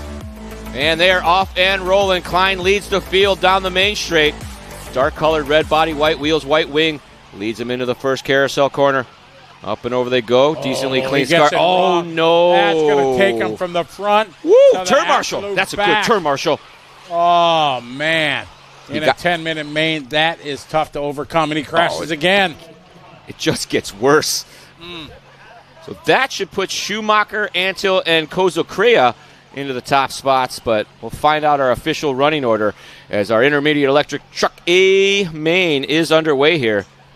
They changed the order to give the pros more time to relax between the races, I believe. So that's why the pro truck, electric truck, was up first. Okay. That'd be my guess. If I typed it, I'd have a question mark at the end. Race leader coming across right now, going to be checking in. Schumacher leading the way. Bartlett, Curry, Miller, Kozokrea, Armeni, Bartlett, Chuddy, Chamberlain, Hen, Wyrick. And our top qualifier, Klein, coming across in 12th. Avellino, Painter, and Antil, third place, getting punished all the way to the back. And maybe he just said, you know what, that's enough. I'm going to go back inside. Yeah, Just Poet, you're correct. That was a D start for sure. Oh, man. Little bobble here at the front. I think Schumacher dropping down a spot. Bartlett going up one. Down the hill. Over the roller. Here they come across the line. About to find out. It is Bartlett and Schumacher. Nose to tail at the front of this one.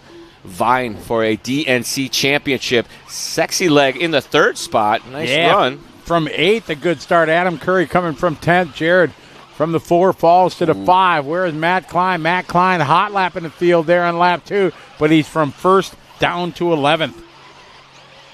Bartlett at the front looking consistent. Gets a little wide there, but able to save it. Schumacher right with him. See Sexy Leg Migger, they're next in line there, 3 corners back. Bartlett, Schumacher, Miller, our top 3. 2 minutes, 15 seconds down, 7:45 left to go. Bartlett starting to stretch out a little bit. Last time by 46.1, this time by a quicker 45.2, 45.8 for Schumacher. Half a second doesn't sound like a lot, but 7/10, that sounds like a lot.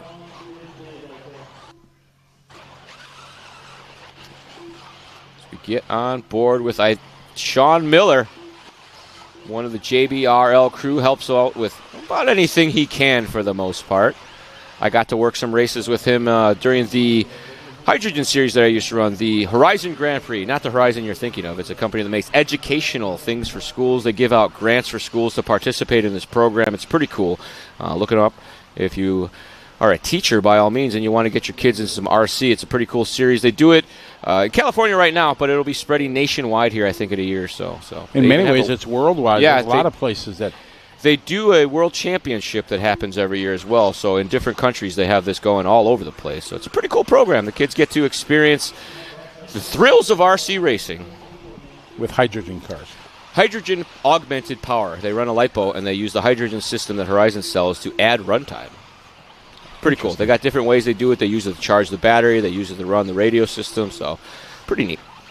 Good battle up front here between Dylan and AJ. Sean Miller, followed by Jared, Lewis, Smiley. Matt out of the 7th, followed by Nathan, Adam, and Joey. Leader off the track, but Schumacher was having a bad corner as well. Nothing gained. Oh, Schumacher getting it wrong. Red and white wing of Dylan. Your leader. Schumacher behind him. All white wing, yellow wheels.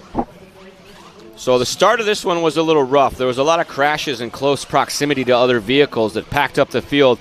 mainly being our top qualifier, who was our driver to watch, the one car of Matt Klein. He was all the way down to 9th, back up to about 7th now, but he got it wrong in the doubles, and they packed up behind him, and biggest price to pay was Anthill, as I think it broke his car. He's off the track now. Oh, bobble by our leader, catches the pipe. Turn marshal walking aggressively in that general direction. 4 minutes and 35 seconds down, 5:25 left to go here in intermediate electric truck. Bartlett late to the line as Schumacher now to the front. Schumacher and Bartlett nose to tail. They've been racing each other all race long. Sexy Leg Miller trying to reel these guys in. They did a 47 and a 49. Miller did a 46, so closing the gap up a second and some change. Schumacher at the front. Bartlett wants it back. Ooh, that's not good. Full send there. Halfway there, 5 down, 5 to go. Oh, Miller falling back a bit here. The gap widening to 5 seconds off of the lead battle. Oh, on the outside, around the outside. Beautiful move there. Came up just a little slow. Bartlett moves to the outside and says, I'll take that lead. Thank you very much. 4.5 to go. That was a beautiful bit of driving right there. Schumacher falling off the back a little bit, but as I say that, Bartlett says, here, come closer. I like to race with you. Gets a little wide there, but not really slowing him down. High side, a little splash of dirt there against the pipe. Excellent battle here coming into chicane. Well, judging from these pictures, two very young drivers at the front of this one. Dylan and AJ here going to hit the line, just under 4 minutes to go. Problems for Sexy Leg. He's off the podium, down to 7th now. Tough luck for Sean, but he's having a good time. I think he's always having a good time. He is. He's just happy to be racing. Not working so much this weekend. He's questionably happy. Yeah. Sarah, I thought the same thing, Sarah. Dylan, AJ, Jared, Matt Klein climbing his way back to the 4th spot. Oh my. Klein got a fast hot rod reeling these guys in, but they have been making some mistakes. We'll run down the list here. Klein, all 45s and 46s except for that opening 102. So Klein on a mission. You can see him, 6 or 7 corners back, 9 seconds off this battle, but these guys have been making mistakes. 3 minutes left to go in this one. Can Klein make his way back onto the podium? Dylan, AJ running 1-2, Jared 3, Klein 1.4 behind Jared. This battle for the lead. Oh, a little bit sideways there. Ooh, look at that. Lap traffic mashing the brakes to avoid the contact. Very nice. You got to like that. That's good driver spatial awareness. Your leader now at the 2:30 mark. Still Dylan and AJ, the back and forth, half a second apart. Smiley goes 3, Lewis 4, Klein to 5, Jared goes 6. Smiley Hen up to the 3rd spot now. Gotta like that. Cross the start-finish line, they go. Picking them up, Dylan and AJ. Dylan driving that pink and white wing. White on yellow. Of AJ behind him. Yeah, I was talking to a couple of the drivers when I was walking around, and I'm like, so what is the track? Is the track bad? He's like, this is nothing compared to some of the races we've been to as far as track conditions going. They fix it. It's not that bad type of deal. So that was good to hear. I thought they were all going to be like, this is the worst ever. Here's the battle for that 3 spot. Matt Klein trying to claw his way back. He's right behind Lewis. We got a minute 44 to go. Matt Klein started on the pole, had that early bobble, found himself way down in like 10th or 11th, and now fighting his way back up. Big air there out the uphill, little crosstown, landing on the far side of the pipe. You don't see that very often. AJ having some trouble here. Dylan now going to stretch out that lead. Minute 20 to go. Back to the battle for 3rd as Klein on the back of Chamberlain. Over the top! Beautiful pass there from Klein. Take that! Matt Klein to the 3 spot now. Was the top qualifier, wants 2 trophies, the TQ and a podium. Definitely working his way back here. 1 minute to go. Third spot, the best chance he's going to have. He's got no chance for second or first. He has worked his way to the 3 spot. The battle still out front here for the lead. Bartlett and Schumacher. I think we can see why Klein was TQ. His truck looks good, and he's driving well. We go down the list of lap times, and very few mistakes. I see 150.9 in there. Here's our leaders right now, Bartlett and Schumacher. It's the pink and white, kind of cold taller-looking paint job there. Oh. Chamberlain got back by Klein, but Klein takes it back here. 20 seconds on our master clock. We move back to our leader, Bartlett. Here is Bartlett. Oh, Bartlett car very slow there. Wonder what he's doing. Oh, no. It's like it's shut down. Oh, it's back. Nope. And it's off. Running out of gas. Lipo cut off here with 7 seconds to go. I said Klein had no chance of getting to second. I was wrong because it just happened. Race to the finish line. Finish the lap you're on. Oh, my. Take it away, Charlie. Heartbreak for Bartlett there. We saw it pause, go, pause. Chances are lipo protection kicked in, running out of runtime. Bartlett's not done. Klein's not done. Chamberlain's not done. We're still racing to the line. Oh, there's 2 Bartletts. Here comes the race to the line. Klein going to take the 2 spot. Chamberlain going to finish on the podium. Brendan Bartlett going to finish 4th. Kozukria going to finish in the 5 spot. Sexy Leg is stoked. He got from 8th to 6th, plus 2 for him. Adam Curry going to finish 7th. Oscar Painter 8th.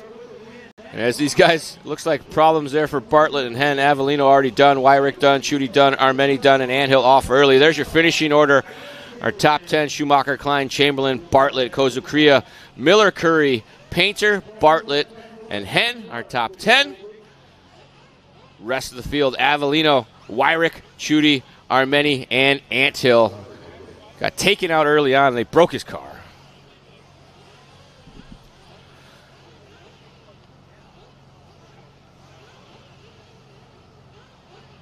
The aftermath there is, I'm sure, it was Dylan Bartlett going to be reviewing his electronic settings after that, or double-checking that battery pack.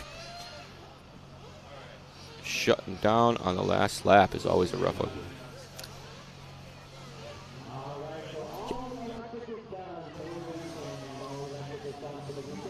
And we've got Scotty Ernst on the driver's stand with our race winner. Scotty, take it away.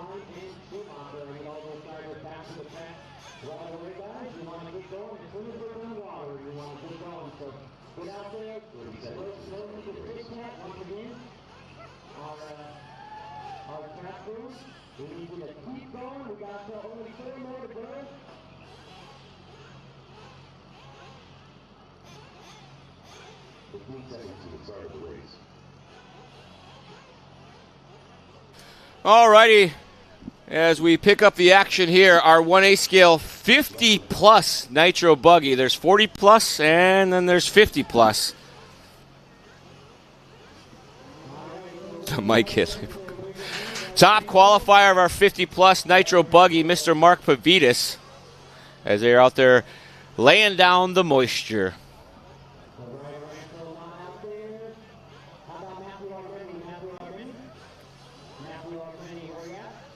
This will be a 25-minute long 50-plus Nitro buggy race. I thought it was funny, Truey's comment was that they thought it was a 30-minute main, so they had scheduled for some different timing, and I feel like that's why we saw that last splash and go at the end.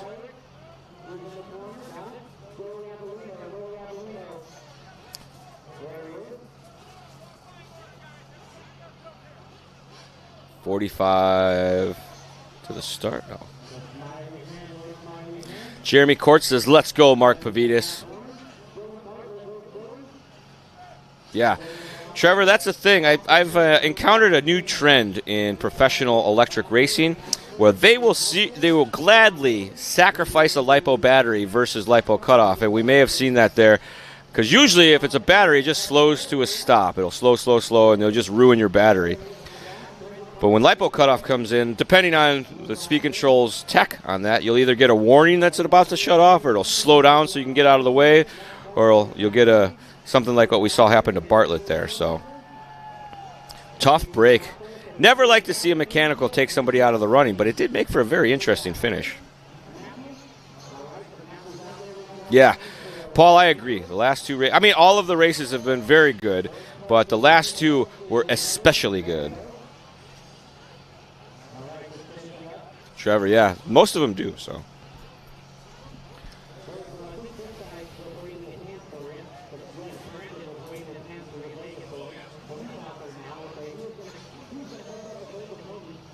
Oh, they're still running hose out there. Ooh.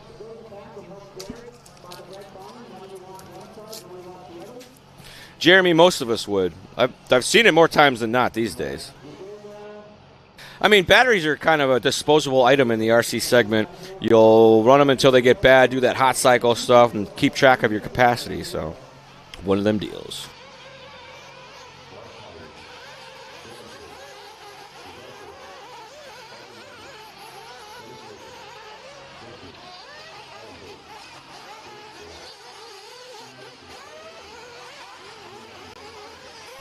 All right, warm-up underway for our 50-plus division. I believe in these A-mains, they give them more warm-up than in the previous rounds. They get a couple laps down, so.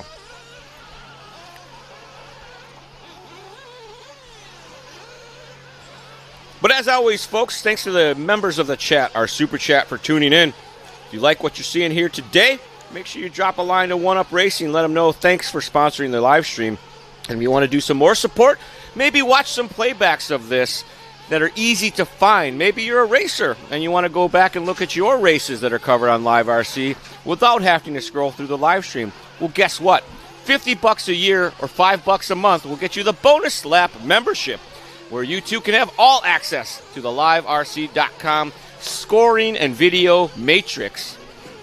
And you makes it a lot easier. And if you got family that races, you can check in on them and not have to be there live for it to happen. Go watch the replays. Sorry. Scotty's back. Yeah, so I'm up there. We're doing the interview. The next group is coming up, and it's chaos up there because people want to stand here, and they're not there. The guy who bumped up is standing where our guy is. So we're trying to get the interview. I hear the guy running around, and then when I'm done with the interview, this guy, I'm sorry, I don't know his name, like, Scotty, can you sort this out, please? I'm like, it's not my race. I'm not a race director. And finally, they're all like, please. So I called everybody back and called them up, qualifying order. I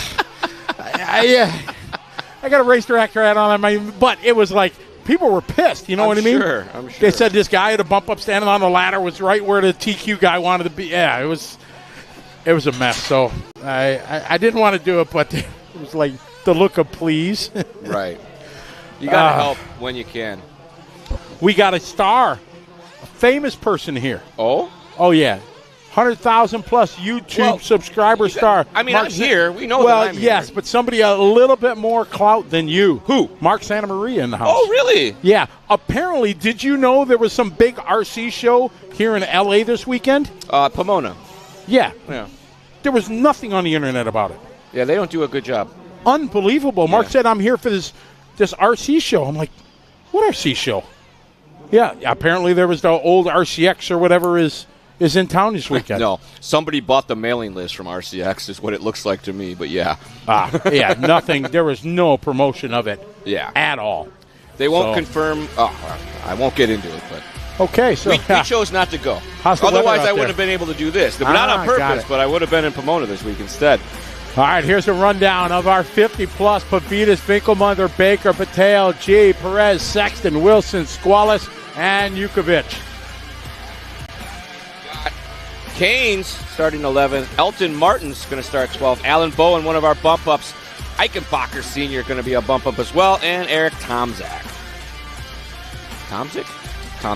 All right, 25-minute, 50-plus race. Tyrone went to the show, of course. Of course Tyrone did. Yeah, exactly. I didn't even know nothing about it. You said they couldn't hear the last interview? It's fine. They okay. didn't. We're not going to talk about it. I wish we had time to get an interview with Mark, but I ain't got time for that. Uh-oh. Grace has been called for? What, you guys got to go to the bathroom before the 50-plus? He forgot to take his vitamins. Do a quick shot of Geritol. That's a thing, right? I can pick on him because I wouldn't be in the A. I mean, whatever. I'd have been in the B. There's a B main. I feel like I can pick on these guys only because I might be able to outrun them. If we got into a foot race. Like run physically? Like run away. Oh, yeah, you got winded announcing an RC race. You think you're going to run? You seen these guys? Yeah, I've seen you.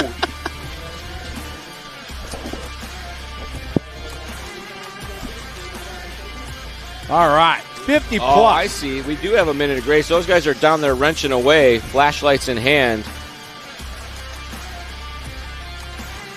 But the pit reporter's going to tell us what's happening. I could call Mr. Wyrick. He'll tell me. I see his shiny bald head right there. Well, why you got to pick on bald guys, man? I still have my hair, so I can. Why do people pick on short people all the time? Get out of here. That's why. Look at somebody, you make fun of what's obvious. And people call me short all the time. You're built for travel. Yeah. All right, they got 15 seconds left in the grace here.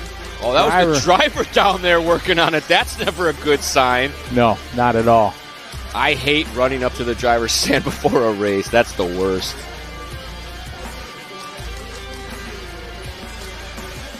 All right, here, driver to watch. Who's it going to be? It is Donnie V, old school TLR driver. He's been doing this for a long, long time. Experienced. Oh, wow. Look at the reach. All right, Pavita starting on pole. Here we go. Mark Pavitas leads him down through the first couple corners here into the 180. This is the decision maker here. Ooh, he gets a little sideways off track.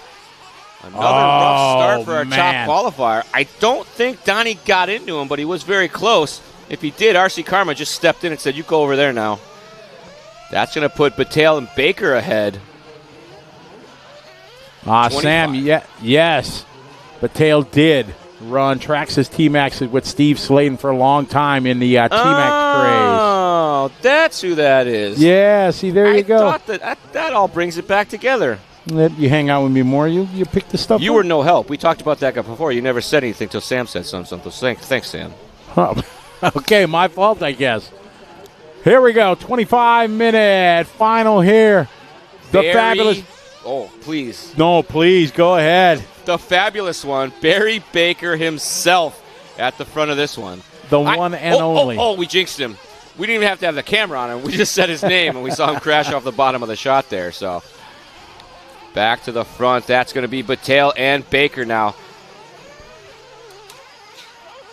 Oh, Baker tries him on the inside. He's even got his race colors. I like that a lot. Jason Branham online. What's up, Jason? How you doing? Oh, Baker tries him on the outside. Can't make it stick. Patel and Patel gets it all sorts of wrong up over the big double. In his watermelon colors. Barry Baker out front. This time by now it is going to be Barry.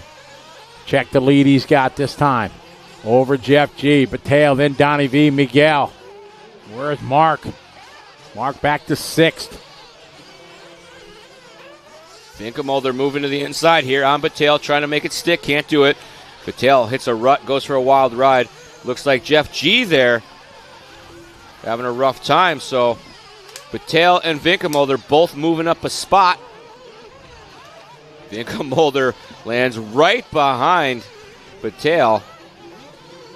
Tries him on the inside here. Oh. Nice and easy. Makes it stick. Wow, that was nice. Oh, comes up short. Patel fights back. Vinkelmolder slams a wing in his face and says, see that? You're going to see that the rest of the time. See you later. Gotta go. Beat it. Down across the line. Donnie V up to the 2. Jeff G. Barry falls to the 4 spot. Shout out to Bobby Tillman online. What's up, Bobby? How you doing? Donald Flowers, welcome to the show. Ruh-roh. What happened to Barry? Barry dropped down that last lap to the 4 spot. I missed it. 22 minutes on the clock. Battle here between Jeff and Don coming out of the pit. I think that was Patel getting it wrong on the out. Vinkelmolder adopted that inside line there through the gravity cavity area. Yeah. All right, G out front from the number 5 starting spot. Ooh. Vinkelmolder pushing hard down the hill there, paying the price. 1.8 back that time by Baker, up to third. Patel back to fourth. 21:30 on the clock. It's G. Vinkelmolder, followed by Baker, Patel, Pavitas, Perez. Baker now moving up one spot. Him and Patel still battling out, trying to get back to the top 3. Whoa. Look out, Marshall. Good job, Marshall. Oh, no, one more. He almost got knocked off his feet there on that one. Vinkelmolder all over the back of Jeff G for the top spot here. Oh, that Marshall is not happy. Did he get hit? I have no idea, but he threw it down. He waited like, I ain't. Then threw it down with authority.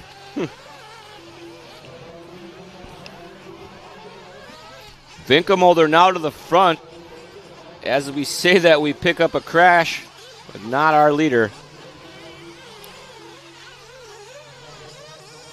Vinkelmolder took the lead over last time by, checked in with a 48-2.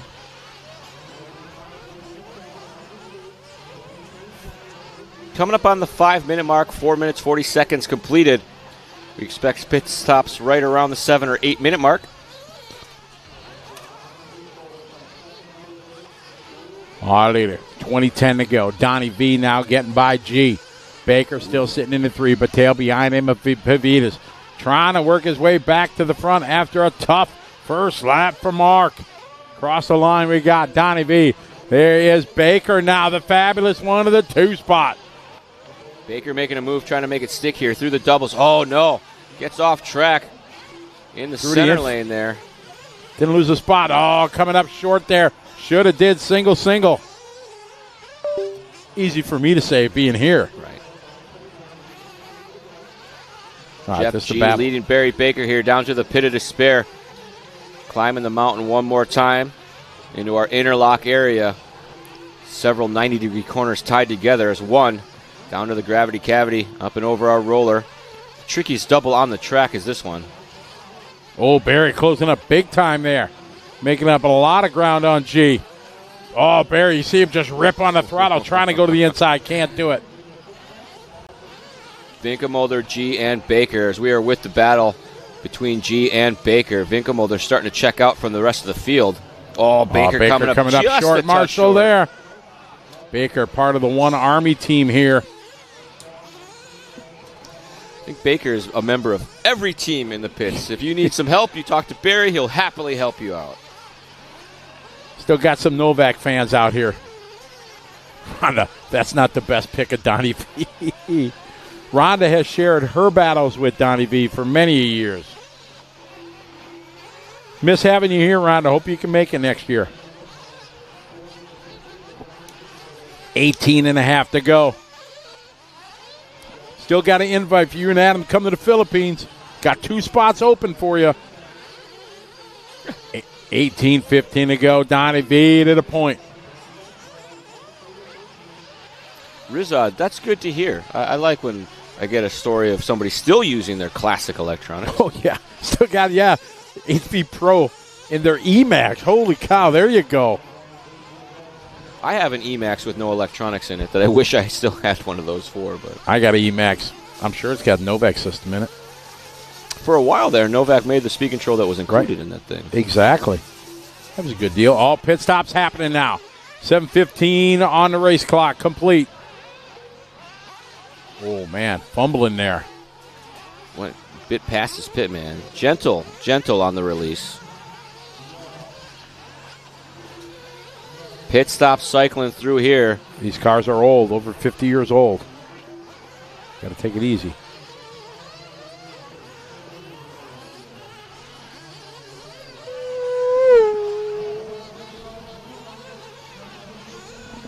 All right, first round of pit stops. Donnie out front. Last time by at a 10-second lead. I was like, talk at him in there. Okay. Finkelmolder, you see there on the right side, orange with the yellow wheels and the black wing. Coming into the pits. All right, your leader is in.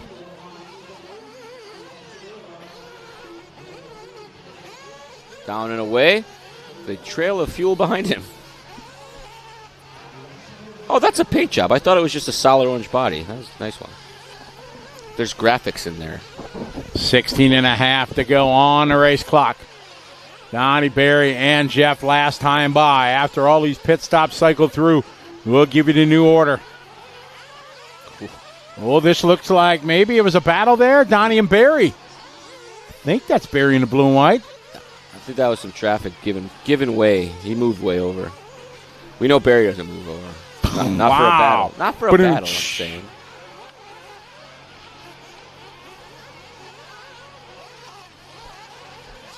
All right, as they come across the line here, Donnie in the orange, yellow wheels. Across the line, he's got Ovid right behind him. Barry a little bit back. Donnie in control now after a good first pit stop. Through the six-pack. Nice line there going around that hairpin. Oh, not so much there.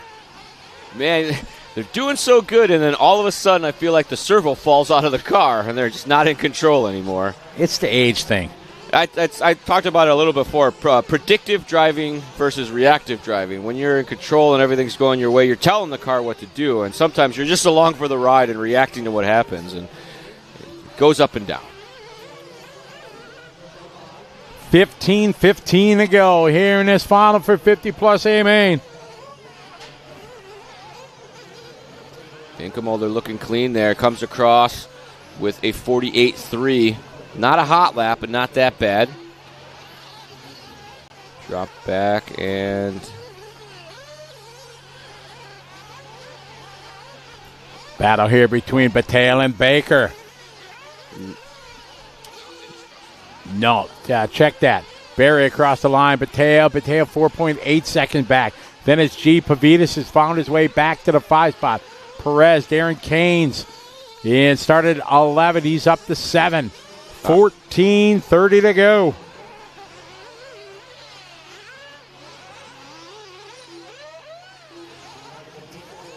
Working their way to the interlock section. So we search for the battle up between Baker and Bataille. Finkelmolder out front, commanding. We got one down in the pit of despair. That was Baker. Ruh-roh. Didn't catch how it started, only saw how it finished. Hey, Kyle. All right, Bataille now to the 2, and we follow him in that pink and green. From Texas.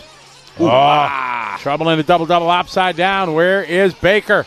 Baker went by. Yep, and good marshal air put him on that side. All right, come on, Mike, tighten it up here. With that wreck, should move Baker back to the 2 spot. Could have been a Jeff G in the mix there, too. They were all pretty close.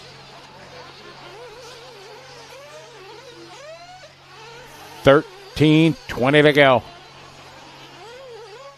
Baker up and over the roller, white wheels, right wing. Pick up Bataille here, trying to reel him in. Cross the start-finish line here with 13 to go. Cross the line. It's Baker, G, and Bataille. Bataille now dropping down to the 4 spot. You got G right behind him, or in front of him, rather. The end of the 6-pack, they go. There's one lap car in the mix here. I'm not sure if it's the pink one or the blue one.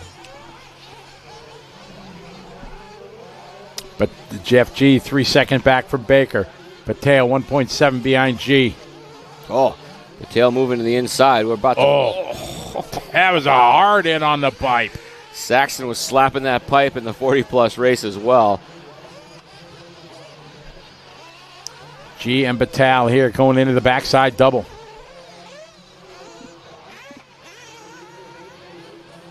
Donnie V right now a 26-second lead. So that is G ahead of Battelle. Lap traffic of Bowen was the third car in the mix there. Lead group coming up on some more lap traffic, getting some room. Oh, Battelle missed his mark.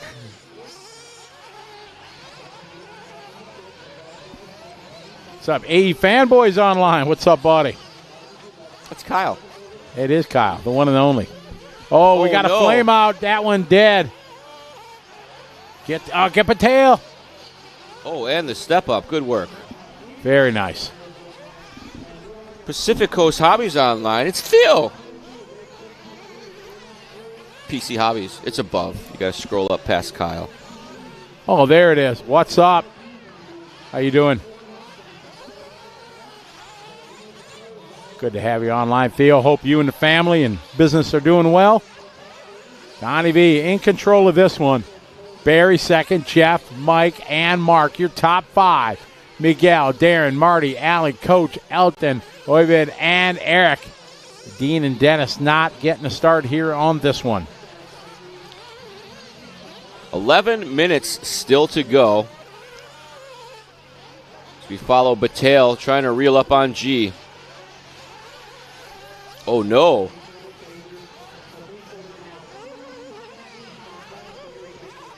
Thirty-second lead right now for Donnie V. Maybe a bobble there by G. Maybe it was someone else. All right, these guys coming across the line here. Battelle goes to the 3. G drops back. Pit lane, starting.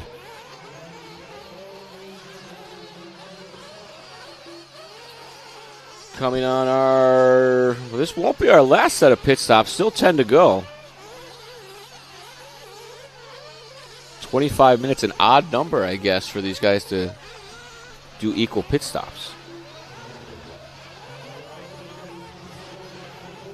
As we find Vinkelmulder there, working through the pit of despair, up and out into the interlock and dropping down to the gravity cavity.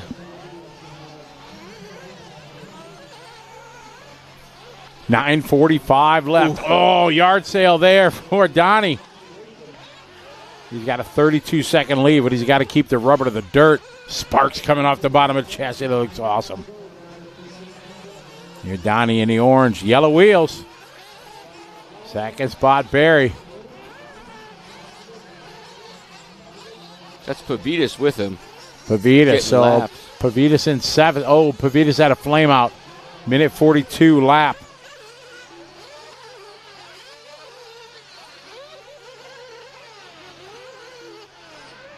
Vinkelmulder looking good over that double. Hits his marks nice and early. Able to get full traction. Don, Barry, Mike, and Miguel.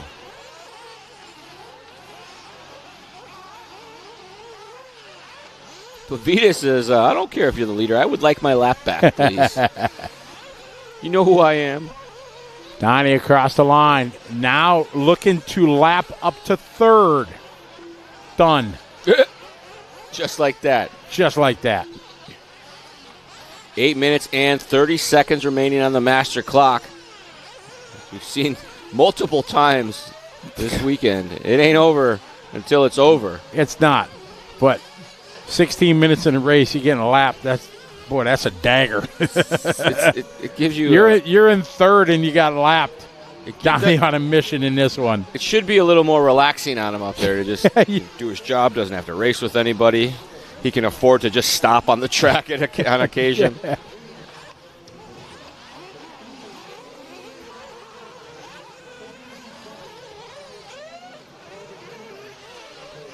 Vinkelmulder into the pits with 7:50 remaining. Jay on the gun, or the pickup. Good stop there. Who was pitting for him? It's 2 guys. One of them's named Jay. Good job, Jay. I don't know the other guy. Barry right now showed 32 seconds back. Top 3 kind of spread out here. 32 seconds from Vinkelmulder to Baker, and Battelle is about 17 seconds off the back of Baker. Jeff G about 10 seconds off the back of Battelle. Barry's going to want to interview, even in second. Well, I mean, in his defense, you have been interviewing second. And he would probably take it personally if you chose not to they told me to interview do. him. They only told me to do first only, but the 40+ race with Truian, yeah. I had to. That was so epic, and they were just up there high-fiving and smiling. You know, some people do like the high five. 6:45 to go. Donnie out front, commanding lead. Barry second. Barry's got 19 seconds on Mike. Mike's got 10 seconds on G. G's got 25 seconds on Kane. Be a good run for Darren Keynes from Australia. Making a long road trip, air trip here. He'd be happy with a top 5 from 11. Oh, yeah. Oh, yeah. The chat has been coming up with some wonderful names for this class. The chat room is on fire right now for us old guys. 6 minutes to go. Sponsored by New Balance. Sorry. I look down and that's the only comment I see. Lawnmower shoes. Oh, man. my. Winkelmunder, Baker, Patel.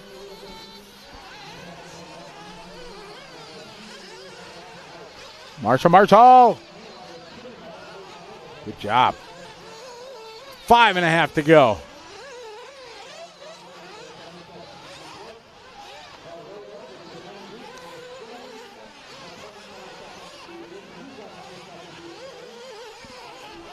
It is Don, Barry, and Mike. 5:20 to go. Just a winner get a new pair of jorts. They got jokes. I mean, everybody spread out by like 15, 20 seconds. 5 minutes to go. 5 minutes to go. Someone get these guys Mylanta. You guys are mean. Y'all going to be there someday. If you're lucky. Yeah, if you're lucky, right. Oh. Ow, ow, ow, ow, ow. Up, stuck the landing, okay. And a little wheelie for good measure. Don and Barry separated by 15 seconds. Don kind of losing his focus here. 59 to 48 to 55. He had a 30-second lead. It's down to 15. He might be falling asleep. Barry, late. 47, 47, 47, 47, 52. So Barry making up 3-4 seconds a lap.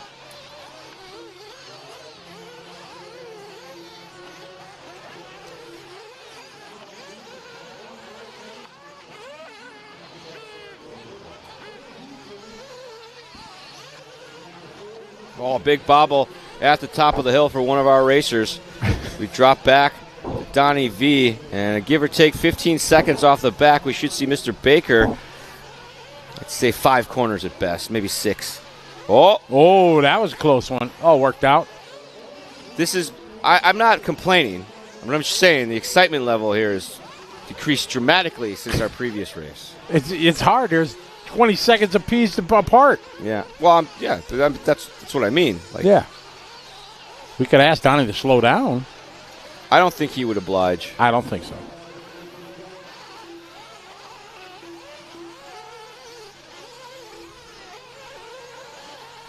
There we go, Mr. Baker. Getting big air over the double. Got some open track, so he's going to try to put his head down. Or just do roosts.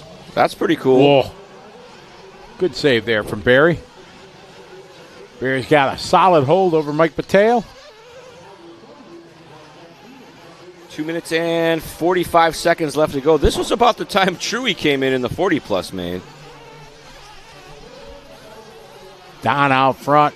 He's got hot lap. Now down back on it, 47. 48, 48, 47. Oh, Barry. Slap landed and stayed in the power. Rode a wheelie, forgot to lift, wet it right off the edge. He's got a 27-second lead right now over Mike.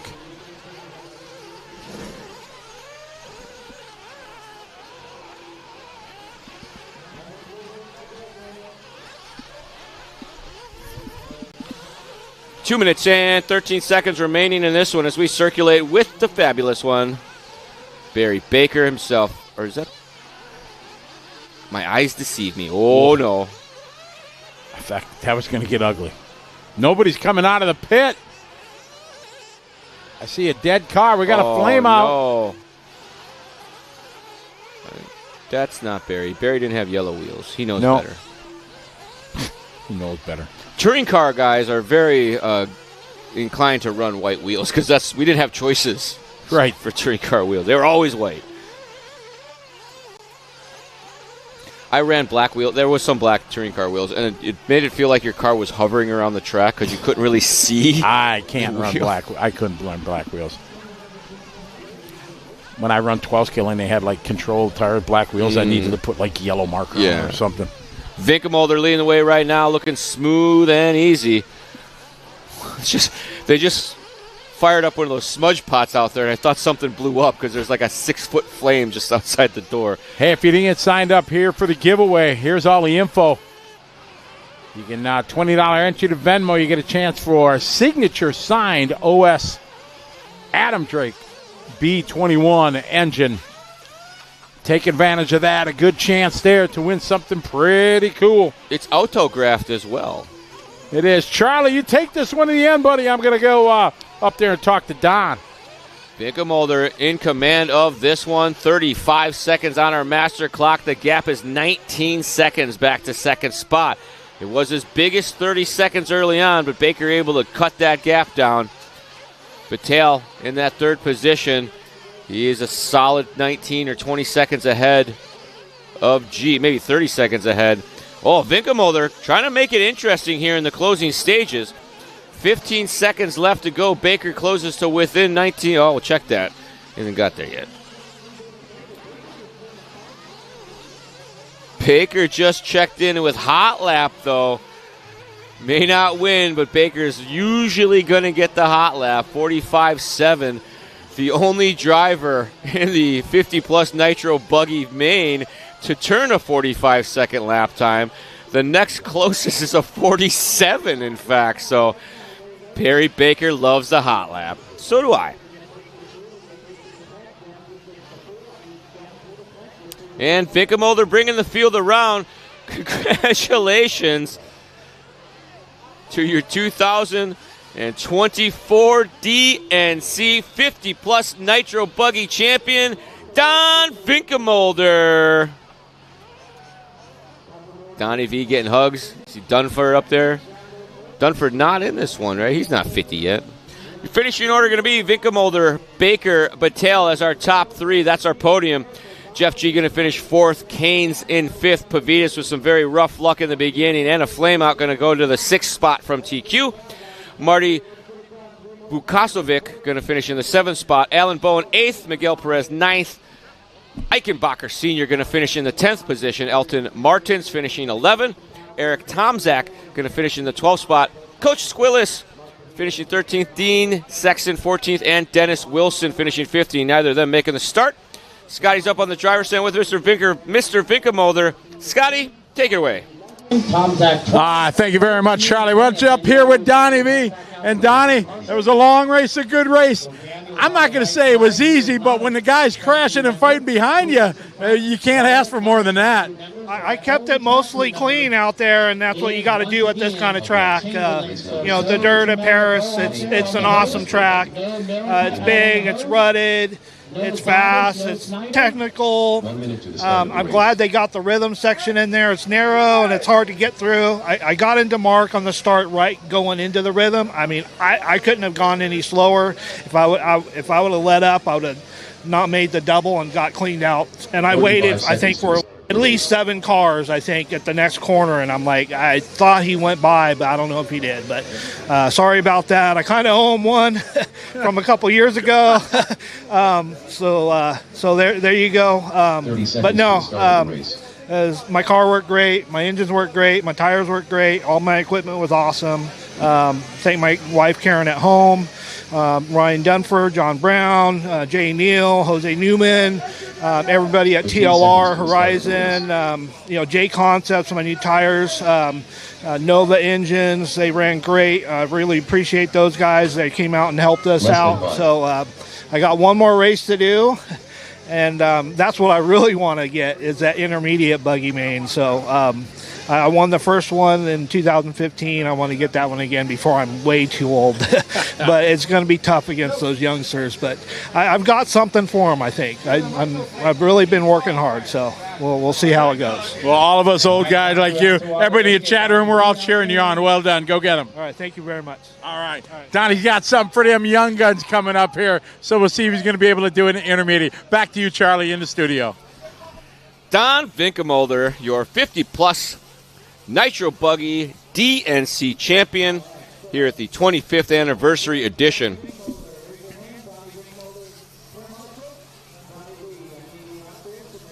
Up next, Sportsman Nitro Buggy A-Main.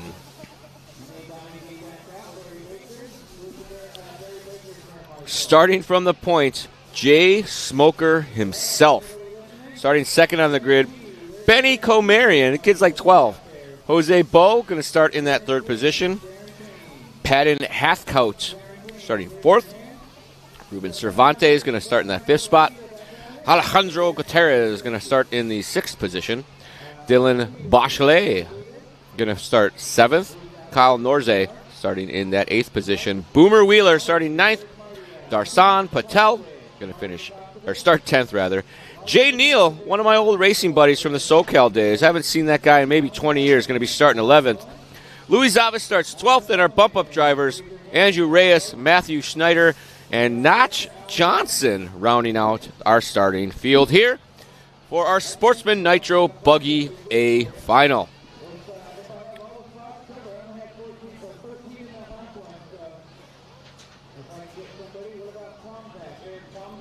Oh, okay, good. As I take a moment here to go back to an interview that we had. We chatted with our second place qualifier, Benny Comarian. It was yesterday, I believe. Comarian? Take a look at that here. Yes! Comarian taking it on the last lap. Blair had a pretty sizable lead there, but on the final lap, got it wrong in the backside section. Went for the wild ride. Comarian was able to close the gap and keep the pressure on. Your Sportsman winner, Benny Comarian. Is that the kid? He's a little kid? Little kid one. Benny Comarian with an amazing push there. It is the kid because that's the dad. Oh, we are ready. Scotty's going to have a word with our Sportsman Nitro Truck DNC champion. All right, as I can say, anything happens. I leave the booth with 30 seconds. I get up here, and everything changes, and Benny is the winner here in that race, and he's in tears up here. He's so happy. Benny, tell us what you're feeling. I'm so happy. I crashed like the first lap. I went down, and then last corner he crashed, and then I'm so happy. And thanks for my dad for the good pits, and I'm just so happy. That's good. How long have you been racing? 2 years. What's that? 2 years. 2 years. What's your favorite part of it? The fun. Well, you did a great job. You should be very proud. Make sure you give your dad a big hug. Congratulations. Thanks. All right. That's what this hobby's all about. You can see the emotion. Everybody was giving him a high five. It doesn't get any better than this. Back to you, Charlie. Thank you there, Scotty. That was one of the best moments of the weekend to see the true joy in that young man and his dad, and it was awesome. So really a good moment. So a nice replay of last night. Up next, Sportsman Nitro Buggy A-Main. Jay Smoker starting on pole. Benny second.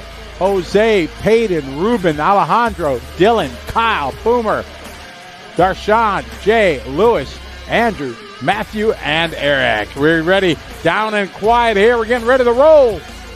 This is our Sportsman A-Main.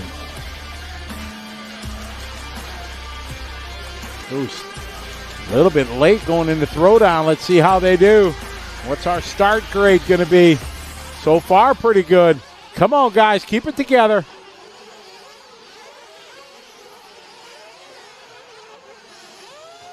Hey, that was a good start. I'm thinking B+. Me? I might have to give that one an A for these sportsmen. Very nice. I hope the pros were watching that one.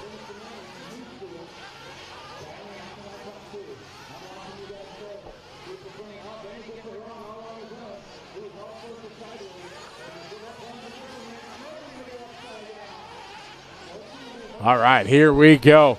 Jay Smoker starting on pole. Cross the line, Payton now to the lead. Benny, followed by Jay, top three. Oh, trouble there for our leaders. Here's Jay. Jay's got the rookie stripe on his rear wing. Jay, a 25-year veteran of the sportsman class. Oh, trouble for your leader. Went off track, but he's all right. In and out of the pit, just a bit short. This is a 25-minute. Oh, trouble for your leader, upside down. Marshall's on it. Is he going to stay out front? He is. Battle. Oh, contact there. Cross the start finish line. It is going to be Benny, your leader. Looks like that might have been Jay Smoker that had contact there. Benny getting it wrong. Oh, that's going to cost him 3, 4, maybe more positions. Oh, tough luck for Benny, the young man trying to marshal him. The other guys ain't even paying attention out there. They're just chatting it up.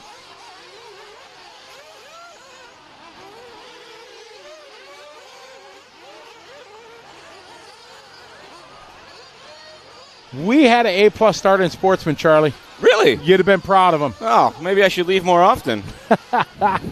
It is Benny. Imagine if it was me that was causing it. I have that kind of power. Started this grading system. Yes, exactly. Benny out front. I walked by Truey's pit and I said, man, that was a good one. He was just smiling, wrenching on Mayfield shocks. It's Ruben out front, followed by Jose, then Kyle, Boomer, Dylan, Payton, Benny, Lewis, Jay Smoker, your top qualifier all the way down to last. What happened to him? He had a kind of good start and then trouble and was battling again for the lead and then pushed it and made a mistake and is falling all the way back. Oh, bummer. 25-minute final here in Sportsman Nitro Buggy. Only 3 minutes, 15 seconds completed thus far. Lots of laps still ahead of it. Scheduled to go nearly 30 laps in this one. It's Ruben out front, leading away. Him, Jose, Kyle, Boomer. Benny, unfortunately, having that trouble in the six-pack. Dropped them all the way from the front down to 7th.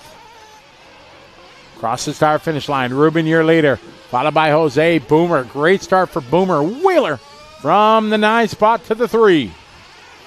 I was talking to Chris Mueller. I said, that was a pretty good run from 9th on the grid. He's like, yeah, man, those races, it really doesn't matter where you start. It's kind of a roll of a dice, and then you end up where you end up after the first lap. Very true. Up and over they go to the berm shot. I didn't know that the race started. I was standing on the other side of the tents, and I heard the announcer, but not the engines. This place is huge. You can get way on the back 40 over there. I got my steps in. 20 minutes, 30 seconds to go. Ruben across the line. Second spot now. There is Benny. Benny in the blue with the antenna. Is in second. Third spot, Boomer, followed by Jose, Kyle, Lewis, Zavas from 12 to the 6. Great start for him.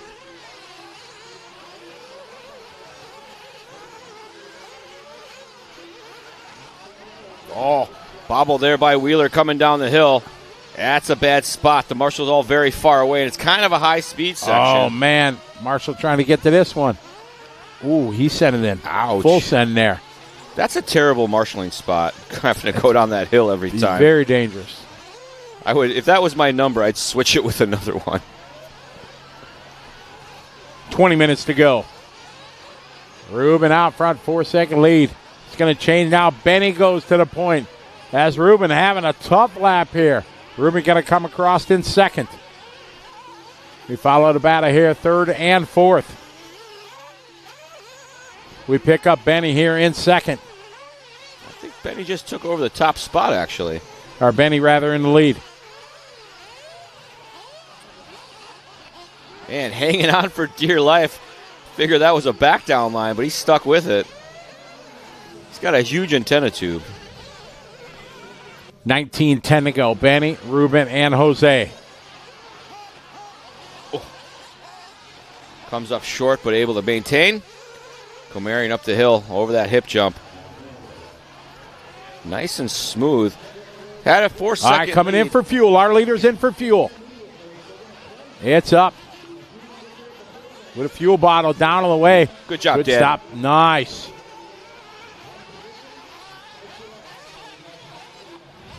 That may shuffle Cervantes through. We didn't catch if he was in the pits with him. I think, sir, there's Bo in the other blue, if I'm not mistaken, but we all know how that goes. Oh, no. Oh, contact there. It could have been way worse. No marshals involved. I think that's an okay crash. Benny with a big whip there. Ooh. Oh, what a save from Benny. Holy cow. He's like, These hey, I'm kids. the leader. I'm going to throttle it.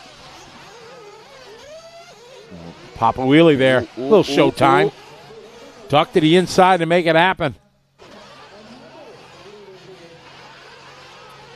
Cervantes now to the top spot, maybe on a pit stop cycle. Maybe not, though. Cervantes with a 50, Comarian with a 59, Zavis with a 52, Bo with a 56. Smoker now back to 5th. Holy moly. Smoker was down to 15th. Yeah. He was DAL 3 laps into this one. Wow. You know what it was? He got his reset the ratio. It's all good. He went into the pits and reset the ratio. Like, I got this. That's it. I got this. Had to come in for. All right, we got a replay here. Benny save. This was brilliant. Comes up got with some a little love traffic. here. Whoa, big whip. I'd still be tumbling if it was my Throttle car. and steering, baby. Throttle and steering. Cervantes at the front, but Comarian charging hard. Benny laying it all on the line. 5.8 second back that time across the line. Benny took the win. We had that nice interview of him. Be good to see him do well again. More tears. Cervantes at the front, but not sure if he's pitted or not. We're at 8 minutes down, so it's possible he was waiting for the lane to clear.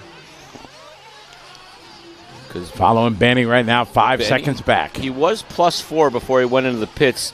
Lap after that, Cervantes cycled through to the front. They both had some interesting laps, so not sure in the Sportsman division how consistent the pit out lap is going to be every time. All right, here, our leader is in. Cervantes. Nice and easy into the At pits. 8:40. Watch for Benny on the bottom. There he is. There goes Benny. They should reset to how they were, about 4 second separation. 8:40. That's really good run time in a Sportsman division.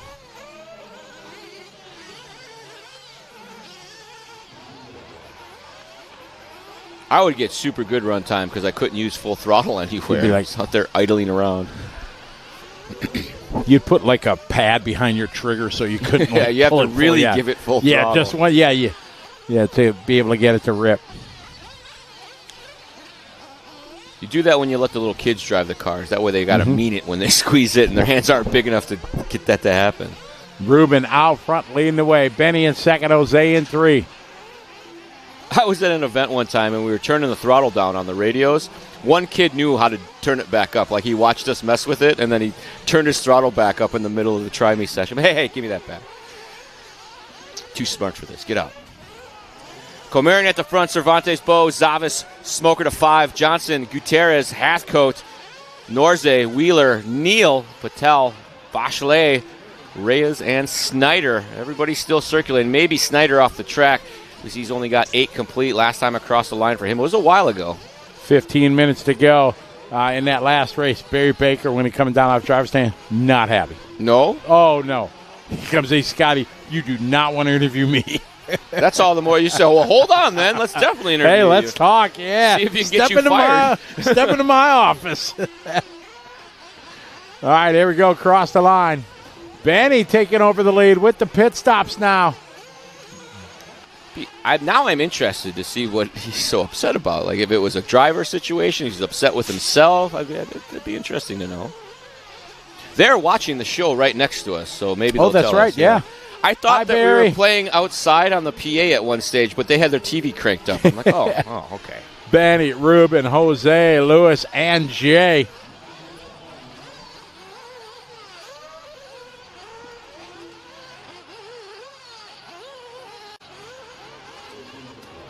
Comerian and Cervantes, the gap widening now, 5.7 the gap for Benny. Dead end there. He just pushed through. Yeah, they're going backwards or something. Put her in low. Hammer down. There's Benny across the line. Still a 49, though. Not too shabby in this field. Second spot, 5.7 second back with 13.5 minutes to go. Where did I see the 49? It was a 51. I'm going crazy. I told you at the start of the weekend, you need glasses, bro. I can see the numbers fine. I'm not registering the information correctly. Just trying to, My take vision care. is excellent. My comprehension, not so much. 13:15 to go. Benny in control of this one. Blue and white on white. Taking it slow and steady. Nice. Stretching there for that double. One of the hardest sections on the track to get enough momentum over that. Oh! Into the hay bale he goes. Darren Keynes is there.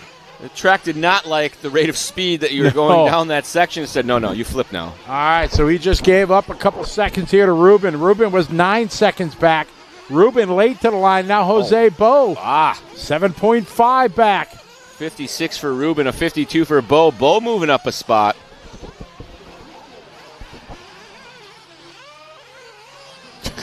Ouch. That wasn't even close. Never do. 12:15 to go. Thanks for noticing, Eugene. It's Benny Jose. Eugene's from Trackside. Oh, really? Home. Oh, yeah. Yeah, he's kind of one of the fill-in announcers. Kind of helps there. Whoever the guy they had that was Benny going into the pits. Benny's in for fuel. There's Pops Dad. is on it. Fuel bottle. Nice and easy. Nice, Dad. He's like, you do all the work. I'm going to take my time down here. All right, he had an 8-second lead. What were you going to say? The guy they had doing the announcing at INS was very good. Adam Scott? Yeah, I didn't catch his name, but he was on it. Yeah, he's good. I was honestly hoping that Tennis was going to announce the races, but he's too important there now. It's kind of a He's big not like deal. the former owner that would just do announcing instead of running the place, so that's nice. Oh, Benny Jose Ruben. He and I got to sit down and do a live RC kind of talking heads thing where we talked about the history of Trackside and the previous and all the locations. It was a good time. I learned a couple things. I didn't retain any of it. Was this on your podcast? No, this was during the race, during the INS live stream. You did it. Oh, just in. Yeah. All right, we pick up Jay Smoker. Smoker up to 4th now. Oh, he lost his rookie stripe? Holy macamoles. Did he start with it on there? Yeah. Oh. Maybe they took it off for more horsepower. There's one upside down just chilling. Let's see if it's still there when Smoker gets there. Oh, just barely. They need 20 marshals for this layout, man. All right, Benny out front. He's got a 1.6-second lead over Ruben. Benny had a 58-second lap, lost that lead. Smoker and now. This is all for position here. Smoker now up to 3rd. Jay was all the way down in 15th position. Now he's trying to climb his way back to the lead. Are you serious? Yeah, he was in 15th. They all packed up on that last lap. Comerian must have had a rough one. Did a 58, definitely did. Cervantes closing into 1.2, and here comes Smoker and Bo. All right, pit stops are happening now. Jay up to second. That guy was. Oh, come on, help man. him out. Yeah, just get out of the way. Don't reach for it. It's fine. And it and flamed out. flamed. Was that Jay? That might have been Smoker. I think that was Smoker that flamed. Let's wait here and find out. Because that's the Ghani on it. Oh, no. It is. Yeah, that was Smoker. Tough break for Smoker. Had climbed back up the ladder. I'm not sure that there's going to be enough time left for him to make something happen here. 9.5 minutes to go. I wonder if the full throttle while the clutch is engaged into the wall makes it stop. I feel like probably. Did you see him? I mean, they were fueling it, and he was like on the throttle when he was still fueling it, putting it away. For as relaxed as he should be, he's a pretty excitable guy. That he is.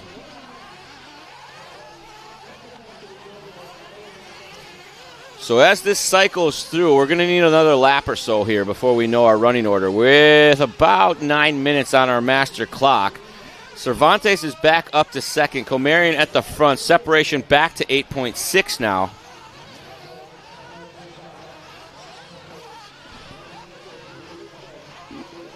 We pick up second place runner Cervantes. All right, Benny out front. You can see Benny there at the bottom of the shot. Second spot is here in the middle with the black and red. Ruben, last time by was 8.6. We're going to check the gap now here as everybody has completed their pit stop. I'm saying 10. He cased that double on the way over. Looked like he landed on his wheels. Here's Benny across the line with a 52.7. Waiting for Ruben. Ruben across the line. Oh, wow. 49.8, 5.7 seconds. Must not have been Ruben. Oh, Benny off the track. Brock can't get back on. Finally back onto the racing surface.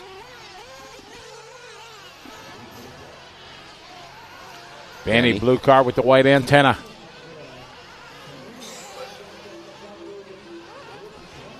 Yeah, Benny, Ruben, Jay Smoker now.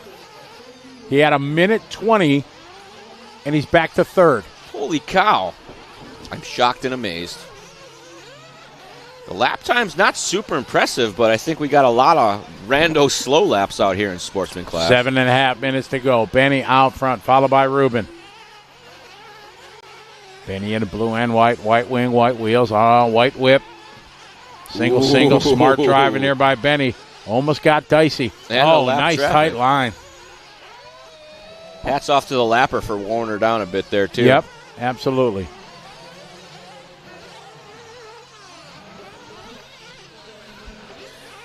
Coming down to probably final pit stops here, as we're at 7 to go, so we pick up Jay Smoker, is currently in that third position. Last time by for Smoker was a 50.001. Smoker running to the high side, going to get a run at this double. Likes to land on the flats for safety. 6:45 to go. Benny last lap. He's got a 3.8 second lead right now on Ruben. That might even be a little closer this time by. It looks like they put the rookie white back on while he was in the pits. It's back. Got a little flag on there. All right, we got Benny goes to the 2 spot now. Ruben, we got a lead change. Cervantes now to the front. Komarian with a 59-second lap time. Gave back all that time plus some. So Cervantes now our new race leaders. We stay on board with Smoker and the rookie flag. Working his way there. Very big air. Doubles in, but barely. To flats. Smoker 16.5 seconds off our lead battle. Or, I'm sorry, off Komarian. He's 20 seconds off the lead. 5:50 to go. Ruben, Benny, Jay, Lewis, and Jose.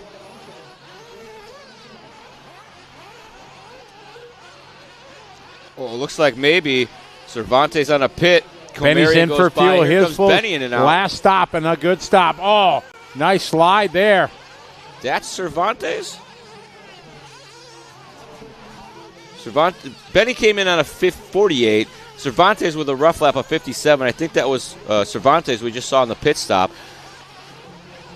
We pick up Benny.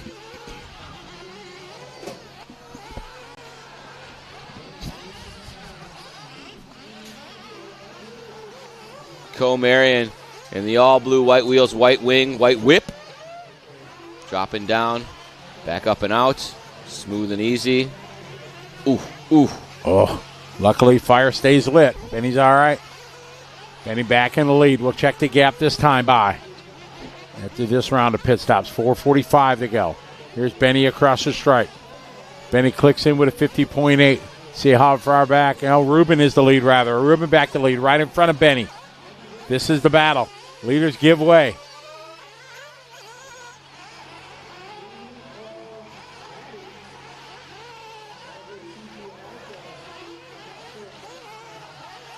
So Comarion is the blue. Ruben is going to be one of those 3 cars in front of him. Oh, man. Trouble right there. They make it through. Cervantes, I believe, is the other blue car. I'm trying to replay the start in my head, but I didn't see it, so it's not working. All right, we'll know here as they come across the line with 4 minutes to go. Oh, he's getting it wrong. Oh, on the wheels, cheetah flip counts.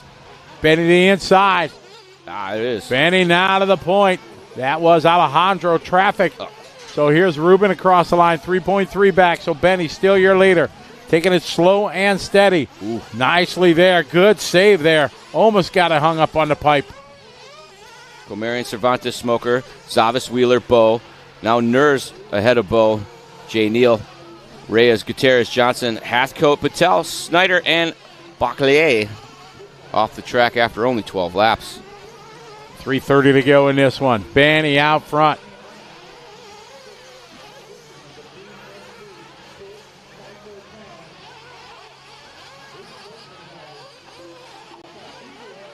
Three minutes and 10 seconds to go in this one. Comarion has the lead, but as we've seen, that changes a lot in the Sportsman division.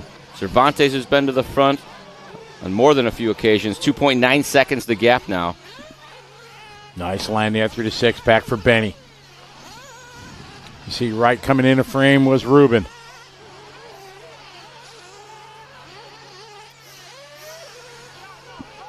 All right, here comes Benny. Benny into the pit nicely. Here comes Ruben.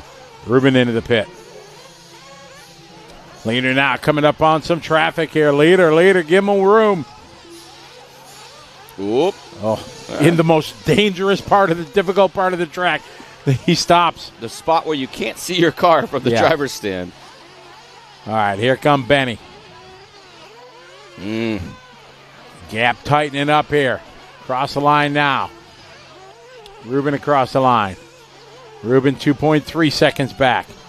2:10 to go. Ooh, very wing high there, but full throttle application was able to solve the problem. 2 minutes to go. Benny into the pit nicely here. Step up. More traffic in Benny's future. Oh, a bit of a break there. Ruben might be having some trouble this lap. Oh, nice line there by Benny. Hopefully this traffic will give him some love, give him some room here. Minute 30 to go. 2 laps left. Here's Benny across the line. Going to be coming up here on Jay Neal in a moment. Hopefully Jay goes wide. He does. Well done. Easy here now, Jay. You've seen that so many times. You get through. Yep. All right. Benny now 9-second lead as a 56-second lap from Ruben.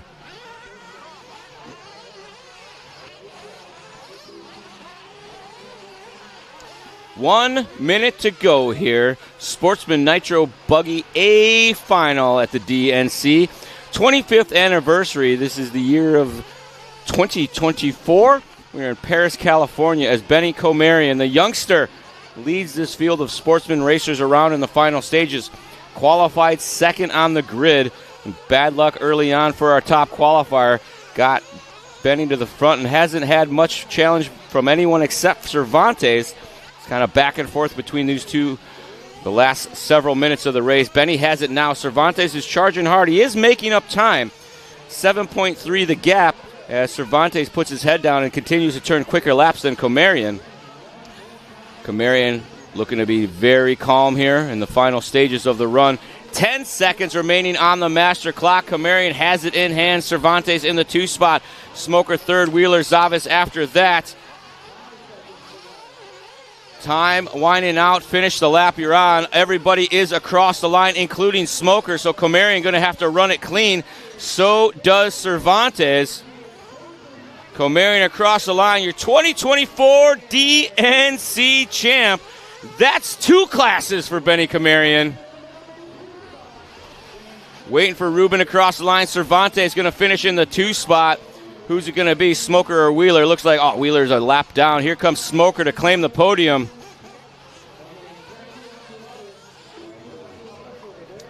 That is going to do it for our 1A scale Sportsman Nitro Buggy B main event.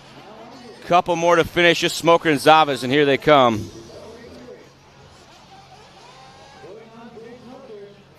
Finishing order of that one.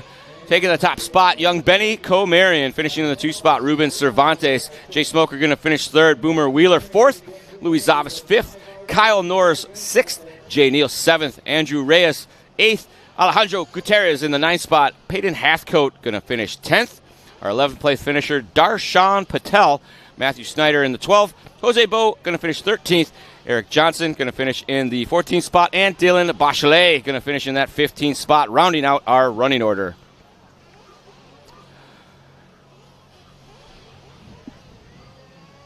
As we see our next group moving up there, that is our intermediate Nitro Buggy. We're going to send it down to Scotty on the driver's stand to get some post-race interviews. Take it away, Scotty. All right, thank you very much, Charlie. We're here with Benny, and he's happy as can be. His 2nd interview, his 2nd win. Benny, that was a fantastic race. Tell us about it. I'm so happy. At the 3 doubles, I crashed. I was like last. And then he told me, just drive smooth. Thanks for my mom, thanks for my brother, thanks for my sister Naomi. And my sister helped me a lot. And definitely thanks for my dad. Your is the key with good pit stops, isn't he? Yes. All right, well, congratulations. Another champion here. Well done. Thanks you. All right. Thank you.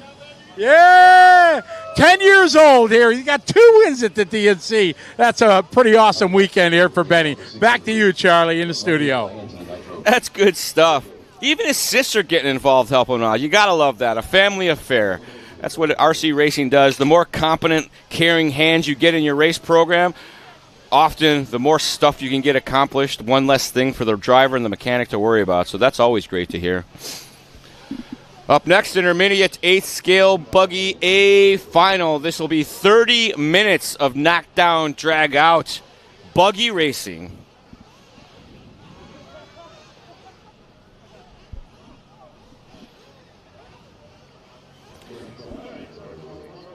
Track being serviced right now. The spritzel being spritzeled.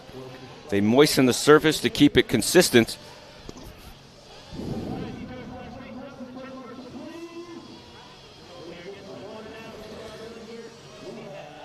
All right.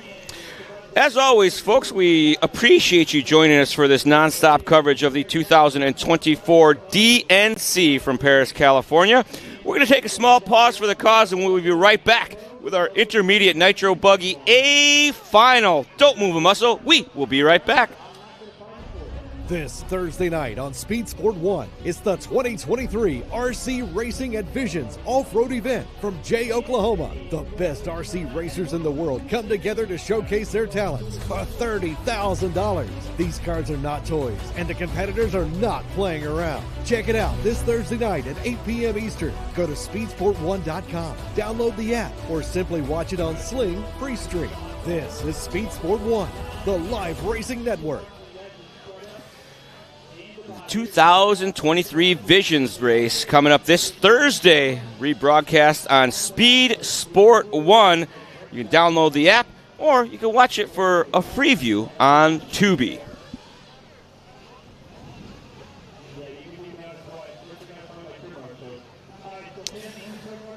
All right, so looks like watering has been completed.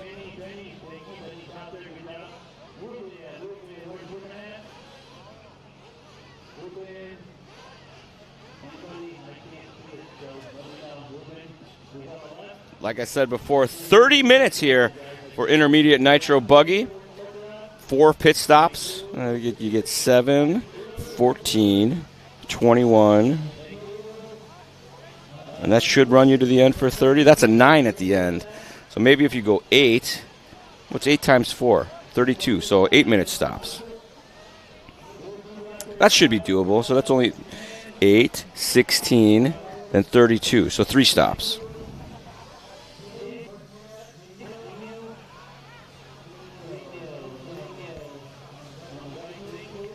Jensen's just saying random numbers. 22.5 gets you 7.5 to finish? Yeah.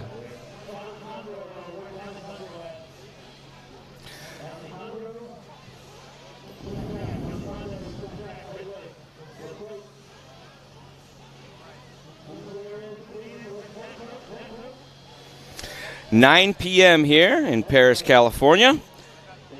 Racing under the lights at the DNC. Nitro Freak, you would be correct. 4 days of non-stop cars beating on this poor track.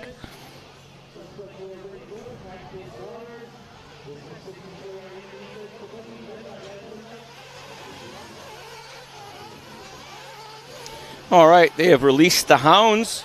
They're going to get a couple warm-up laps, and they'll bring them back and set the grid. Usually, through the lower mains, it was only 1 lap, but I think here in the A-finals, they've been giving it an extra because I feel like I've been wrong about this statement, so I've changed it. I sure hope so, Donovan. It's only 30 minutes and some change away. After intermediate Nitro Buggy will be Pro Nitro Buggy, so we're getting close to the really big show.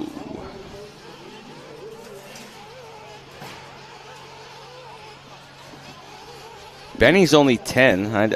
I was expecting 12, but he's shorter than I am, so he's cool. I no comment on that one. Mark, you can make it. It's only 30 minutes and then a little break and then 45 minutes of racing, and you'll know everything and not have to wait till tomorrow, so stick with us. Grid being set or dispersed, whatever you want to go with.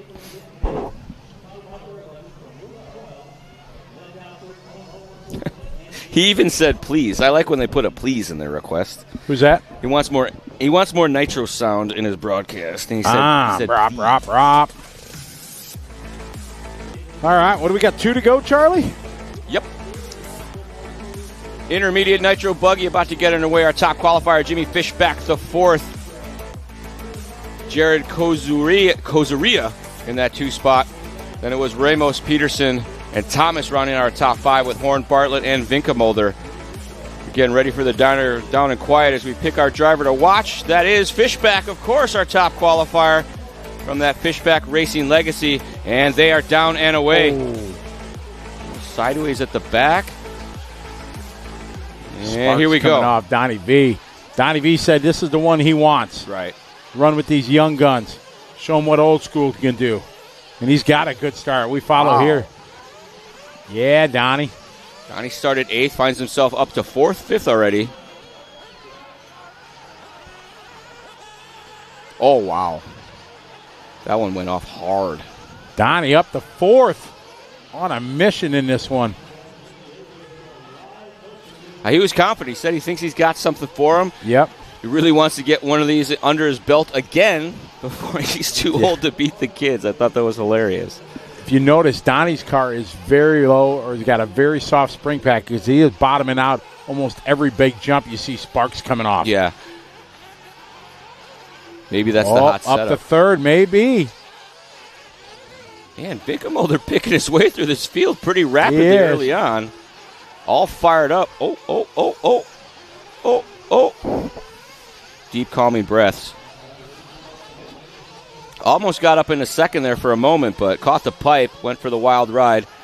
Only 1 lap in the book so far, coming around to complete 2. Franklin Root showing us our leader, but I do believe that is incorrect. He got a hot lap. Timing and scoring is working on that right now. Yep. Fishback the 4th at the front of this one. Bartlett with him. They come across the line this time by Fishback, Bartlett, and Vinkamolder. Our top 3. Big sparks up the big double. Top 3 here. It's the yellow and black. Sparks on the landing even. Oh, Fishback getting it wrong. Here come Dylan.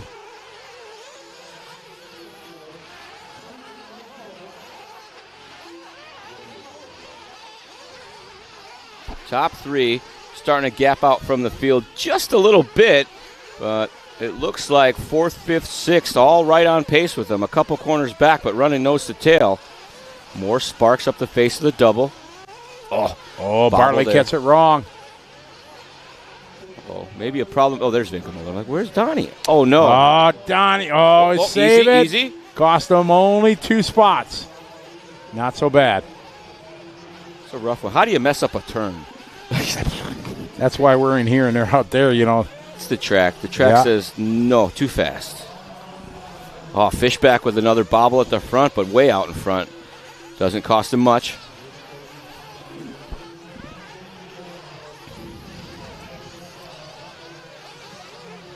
Later Fishback, yellow and black. We watched him yesterday go. Oh, somebody flamed. That was Horn. He had a number on it, actually. That's going to move Vinkelmulder back up one. Yesterday, that Fishback was leading the intermediate. And with, I don't know, what, a minute to go? Something like that. You get the four-wheel lost front. That's right. Yeah. He was trying to do it in two-wheel drive, and it wasn't working. 30-second lead. Yeah. 26:30 to go in this one. The yellow, a Fishback to fourth, being pursued by Dylan Bartlett. Bartlett.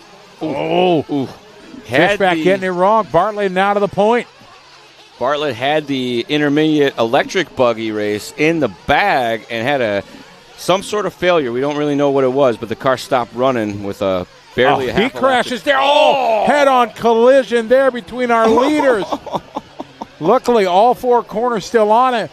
This is going to be a big help to Jared and Don. I think it was lipo cut off. I think it just lipoed. Bartlett to the lead. Fishback right behind him. You see Jared and Don coming into view.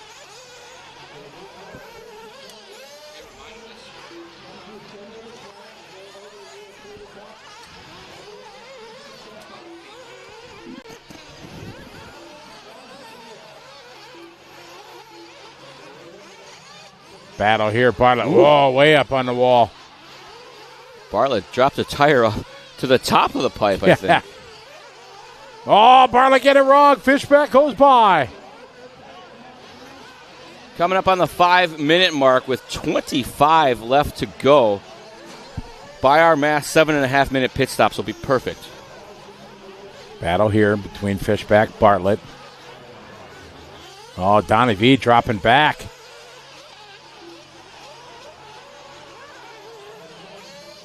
Trouble there for Bartlett. Now Fishback's going to have some breathing room. Let's see what he can do. There's Donnie V. Donnie V in third. Pick of our leader, Fishback to fourth. 24.5 minutes to go in this one. Pro Buggy's up next. Wheelies down the hill, up and over the roller.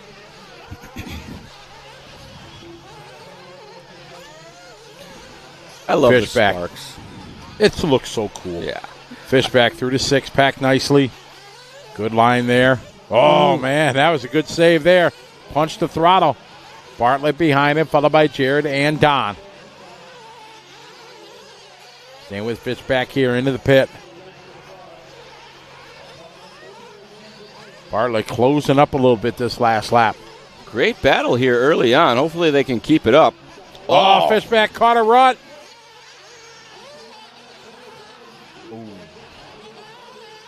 That was like a high toss above the waist. All right, so Bartlett now going to have some breathing room. 1 minute away from pit stops.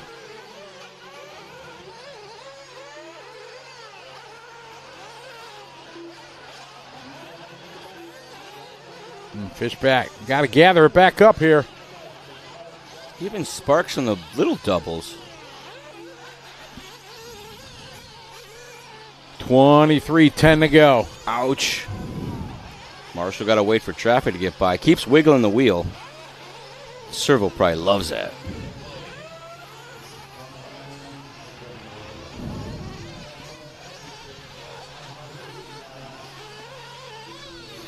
On Donnie V. Donnie right now in third, started 8th.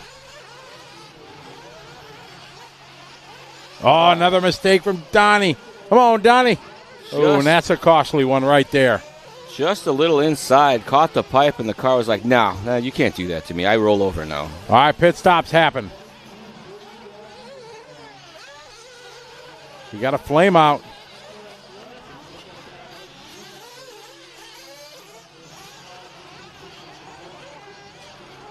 Pit stop cycling through now.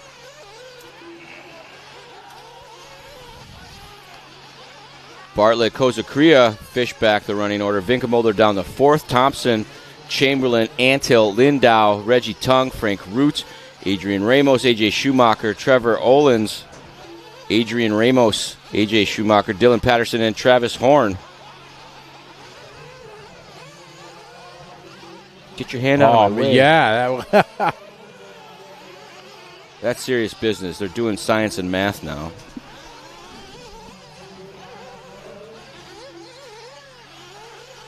Oh, got our camera. Did he hit the camera? He did. That was sick. All right, so we got Bartlett showing as our leader. Vinkelmolder now up to 2nd.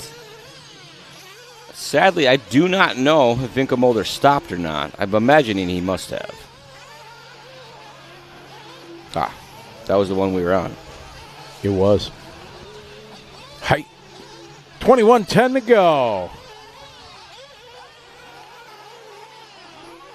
Through the interlock, Vinkelmolder goes. 10 seconds off the back of our leader. Now pit stops happening. We're going to cycle through. Show Dylan Bartlett to the point. Jimmy all the way down to 4th. Jimmy pitted one of the first ones to pit. And now he's 8 seconds behind Dylan. Jimmy had a 54-second out lap. A 54 and a 54, so 2 bad laps for Jimmy. Puts Dylan Bartlett in the point.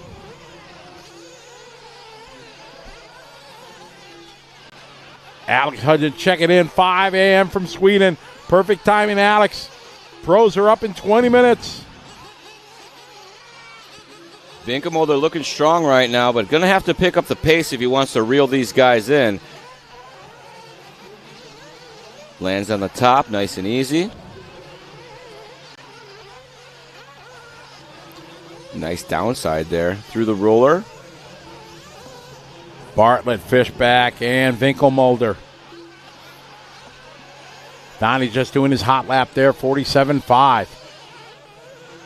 Dylan's got a hot lap, 45.9. A second and a half faster than Donnie V's hot lap. Donnie showing these young kids he's still got the skills to pay the bills and run with them. 10 minutes and 30 seconds down, 19:30 left to go. Bartlett Fishback, and as we ride along with third place operator Don Vinkelmolder, a legend in the SoCal racing scene. Been doing it a long, long time. There you go. Donnie makes it through nicely. See what kind of lap Donnie's got. Donnie here. This time by another good one, 47.6. Jared right now, 4.3 back. Logan, 13 seconds back for him. Lewis, Ryder, Curtis, Reggie, Frank, Adrian, Dylan, Trevor, AJ, and Travis.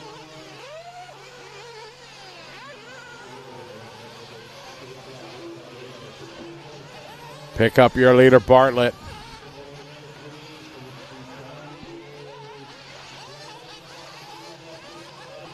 $18.45 to go in this one. Oh, leader with a bobble. Oh, almost was able to throttle that nosy out. Oh, Jimmy gonna. Oh, Marshall goes down. That might get Fishback by. There's Fishback in the yellow. Marshall totally ate it. Fishback, our new leader. Bartlett to 2. Vinkelmolder closing in. You see Vinkelmolder just off the back there. Here come Donnie. Come on, Donnie. representing us old guys. Dinkelmulder sizing them up now as they come down the hill. Fishback got a bit of a cushion over these guys. You see him a couple corners up. Donnie going to the inside. Oh, my, Donnie. Old school making it happen. Little bit of contact, but they both landed wheel side down and were able to drive away. Oh no. We didn't see what happened coming out of the pit, but all that effort now gone. Oh, send it. Wow. Tough break there for Winkelmulder. If I had to guess, I don't think Bartlett got into the back of him on purpose or anything like that. Winkelmulder probably got a little squirrely and they got together. That section down there is not that easy. Juan Romero, welcome to the party. 8 scale, 1/8 racing here live from California. 25th running of this event. Each and every year the best from around the world make the trip. Our top race is up next, so you arrived at a good time. The pros are up next. You got a replay of the Marshall going down as he was marshalling Dylan's car. There's Bartlett getting it wrong. Punching the throttle. Marshall looks like he, stepped man. on his own foot. Trying to do the icky shuffle there with the car. Luckily, he's all right. Winkelmulder up to second now. Oh, Donnie with a save. So it looks like Bartlett and Kozakria fell back. Just the cars are bottoming out on the dirt. So when the chassis hits the dirt, that's why you see the sparks.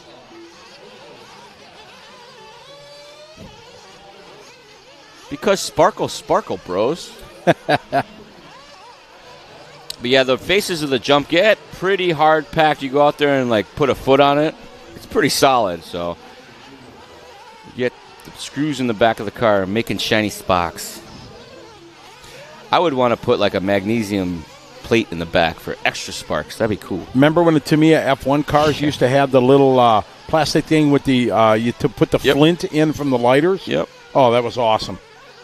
So your Formula One cars would spark when you go down the parking lot. Double sparks there.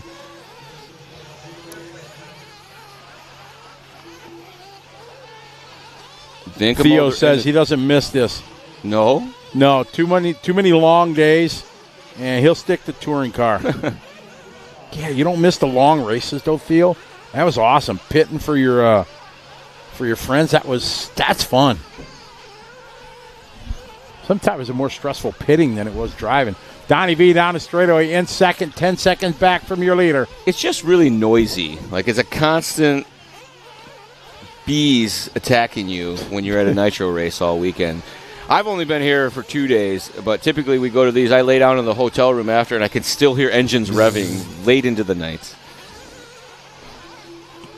Fish back out front. Donnie V second.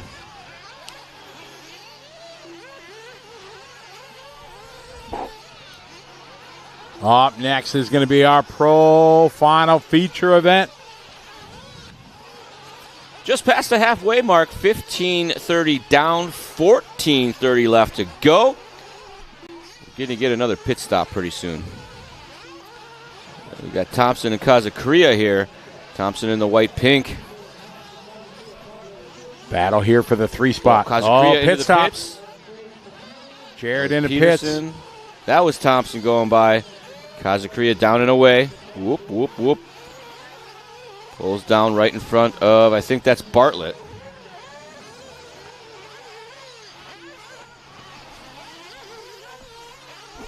Jimmy, Don, Jared, and Logan.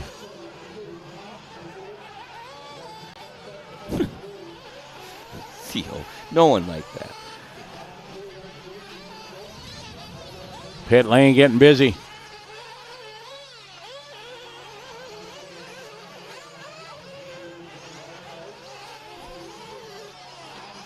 Fish back across the line with a 50.5. Dinkelmulder just turned in his hot lap, 47 flat. Look down the hot lap list there. Not a lot of 47 flats. We got 145.9 from Dylan Bartlett way back on lap number 8. Donnie running with the kids. Kazukuria that were with here, the white and the pink. Down the hill, running in that 4th spot right now. 13 minutes to go, 13 to go. William, yes, we did have shakies today. It was awesome. Vinkelmolder in that 2 spot. Donnie coming in for fuel. Pits.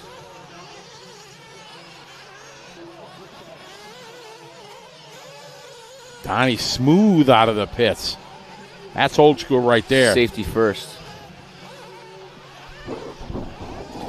Oh, Vinkelmolder gets in the back of Kazukuria, waits a little bit. It's the battle here.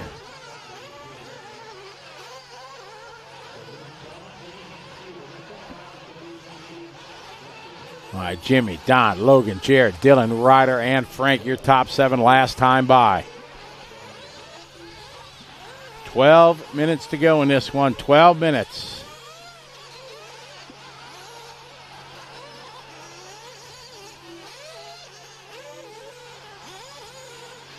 $11 minutes and 45 seconds now as Vinkelmolder comes across the line in the 3rd spot. Thompson's gotten by, but somebody doing cheetah flips in front. That may have been Thompson. Nah, he was a little further ahead than that. Fishback still with a solid lead.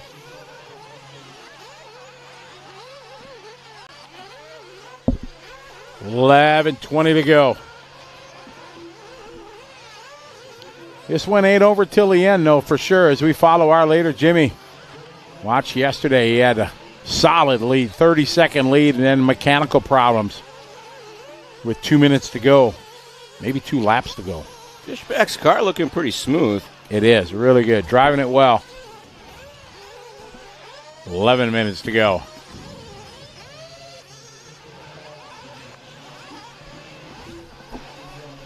Jimmy, Logan, Jared, Don. Don with a long lap there. Puts him 1.5 off the podium. Jared now to the 3, Logan to the 2. Josh, yes, the one and only Eric Jensen is running the switchboard for us. He is, yes. We love him. Is D there? Don't know. Is D? D-E-E? Hippolyte's asked you like 3 times now. I'm sorry, I didn't see Maybe that. only 2. Yeah, we don't. It's hard to monitor the chat. We try to do the chat in between races. In between, right. Yeah. Jimmy, your leader, followed by Logan, Jared, and Donnie, your top 4. Claymore checking in from New Zealand. How you doing? Just in time. Finals up in 10 minutes. Fishback out front now. 10.5 second lead.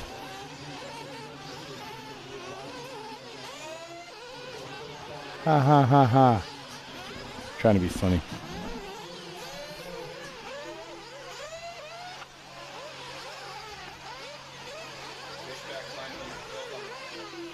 Fishback working his way through the start-finish area, comes across the line this time by. Last was a 47.3. This time by a 47.4, so nice and consistent. Let's go down the line there. Lots of 47s out of Mr. Fishback. Nice and consistent. Very tight line against the pipe there. Being very careful coming through this lap traffic. Warner down here, trying to find the clean spot to get by. Lap traffic gets into each other. And leader able to sneak on through. Jimmy, 9 minutes to go. Yellow and black leading the way. Followed by Logan. Don back to the 3. Jared 4. Ryder from the bump-up spot to the 5. Frank Root climbing his way from the 12 to the 6.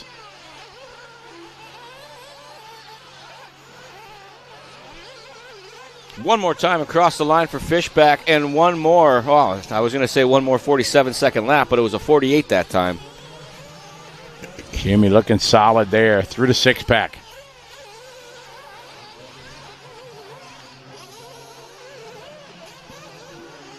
8.5 to go. Jimmy in control with a 17.8 second lead. Joshy Barrett giving a shout out to his boy Eric from Live RC. Nice job. Eric can't read the chat either, so we'll tell him that one. He can't read is the problem, but Larry Tom, hobby action in the house. What's up, Larry? Eric says, what up, Josh? Jimmy, Logan, Don, Jared, Ryder, your top 5. All right, in the pit lane. Our leader is in for fuel. A great shot there. It was a real slow back and forth windup, like unnecessary hand movements. Hey, guys, probably one of your last chances to sign up for the giveaway if you didn't get it. Got Venmo. You can send it there. Signed OS B21 Adam Drake Edition motor. Might as well get a chance. All broken in, dialed in from Adam. Give me your money. You haven't given me that $40 to put your entries in yet. Why don't you give me that? I forgot. Scotty can't spell Venmo, so he can't load it into his phone. I think he's on some sort of government watch list for transactions, and digital transactions are the easiest to track, so he's not using it. Whoa, man. Fishback almost into the wall by the pit lane. Big air there. Coming in his 6-pack. 18-second lead for him. Coming to the final stages of this one. 23 down, 7 left to go. Thompson in the 2 spot. Vinkamolder 3rd. Kozokria in that 4th spot. Antil, Bartlett, Chamberlain, Root, Lindau, Tung.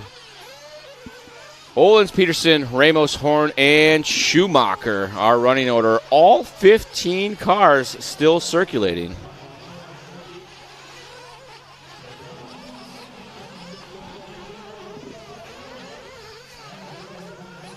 Got Donnie V here. Is he with Thompson?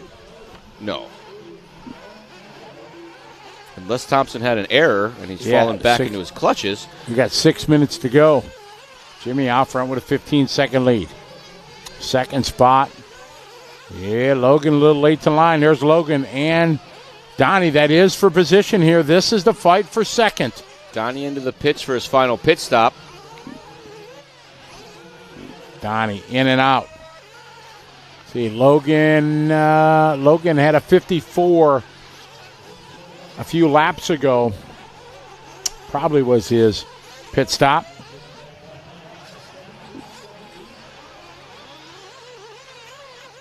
Donnie V up and over that roller. Center double down into the pit of despair. Joshua, that's Adam Ska from Trackside. It's my old racetrack. He is a good announcer. Announces all the big races at Trackside. Donnie, a little slow there over the double air. Single. Hopefully Donnie's all right. Safety first. Probably didn't like the run up to it. Or he forgot. Supposed to go there, bud. Jared, how far back is Jared? Jared looks like about 4 seconds back.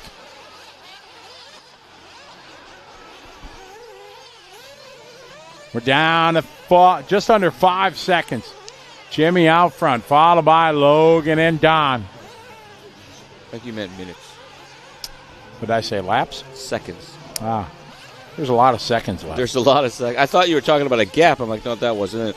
Vinkamolder 11.5 seconds off the back of Thompson, so going to have to get something together here. Marshall out there doing fitness. Do you see him out there? Like he's doing the crane.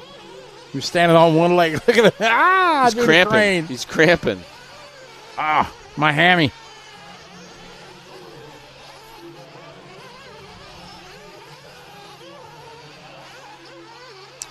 Vinkamolder making up 1/10 of a second on Thompson that time. He's going to need more than that with only 4 minutes left to go.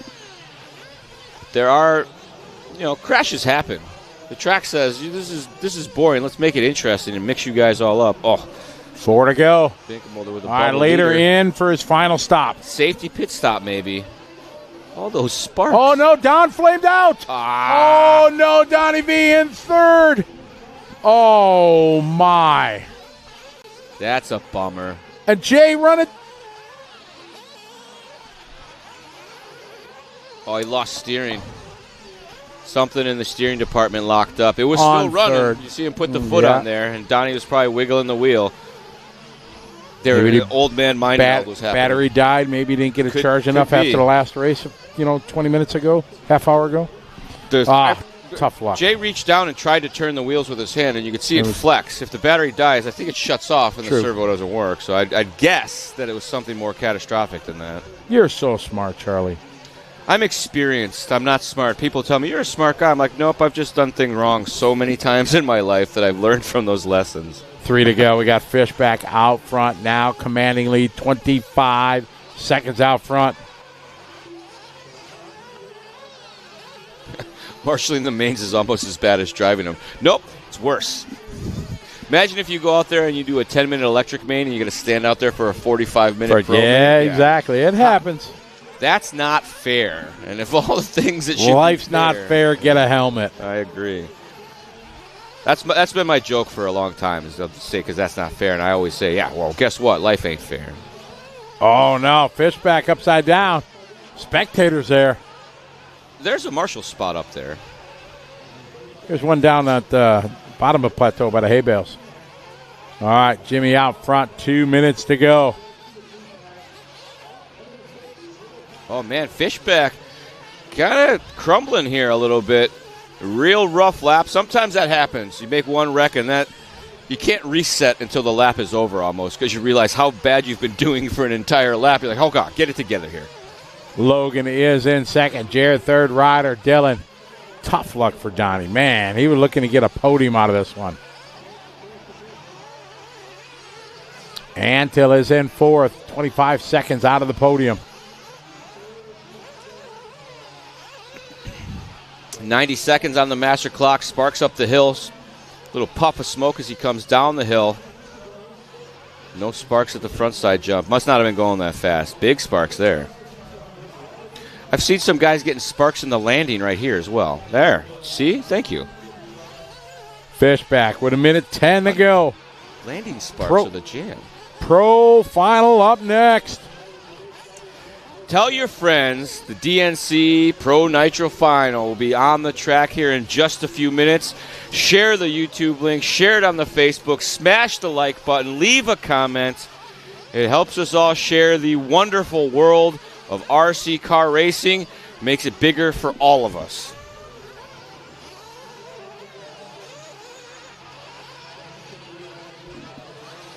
.35 seconds on the master clock as Jimmy Fishback has a commanding lead. 15 seconds to the plus for him. It'll be a down-to-the-wire battle if Logan keeps it together. He'll make it across before time expires, and they'll be out.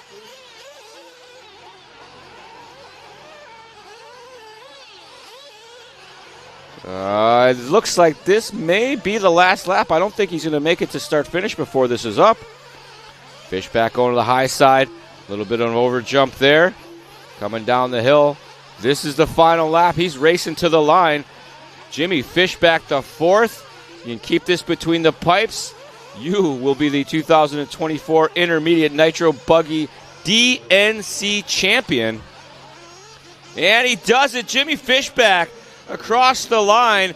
A wire-to-wire win. Top qualifier. Didn't give up the lead, but maybe once early on.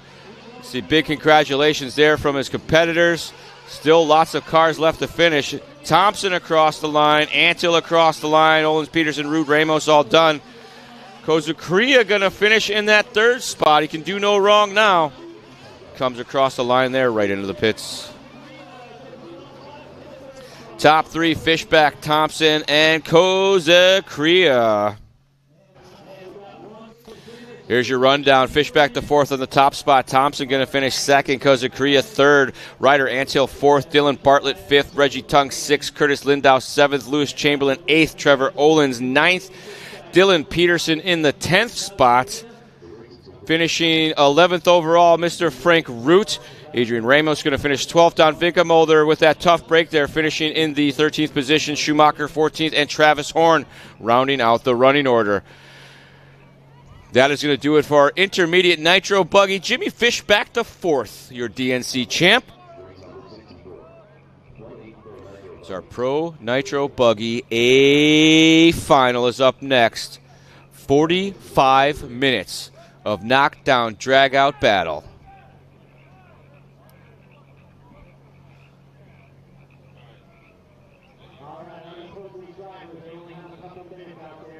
Scotty's up on the driver's stand with our race winner, Jimmy Fishback the fourth. Scotty, take it away. All right, thank you very much, Charlie. We're here with Jimmy and Jimmy. A long, long race. I'm sure the previous problem you had at the end, was that going through your mind? Yeah, after Truggy last night, I was still super happy with my run, but I really wanted to get through this and get redemption, and I think I got that. Track was getting rough. My car was getting loose towards the end, so I was just trying to hold on, but was able to keep fighting for it. A couple bobbles, fell back a little bit, but came back, and my TLR car it's been good all weekend, and TZO rubbers have been hooked up. Driving's been good, and couldn't be better. Well, congratulations, well earned. For sure, you're the champ. Well done. Yep, got it done. Thank you. Right on, Jimmy Fishback doing a great job. He got the W done here at the DNC. Back to you, Charlie, in the studio. Jimmy Fishback the fourth, your DNC champion here in our intermediate Nitro Buggy division. Picked it up straight, laid it down for 30 minutes of racing action. A well-deserved win.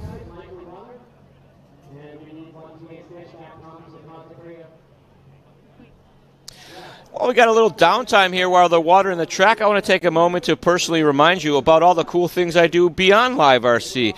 If you didn't know, I work at Hobbywing. I answer the phones there for tech support. I do a lot of the emails. I help with the team manager stuff. I also have a podcast. It's called RC Stuff, powered by Hobbywing. We do a YouTube channel. It's called Hobbywing Official.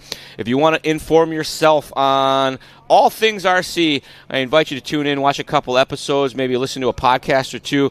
We have lots of very nerdy tech that we talk about, and we try to share the information that we learn while we travel around the country attending these races. I've been a racer myself since probably 12 years old, maybe a little earlier than that. And I've been working in the industry since probably 99. Worked at Novak for many, many years. Worked at even a motor manufacturer, MaxTech, if anybody remembers that before that. So been around the block a while. Love this hobby. I love the people I've met, and I love to share the information. So if you guys looking for some filler, by all means, check us out. Again, it's RC Stuff, powered by Hobbywing. You can find it on your favorite podcast service. And our YouTube channel is called Hobbywing Official.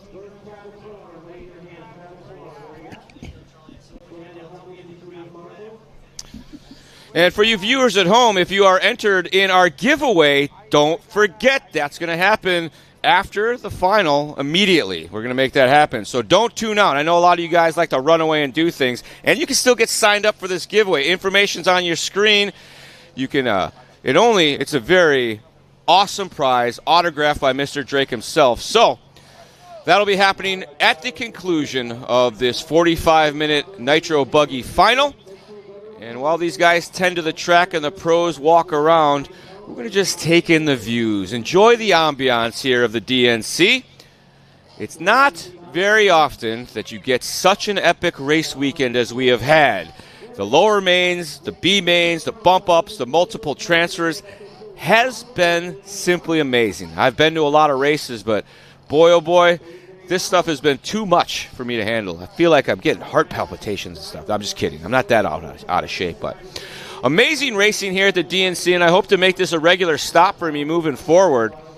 One of the ways that you can make sure that happens is reach out to our sponsors. Give a shout out to One Up Racing and make sure you say, thanks, I enjoyed the DNC. It was awesome. And if you are a racer at all or you want to support Live RC, check out the bonus lap memberships that we offer for the low, low price of $50 a year or even $5 a month if you want to try it out. You'll get all access to the Live RC website, including all of the posted race results, the posted videos that tie into those race results. Makes it a whole lot easier for you to look up racing history and go back and look at the cool stuff that happened. You just got to remember what main it was or what race it was, and you can watch the rebroadcast very simply. Look it up at liverc.com. And you guys are right. This is our grand finale. What would be the premier racing class of Nitro Off-Road. It is Nitro Buggy in our Pro Division. They're going to take some time. They're going to lay down a decent amount of water. These guys are going to be walking all over. They do a track walk right before the start to check out all the recent character that has been added to the surface.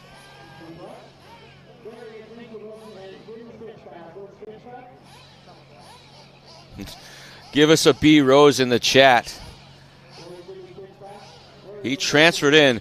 And you look at the back of the field here in our running lineup. We got 15, 14, 13th place starting positions. Camden Lime starting 15th. It's a name you don't expect to have to work his way into the main. Brandon Rose bumped in with authority, going to start 14th. And Dakota Fend, more wins than you can shake a stick at, had to race his way into this one as well. So, yeah, I think PNB is in 2 weeks. I might get to go. We're talking about it.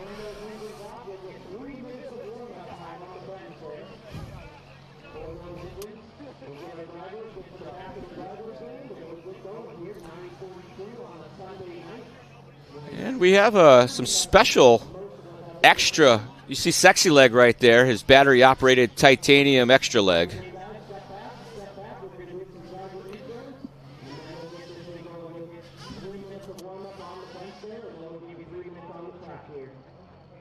And they're about to get underway with our driver introductions of our Pro Nitro Buggy A Final. Arizona driving the S-Works on Hot Race tires. His sponsors include S-Works, Ultimate, Hot Race, Beach RC, J&T, Futaba, Tekin, Nitro Lux, Trueform, Racecraft, Modelix, Bipolar Designs, Adobe Mountain RC, MCRC, Prevail Paints, True Source. Thanks to all my friends, family, and teammate for the support. Let's give it up for your 15th qualifier, Mr. Camden Lime.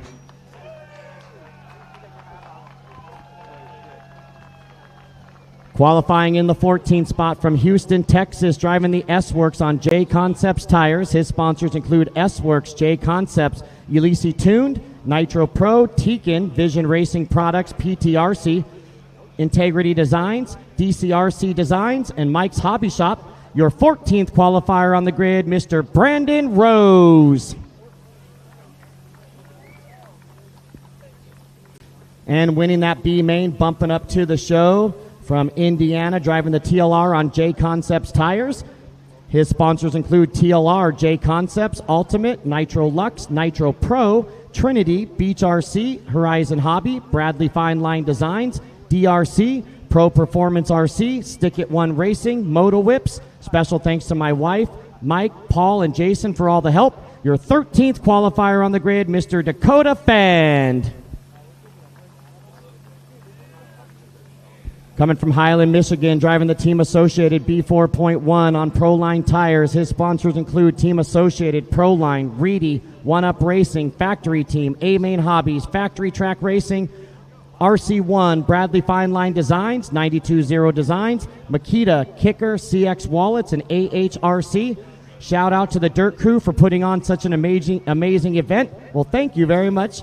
Let's give it up for your 12th qualifier, Mr. Aiden Horn. Coming to us all the way from Milan, Italy, driving the Infinity on Ogo Racing tires. His sponsors are Ma Graphics, Roke Designs, Aeration. Thanks to Kenji, R2, and Haddad for the support. Man, it's hard to read his writing. Let's give it up for your 11th qualifier, coming all the way from Italy, Mr. Riccardo Bertan. Coming from Medina, Ohio, driving the Kyosho on AKA tires. His sponsors include Kyosho, Alpha Plus, AKA Futaba, VP Racing Fuels, Invisible Speed, Tekin, ProTech RC, A-Main Hobbies, Boom Graphics, Prevail Paint, Lutz RC. Special thanks to Eric Hanneman. Your 10th qualifier driving that Kyosho, Mr. Ryan Lutz. 9th on the grid from New Philadelphia, Ohio, driving the S-Works on J Concepts tires. His sponsors include S-Works, J Concepts, MKS Servos, the Drake Racing, ProTech RC, A-Main Hobbies, Tekin, Futaba, VP Fuels, Pro Lids Custom, Boom RC Graphics, and Magic Hobbies. Special thanks to the whole Techno team, to Billy for everything he does, and to my family, friends, and wife for the help and support. Your 9th qualifier, Mr. Joe Bornhorst. Coming to us from Dixon, Illinois, driving the Techno RC on J Concepts rubber. His sponsors include Techno RC, J Concepts, Nova Engines, Tekin, MKS Servo, VP Racing Fuel, Fly Sky, Boom RC, DCRC Designs. Special thanks to Katie and my dad for their help and support this weekend, and to my mom watching at home. Your 8th spot on the grid belongs to Mr. Jared Wiggins. Coming to us all the way from Spain, driving the S-Works on J Concepts tires. His sponsors include S-Works, Reds, J Concepts, Ultimate, Canna RC, Highest, Sanwa, T-Works, RC Project, VP Design, and Ma Graphics. Your 7th qualifier, Mr. Juan Carlos Canas Carrasco. Moving up to your 6th spot on the grid from Urbandale, Iowa, driving the S-Works on J Concepts tires. His sponsors include S-Works, Beach RC, Reds, J Concepts, Nitro Pro, Exalt, One Army, Bipolar Designs, Zippy Drain, the No Name RC podcast. Thanks to my mom and dad for all the help throughout the week. 6th on the grid, Mr. Mason Fuller.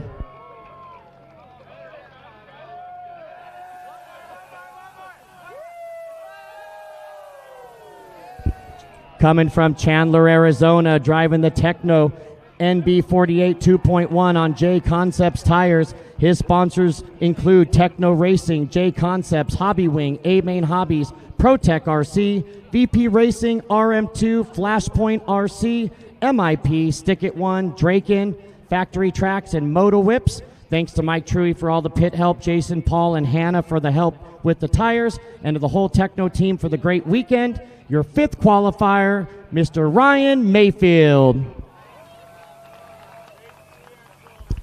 Coming all the way from Sweden, driving the X-Ray on Hot Race tires. His sponsors include X-Ray, Coyote, Corsatec, High-Tech, Latera, Hootie, XTR, Fly Sky, Energy Fuel, Doobie Design, Ma Graphics, House of RC, Circus RC, and the No Name RC podcast. Your 4th qualifier and former world champion, Mr. David Ronafolk.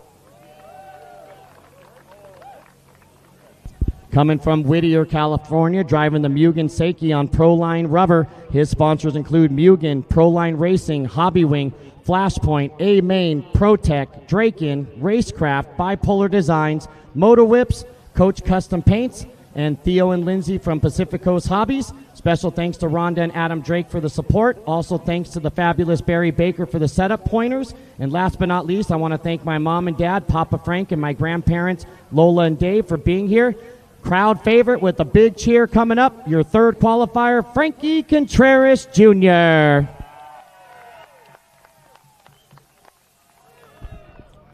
Moving up to 2nd on the grid from Chandler, Arizona, driving the Team Associated buggy on J Concepts tires. His sponsors include Team Associated, Hobby Wing, J Concepts, Reds, A-Main, ProTech, VP, Savox, Futaba, Stick It One, Hobby Action, Factory Team, Makita, Kicker, and Live RC. I want to thank my parents, my pit crew, Barry, Richard, and everyone who's helped me this weekend. Your 2nd qualifier, Mr. Spencer Rivkin. And your top qualifier, finishing on the podium last night, coming originally from the UK by way of Italy here, driving the S-Works on Hot Race tires. His sponsors include XTR, T-Works, Ma Graphics, Moto Whips, EBRC, Factory Build. Big thanks to Luigi for all the help this weekend and to everyone that has supported me. Let's give it up for your top qualifier of the weekend, Mr. Elliot Boots. All right, fire them up, guys. 3 minutes until we roll you out. 3 minutes till we roll you out.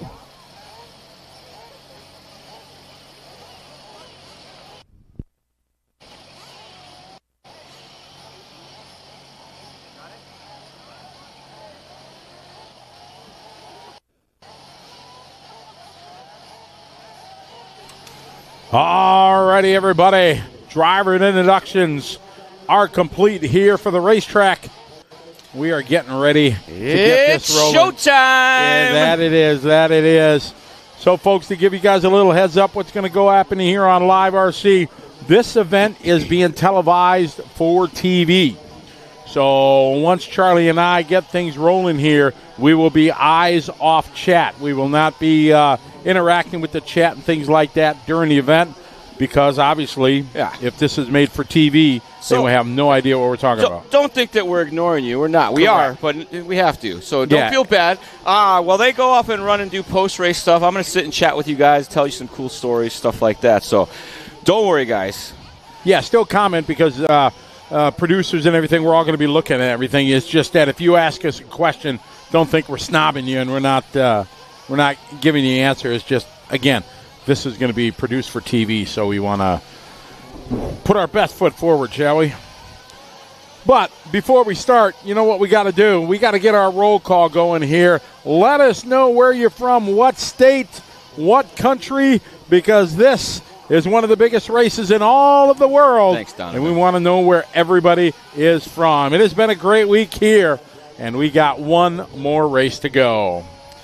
The crown of the the jewel of the DNC crown is about to get underway here.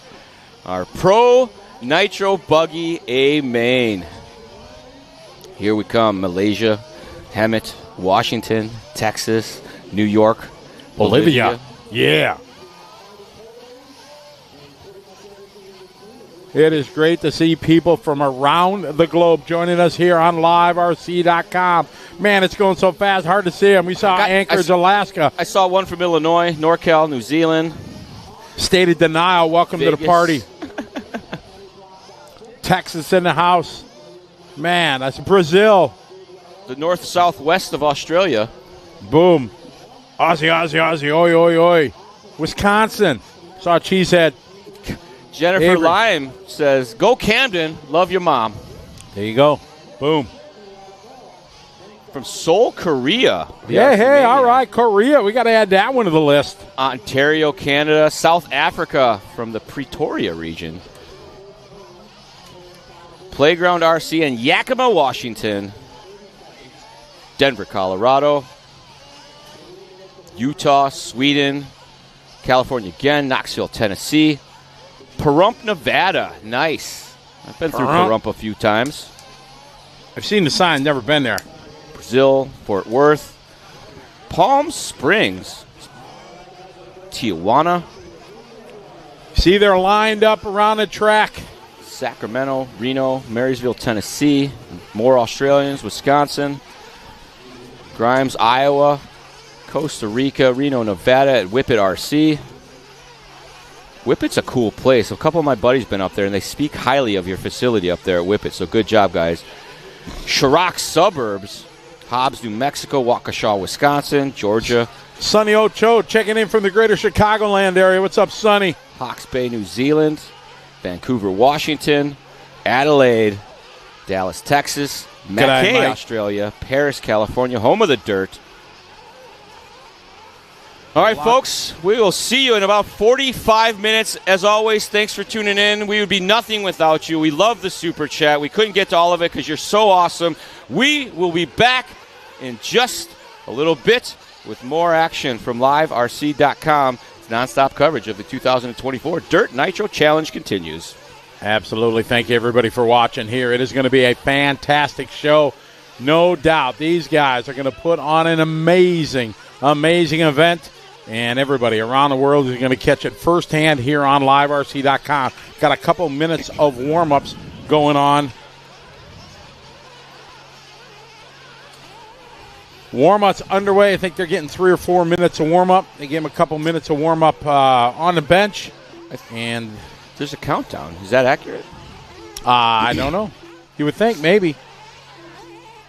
All right, thank you, everybody. We're going to go dark here for a moment. We're going to come back live here for TV. Enjoy the show here on liverc.com.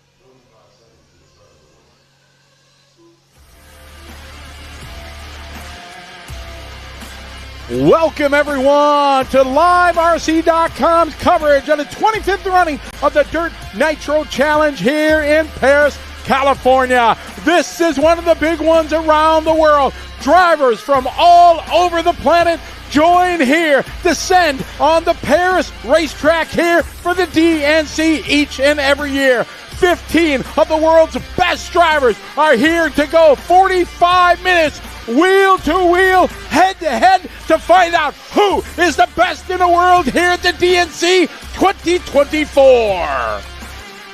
45 minutes of racing action ahead of us. It has been a knockdown, drag-out weekend of non-stop action. We've had action-filled lower mains with bump-ups, transfers, position changes, lead swaps, you name it, devastation across the track. Waiting here anxiously for the unfolding of our crown jewel in the DNC crown as we get underway here with our 25th anniversary of this legendary event. These drivers have competed here to find these spots, these 15 positions. Out of all the fields in our pro division, these are the top drivers. Most of the top 25 in the world are here ready to do battle in a 45-minute championship final. Getting ready to kick this off. See a packed rostrum there. 15 drivers communicating with their pitmen now.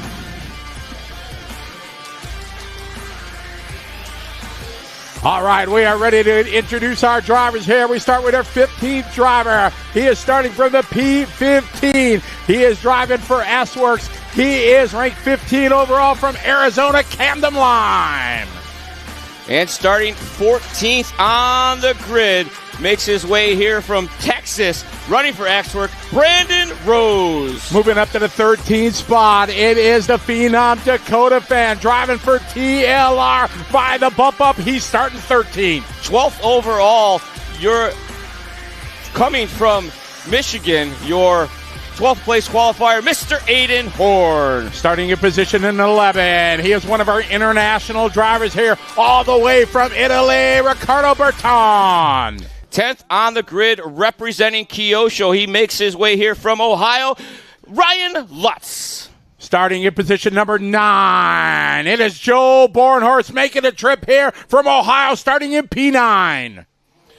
Up next, we got 8th on the grid, Mr. Jared Wiggins. Up next, 8th on the grid, Mr. Jared Wiggins, representing Techno, hails from Illinois. Starting in position number 7, another one of our international drivers here, driving for S-Works, starting in the 7th spot, Juan Carlos Canas. 6th place on the grid, hails from Iowa, racing for S-Works, Mason Fuller.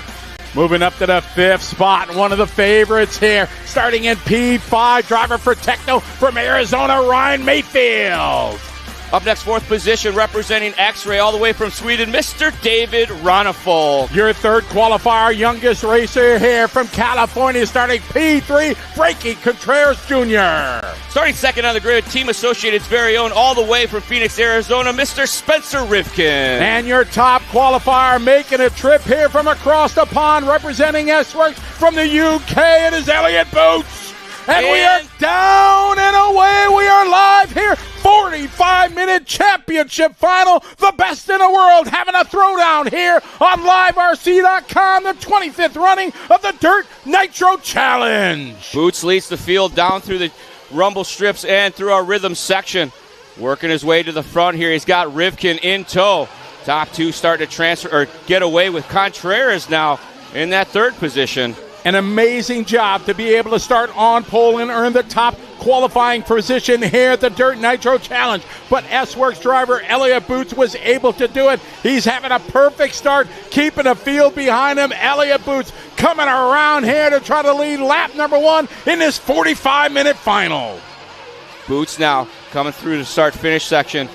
Checks in with an opening lap of 47.1, bit quicker than Rivkin. Ronnefolk up to 3rd. Lutz from 10th to 4th. Fenn from 13th to 5th. Aiden Horn up to 6th from 12th. Lime from 15th to 7th.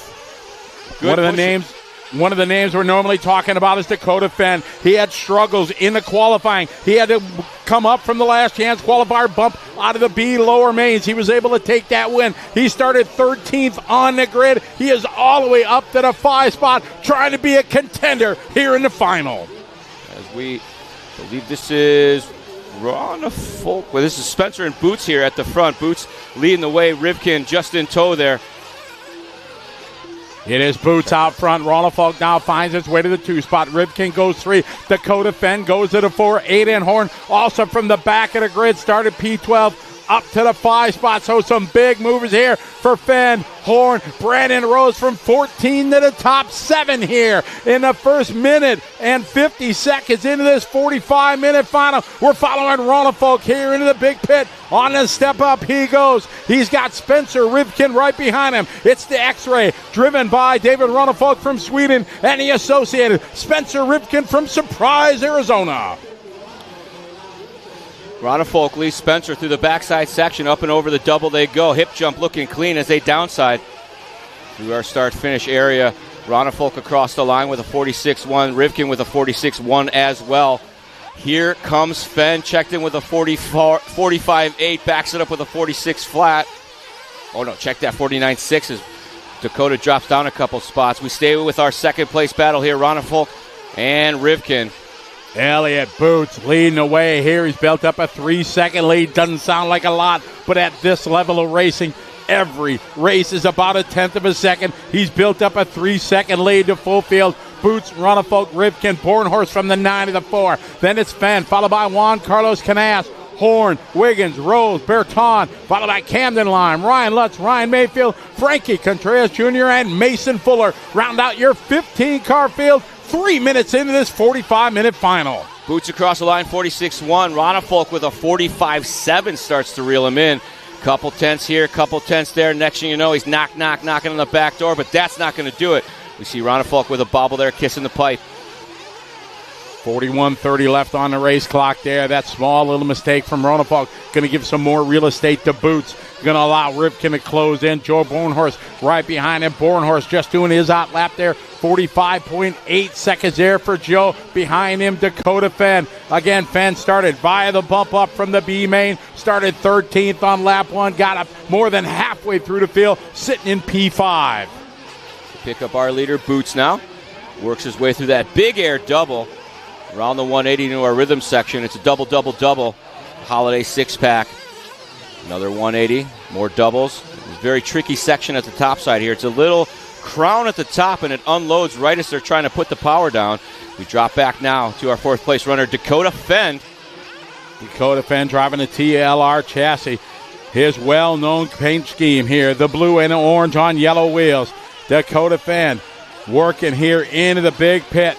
Behind him is going to be Juan Carlos Canas, followed by Joe Bornhorst and Rose as Ronald Folk Rivkin trying to keep pace up front with Elliott Boots from the UK. 4 seconds with the lead. Super impressive push here early on by Fenn as he's gone from 13th now to 4th, plus 9 positions in the first 5 minutes of the race. Against a field like that, that is no easy task. They did collect each other a little bit, and he got some gifts from the RC gods, but still had to pick his way through that carnage.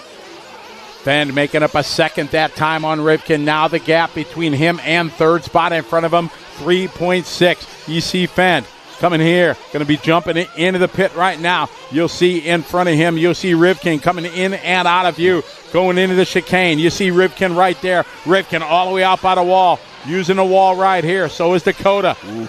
Oh, man. Getting it sideways there. Candywampus going in. We pick up back to the front. We pick up Boots coming into the 6-pack here. Takes the wide line. Try to make that first one is really tough. Gets your momentum, keeps your rhythm here. Coming onto the back section of the racetrack.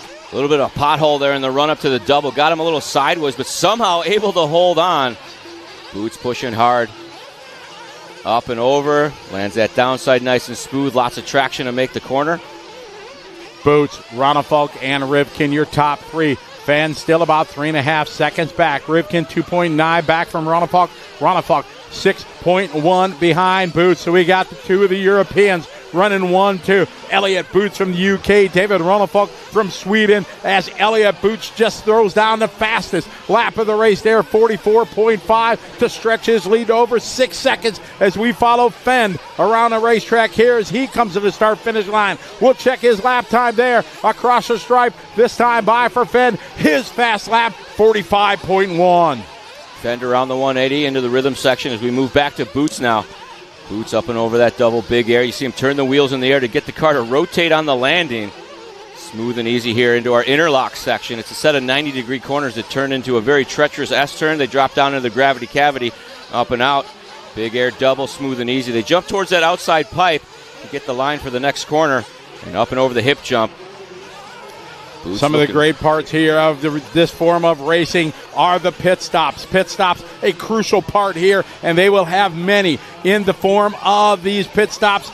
About 7.5 minutes in, some guys will be able to stretch it a little bit longer, maybe go 8. We expect to see the first round coming up very soon, and it makes it a team effort. The pit guys got to be in sync with the drivers. They got to communicate, come in at the right time. A smooth in and a smooth out is crucial to be able to win the DNC. Yeah, the pitman's kind of like a coach, too. They keep them apprised of all the information on the track, what pace they're running, where they're at in the field, and if they should drive faster or slower in a lot of situations.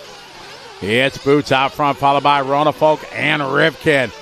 37.5 minutes. All right, the pit stops now. Our first one's in. 7:35 as he comes into the pits. Boots up, down, and away. Clean start. Excellent pit stop there for your leader. 8-second lead gets him in and out of the pits, still maintaining. We see Ronnefolk coming in. There's Rivkin just behind him there, down and away. And it looked like that was Fend going by the lane there. There's Canas down and away. Brandon Rose down and away. Good pit stops going on. Most important for your leader, though, smooth. His last lap, his in lap was a 44.5, his fast lap of the race. He takes a tight line through that section, sends it out by the pipe. Over that very difficult double, now to the back section. Pit stop so important. A miscue, a problem there can be devastating in their chance for the championship. Oh, we got a flame out on the way out of the pits. I didn't catch who it was. I want to say maybe it was Horn, but I could be mistaken. He's still dead down there. Trouble there. Sometimes they come in, have a problem. Maybe they're almost out of fuel. Engine may be running too hot. They fill a tank real quick. Sometimes it can flame out, lose the fire, and they got to take it back and restart it. Dakota Fend now moved himself in that 2 spot. I do not believe they have come into the pits yet. He's using track position to make passes by bypassing the pit lane. We do see if we go back a couple laps, he had a 47, but I do not think that's a pit lap.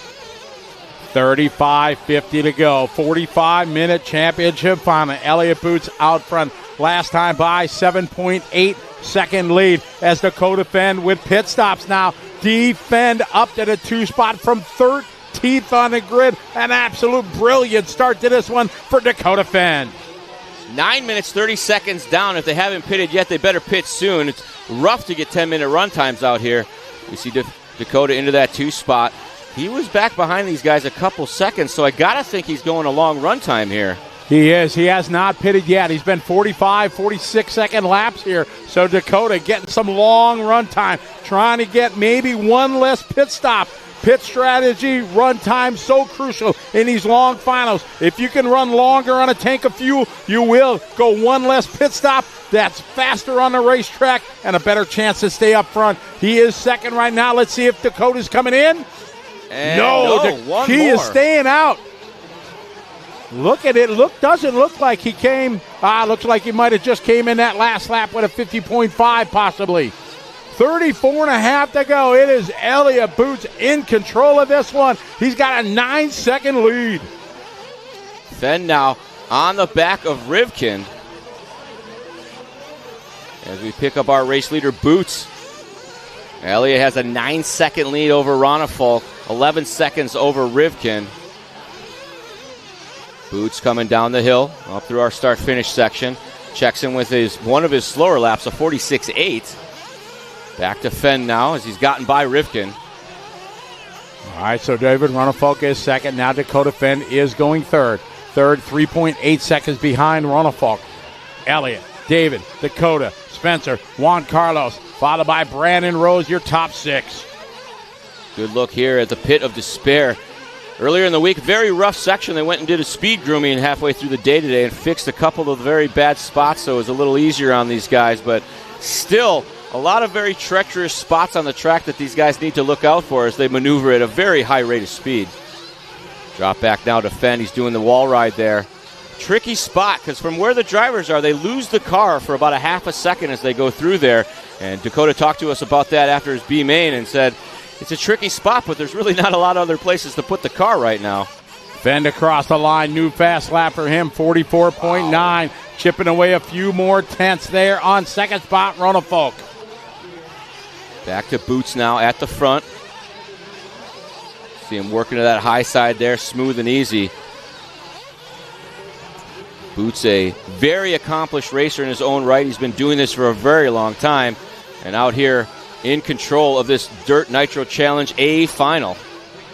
Brilliant drive so far here. The first 12 minutes, it is Boots in control across the line this time by 44.8. Last lap, this one 44.9. 7.3 seconds to the good of David Ronafalk. Here's Ronafalk across the line. His best lap, 44.8. 7.2 second lead right now for Elliott Boots over Ronafalk. Fenn 4 seconds behind him. Juan Carlos 4.2 seconds behind Fenn. Now Rivkin goes to the 4 as Juan Carlos losing a couple seconds. He falls to 5th. Go to Fenn looking smooth and easy here. Last lap 45.1.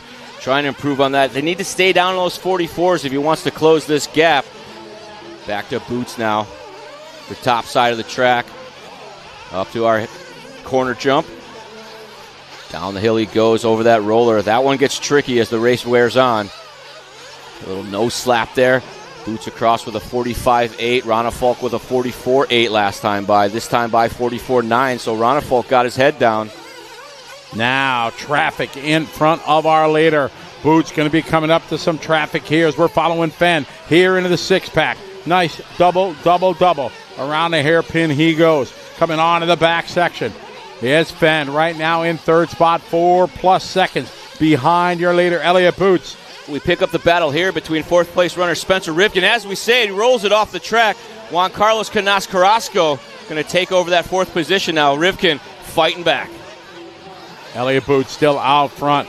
We pick up Fenn here. Coming over to this tough double. Ooh. You can see him reaching. That's a bobble. Couldn't make it there. Now over the backside he goes. It's all about momentum in that double section. Trying to get a run to it. See, he comes to the start-finish line. We'll check the gap between him and Ronafalk right now. 6.3 seconds as Fenn loses 2 seconds that time on that lap to Ronafalk. Ronafalk, we pick him up here as he enters that backside double. Gets it a little wrong, but saves it. See him sizing up some lap traffic here as they go through the Pit of Despair section. Jumps to the inside, comes out ahead. David Ronafalk, a world champion, making a trip here from Sweden. Multiple European champion titles. He is one of the best in the world. Loves coming here. He has won here at the DNC before. He's got a big hill to climb right now. Boots out front. Ronafalk qualified fourth, had a good start sitting in P2, 4.6 seconds behind your leader. Ronafalk, money on that downside, comes through the doubles. A little wing or nose high there, not where you want to be. Drop back here as we grab Dakota Fenn coming into that rhythm section. Same thing there, a little nose high on that entry, but not too shabby. Dakota Fenn looking good in that orange and blue, yellow wheels. Rocking the TLR chassis. 30 minutes to go. We're 15 minutes. Time flies when you're having fun. 15 into this 45-minute file. It's Boots, Ronafalk, Fenn, Canas, followed by Rivkin, your top 5. We should be due for another round of pit stops pretty quick here. Well, with the exception of maybe Fenn, who goes about 9 minutes. Yeah, it's going to be very interesting to see when Fenn comes up. There's the pit lane. It's starting to happen now. Pit lane getting busy. Ronafalk checked the pit stops. I believe Boots did as well. Traffic here for Fenn to seize part. And Ronafalk coming out right behind Fenn. Here goes Rivkin in and out of the pits. The green, I believe, that was Rose. We're following Fenn here, coming out of the pit. Traffic in front of him. He's got third spot. David Ronafalk right behind him. Remember, Fenn is not pitted yet. So Fenn's going to pit. He's going to give up that second spot to Ronafalk. As traffic again. All right, they give room to the leaders. That's the way to do it. Good sportsmanship out there. Here comes Fenn. We stay with Fenn. Is he going to come in yet? Oh, no, he's staying out there. He's definitely going to go at least one less stop than the rest of the field. Fuel economy and mileage, very, very important. But Dakota's got to keep the rubber to the dirt. He is in front of third spot, Ronafalk. Oh, Ronafalk a little short there, but he saves it. Ronafalk's not been good through that double. We've seen a couple mistakes when we've been on him in that same area again and again, so going to have to clean that up. The talent of these drivers is absolutely amazing. They're at the pinnacle of this sport. Paid professionals. They travel around the world to race at races in all four corners of the globe. The DNC is one of the big ones here. The World Championships coming up later this year in Brazil. These guys working hard. They're all going to be there for the title. This is the other title these guys want on their mantle, the Dirt Nitro Challenge. This is the 25th running of this event, and these guys are the best in the world. Dakota's starting to gap out over Ronafalk before his pit in. Fenn last time by 45.3, Ronafalk 46.7, but Boots still the class of the field. And Dakota gets it wrong. He cannot afford that. He just gives up that spot there to Ronafalk. As Charlie just said, he was building up that gap. He would have been able to maybe come out back in front after the pit stop, but not going to happen now as Ronafalk gets by. So we stay with Dakota, find out he should be coming in pretty soon for his fuel stop. He should be doing about 18 minutes. He came in at 9 last time. We stick with our defend, the Phenom they call him. Should be coming in. No, he goes one more. Psych. He's Boots tricky. still out front, 6.8 second lead. I think, that was the crash lap. So he had a crash lap that gave him a 54, allowed Ronafalk by, still needs to pit. They're at the 18-minute mark. He's been doing 9 plus the lap, so should be coming in this time, but wouldn't be the first time I've been mistaken. All right, got traffic right in front of Fenn. They give him room. See, Ronafalk not that far in front of him, but he is going to lose touch with him during the pit stop. But then, again, they're off a cycle here as Dakota Fenn able to run a little bit longer. Goes over that back double nicely that time. We're going to check here. We follow him. Let's see if he's going to peel off into the pit lane. Pit stop's the most exciting part of this racing. And Dakota Fenn is in. All right, he is up. A full tank of fuel down and away. Looks like a crash on the way out. Pitman was not happy. Immediately dropped the headset to apologize for the bad toss. Sontag on the gun there. We're going to see what the difference is this time by. So he was in just about at the 19-minute mark a few seconds earlier. So it's still Boots, though, out front. Boots. Now, this is a battle here. Boots had a 51-second lap. Didn't see what happened here, but this is the battle of the Europeans having a showdown. Throwdown here in California at the DNC. Maybe Boots with a mistake, allowing Ronafalk to close him in. They pitted about the same time, so Ronafalk closing that gap, but Boots says, hold on a second, let me collect my thoughts and start to check out again. Did a 45.6 to a 46.1. Ronafalk staying in contact, though. The American style of racetrack are totally different than what these guys race in Europe. In Europe, they're very hard-packed, well-groomed, sometimes multi-surface with some bricks or some stone, things like that. They love coming here to race against the Americans on these big jumps, these big wide-open tracks, up and down with elevation changes. It's a big challenge for the Europeans to come here, but these guys right now are showing they got the skills to pay the bills right now. Out front, Boots and Ronafalk sitting 1 and 2. Boots starting to gap out just a little bit. He's continually going a little bit quicker than Ronafalk, and a couple tenths here, couple tenths there, turn into feet on the track. Coming up on a little bit of traffic here. No doubt they're calling it. Oh, a whip there. Nice. Good save. You'll see him as soon as the car starts to get wrong in the air, they'll immediately crank the wheel to try to correct it, apply a little throttle, use that gyro effect, get the attitude where they need it to be. All right, Boots coming up here on traffic. Here, they go wide. Boots tries that inside line. He's been running that one most of the time. Most of the other guys taking a wide line. The high side a little bit smoother than the bottom, but if you do the bottom at the right tempo, you got the advantage to the inside, and you can take that or keep those positions, if you will. But really risky. We've seen a lot of guys get down in there and have a really bad time in the lower main, so hopefully that works out for Boots coming through that rhythm section. The Holiday 6-pack, up and around he goes. Going to be coming up here on Ryan Lutz in a little bit. Ryan Lutz sitting back in the 10 spot right now. We are 21 complete, 24 to go in this 45-minute final. It's Boots, Ronefalk, Fenn, Canas, and Brandon Rose from 14 up to the top 5. Get some, Brandon. Going back down the line here on Fenn's lap times, you see he had a 50 and then a 53. The outlap was the 53, so they had a wreck on the exit of pit lane that cost them some time. Fenn about 12 seconds off the back of our leader and not able to make up more than a tenth or two here and there. So Boots on a mission right now, not leaving anything out. That mistake that Fenn had maybe 4 or 5 laps ago, it's going to prove to be very, very costly. You lose about 5-ish seconds on a pit stop. With him being able to go longer on run time, he's going to have one less stop. But that 5-second crash may cost him a great bit. Something we've seen that comes true here in the pro division, you cannot count on mistakes from our leaders. When these guys get out front, they get into a whole new zone. It's like a switch, and the mistakes go away. They get very consistent. They calm down. They start putting on the moves.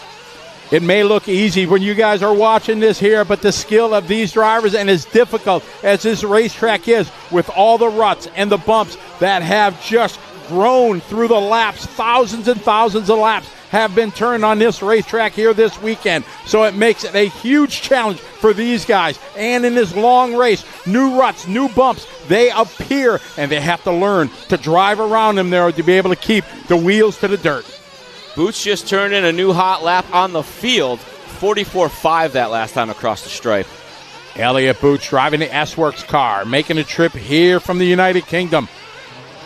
Out front, TQ in here. As I said, they love coming here racing against the Americans on these very difficult and big high elevation and big jumps, something they rarely see in Europe. They love it, and he's showing that he can absolutely get it done. He's in for fuel. Our leader is in at the 23-minute mark.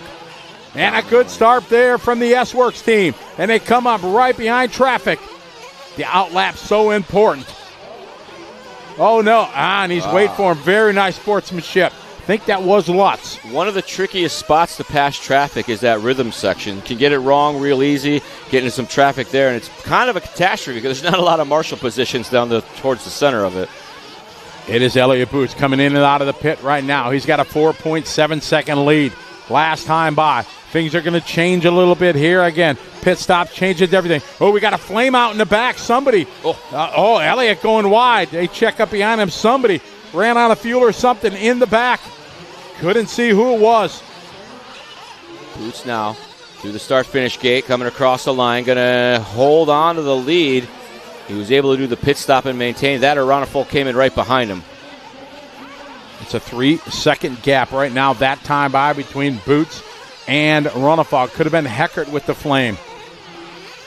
Man, Heckert's weekend getting tougher and tougher. That's not Heckert's car, though. That is... it looks like... Karak. It could have been Ricardo Berton. Is it Juan Carlos? 20:30 to go. 20 minutes and 30 seconds to go. It was Elliott. Followed by Ronefalk, Fenn, and Juan Carlos Canas. Brandon Rose still round out your top 5. 3-second gap between Boots and Ronefalk. A little dicey there coming down the hill. Last lap for Boots on the pit lap of 52, this time by a 45.9. Contreras into the pits. Tough break there for Frankie Fingers. Started third overall. The youngster, I think he's like 14 years old out here with the pros. He is doing a very good job qualifying for the championship final here, being a very youngster. Big future for that young driver. We got 20 minutes to go here. 25 in the books already. It's Boots out front, 2.8-second lead. See Ronefalk there coming into the chicane. That's Ronefalk we pick up right there. It is not that far of a gap between Boots and Ronefalk. Fenn now, 1.7. There is the orange and blue Dakota Fenn in this fight.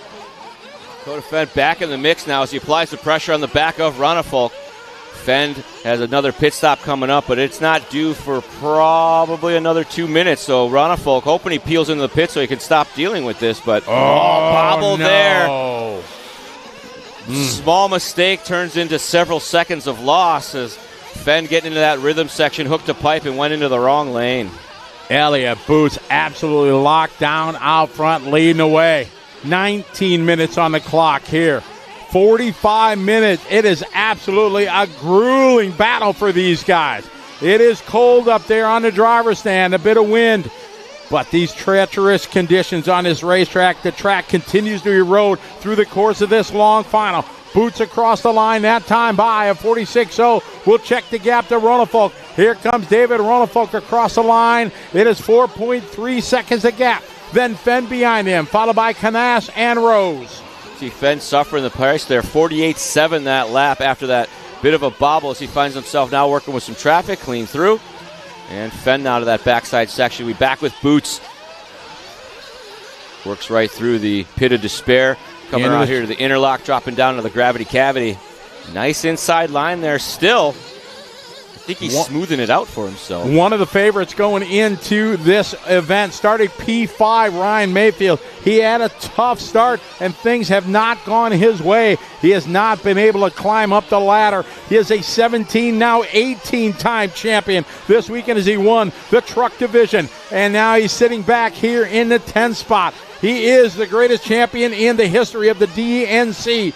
But this one not going his way as he is circulating right now in the 10th spot. It looked like that was Fenn with a wreck as Mayfield went by, but maybe not.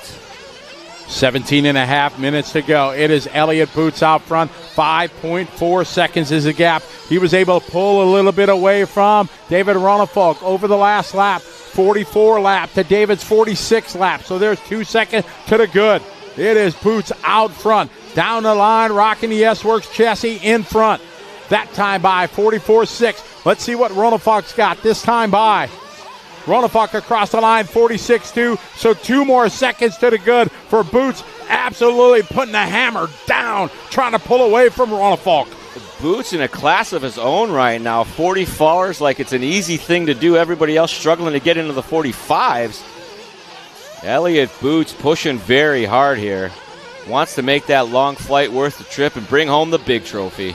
See him taking that tight line. The previous, they used to go all the way out, but it's rutted up so much. Now it's nice and smooth to the inside. We see a lot of the other ones starting to copy that line as we stay with Boots across the start-finish line now. 16 and a half minutes to go, up 45.5. It's a 7.1 second lead for Boots. That was another thing that Dakota shared with us in his B-Main interview, was that get a lot of information from the pit lane about where the other guys are driving to see what the lapse times are. They'll tell them certain sections they should try something different, and that can really change the game here. 16 minutes still left to go in this one.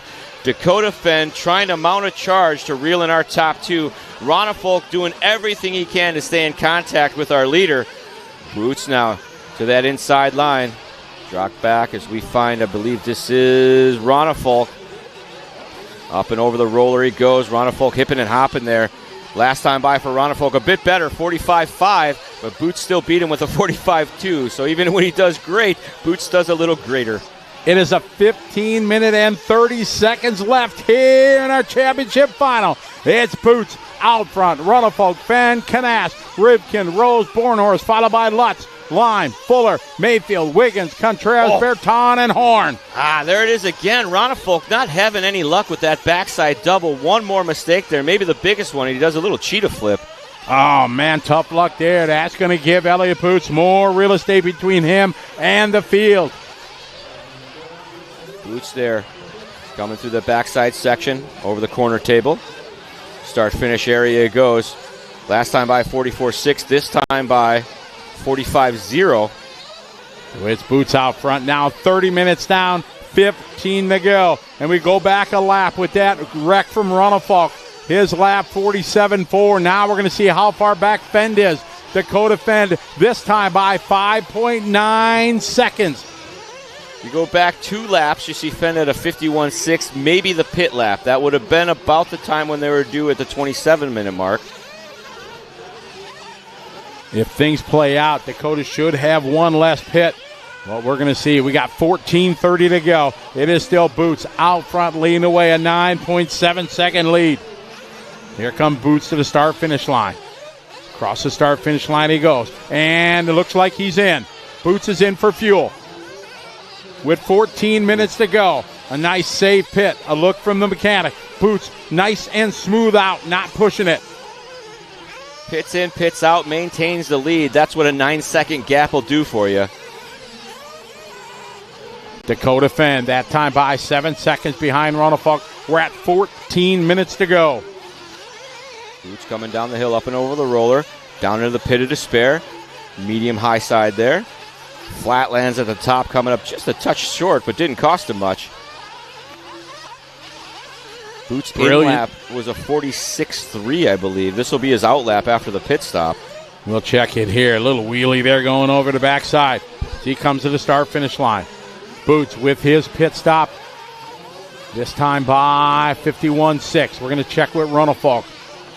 Ronald this time by. I think Ronald also came in. They're pretty much on the same pit strategy. Yeah. Ronald waiting across the line. That time by 51.4, so almost identical. Outlaps there. The gap 9.1 seconds with 13 minutes to go. We follow Ronald here in the X-ray. Making a trip here with his father, Pierre, from Sweden. Ronald looking good right now. Over that roller, jumping down to the pit of despair. Next in line behind him, I believe that is Dakota making some waves there. 1.9 off the back of Ronald. It is Dakota behind him. Boots, Ronald, Fenn, Juan Carlos Canas, Spencer Rivkin, your top five. Ronald got up on the pipe in the cross turn there.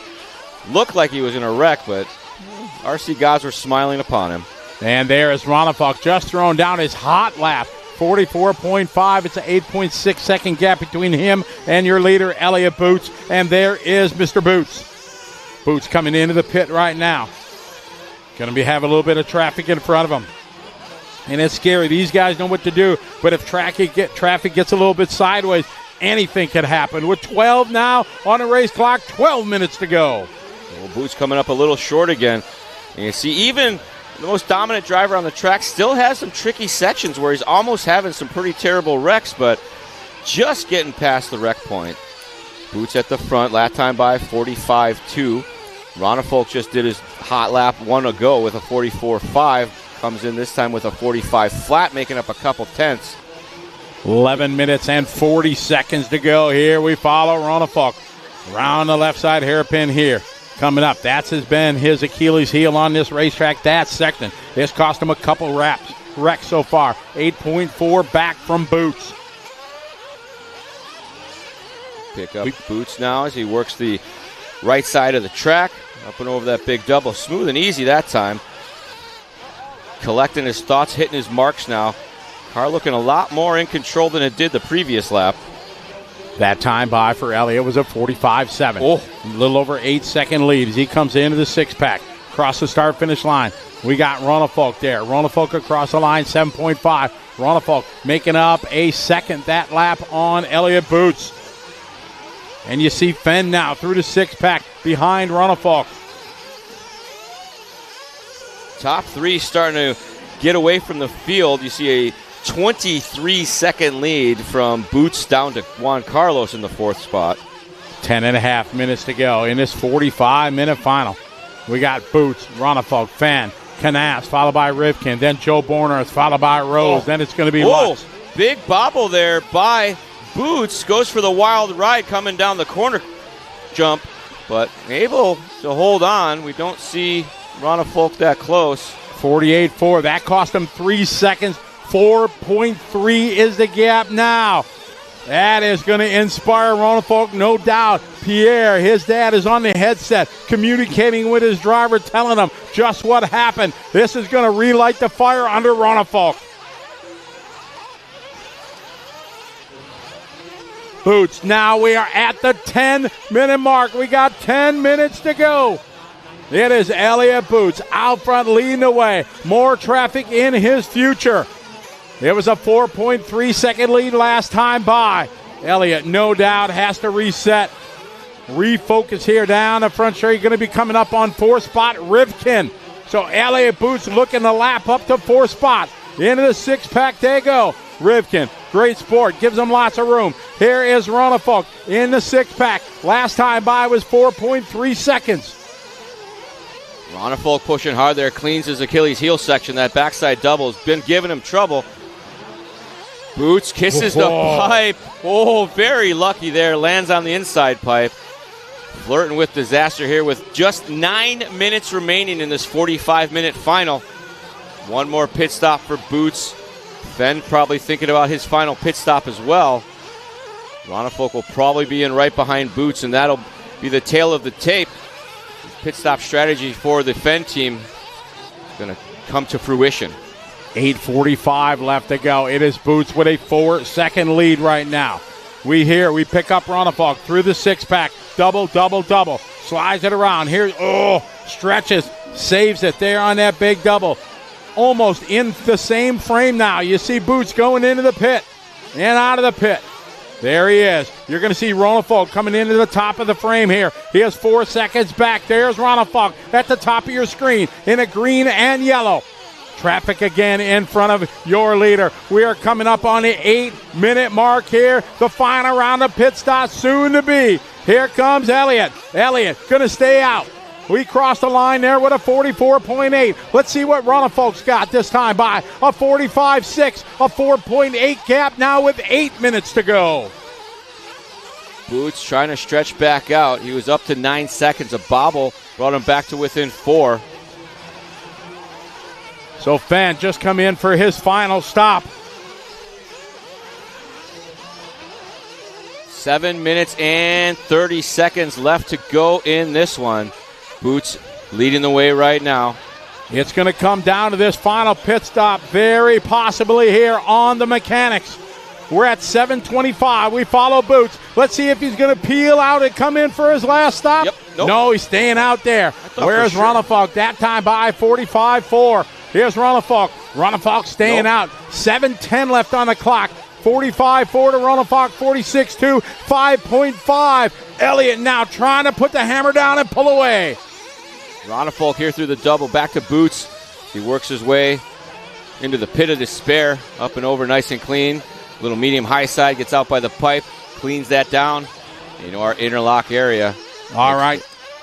Now we got to look at Dakota Fenn. He's made his last stop. He is 6 seconds back from Ronifolk. Ronifolk, you normally lose about 5 seconds or so in the fuel stop, so it's going to be very close. We stay with Boots. Let's see what Boots going to do. And Boots is in for his final stop. Smoothing in. The car is up on the block. The tank is full. Down and away. Here's Ronifolk coming in. Ronifolk in the pits. Down and away. Where he is. Here he is. Where is Dakota Fenn? Dakota Fenn behind him. Dakota Fenn right behind him.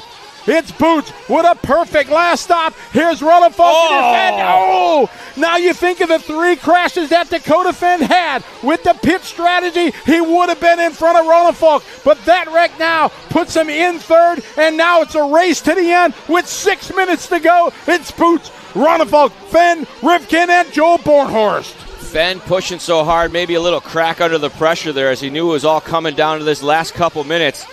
And going to have a long road to hoe now as Ronifolk maybe collecting his thoughts, knows that he's got enough gap to hold on a second, might just salvage that and settle for second. Boots has been on a mission. His outlap that time of 51.7. Ronifolk's outlap of 51.0. It is Boots' last time by 4.2 seconds. Here comes Ronifolk. Ronifolk pushing here through the 6-pack. Boots, Ronifolk, 4.2 is the gap. We got 5 minutes and 20 seconds left to go. Boots in control of this one. Led this one from the start. We pick up Boots. He's going to take a tight line here. Avoids the big ruts. You see Ronifolk there at the top of the screen. Green and yellow with the black wing. There's Boots coming into the backside. He is going to hit the line here with 5 minutes to go. 40 minutes complete in this championship final. Elliott Boots out front from the UK. Second spot is David Ronifolk from Sweden, followed by U.S. driver Dakota Fenn, Spencer Rivkin, and Joel Bornhorst, your top 5. Fenn now reeling up on the back of Ronifolk as he puts pressure through the rhythm section. Ronifolk with a bunch of clean laps. Fenn coming back. I think he's just out of the pits with his 49-second lap there. It is Boots in control, 5.5. We pick up Boots coming into the chicane here. Going to take it nice and tight, slow and steady. Down the off-camber hill. Coming up, squaring for this double. This is a tough one. You see him slap it on the top there. Boots now more traffic. They hit the brake. He flies right by. Coming across the start-finish line. Boots across the stripe this time by 45-4. We're going to see the gap to Runafolk this time by. Runafolk across the line this time by 45-6. It's a 5.7-second lead. We pick up Runafolk here in the six-pack. Double, and double. 3 minutes and 55 seconds left to go in this one. Oh, no. One more time having some trouble over that double. That's going to allow Dakota to reel back in. The battle of the mistakes here in this A final. Boots, Runafolk, Fenn, your top three. Bornhard now shows his way to the 4 spot. Joe started in the 9 spot up to the 4. But it is Boots in control right now. 5.7 second is the lead. Runafolk is in second. 45-4 to a 45-6 lap time. Boots was 0.2 quicker last lap. This time by 46-3 for Boots. Going to give up about a second to Runafolk. Runafolk this time by 47-4 with that fumble and tumble on the left side of the track. It gives another second to Boots. It's a 6.8 second gap right now from first to second. Runafolk over the double. Looks like he was, looks like Fenn there with a bobble as well. That was almost tragedy there. Going backwards down a one-way street. Boots avoids him here. Boots going down into the pit here. Coming up. 6.8 seconds a gap. There's Boots wing high over that backside double. We got 2:45 to go. Boots coming across start finish line last time by 46.3. So he backs it down a notch, I think. Just on cruise control. 46 flat that time by. Trying to not make any mistakes. We've seen how costly that can be. Runafolk working his way to the rhythm section. He comes up to that oh-so-tricky upside double. Comes up just a little short, but not nearly as bad as it's been. 2:15 to go in this one. Boots a 5.5 second lead to C's part here for Runafolk. We stay with Boots. Boots has to keep his focus here. We're going to be coming up on the 2-minute mark. Hard to believe we've been racing for 43 minutes, and the gap is 5.5 seconds. Runafolk trying to make something happen here. Boots just trying to keep it clean. He's backed it down a little bit. Now back into the 45s, but Runafolk last lap was a 44.9. Runafolk across this time by 45.3. Slightly quicker than Boots still. 145 remaining, just a handful of laps. Big bobble there. Oh, no! Where is Dakota Fenn? That's not Dakota. We're looking for the blue and orange. He is a ways back, so Runafolk dodging a little bit of a bullet, giving more gap here to Elliott Boots. We got a $1:30 to go, 1:30 left on the race clock here in our championship final. It's Elliott Boots, David Runafolk, Dakota Fenn. Rivkin shows his way back to the 4, followed by Bornhorst, Rose, Lutz, and Lime round out your top 8. You can see Runafolk here with, we're back to Boots now as we get to the top side section. Boots across the line with a 46.4 still. Taking it nice and easy out there. Just trying to do clean laps and keep it between the pipes. Runafolk late to the line. He did a 44.5 last time by. Here comes him and Dakota. Runafolk with a 50.2. Fenn with a 45.5. We got 45 seconds to go. About a lap and a half left for Elliott Boots. Elliott Boots coming out of the pit to the step up nicely. We're at 38 seconds to go. His lead last time by 9.3 seconds. That is the biggest margin it's been. Up and over that center side double. Boots pushing hard now. Biggest lead he's had all race long. Likes the sound of that. Comes across the line for the second to last time. Boots now out on final lap.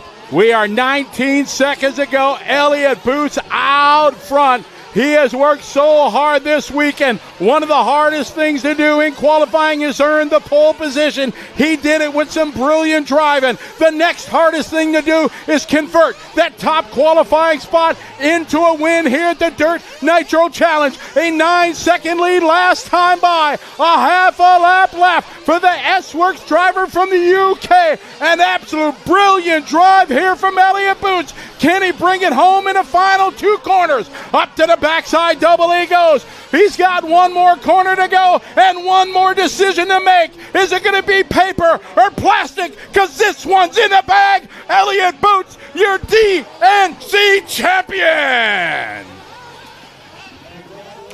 Congratulations to Elliott Boots. High fives and hugs all across the driver's stand. Boots with the stick radio there. That's UK style.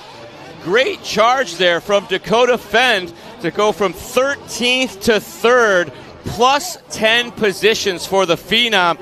Great drive there by Ronnefolk to finish second. Boots was on a mission in kind of a space of his own there on lap times.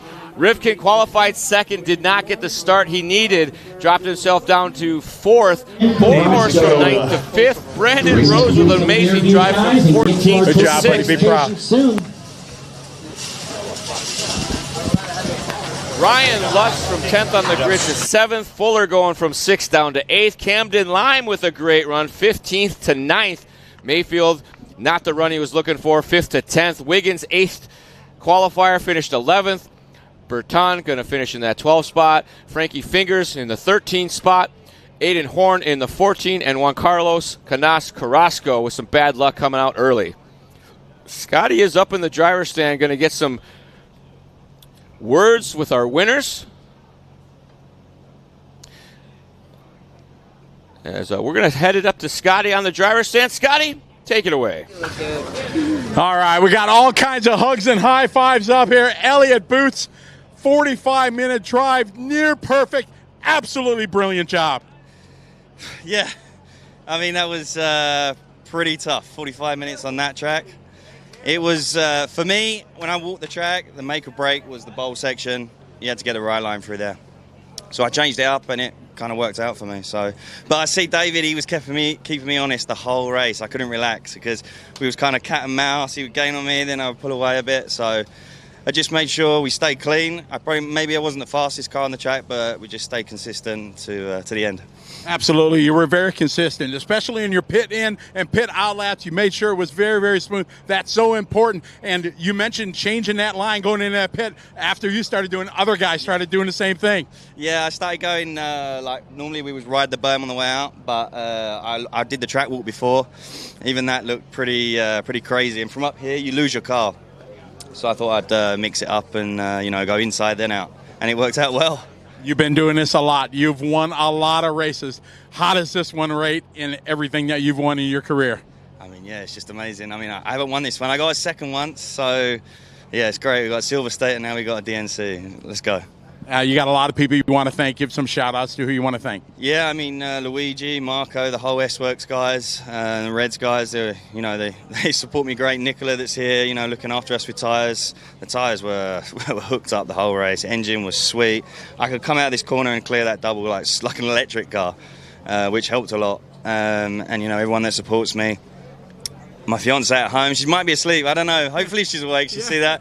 My little girl, I love you both, and yeah, everyone that's hopefully watching and supports me, I appreciate it. All my sponsors, and to you guys for doing this, making it possible. Absolutely. These are the guys behind you here. They got big hugs. Absolutely. The 25th anniversary, and Elliott Boots' name goes on the trophy. Well done. Absolutely.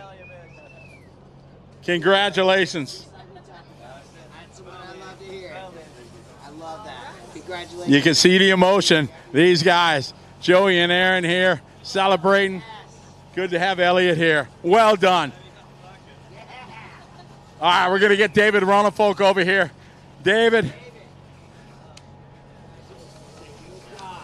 Way to go, Vikings. All right, David, well done. That's a grueling 45 minutes, man. You went toe-to-toe with Elliott. Take us through that run. Yeah, I mean, first of all, impressive there by Elliott. Got to give it up for him. Super good drive. I tried many laps just to push a little bit more, but the track would bite you immediately. He gave up like a couple of seconds there with 10 minutes or so to go, and I thought I could, make 2-3 push laps, try to close in a bit more to put even more pressure on him, but no, he stayed super consistent out there, and it was really a battle out there. My car was working amazingly well. Learned a lot from last night. It wasn't that good in the e-buggy main, so we learned a lot, and that we brought with us here for this main tonight. And car was amazing. Tires worked really well. The hot race super softs, and of course Corsa engines. Same pitted strategy. So, I mean, we were right there, 5 seconds apart the whole race, more or less, 5 to 10, let's say. So, I'm super proud anyway. Like, this is my second race with the X-Ray. I haven't been able to do a lot of testing, so I've been kind of relying on what the other guys have knowledge in the past, let's say, and I'm looking forward to be able to start driving outdoors at home so I can get even more track time, because I see there's a lot of potential in the car and the package right now. So hopefully we can keep on working for the big one in September. But, I'm super pleased with second. I fought hard and got to get it up for Elliot again. A super impressive drive there. Well, you did absolutely well. You want to give some shout-outs, some thanks for the support that you get. Yeah, for sure. I would like to thank the whole X-Ray team, Bayer, the Hoodie family, everyone for, making me feel welcome and supporting me with everything I needed here the first couple of months. Then, of course, coming here, the U.S. team, Paul Ciccarello especially. He also rented his e-truck here for this race for me. So thanks to all of those guys in the X-Ray pits over there this weekend, and everyone watching at home. I know I have a lot of supporters over in Europe, especially Sweden. So thank you all for watching late nights and cheering me on. So thank you all, my family, girlfriend, everyone at home.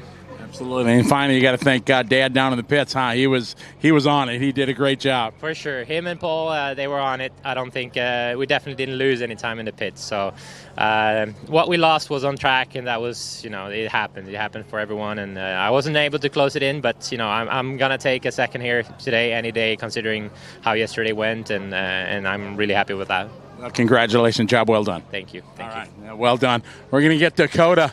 All right, Dakota Fenn. This guy, he had one heck of a day. Man, it was a hell of a hill to climb, but you were able to do it, bumping out of the B main, starting 13th. Man, take us through that run. Yeah, it was definitely not starting where we wanted to. I knew kind of going into this main it was going to be a little bit of a crapshoot there in the start. I was fortunate, there was a couple pileups, and I had enough time to be able to rack, and I made the right decision, was able to get around. I think kind of moved up to, somewhere like mid-pack after the first lap, and then I kind of just picked a few guys off and was able to get into the top 5 there pretty early on within the first few laps. I had lost a lot of time already. Elliot came out of the gate swing, and he was going really fast, and then just stayed super consistent the whole time. I got close to David a couple times, but yeah, he's same thing. He had a lot of speed, and this track, man, it bites you. You saw the same thing last time in Truggy. You try to push those couple tenths, and that risk level just goes up a ton. So had a few bobbles, but considering where we came from, it was ended up pretty decent. Take us through your pit strategy. Obviously, you went longer than the other guys. Tell us about your thoughts on that. Yeah, it's been an amazing program working with Ultimate Nitrolux. Ever since I switched, I've been able to do the longer stops, and I knew I was definitely going to need that coming to the main, and it got me a little bit closer. Unfortunately, it didn't really pay off, but it does a lot of the time, so I'll take it, and we'll keep on charging. Well, you did a hell of a job this weekend. Give some shout-outs to the guys you want to thank. Yeah, man, thanks to the whole team at TLR. We've been working hard all weekend. Mike and Chloe in the pits all weekend long, making sure I had the pit stops, making me sure I know what the fuel is and stuff. Kind of have to throttle drive to get that fuel mileage, so kind of adjusting for that. Thanks to J Concepts, Jason and Paul have awesome support. Ultimate Nitrolux, like I said, Nitro Pro servers, Pro Performance, and just everyone else for the support. I appreciate it. Awesome. Well, tremendous weekend. Congratulations. Cool. Thank you. Right. Dakota Fenn, he worked so hard. Got it up to 3 from the bump up. You got to take that. And just great emotion from these drivers. They have the European drivers come here, take 1-2. That is amazing. And just a brilliant drive from Elliot Boots. Just a brilliant drive. Patience, methodical, and he pulled it off. Great job. Throw it back to you, Charlie, in the studio. Thanks for that, Scotty. Good word there with our podium here as the champion of the 2024 DNC has been crowned, and it is Elliot Boots.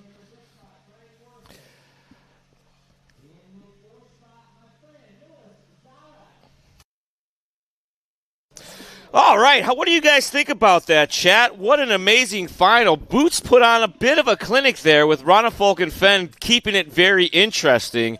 And I want to thank everybody once again for tuning in. We had a great time with you this week. I know Scotty had a few extra days with you. I'm sorry that I wasn't here for those. We'll try to make sure that doesn't happen to you again. But a huge thanks for all the online support that you guys have been giving us on the various chats that are out there, the YouTube, the Facebook, and everything in between. Don't forget about those bonus lap memberships. You'll be able to easily rewatch whatever main qualifier you would like through any of the races that are saved on the Live RC servers, video scoring, and everything like that. It's only $50 a year or $5 a month. And go ahead, send One Up Racing an email. Tell them thanks for supporting Live RC. They would love to hear it. They've been a longtime supporter of the Live RC broadcast, and we thank them for being part of the show. In case I didn't mention it, I do a podcast. It's called RC Stuff, powered by Hobbywing. You can find it on your favorite podcast service. We do a giveaway each and every episode. There's also a YouTube channel called Hobbywing Official, where I do weekly shows. Every Tuesday, there's a fresh episode with Nerd Ventures, tech support, and much, much more. Scotty's back. I'm back. Hi, Scotty. What a race, Charlie. Holy cow. Unbelievable. I'm sorry we couldn't watch the chat when everything was going on, but don't leave, guys. The giveaway is still coming. So during that giveaway, don't forget. Joey's going to get us the info, and then we'll make it happen.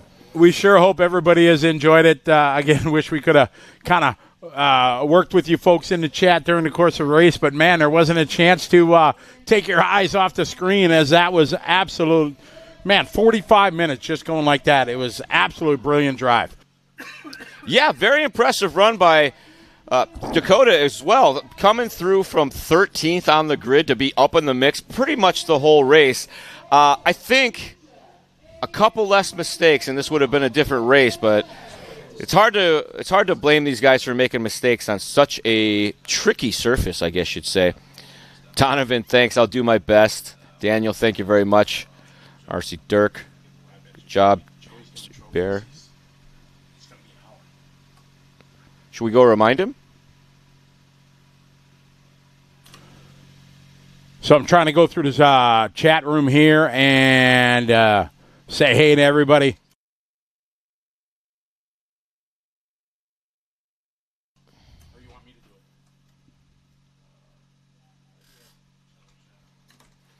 We're going to fill a little time here because we're getting things in position to do the giveaway. So don't move a muscle. If you've entered the giveaway, you don't want to leave yet. And thanks for all the compliments, guys. We do appreciate the feedback and all the nice things that you say about us. I do customer service, and I mostly get yelled at and complained about. So it's nice when people say nice things about me.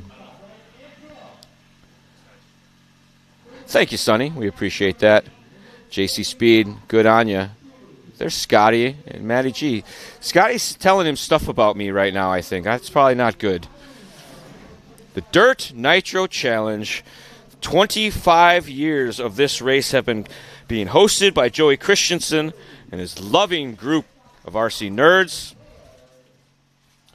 Next broadcast is the Psycho Nitro Blast. It's 2 weeks from now. I might be there. No promises. I'll try. From Indonesia, hello. Mason, I love you too. I hope you're talking to me. Bravo. And don't forget, next Thursday, you want to see a awesome race? Tune in to Speed Sport 1. They got an app, or you can watch it for free with their Freeview feature on Tubi. That'll be next Thursday, March 21st, 8 p.m. Eastern Standard Time.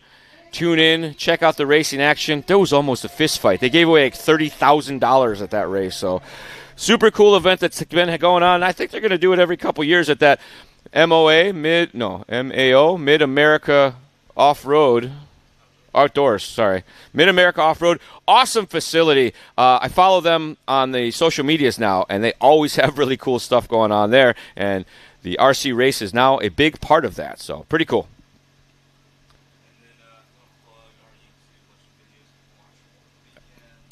And in case you don't want to go through the whole live stream and find your favorite race, there are some highlights posted. Look up the Live RC YouTube channel, click on videos, and they're all posted right there. Very easy to find. The highlights we did, I think the Pro Buggy Electric Final. I think we put up the Pro Truck Final. And we put the Pro Electric Truck Final up as well, if I'm not mistaken. They are pinned to the top of the YouTube chat, or they were, but they're in the video section. So if you're watching this on YouTube, after you're done giving us lots of compliments and saying nice things, you can then go rewatch some races if you'd like. Daniel, I agree. I'm going there next.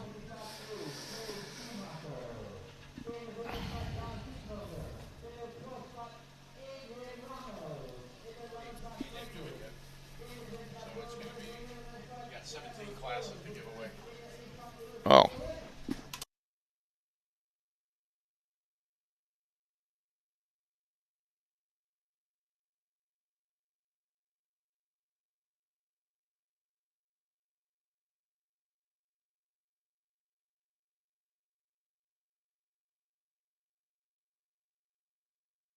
Yeah, don't worry, guys. I'll have Scotty's for him. We all know he doesn't enjoy any of the fun things in life, so I'll take his. Tyrone Robinson? No, I don't think so. What did I miss? Possible. I'm back. They said it's Miller time, and they're like, oh, Scotty doesn't drink. I'm like, that's why I hang out with him, because I get his. They're right, yeah, because I don't drink. So, oh, man, what a race. Yeah. I mean, for the 2 Europeans come here and dominate like that. Yeah. Then woulda, shoulda, coulda. If Dakota didn't have those 3 crashes with the fuel economy, he would have. Man, I mean, everything. Right, I know racing is about woulda, shoulda, coulda, and what could have been. But man, Elliott absolutely on his game, and we thank everybody for being here. It was an awesome race, no doubt about it. Actually, Tyrone, they might ship tomorrow. Now that I think about it, I think everything is. We got enough in to fill a bunch of the pre-orders, but we'll see. Crunchfield, I'd agree. I'd say because there was a couple wrecks and there was so much position changing, I'm going to go B-, actually. Spike his Kool-Aid, yeah. Lenny, it's Charlie and Scotty's show. We've been over this, I think. Alphabetical order.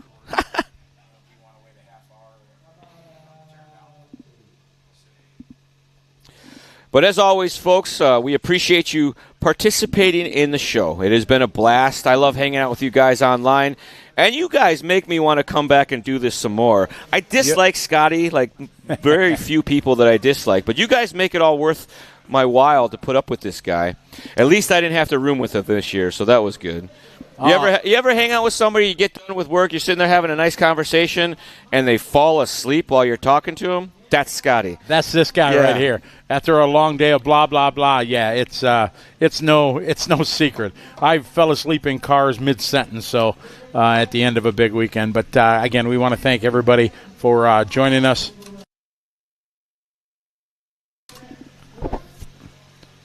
But coming to a close here, and once again, folks, from the bottom of my heart, thanks for being so welcoming. I had a great time. Thanks to Live RC, all these guys up in the camera booth, Lucas, Travis, Davis, Cam, Jensen.